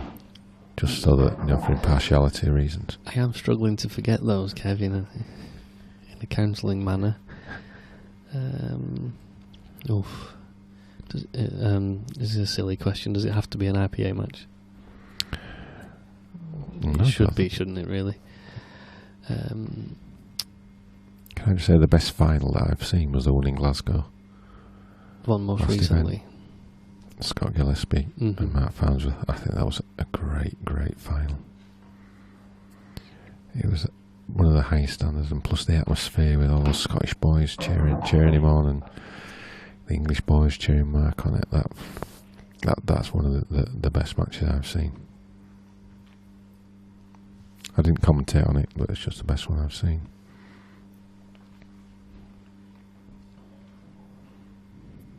Shall we dig the archives out for you, Dan? Well, no, not so much in terms of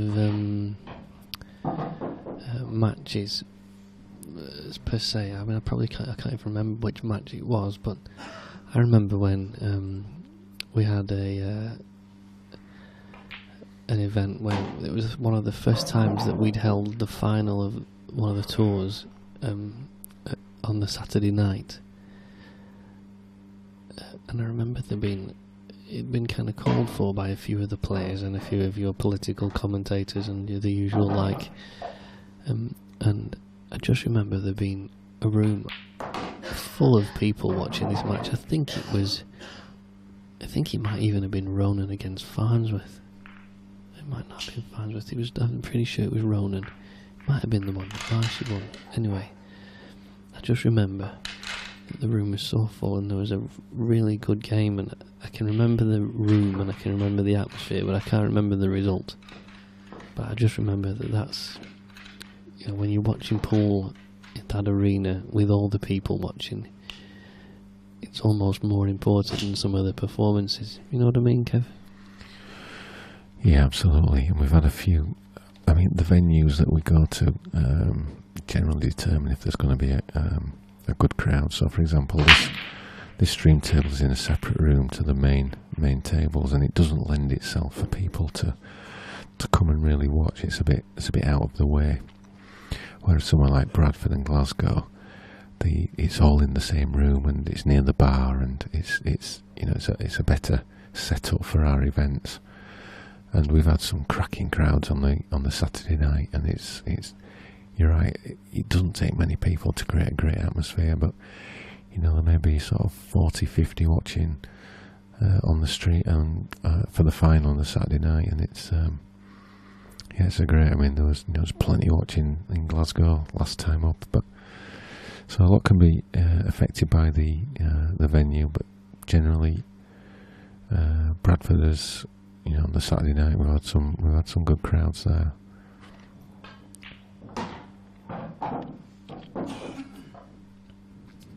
John looking to make early progress and get onto the yellow nearest the black. Just seen on Kev's iPad that Wayne's put that scoring in for Bez, Mr. Mark Berryman. Nice to see you watching. Even nice to see that you're betting. And hope you're winning, of course. That was not a message from our sponsors, was it? However, yeah, so you can follow your bets on the IPA live scoring system. Kev mentioned it's not perfect, but it's a work in progress, that's for sure. Some sadly unavoidable setbacks. 2 steps forward, 1 step back, Kev. Yes, you know, we're at the end of the day we're all volunteers, and you know, it's not for some people, and people move on, go their different ways, and we just have to keep moving forward and just get on with the job. No good worrying about who's not here. It's about who is here and who's going to be here to make it better and improve. Oh, fantastic shot. Is he going to be unlucky? He's played that well. He's on the one, I think, to the right centre. But yeah, we're looking at our options on the scoring. You know, it's all, like you say, work in progress. We've been trialling the system for the last 2 events. We're now going to look at another system and then make a decision at the end of the year what we think is the best way forward for us. So at least we're in the great position that we have got a choice. And but you know, just bear with us. It's there's a lot going to be going on in the next 12 months, and you know, we physically can't do everything, but working as hard as we can to get to be bigger and better, event by event, and but we'll get there. Oh yeah.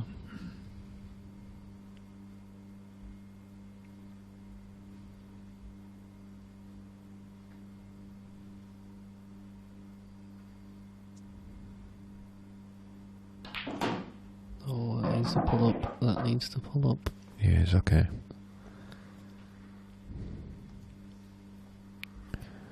But he's whichever ball he pots, the white's going the wrong way.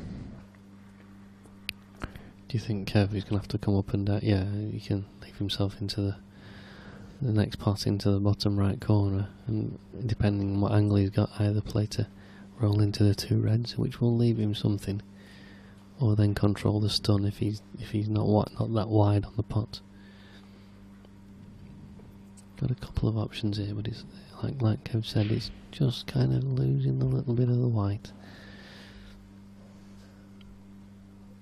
Watching John against Jimmy Croxton, that was one of the things that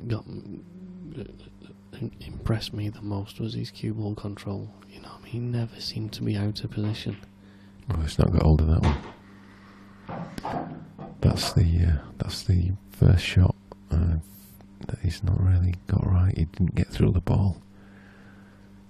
Just lost momentum on the stroke, so didn't get the screw back that he was after.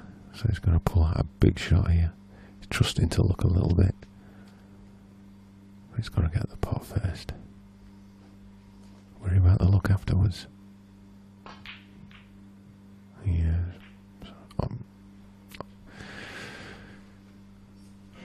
That could be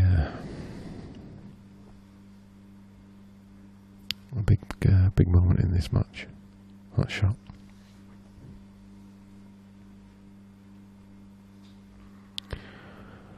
If there's anybody out there who sent me a message on Facebook, I will get around to answering them. I've got quite a few.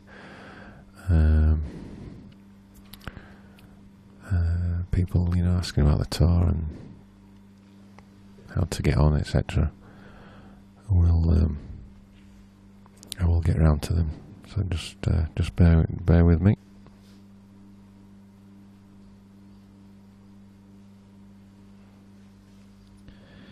I just had a question in the IPA Facebook page. Please, Kev, if you might. Oh, that's incredibly unlucky. That's a fabulous effort. Play through 3 different gaps. Do you think it's a good idea to get local leagues to attend events and the ones that do raffle a free entry in the next amateur comp, just to try and get more supporters around the arena? Yeah, I think that's certainly a good idea. I mean, there's a lot of things that we want to do, but we can't physically do because we haven't got the resource. So, the first thing we need to do is to get a bigger team, because we're going to need that going forward. And there's a lot of easy things that can be done to try and get people here, but it's just having the physical manpower to put those plans into place. But yeah, that's a really good idea. And that's now stored, so potentially we could look to do something like that. We have thought about things like that, but things that we can do with universities and big employers, offer incentives to come. There's a whole host of things, easy things that we can do. But it's just we're struggling to cope with what we're doing at the moment, in all reality. A lot of things have to not get. Oh, that's just turned in. I got a finger mark. So a lot of things have to sort of slip because we just physically can't do it. So we're going to look to build a team, over the coming months, and then we can start to look at the opportunities, like you've mentioned, with local leagues. Good question. Good point.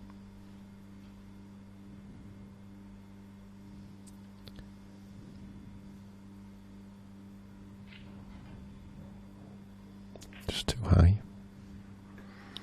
He's left him Chinese snooker, Kev, so he's going to have to pull out a shot here to... Yeah. This is the Marshy. He's obviously disappointed, but he's having a laugh about it. He's obviously very happy to be in the situation he is, where he's got a chance of doing the double over the weekend. Kev, I'd like to announce to you that Jim Furyk shot a 58 yesterday, and I missed it because I was here for you. That's how much I respect you. Jim Furyk, now then. You're looking for the clip. Nope. Okay. And the kisses set Marshy up as good as he could ever have wanted.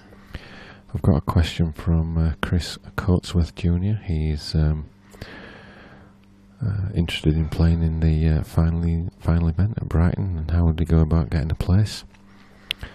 Well, Chris, the online entry system is currently closed, but what you can do is send us an email to chairman@ipapool.com, or send us a ticket through the Contact Us page on the website, or send us a message on Facebook, and we'll take it from there. So it's as simple as that. We have got places available.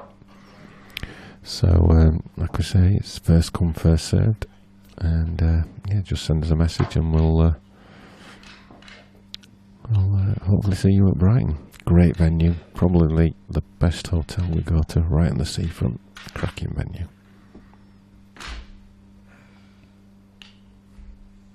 They're all very good though, aren't they, Kev? I mean, the hotels, they provide us with exactly what we need. They do. There's a hell of amount of work goes into finding the venues, and then working with them to put these weekends on. It's one of those real time-consuming jobs that no one sees, but the end result is we end up with great hotels in great locations, and everyone has a great time at them. So a lot of work goes into them, into the preparation.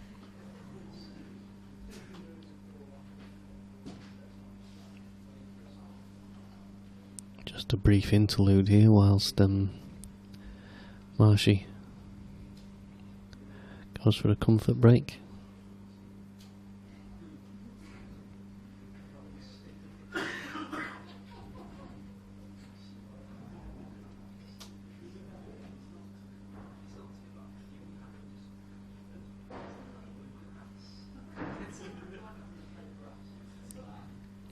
Some hilarity in the crowd.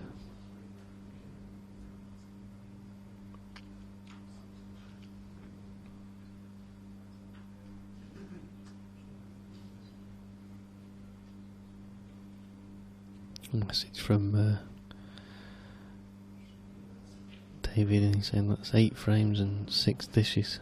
That's some going. Craig returns to the arena. It's John to break.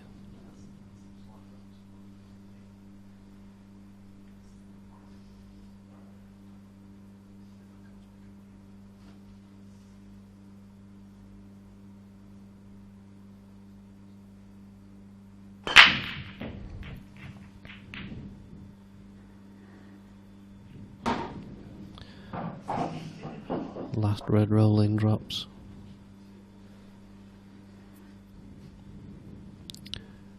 And these are not by any means a given finish, these.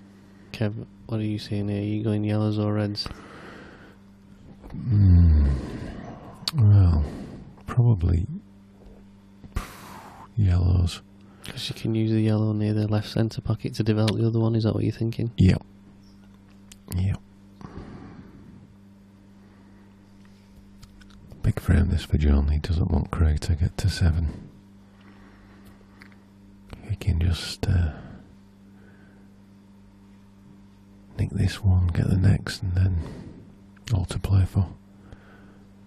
But it will be really hard to be 7-3, 7-4 down to Marshy in the form that he's in. You're going to have to play perfect ball and have a bit of run as well. So.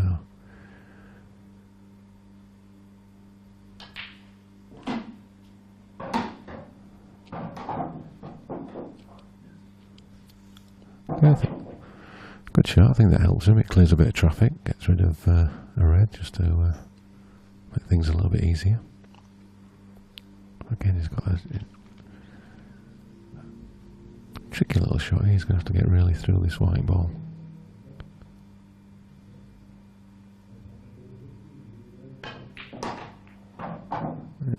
It's not quite come out.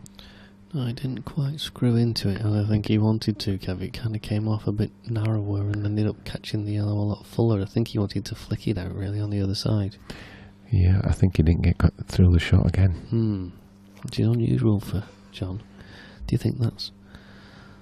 Is this perhaps a symptom of late in the day, stream table, and the scenario that he finds himself in? Semi-final of a professional event.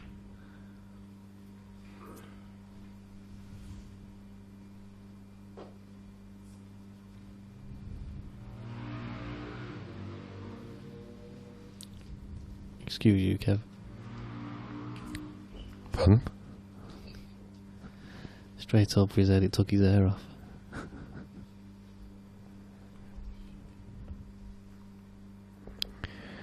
Just trying to catch up with social media, it's just going a bit bonkers.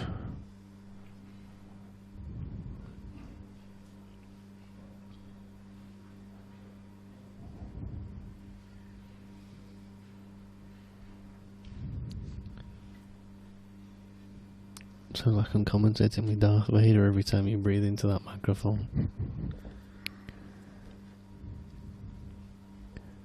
Yes, my son.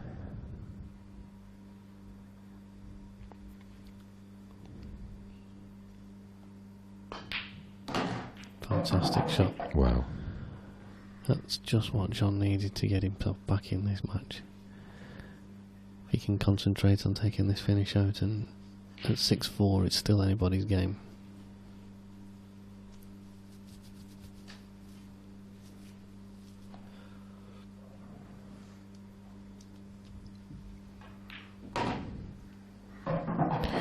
Could you believe it when you saw that the opening ceremony of the Olympics clashed with the tour? Yeah, well, we've said about calendar clashes before, Kev, but I can't believe you didn't get in touch with the IOC, being Blackball International is a member of the Olympic Committee. I know, we're all in the same family. Can't believe they clashed that with us.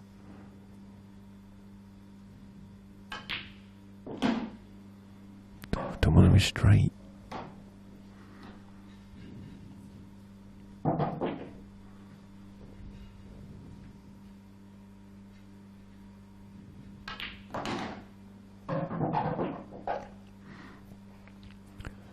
Seems to be striking the ball a little bit better now.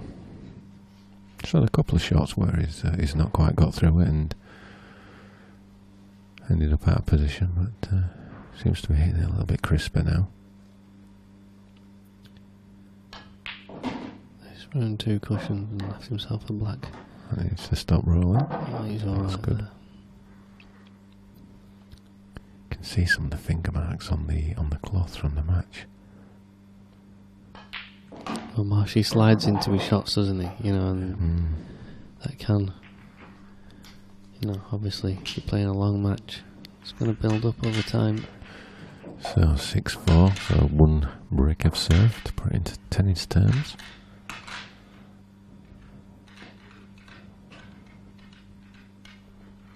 Big frame this is a big frame.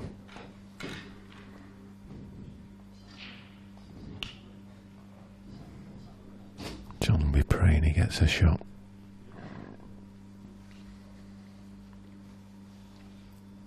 Have you not had your lunch? No lunch today. No time for lunch. Good. Good break from Marshy, and those balls just haven't split for him. No. But Kev, he can play the red onto the yellow here, can't he? You can. If you're new to Blackball rules, by putting a ball off the break, it doesn't mean you're on that colour. It just means you stay at the table. So now it's the first. It's still an open table, so it's the first ball he pops legally, and he'll be on that colour, so he can play the plant red onto yellow, and then he'll be on yellows. Problem with playing the plant, he's not going to leave himself anything easy afterwards. He's playing safe. What was that? I think he's played the plant just because he thought he had to bump it into the cushion to get the angle to pot the yellow. Just got it far too thin, really. Well, if John can clip this yellow in his... Oh, these are good signs for John. I mean, he can see, I can't see, but off camera, she's shaking his head, huffing and puffing and scratching his face. And that's just... you see now, look, he's tapping his cue on the floor, and you'll watch how he puts his cue down. He always seems to do it with a bit of a throw. I think what we've noticed though, Dan, and obviously you won't have seen this, but I've said it before on the stream, he's a lot more mentally together than I've seen him for quite a while over this year, and it has been reflected generally in his results. And he's not had the greatest of season, but he missed the first tour as well in China because they were out in China. But he's certainly back with a bang this weekend anyway.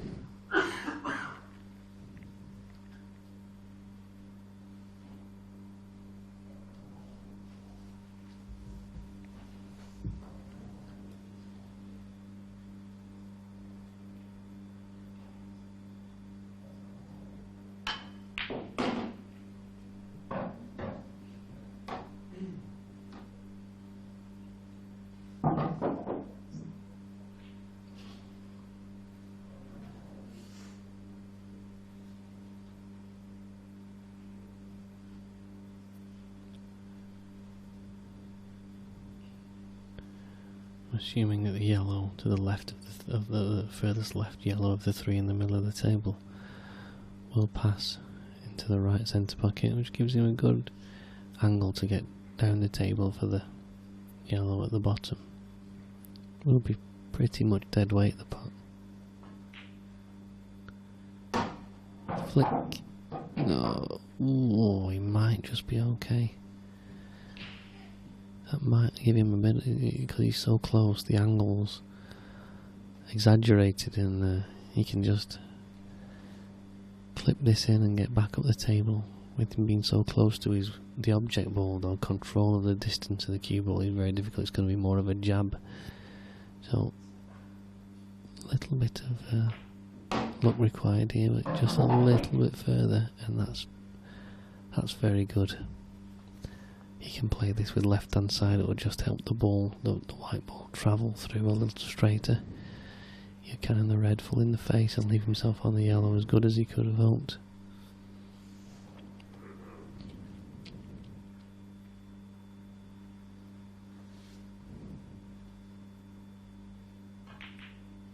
You can see the white ball spinning with the left hand side that I talked about, but he's played it at such a pace that the red's come back up, and now his angle for getting on the black is difficult.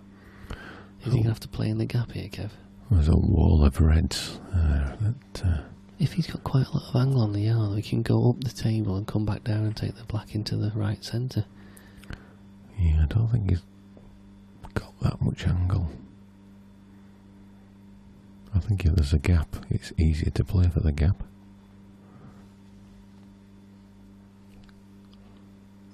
You can just see there is a nice little gap between those two reds. It is a little gap, especially on an angle, Kev. This is delicate, isn't it? Yeah. But you know, the white's close to the ball he's potting. He's not. He's in full control of the shot.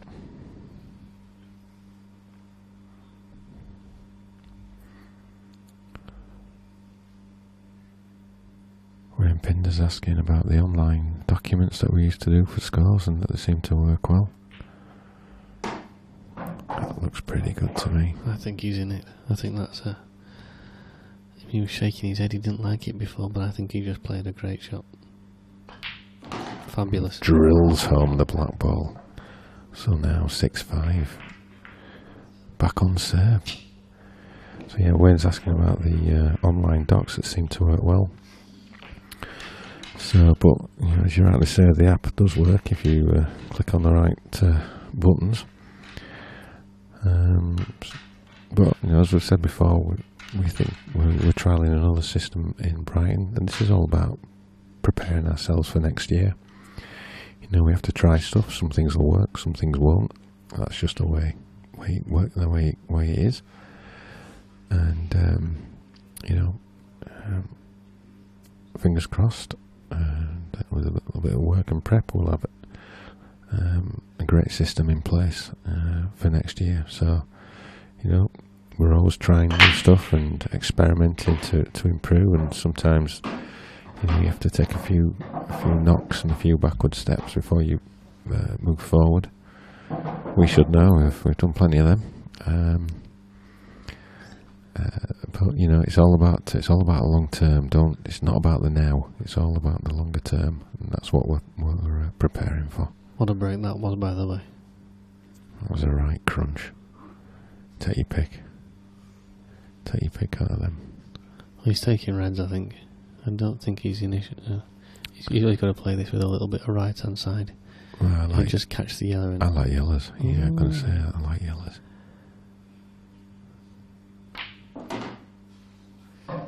It's okay. Yellow top left. I only think he had one pot to play. Can see quite clearly there from that great camera angle that he's on it. Great shot there.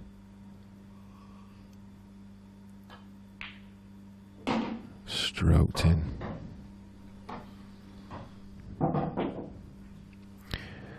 you can see he's hitting the ball a lot better than he was 3 or 4 frames ago.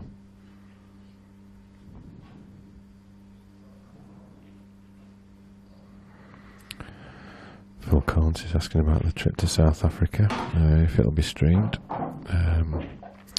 Yep, all the details are now in place. We're flying out on the Wednesday night from Heathrow. Arrived Thursday morning, and as I understand it, the Friday and Saturday nights will be streamed. The final of the pro event and the team event. Now there is going to be 2 team events. One will be against the top 5 from their Blackball Premier League, which should be a cracking match. I've already seen a bit of chatter on their social media about it. Those South Africans think they're gonna win. So that's going to be great. And then there's also another team match. The IPA against the sponsor of the event. They're going to handpick a team as well to challenge the might of the IPA. And then there will be an opening event. I'm not certain if that's streamed yet, but I suspect it probably will be. So yeah, everything's in place for that. And like I say, we fly out on the 31st of August. And we'll be promoting that and all the details probably in the next couple of weeks as we get a little bit closer to it. So that's going to be an interesting experience for the IPA guys. I'll play John McAllister, so the 4 professionals: Craig Marsh, Mark Farnsworth, Jack Whelan, and Harry Irwin. And the amateur qualifier was Chris Boron. So those 5 and myself will be representing the IPA. I'm there purely as an administrator, of course. Good in the team. Not as a player. And, hopefully it's going to be great. And I really do hope the IPA team win for Kev. Oh, those South African boys think it's easy. They're only playing the Pro number 1, 2015 World Champion. Tour winner from this weekend, and Harry Irwin, who got beaten the quarters or the semis this week, who's he's in great form. Good smash from Craig there, has left himself an opportunity on yellows, just 1 ball to develop, Kev. Yeah. Either set are okay. If the red passes, if you can get to the potting angle on the red to the right centre, reds are your choice, are they? I've just got a feeling it'll go for yellows.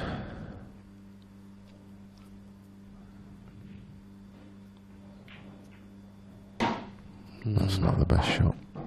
He's concentrated that much on getting the right angle to top this through and nudge into those 2 balls. Got it this sweet. Yeah, it's not come out. Work to do. And not forgetting, of course, amateur qualifier Chris Boron, one of the best amateurs in the country without a doubt. Professional standard player without a doubt, who makes up the 5th member of the team. So it's going to be a tough trip for him, to be fair. 10-hour flight, and we get there early Thursday morning, then we're coming back. Oh, great shot. He's lost the white. A little kiss on that would have been nice. Oh, yeah. Another double here, Kev, do you think? Well, otherwise he's losing the white.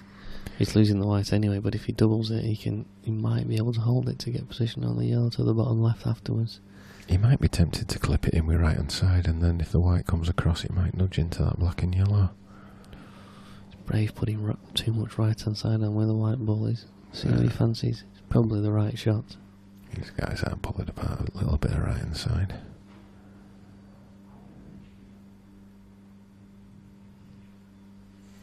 Either way, he's got a tough shot. I think he's doubling. No, he's not got that. Slid off the cushion. You get very difficult to play doubles at that pace.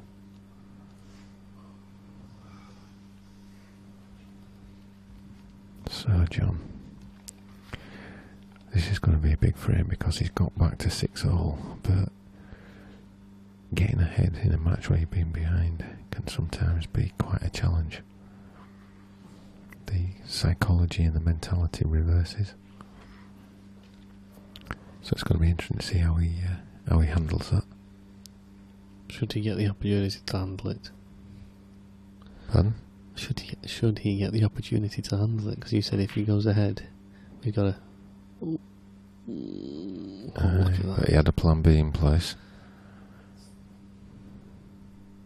So that was a well-controlled shot, to be fair. Craig just trying to see where he can hit on the cushion.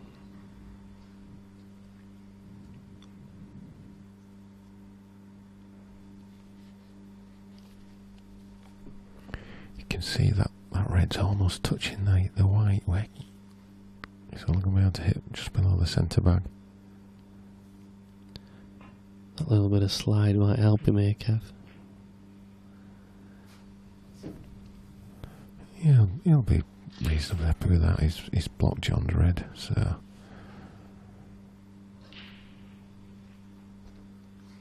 John may well pot this red and look for a safety where those two reds are at the top.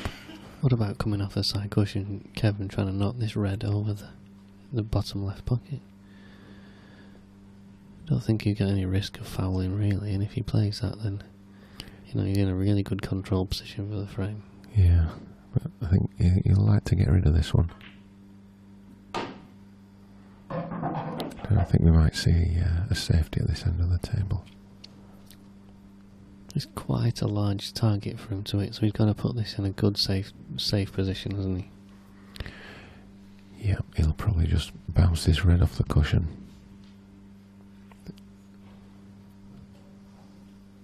Try and get him behind that red. It's a clever shot. Don't want to overcomplicate things though. He'd rather it just go in the jaws. Yeah, it's a good shot. Good thinking there. So he can use that ball if he gets the opportunity to pot and try and develop his bad yellow. But would expect Craig to pot this. To hit it, sorry. Pot it. That's a superb shot.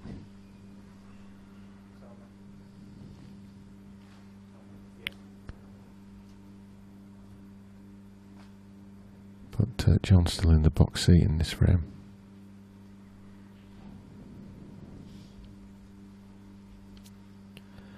This can get a bit touchy-feely here.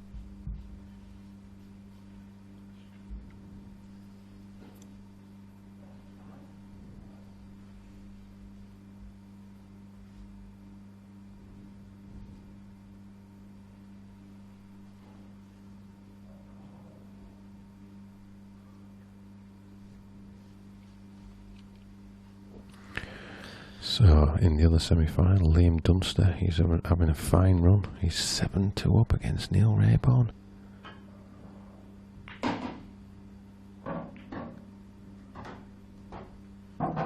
Is this going to be his breakthrough event? Already accounted for Rona McCarthy. And Clint Ianson. Oh, he's on a run then. Yep.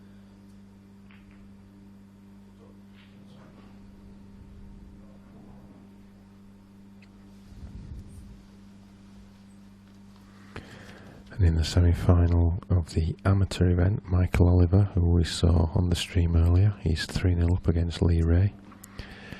And the other semi-final, Jonathan Bushnell, is 1-0 up against Mark Fleming. And a foul stroke from Craig will no doubt give ball in hand to John, who will be looking to take this opportunity to open up all the balls if he can just I think he's got a good opportunity here to take the ball in hand and plant the two reds. Oh, well, he's not fancying that. I think plant the two reds down onto this yellow ball. It'll open up the black and the other red.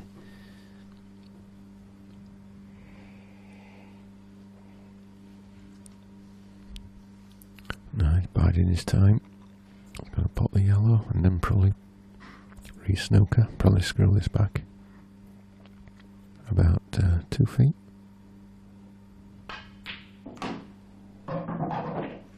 Okay, 18-inch then. I can see Kev chooses these shots. This is the Kev can call these shots. I just can't play him. That's exactly what he would choose to do. Yeah. So John now just needs to draw one foul from Craig, and then he's got the opportunity to go for game. Do you think John's playing this way because he can sense a bit of frustration in Craig? Or do you think this is just the way he plays? He just wants to make sure because he knows it's such a big frame. I think it's just the way the frame's developed. I think if he'd have had a reasonable opportunity, he'd have gone. But he's in the box seat in the frame, so it is getting to that business end. So there's no point risking anything when he's in control. It's up to Craig now to pull something out of the hat.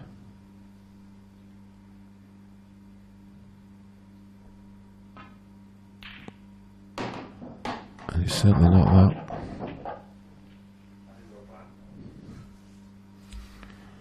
Craig said 3-ball plant.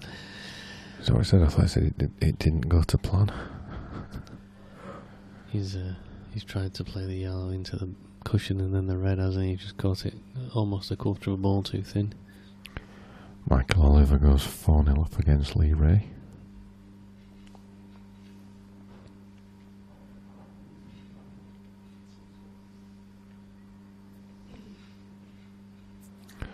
So looking at the current scores, I think it's fair to say that oh, look at that. That always happens when you don't want it to. I think if the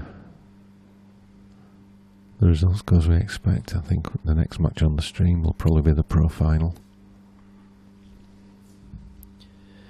Jamie Simpson just commenting, I think it was on the Dunster conversation we had a minute ago, saying that he's had an incredible run. Thinks he's beaten Farnsworth 8-2, Ronan 8-4, Clint 8-6. Yeah, beat Farnsworth as well, didn't he? Yeah, first up this morning. And Wardy 8-2. Well, if you're going to give a run of death to people, that's about it, isn't it? I mean, that's a draw and a half, is that? Great performance. Superb performance. He's going to have eyes like mine when he gets in here. He's going to be absolutely shattered. So, what's he got? Can he squeeze a bit of angle? Punch this across. Where's the white? Oh, straight in the pocket. Now then, it's imperative that Marshy gives this finish every ounce of his concentration, because he might only have 3 balls left. But those 2 reds are playing a part and making things awkward.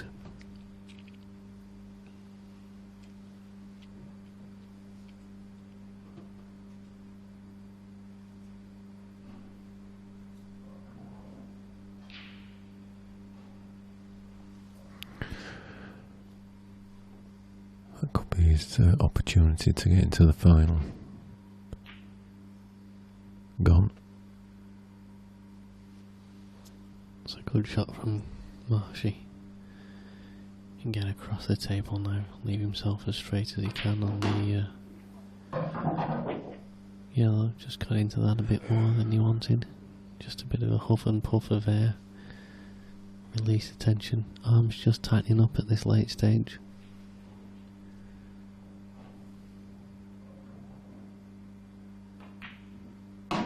You know, we've been saying how tight these pockets have played, and that rattled.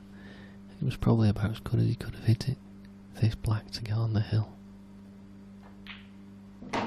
Well done, Craig. Well, Craig's got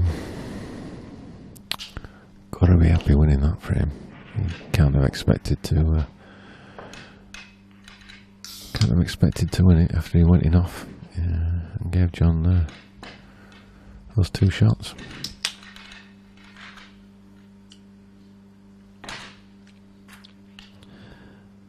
Question in the IPA Facebook page, Kev, from an anonymous user. It says, can you make sure that Dan is commentating in South Africa?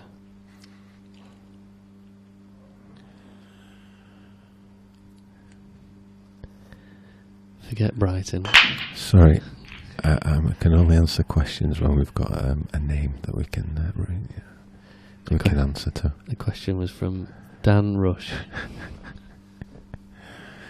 Dan, if you want to come to South Africa, you can do. You got some but good I'm link not for the paying flight. for you. Yeah. Fair enough. The kitty doesn't stretch that far. No.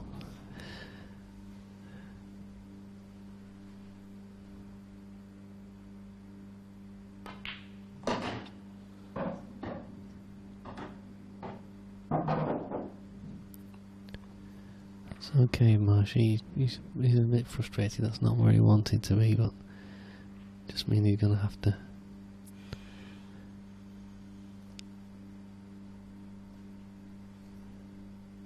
change the way he thinks about getting on this, getting out this awkward yellow behind the pack of 3 reds at the bottom of your screen.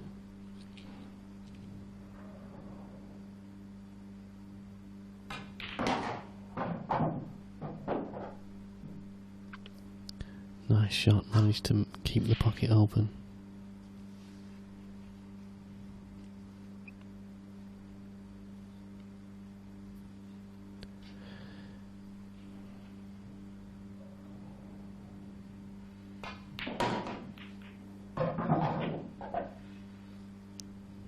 And making huffy puffy noises, but that's not too bad.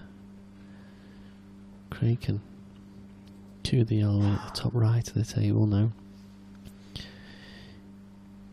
He will have an angle. Yeah, he can get there. It's not easy, but it's still the finish is still on. Doesn't need to become too exasperated just yet. It's a long and winding tunnel, but it's still a bit of light at the end of it. Yep, this to get into his second final of the weekend.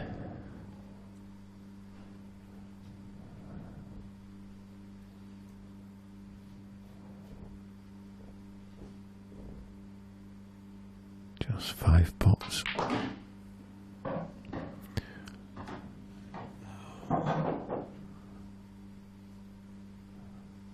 He's got the wrong angle.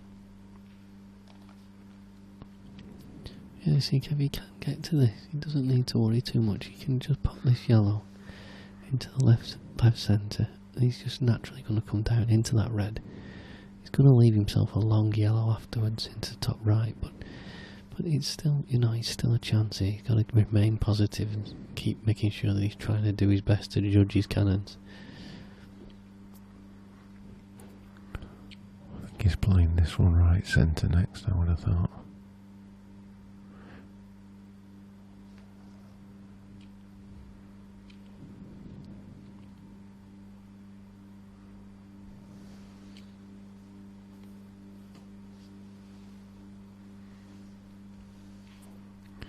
If it does go to the decider, Craig will be breaking.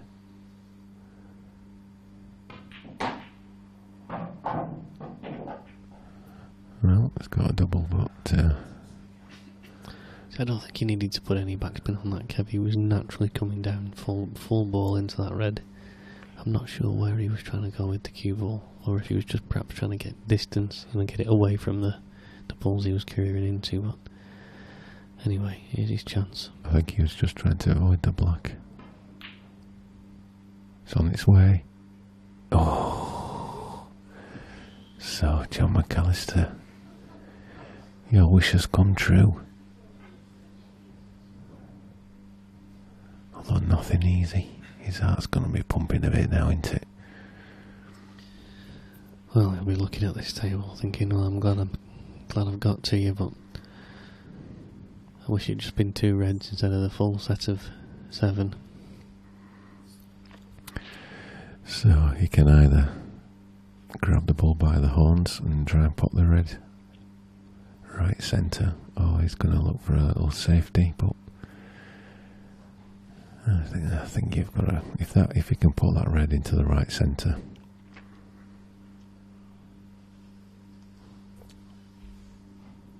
he's going to look hard with all the pressure that's thoughts going through his head. Doesn't like it, Kev. Yep, safety.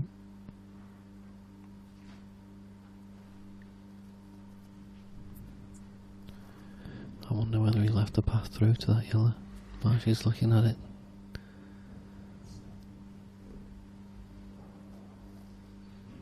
Not what you call a gimme, this one, Kev, is it? Queuing off a rail with the ball just above the middle bag. And you need position.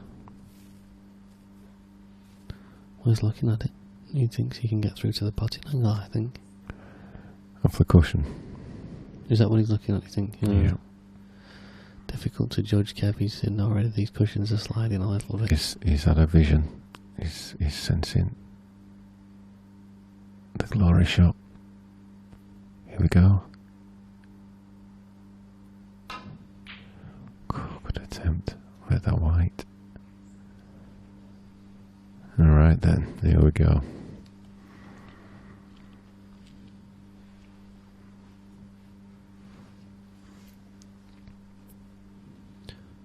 You'd have definitely got these about 10-15 minutes ago. See how he's feeling. The key shot's the one down the rail, isn't it, Kev? I mean, they've been playing quite tight these pockets, so he's, when you're trying to pot a ball down a rail, even though he's only got to drop it in, you know, the focus that he's going to apply to that shot. Well, that's the beauty. He just has to drop it in. He doesn't have to do anything spectacular. He can even just drop it in and leave the white behind the red, just in case. Nice screen back for the yellow, red into the same bag.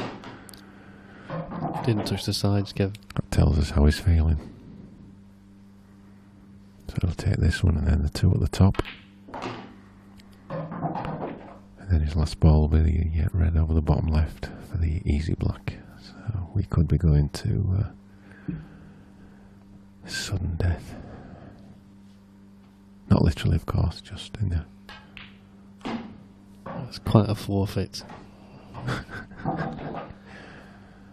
We've not got to that stage just yet.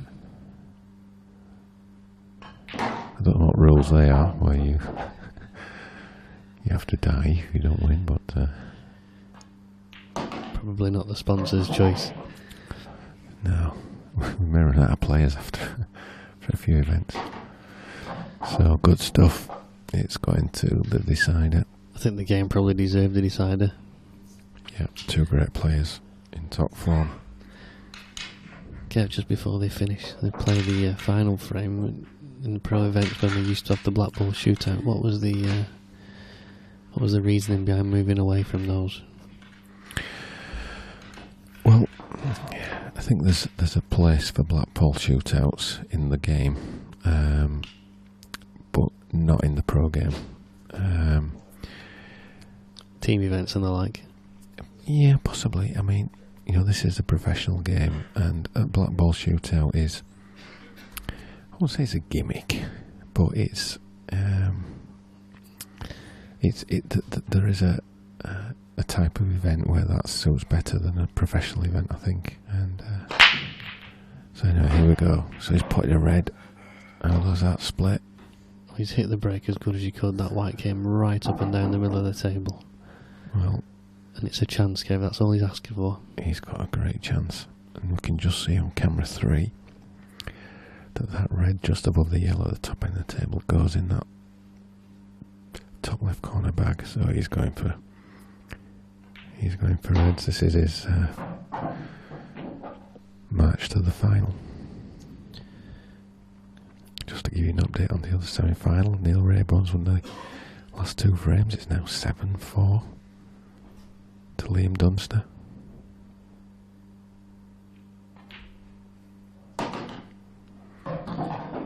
Marshy has to apply himself completely to this finish. There can be no lapses in concentration here. He does not want to let John back to the table. John shaking his head, he can't believe the break. He knows he's not going to get a shot. Fears he's not going to get a shot.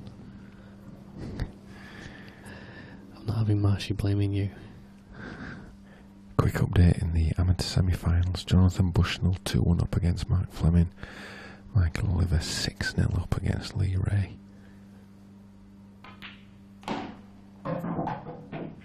Now, has he left a bit too much angle on that one? No, Kev, he can drop it in and he can look on the third, on the corner camera. We should be able to see that he can drop this in and still be on that. He's missed it. He's missed it. He was up on the shot straight away. Well, I would have expected that. John McAllister's heart must have just got up 50 beats per minute.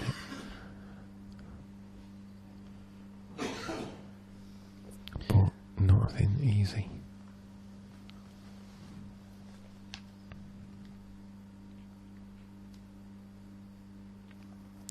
Did you expect anything less than drama in this final frame? A breaking dish just wouldn't have done in the circumstance. John wanting to give himself a good opportunity to get back in this frame, because I'd still say that Craig is a favourite. Yeah. See, I think Craig had just left himself a little bit too much angle on that previous shot, and he tried to pinch a little bit of the pocket. Not that it was a difficult enough. He tried to pinch a bit of the pocket with Dragon Side.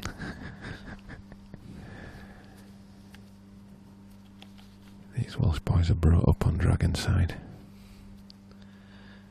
What's he going to do?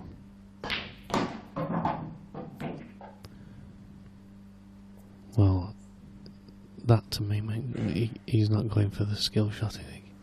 He can't play the skill shot where that white is now. Well, he won't risk it. No, he's got to play containing safety. I think he could just... I think all he can do is just tap onto this yellow that's on the top cushion. But Kev, I mean, we were talking before about finger marks. It's a table that's only just been laid in the last couple of days, let's be honest about it. It's not easy to create a perfectly flat table, and as good as it is in this scenario, with nervous cueing, tight arm, it's not easy. He's gone for the skill shot, I can't believe it. Oh, great shot, John McAllister. Marshy tapping, banging his cue on the floor in appreciation. Wow, what a shot that was. Enormous. That was no two ways about it. That was loss of match if he didn't get that. Yep. That was his competition on the line there. But it's still not easy. He's still got 5 difficult pots.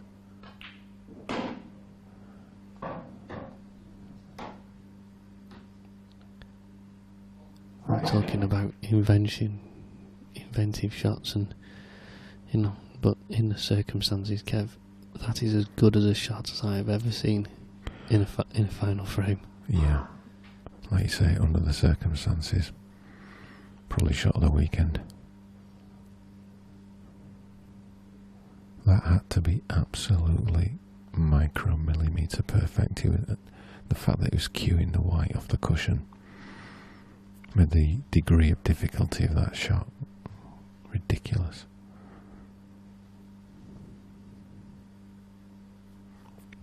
as we said, he's still got a lot of work to do.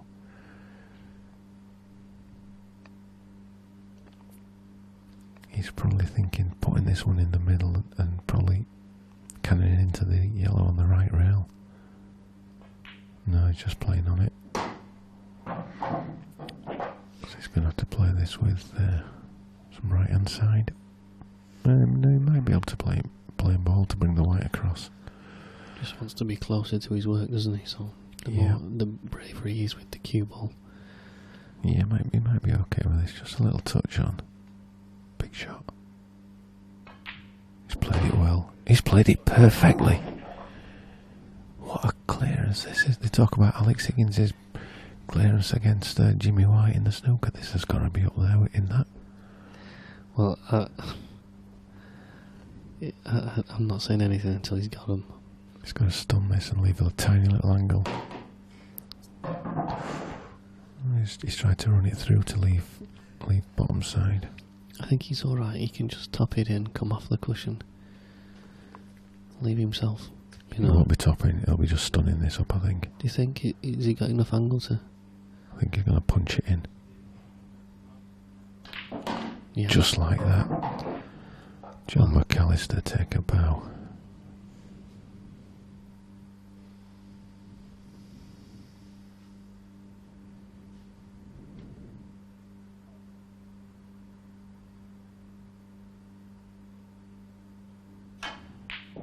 Oh. And it's there. Well, Kev. And Craig Marsh, as appreciative, he knows how good that clearance was. That was absolute top draw. That was phenomenal clearance. John McAllister, you've just gone up another level. Yeah. Kev, can you believe that finish he's taken off?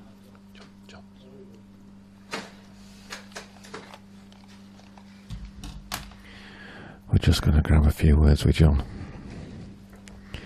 John, that was, I have to take my hat off to you there. That was probably the greatest clearance I think I've ever seen in a deciding frame. How are you feeling right now? Static. Yeah, it was a really good finish, obviously. At one point I didn't think I was getting a shot, to be honest. Obviously, monster break. Probably just a little careless, really. The last shot from our shoot. Yeah, it's obviously, I don't mind those skill shots, to be honest, but being on the cushion, obviously, I didn't really fancy it in the end. But it was a must get, really. Obviously, if I get it, I'm still not favourite. I've still got to take over the finish, but it was one of them. Because I was forced into it, maybe that's why I got it more. Yeah, you had around four or five balls on the rail, as well as the. I mean, that skill shot was incredibly difficult under the circumstances. Obviously, you didn't get it. It's loss of match. Did that thought go through your mind? Yeah, definitely. It was one of them. Because I knew I had to get it, maybe that's why I got it. It was one of them. I was forced into it. Yeah, I tried to get on it a bit perfect. Obviously, if I'm off the cushion, it's a lot easier. But it was the same shot. In fairness, really. Is that a shot that you practice, or when you're on the table in the club? Do you practice those sort of things? A little bit, to be honest. Yeah, it's just I've always got on with that skill shot. To be honest, if I'm behind it and if it's relatively over the bag, I'll normally fancy myself to get it. Instead of trying to probably get round the back of it and play it in another corner, I'd probably leave the skill shot if it's possible. But yeah, I do practice them now and then. It's obviously a shot that comes in handy in these rules. Yeah, obviously, yeah. I mean, it was a great match. 8-7 was a fitting scoreline, and Craig, really sportsmanlike, and yeah, definitely. Just wishing you all the he's a best. Gentleman off the table, no doubt about that. Everyone will say that. So you're in, the last few months you've been in some great form. You've been knocking on the door. Yeah. You got to the semis yesterday in the Open. Yeah. Now you've one step further, and you're obviously one match away from arguably, if I can get that word out, your biggest title today. What would it mean to you to win an IPA event? Well, it's what everyone wants to do on the tour. That's why we join the tour and become professional as well. Winning one of these events with the amount of players and the standard of the players, it's what you can only dream of, to be honest. But so I'm just going to give you an update on the other semi-final. It was 7-4 to Liam. It's now 7-5. It was 7-2 at one point. Okay. So it's now 7-5. So any preferences on who to play? No, well, obviously me and Leon, we've played a few times, international level, Europeans and Worlds and that. And obviously we played each other on the tour as well because we joined at the same time.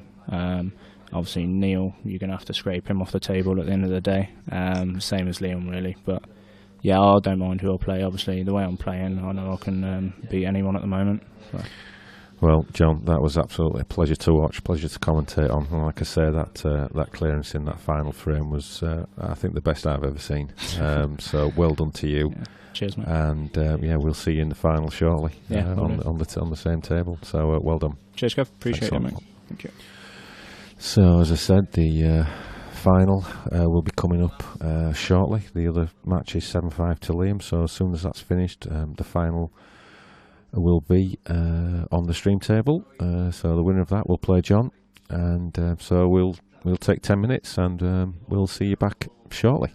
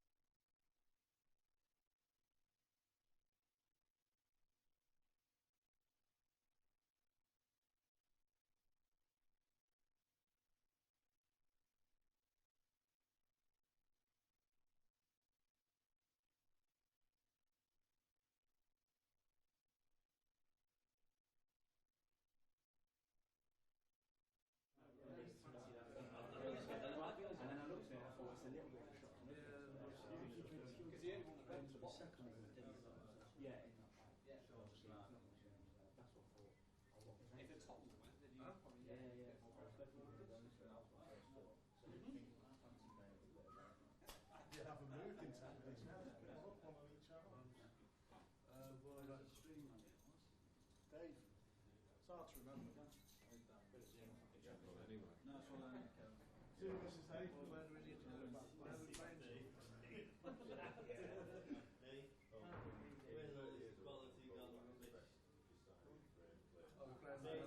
Davies, Mr. James. If you can, if you can,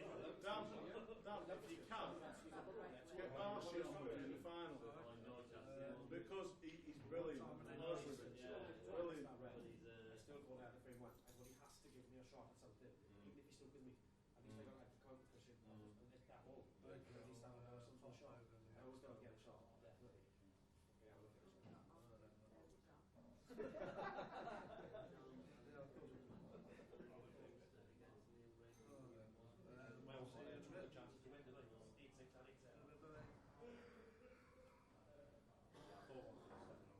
That break's huge. But the one in the corner, I tried to stop dead. I tried to land straight on him, straight back, and I landed like just off. I couldn't use the cushion. Yeah, I couldn't use the cushion to get up there. I just had to like plop it in and just play that drag that long on it. I still thought the drag shot was in. But good weekend this one. I had about 400 footballers now.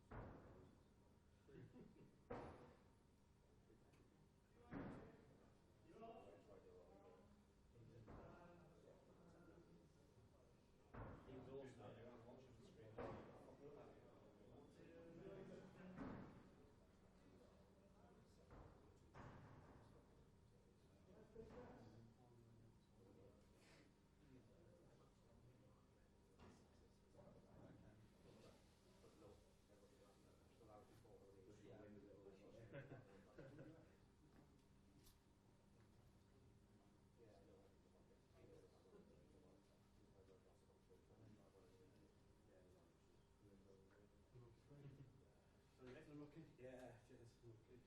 All the best in the final.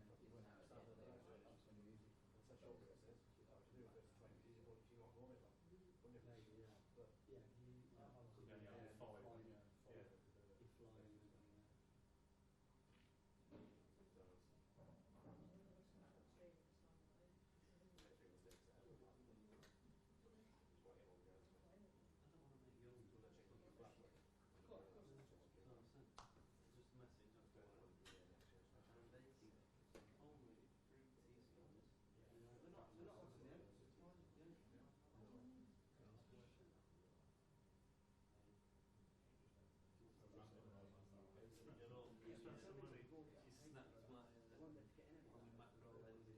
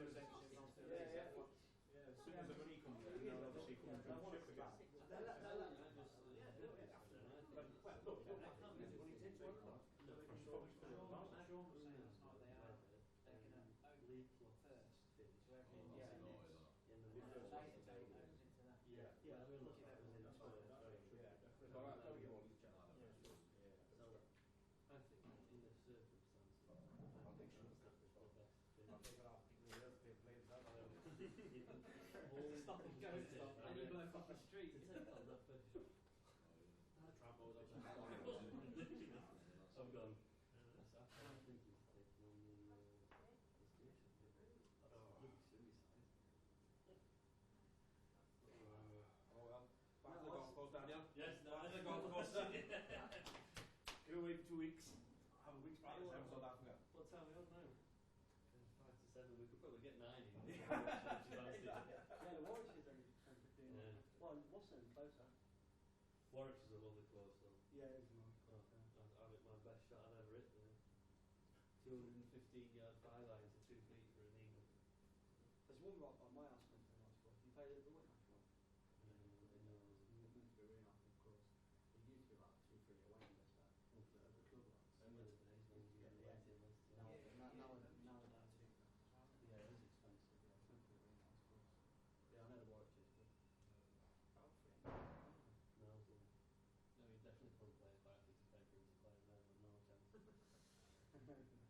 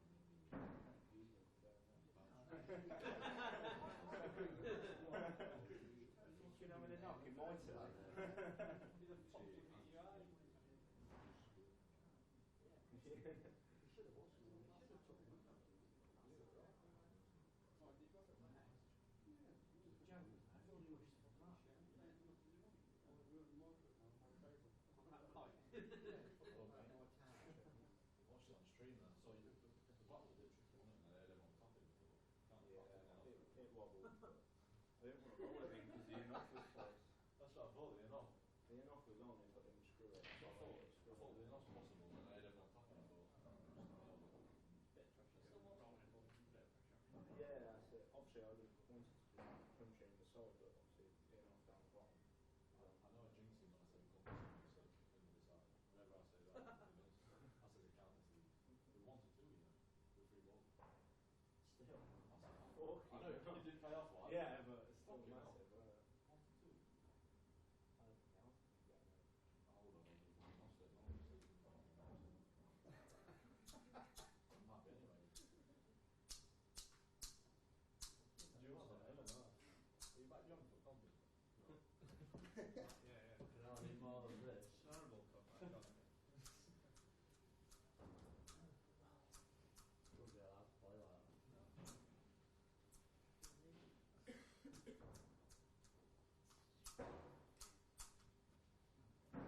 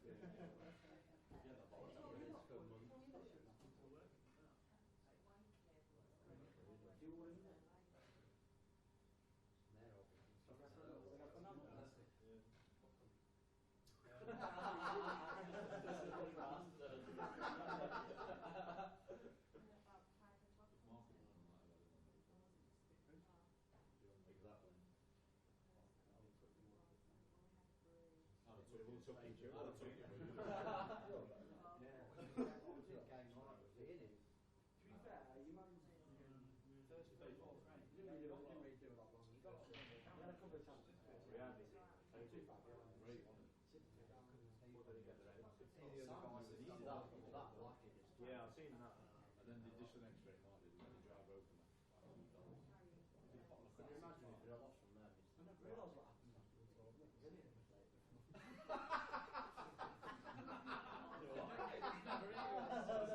I've never heard this, like. Have you ever seen the tail being taken down? I think it's first or second Sunday on there. I've seen the tail being taken down. That's only because it didn't start from today. Take a picture. Put it on your status, I'm still here. So this is what happens on a Sunday.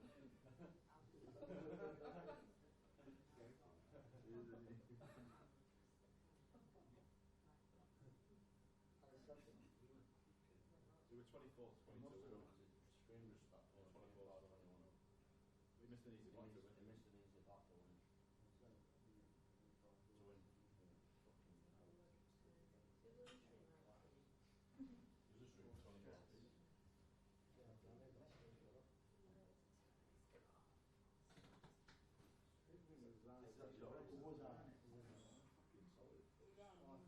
If I put it middle of the back, there's a bit of lead. If I go on the left as well, that's still. What, you got that? He's got them. He just punched the shot. Yeah, I missed the shot before as well. That was a good shot. Punching the still shit out. Nah, the other one was a piece of piss. We've got it. We've been I tried to fucking get down, didn't I?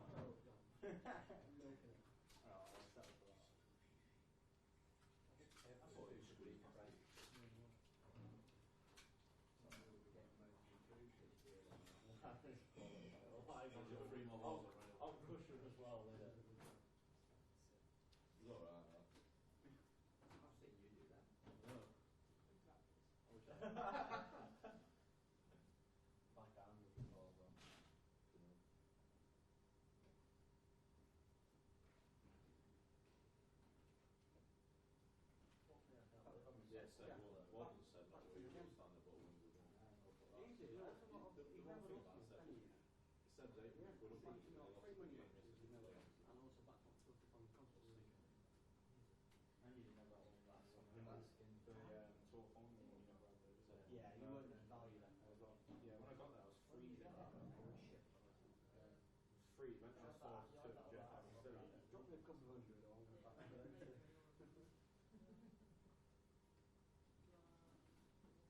700? Yeah. He didn't play well. Shocking standard, did he? Skin that thing was awful. Really bad. You were he was good. No, I got told he was. I got told he beat Still at the scratch. He's like Reggie Gibbs coming on the tour. Just been there, yeah. Reggie getting around here. Come on, mate. Weird old game. The problem is with him though, he won't stop. Like me and Ben, like, as soon as we're out, we clear off, like when I'm the gumball out. I just stood there smiling about the skill shot still. We're gone with that. John, I bet you're glad about that, aren't you? After yesterday. Yeah, oh, mate. I just can't understand yesterday, and I was sad nervous. No, you're still on the Yeah, I was relaxed off. I said to a few people on here when they were in, I think you were in semis, not in semis, in quarters. They were like Yokel and Marshy, and Orton and Ariel, and like such as Sen and Clinton and Marshy, were all winners. So Yeah, I don't know if it helps, obviously, I waited like 2.5 hours.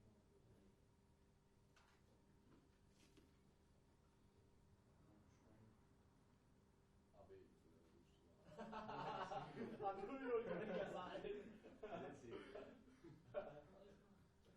7-6.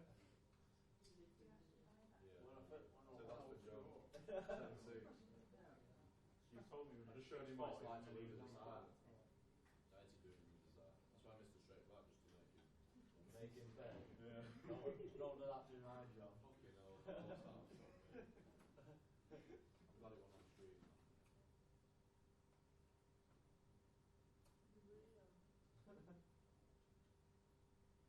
To be fair, it don't look very good, does it? But it seems to get on that ball. It don't look shapes like football. It don't look too. It doesn't look so stupid.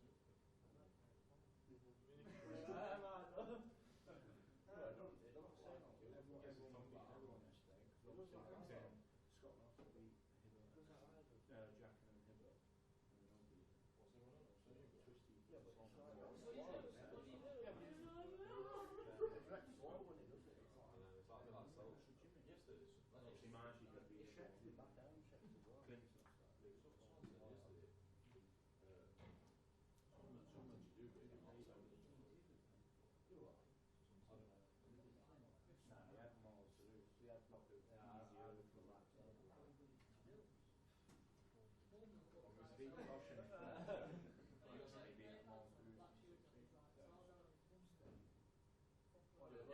Paul was like, did it? Case, he's like, isn't he? Look at that, it's like stupid. Slides on. That more to beat, yeah. I'm going to get a drink, mate, I don't fancy it.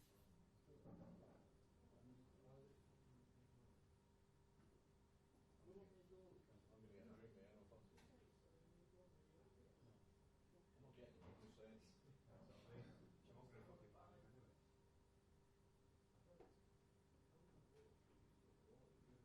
Oh, what a surprise. Right? That means Jack Daniels. Can't get him in. Them 2 words, 3 words forward. Can't get that in. Don't do it again. Every time you hear that. I'm not joking. No, I've run out of look and we've got each of us here. I never know we'll get anyone in. Remember the week when it was just me and you? Remember when it was just me and you? Jack, do you actually remember when it was just me and you? I bought every single round and paid for the taxi. Yeah. Oh, my I can remember it because we dropped the bird off on the way.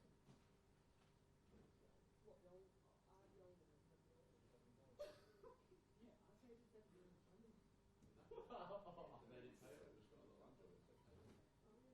What, you'll get there and The right piece on it. We're area in Jack. Well, I'm not surprised. There's no hairs on it. You almost whacked it. What? You do what?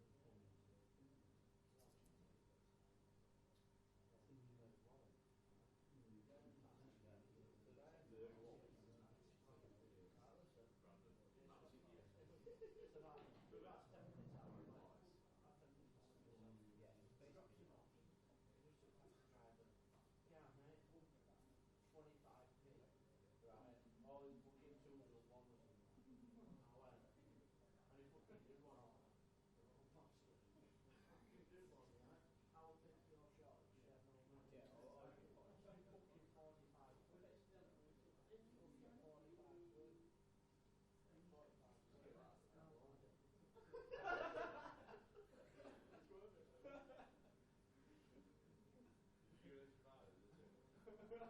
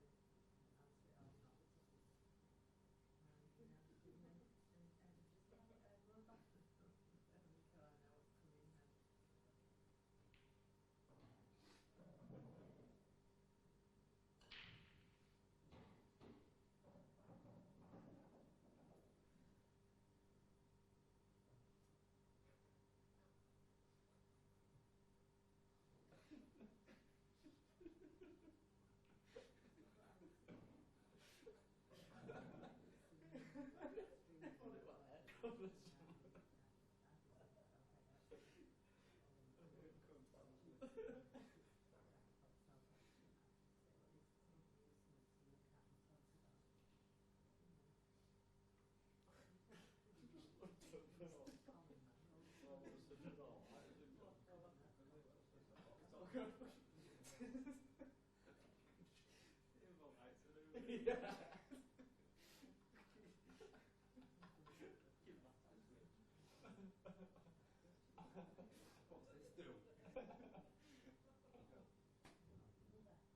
No, not press the red button.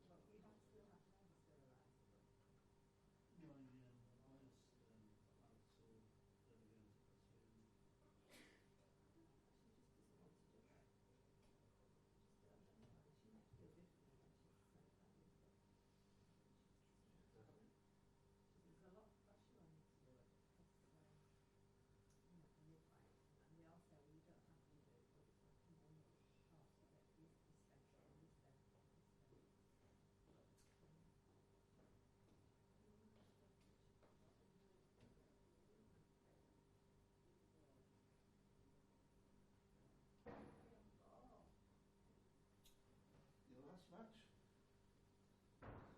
We were fearful we might get a amateur final. No, it's going to go on the same time. But there's still, the semi-final's still being played at that, so we put it on out there. Be about 5 minutes. I'll get Louis to sort the table out. Can you alter those, or have I got to do it? What's that? The names? As well as enabled, I can do it here, yeah. Okay. Yeah. I've been doing it all weekend. The one time Scott got and said, can you click the button? So I clicked the button.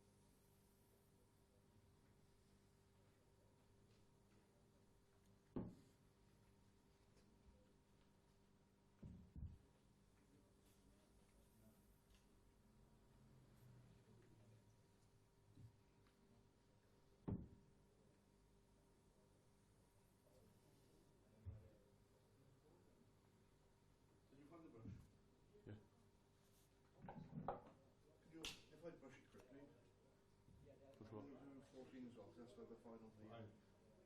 Yeah, I'm in it as well. Oh, right. That's the final of the MG game. What number? 14? Yeah, 14. Yeah,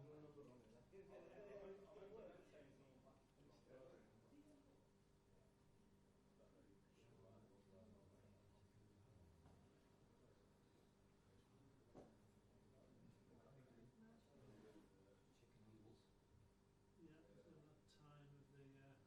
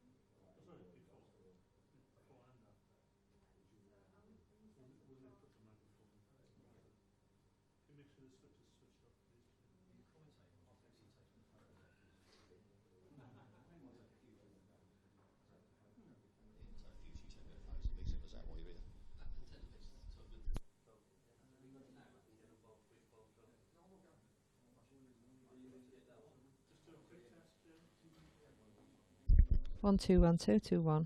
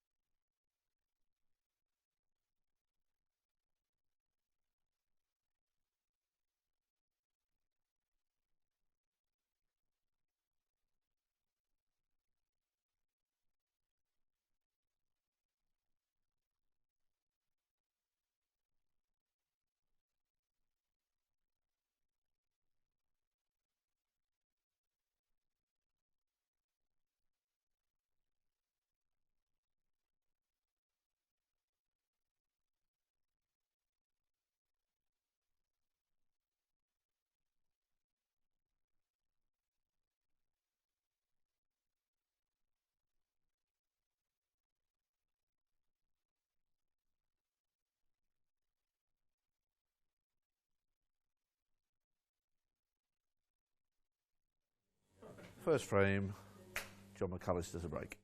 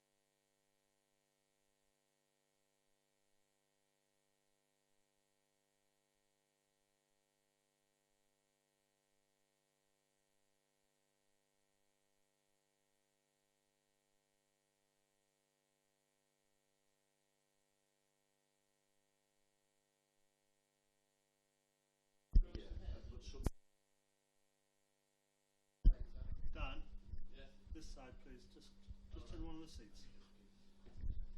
We're ready to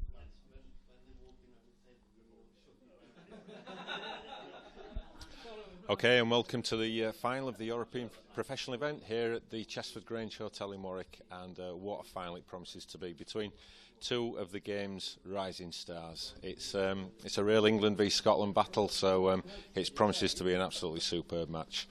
So our first finalist, after a thrilling 8-7 victory over Craig Marsh, is England's John McAllister.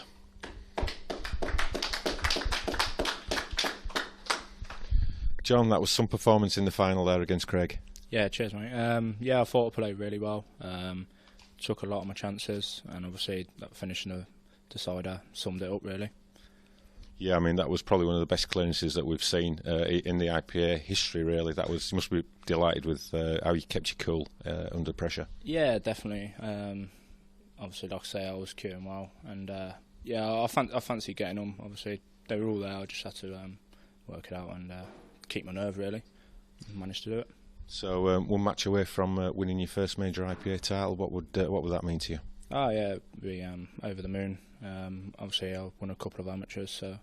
But obviously this will be a big one with the standard of players there is. Mean a lot, definitely. Okay, John will play well in the final. Well played. John McAllister. And his opponent from Scotland, who's beaten the who's who of pool over the past 24 hours, it's Scotland's Liam Dunster. Liam, you've not had an easy draw, have you? No, it doesn't get much tougher than I got. What was it, Farnsworth first, then it went Clint, then Ronan, and then Neil, so it doesn't get much tougher than that. So first major final, you know, your form is absolutely red hot. What do you put that down to? Just practice, it's finally beginning to pay off. I don't think I've had much running in these tournaments, but this is the first one where I feel like the balls have kind of went my way. So. Well, a tough battle against Neil in the semi. You must have been delighted to get over the line in that one. He's starting to get a bit twitchy at the end. Yeah, 7-2 up, and then had a chance to beat him 8-2, but didn't happen. Went 7-3. I think he's dished a couple, make it 7-5. And it went a bit of a tactical frame. End up on top of that. Yeah, but you came to do so. You're in the final against John, expecting a tough match. Yeah, it's always going to be a tough match against John. can't remember the last time I played on, but I'm sure it was good. Okay, well, best of luck in the final, Liam. Liam Dunster, everyone. So let's get the man in the middle. It's going to be Mel Harley.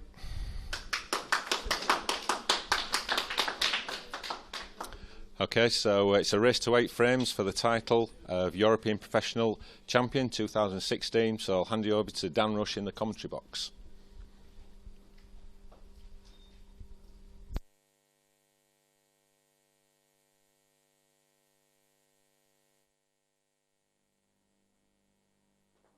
Well, thank you, Kevin.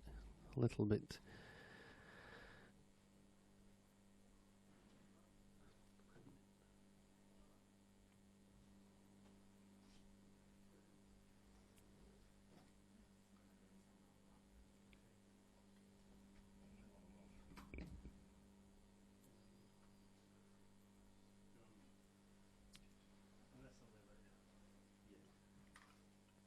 So the players will lag off and get us underway in this professional final.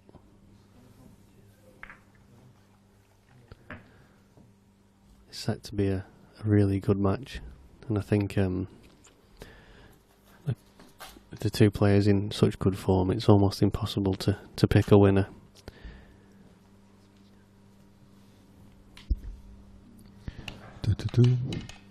Why do you always sing? You are coming through.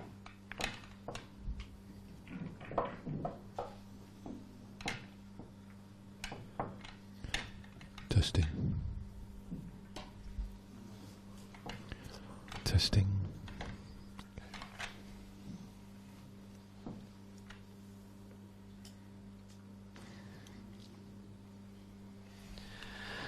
Kev just looking at me blankly saying he can't hear himself through the earphones. It's because they're not plugged in, Kev. Is that what that ends for? Incredible. You just First frame, John McAllister to break. Time running. As we've seen, John has won the lag and taken the opportunity to get us underway in this first frame in this fantastic final. I mean, it's it's just great to see two new faces in the final. They've come through, some titanic battles. I mean, Liam Dunster's beat Mark Farnsworth, Clint Janssen, Neil Rayborn, Simon Ward. I mean, he's on a mission, beating those sort of people. And yet, I mean, John, again, it will be his first major victory on the IPA tour, but he's a man in form, isn't he, Kev? Well, he is, and he's been on form for quite some time. And Liam's threatened. He's had some good individual victories, but never put 3 or 4 together. But he has this weekend, that's for sure. We all know how good he is, and massively followed in Scotland. This is just going to be so hard to predict, but John's in great form, as you said. But one of these guys is going to win their first professional title, and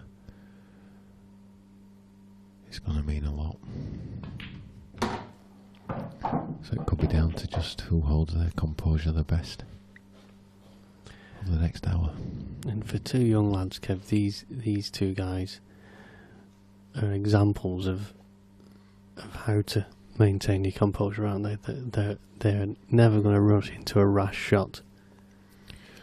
Well, I think they're two fine examples of what hard work, what pays off if you put the hard work in. They've put the practice in, they've put the hours in, and now they're reaping the benefits of all that effort. And it just shows that whoever you are, if you put the hours in, you get a little bit of rub of the green. Everyone needs a little bit of rub, but you get that. Then you can be in a final like these two are.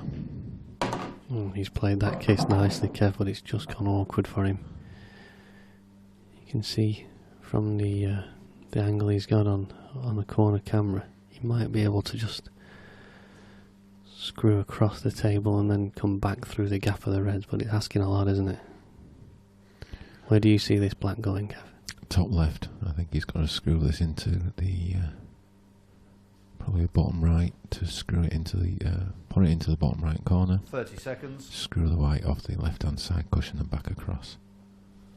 I'm assuming that black doesn't go into the bottom right corner. Can't see any other way that can get on it.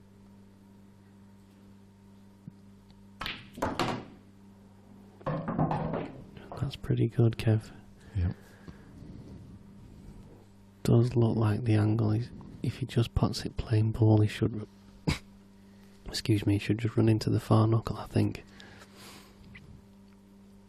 I think he's going to pump this in. I don't think there's any rolling in. Just like that. Fantastic Brilliant shot, John McAllister. Frame. And that's the kind of form he's in. Fearless. And if you were privileged to watch his clearance in his semi-final against Craig Marsh in the deciding frame, you just know exactly what great form he's in.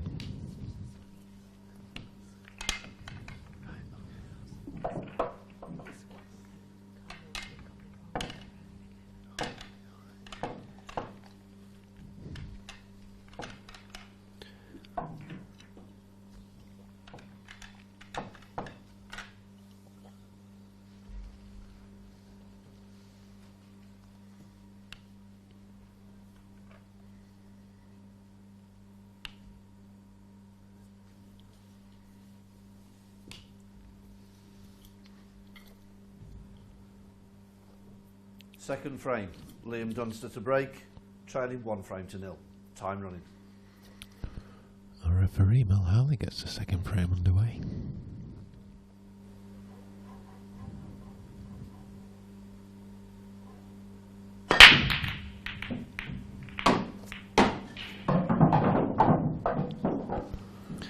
That's a big old bash that was, Kev. Got through the ball well. It was for a little lad.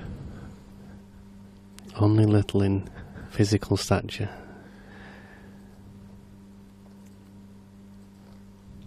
Yeah, got to be pleased with that. I remember I was about the same size, probably at Liam's age. We weren't dissimilar in our builds, and just because he's slim doesn't mean he can't get that arm through the ball. Do you think the shot clock is going to have an impact on this match? Because obviously Liam's he's not the quickest around the table. I think that's fair to say. And neither is John, but I don't think so. I mean, I think the IPA's what's the word I'm looking for? Ruling regarding the tap break has kind of helped Liam really develop 30 seconds. As an attacking player, and that's. He's obviously shown what his abilities, what he's capable of. Even in what used to be his natural game was far more defensive. In that gap, if he can. Just think he's pulled up shy, but he's okay.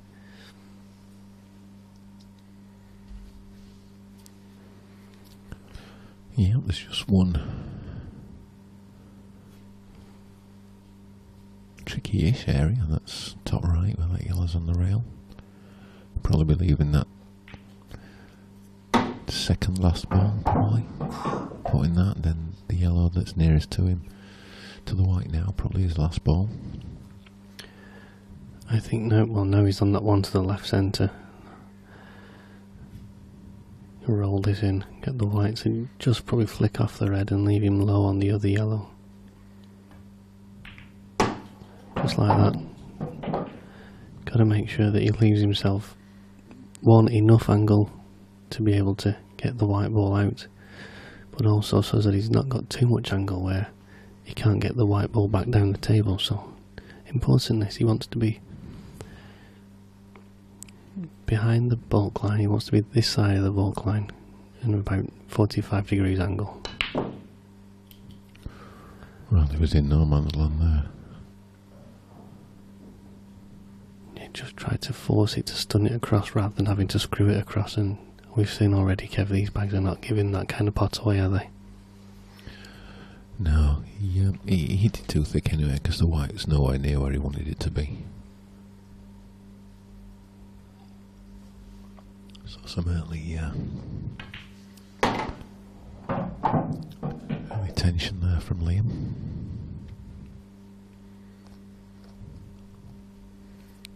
I'm sure there's a lot of followers of his from north of the border tuning in.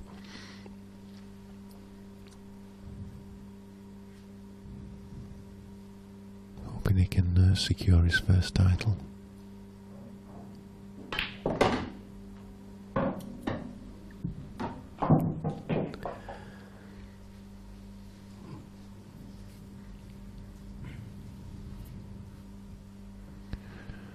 I wonder if he's tempted to put the higher one of those 3 balls and spin the white round off 2 or 3 cushions to try and move that red. I would say it's a bit thin for that at the minute, but with a bit of right hand side, I think he could. 30 seconds. No.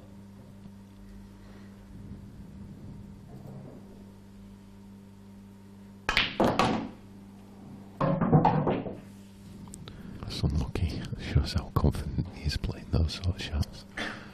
now he's got a good chance though to screw back and leave himself the perfect angle. Even if he doesn't get on it, he can always try the double. Can he screw straight into it? I think he might. No, it's all full there. He's left himself the double. I think he likes a double, does John?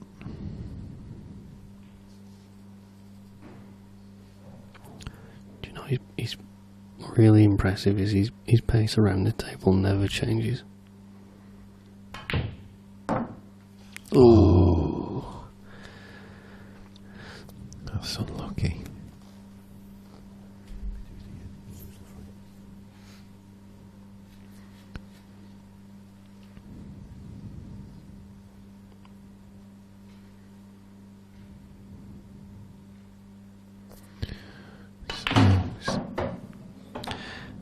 Just a point there, Kev. I just noticed that Mel had a word with John about something. I don't know if you saw. Did John tap the table when he missed it? Did he? I think he may have said something that he shouldn't have done. Right, okay. I didn't pick anything up, but obviously Mel did.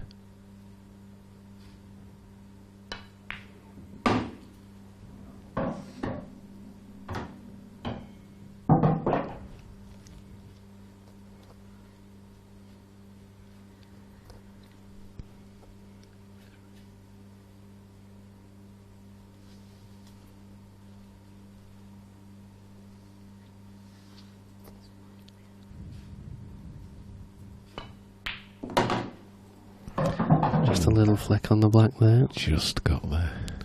And Liam looks set to make this one each in this final.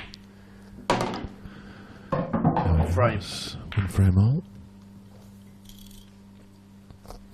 John will be feeling a little bit aggrieved there, I think, at that little spit out, although it wasn't. Yeah, I don't. Normal spit out, was it? No, it wasn't. It wasn't what they often referred to as a Cadbury's parrot. It was a. It's gone round the angle of the pocket, so he's not got it in the middle of the bag.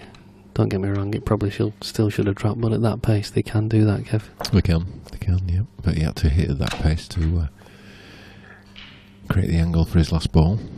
So one frame all. That'll certainly settle Liam John down. McAllister to break. One frame all. Show some little signs of nerves in that frame, understandably so. But he'll start to feel as if he's in the final now that he's got a frame on the board.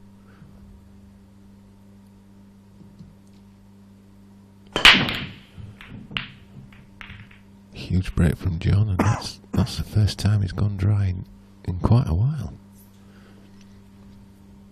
I think he potted from pretty much all of his breaks against Craig.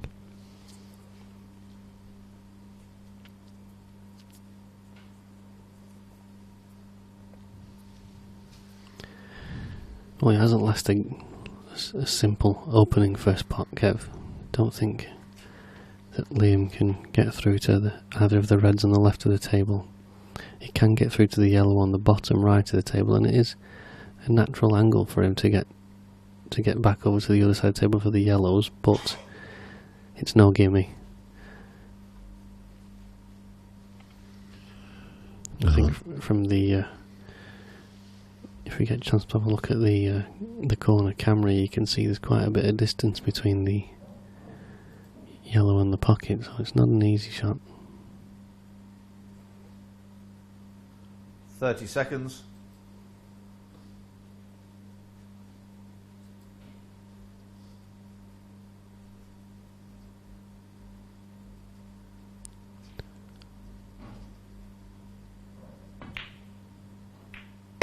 He's played a plant, and he's played it very well, and that opens the frame up for him.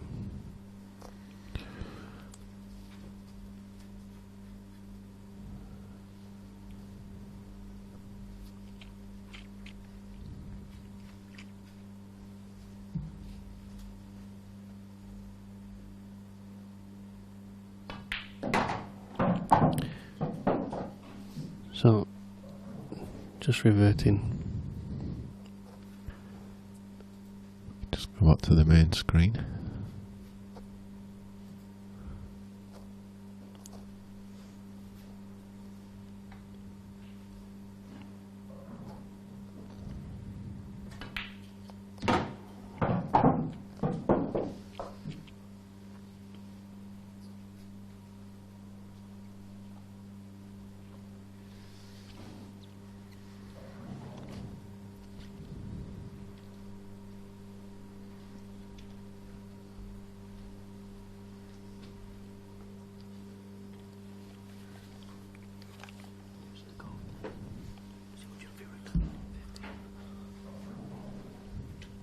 Thirty seconds.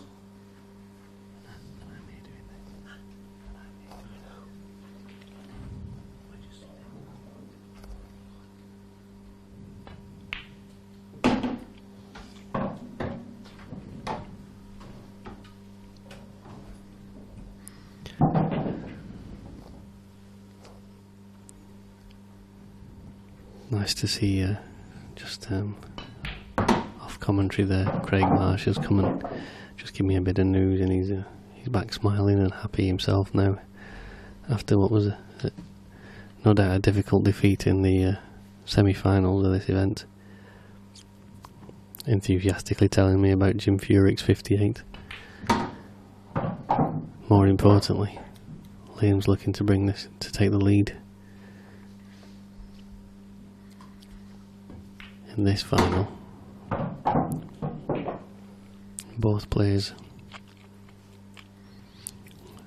settled there, Kev. Yeah, that's much more assured clearance there from Liam. He's now feeling great about this match now. Just to give you an update, the final of the amateur is currently underway as well. Unfortunately, we're not going to be able to bring you that on the stream, but that's being played now between Jonathan Bushnell and Michael Oliver, and it's currently one frame all. So we'll keep you updated with that one.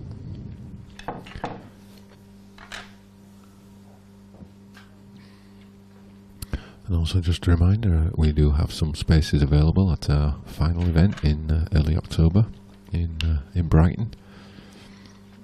So if you're interested in being a part of it, just send us a message on Facebook Liam Dunster to break, or through the website on the Contact Us page, and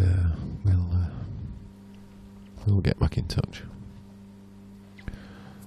And just to remind you that the details for the 2017 tour, which has been an incredible reaction to us since the announcements on Friday, that will probably go live for entry back end of this week, but just keep your eyes peeled on the website and social media, I'm sure it'll be all over that.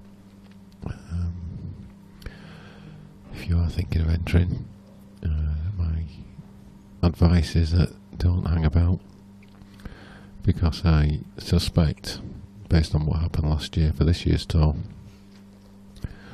they'll probably be full by the end of August. So I reckon you'll have about 2 weeks. Kev,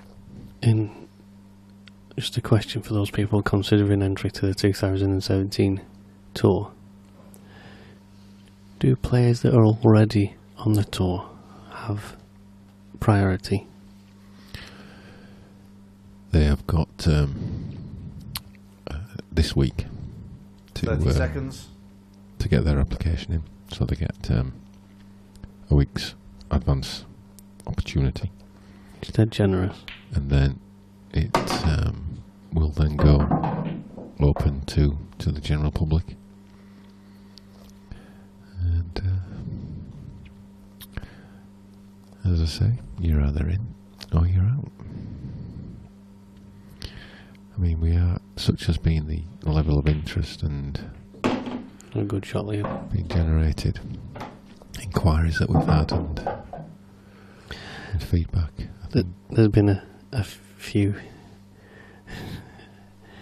interesting names, hasn't there, Kev? Decided to, well, shall we say, demonstrate their infidelity. What are we talking about now? Well, I'm not saying any more.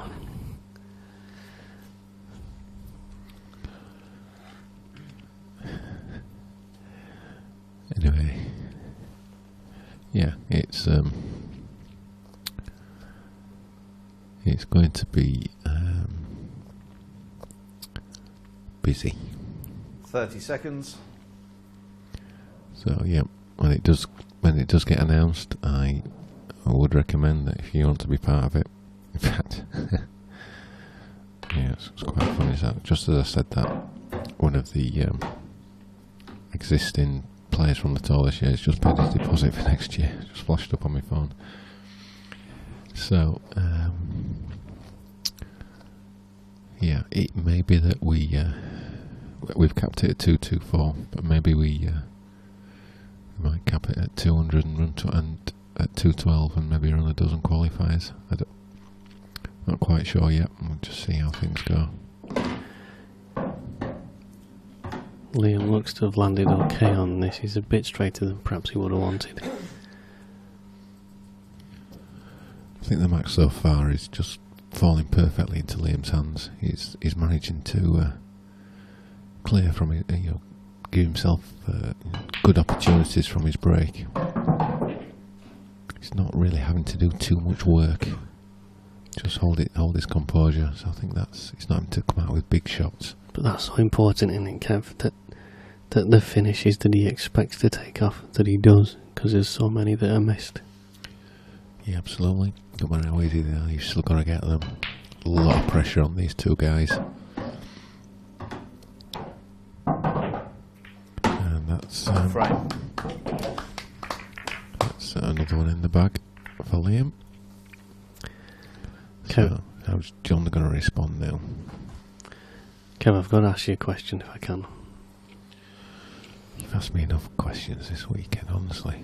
Well, what could you possibly want to ask me that you've not asked me already? Well, it's something that wasn't mentioned in our interview. He's getting nervous now. But I think it's important.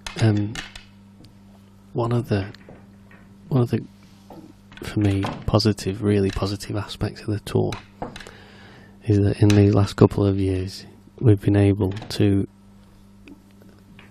allow entries on an individual event basis at a premium price. They've had to pay, 10%, 20% more than what they would have done if they'd joined up to all 6 events. What's the, is it just because of the demand, or do you just need to be able to plan your numbers as to why that opportunity has been taken away? Well, it's for a few reasons, really. I think demand is one of them. 2 is that the system has generally been abused more and more over the past couple of years, and it was only ever meant to be a short-term introduction, you know, to get people interested into the tour and aware of everything to do with the IPA and our events. So, you know, I think we've got to that point now where it's served its purpose, it's done its job, and I think even if we got 224 paid entries, you know, tomorrow, we do know that, you know, there are some that for whatever reason can't make each event. So it could be that we have a few local qualifiers at each venue to give locals an opportunity to be a part of it. So we'll just have to wait and see, because, you know, there's a lot of unknowns. We can only it's all a bit of guesswork at the moment, you know. So once we've got a clear idea of how it's going, and, you know, if the entries do go a bit ridiculous, then, you know, we'll have to make some quick decisions about how we want to do it. But like I say, even if we didn't do any qualifiers and we had 224 paid entries, at every event somebody can't make something for some reason, because, you know, that's what happens in life. So, so it could be that we hold you know, 3 or 4 qualifiers, you know, near each venue to give people a chance. So yeah, the flex system has served its time, and it's time to move on. Just noticed that the odds have flashed up on the screen, Kevin. I think at this early stage of the match there's some great value to be had on John McAllister. And that's 30 seconds. You know, he's only 2 frames ahead and he's got to win 8. So opportunity there perhaps. Very good double. He's left himself, I think, the perfect angle to play down now and get on any of the awkward yellows that are on the right hand side of the table at the top. Yeah, what's happening is that Liam is getting all the opportunities at the moment. John's had 2 dry breaks and just basically sat down for 3 frames. This is the first time that Liam's had quite a bit to think about, though, Kev. He's got to develop a ball, and position-wise, this is not easy, is it? No, he's got work to do, but, you know, the balls are in open play. He's got his hand on the table. He's getting the opportunities, so he's going to be feeling good right now. He needs that to run. Yeah, that was always an opportunity, chance there, wasn't there? That went awry. He's out of position now. He didn't need to go that much further, but he, you know, probably 5 inches short of pace from perfect. I think Liam's one of these sort of players that he does the basics very well. He's not what you call an explosive player, but he's very, very methodical, very solid, very knowledgeable. 30 you seconds. wouldn't associate him with coming out with, you know, big trebles and, you know, huge positional shots, because he doesn't play that sort of type of game. But the sort of game he plays is very, very solid, and he's reaping the rewards of some great pull. I'll tell you what, Kev, he's got, looking at him at the table, his persona around the table is enormously different from the lad that you just interviewed, isn't it? You know, he's got a steely determination, and actually he's such a nice kid. Yeah, he's very determined, and for someone so young, great talent. Certainly won't be his last final, is it? That's for certain. It's all clicked into gear for him this weekend.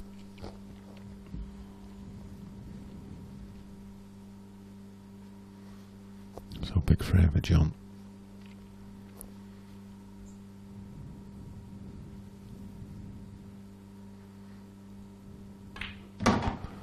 We're just glad he's back at the table, because he's been frozen out since that double didn't go in. He's basically just been a spectator.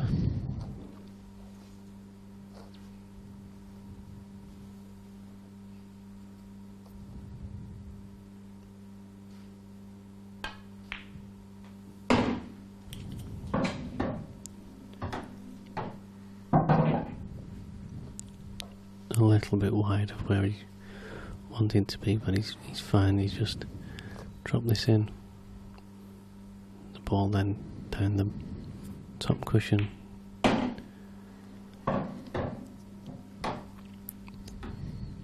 That's what he's just looking at now. He wants to bring this back from 4 inches just so that he can get the white ball a bit closer to the red at the bottom corner. He wants to be close on that because he wants to be able to control his cue ball as best as possible, because the black doesn't go in the right centre pocket, which is probably what would be naturally the easiest shot for him to get onto. So the closer he can get to this and the straighter he can get on this, the better. Yeah, you can just push this in. Don't need to do too much. Just like that. Natural angle of the white to get in the right direction. Yeah, and he gave him that that natural angle by screwing off the last ball and bringing it back. Yeah. Percentage pull, very good. This is solid stuff. He's been frozen out for 3 frames and he's come out and taken a very nice dish out. There it goes. Good frame. Frame.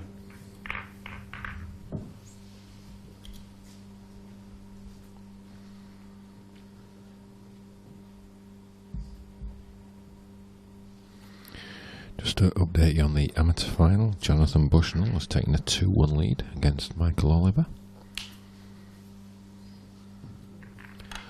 Michael Oliver was a big favourite for that final, so that's not going according to the bookies.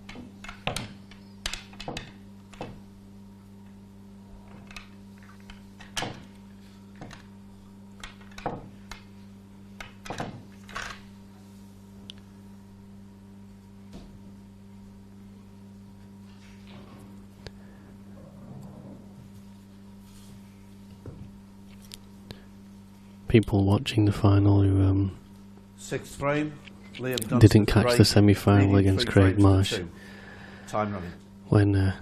When this final's finished, I do recommend you go back onto the recorded YouTube video for the IPA stream and have a look at the finish that John took out to win the match at 7 each. In Kevin's words, in 30 years of pool, Kev, you say that's the best finish you've seen in a deciding frame? Yeah, bearing in mind the context, circumstances. Yeah. That was, yeah, I think there's nothing else that springs to mind. That was, not only did it have a difficult, incredibly difficult skill shot, white on the rail. He had about 4 balls on the cushion as well, and to be honest, he never looked like missing. And bearing in mind what it meant, the situation, he knew that any mistake, and he was history. Yeah, it was top draw.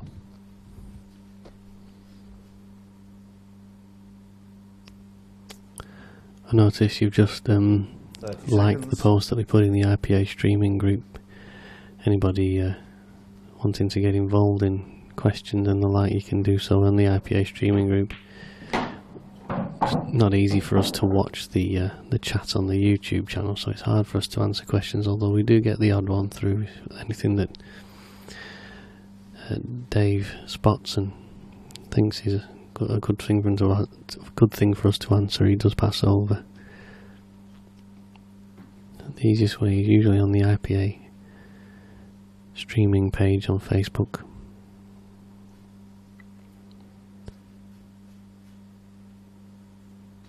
.30 seconds.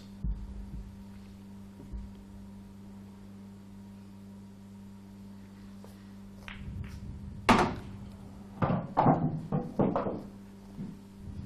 might have just gone a little bit tricky.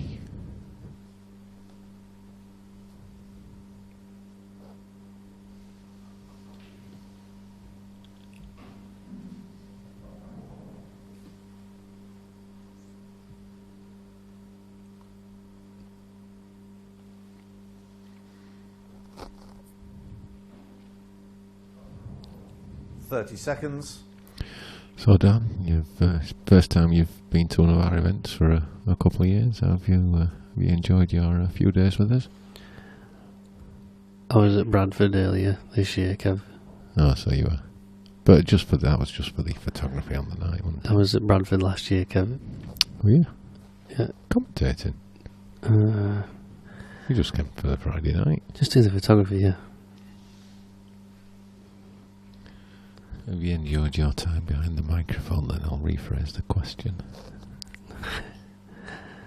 Loved it, yeah. I always do.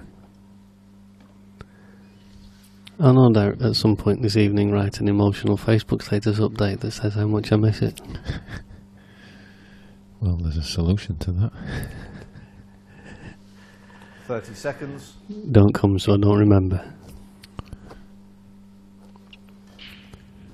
You must have a free weekend in Brighton. Can they do a 2-in-1 shot, pot this and develop the one on the side rail? Just missed the pot. Foul. And missing the pot thin meant that the white came across thinner and caught the yellow. Gave Liam a free visit. Free shot, one visit. Time running. What's the date in Brighton, Kev? We can check my calendar while we're here.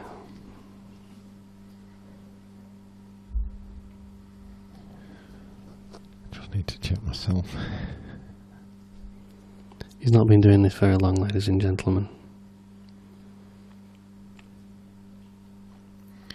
If only there was a website that had 30 a seconds. calendar with the list of dates on.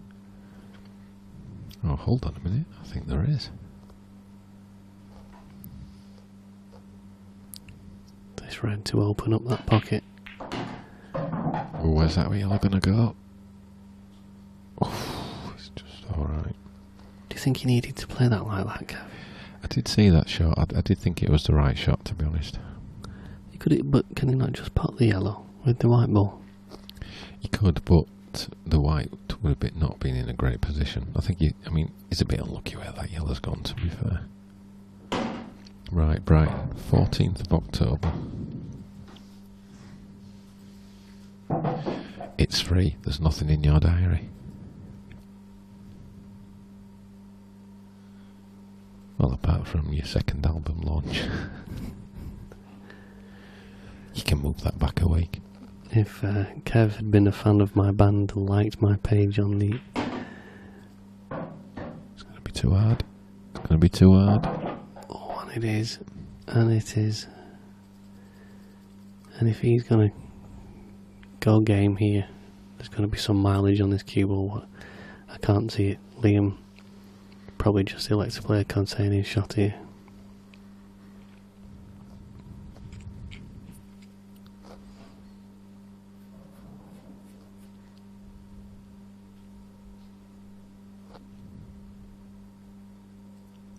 .30 seconds.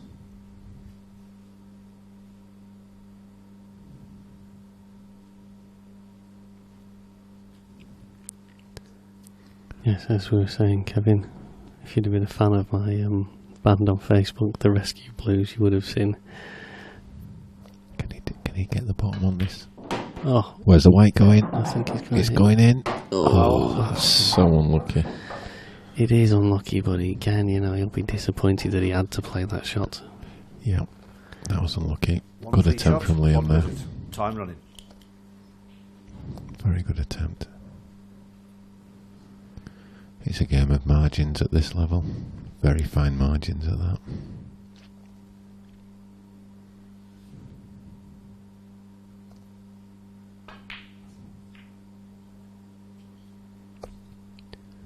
He's played that well. Yeah, that'll do him. In moving that red, he had to make sure that it didn't get in the way of those two yellows below the black into that bottom left corner. So that's worked out well.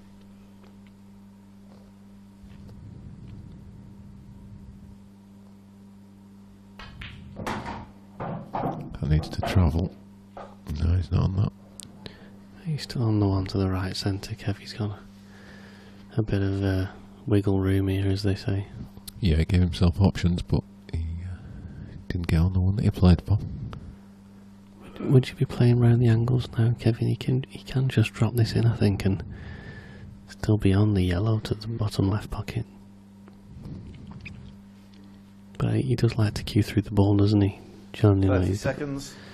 Such Yeah, it's coming round. perfectly played. Oh, that's a great shot. This is great ball. Again, though, still got some work to do here now, Kev. Not sure if the yellow that's nearest the black passes into the the right centre. He can screw this back. Just where his left hand is. Okay. Or he can play on the one I said. I can just stun it in. Obviously didn't have the angle to screw back.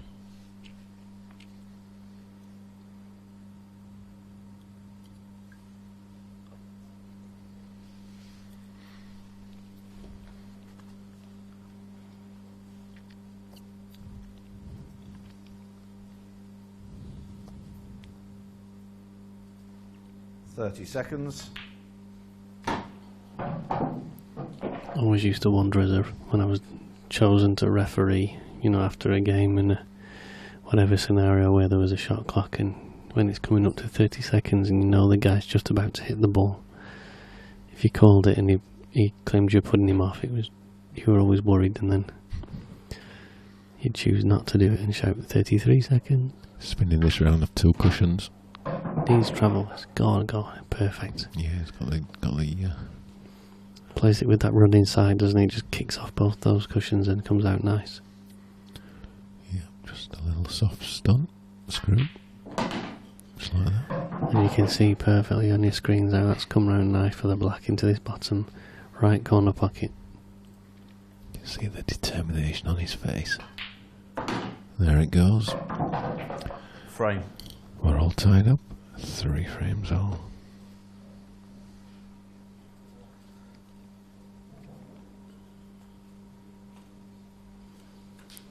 And from 2 to 1, jump to 4 to 6. Oh, hold on, 13 to 8, 8 to 13 on. Those odds have come down mighty quick, Kev. If you'd have listened to Daniel earlier on, please feel free to send me some commission. Or don't, there's probably reasons why we can't say that kind of thing, but all very interesting. Just had a comment from Yotam Oliveiro. Say again, who? Yotam. 7th frame. John McAllister to break. 3 frames Who all. is in Gibraltar, I believe. Saying it's impossible to attend if you're abroad, living abroad, all the IPA events.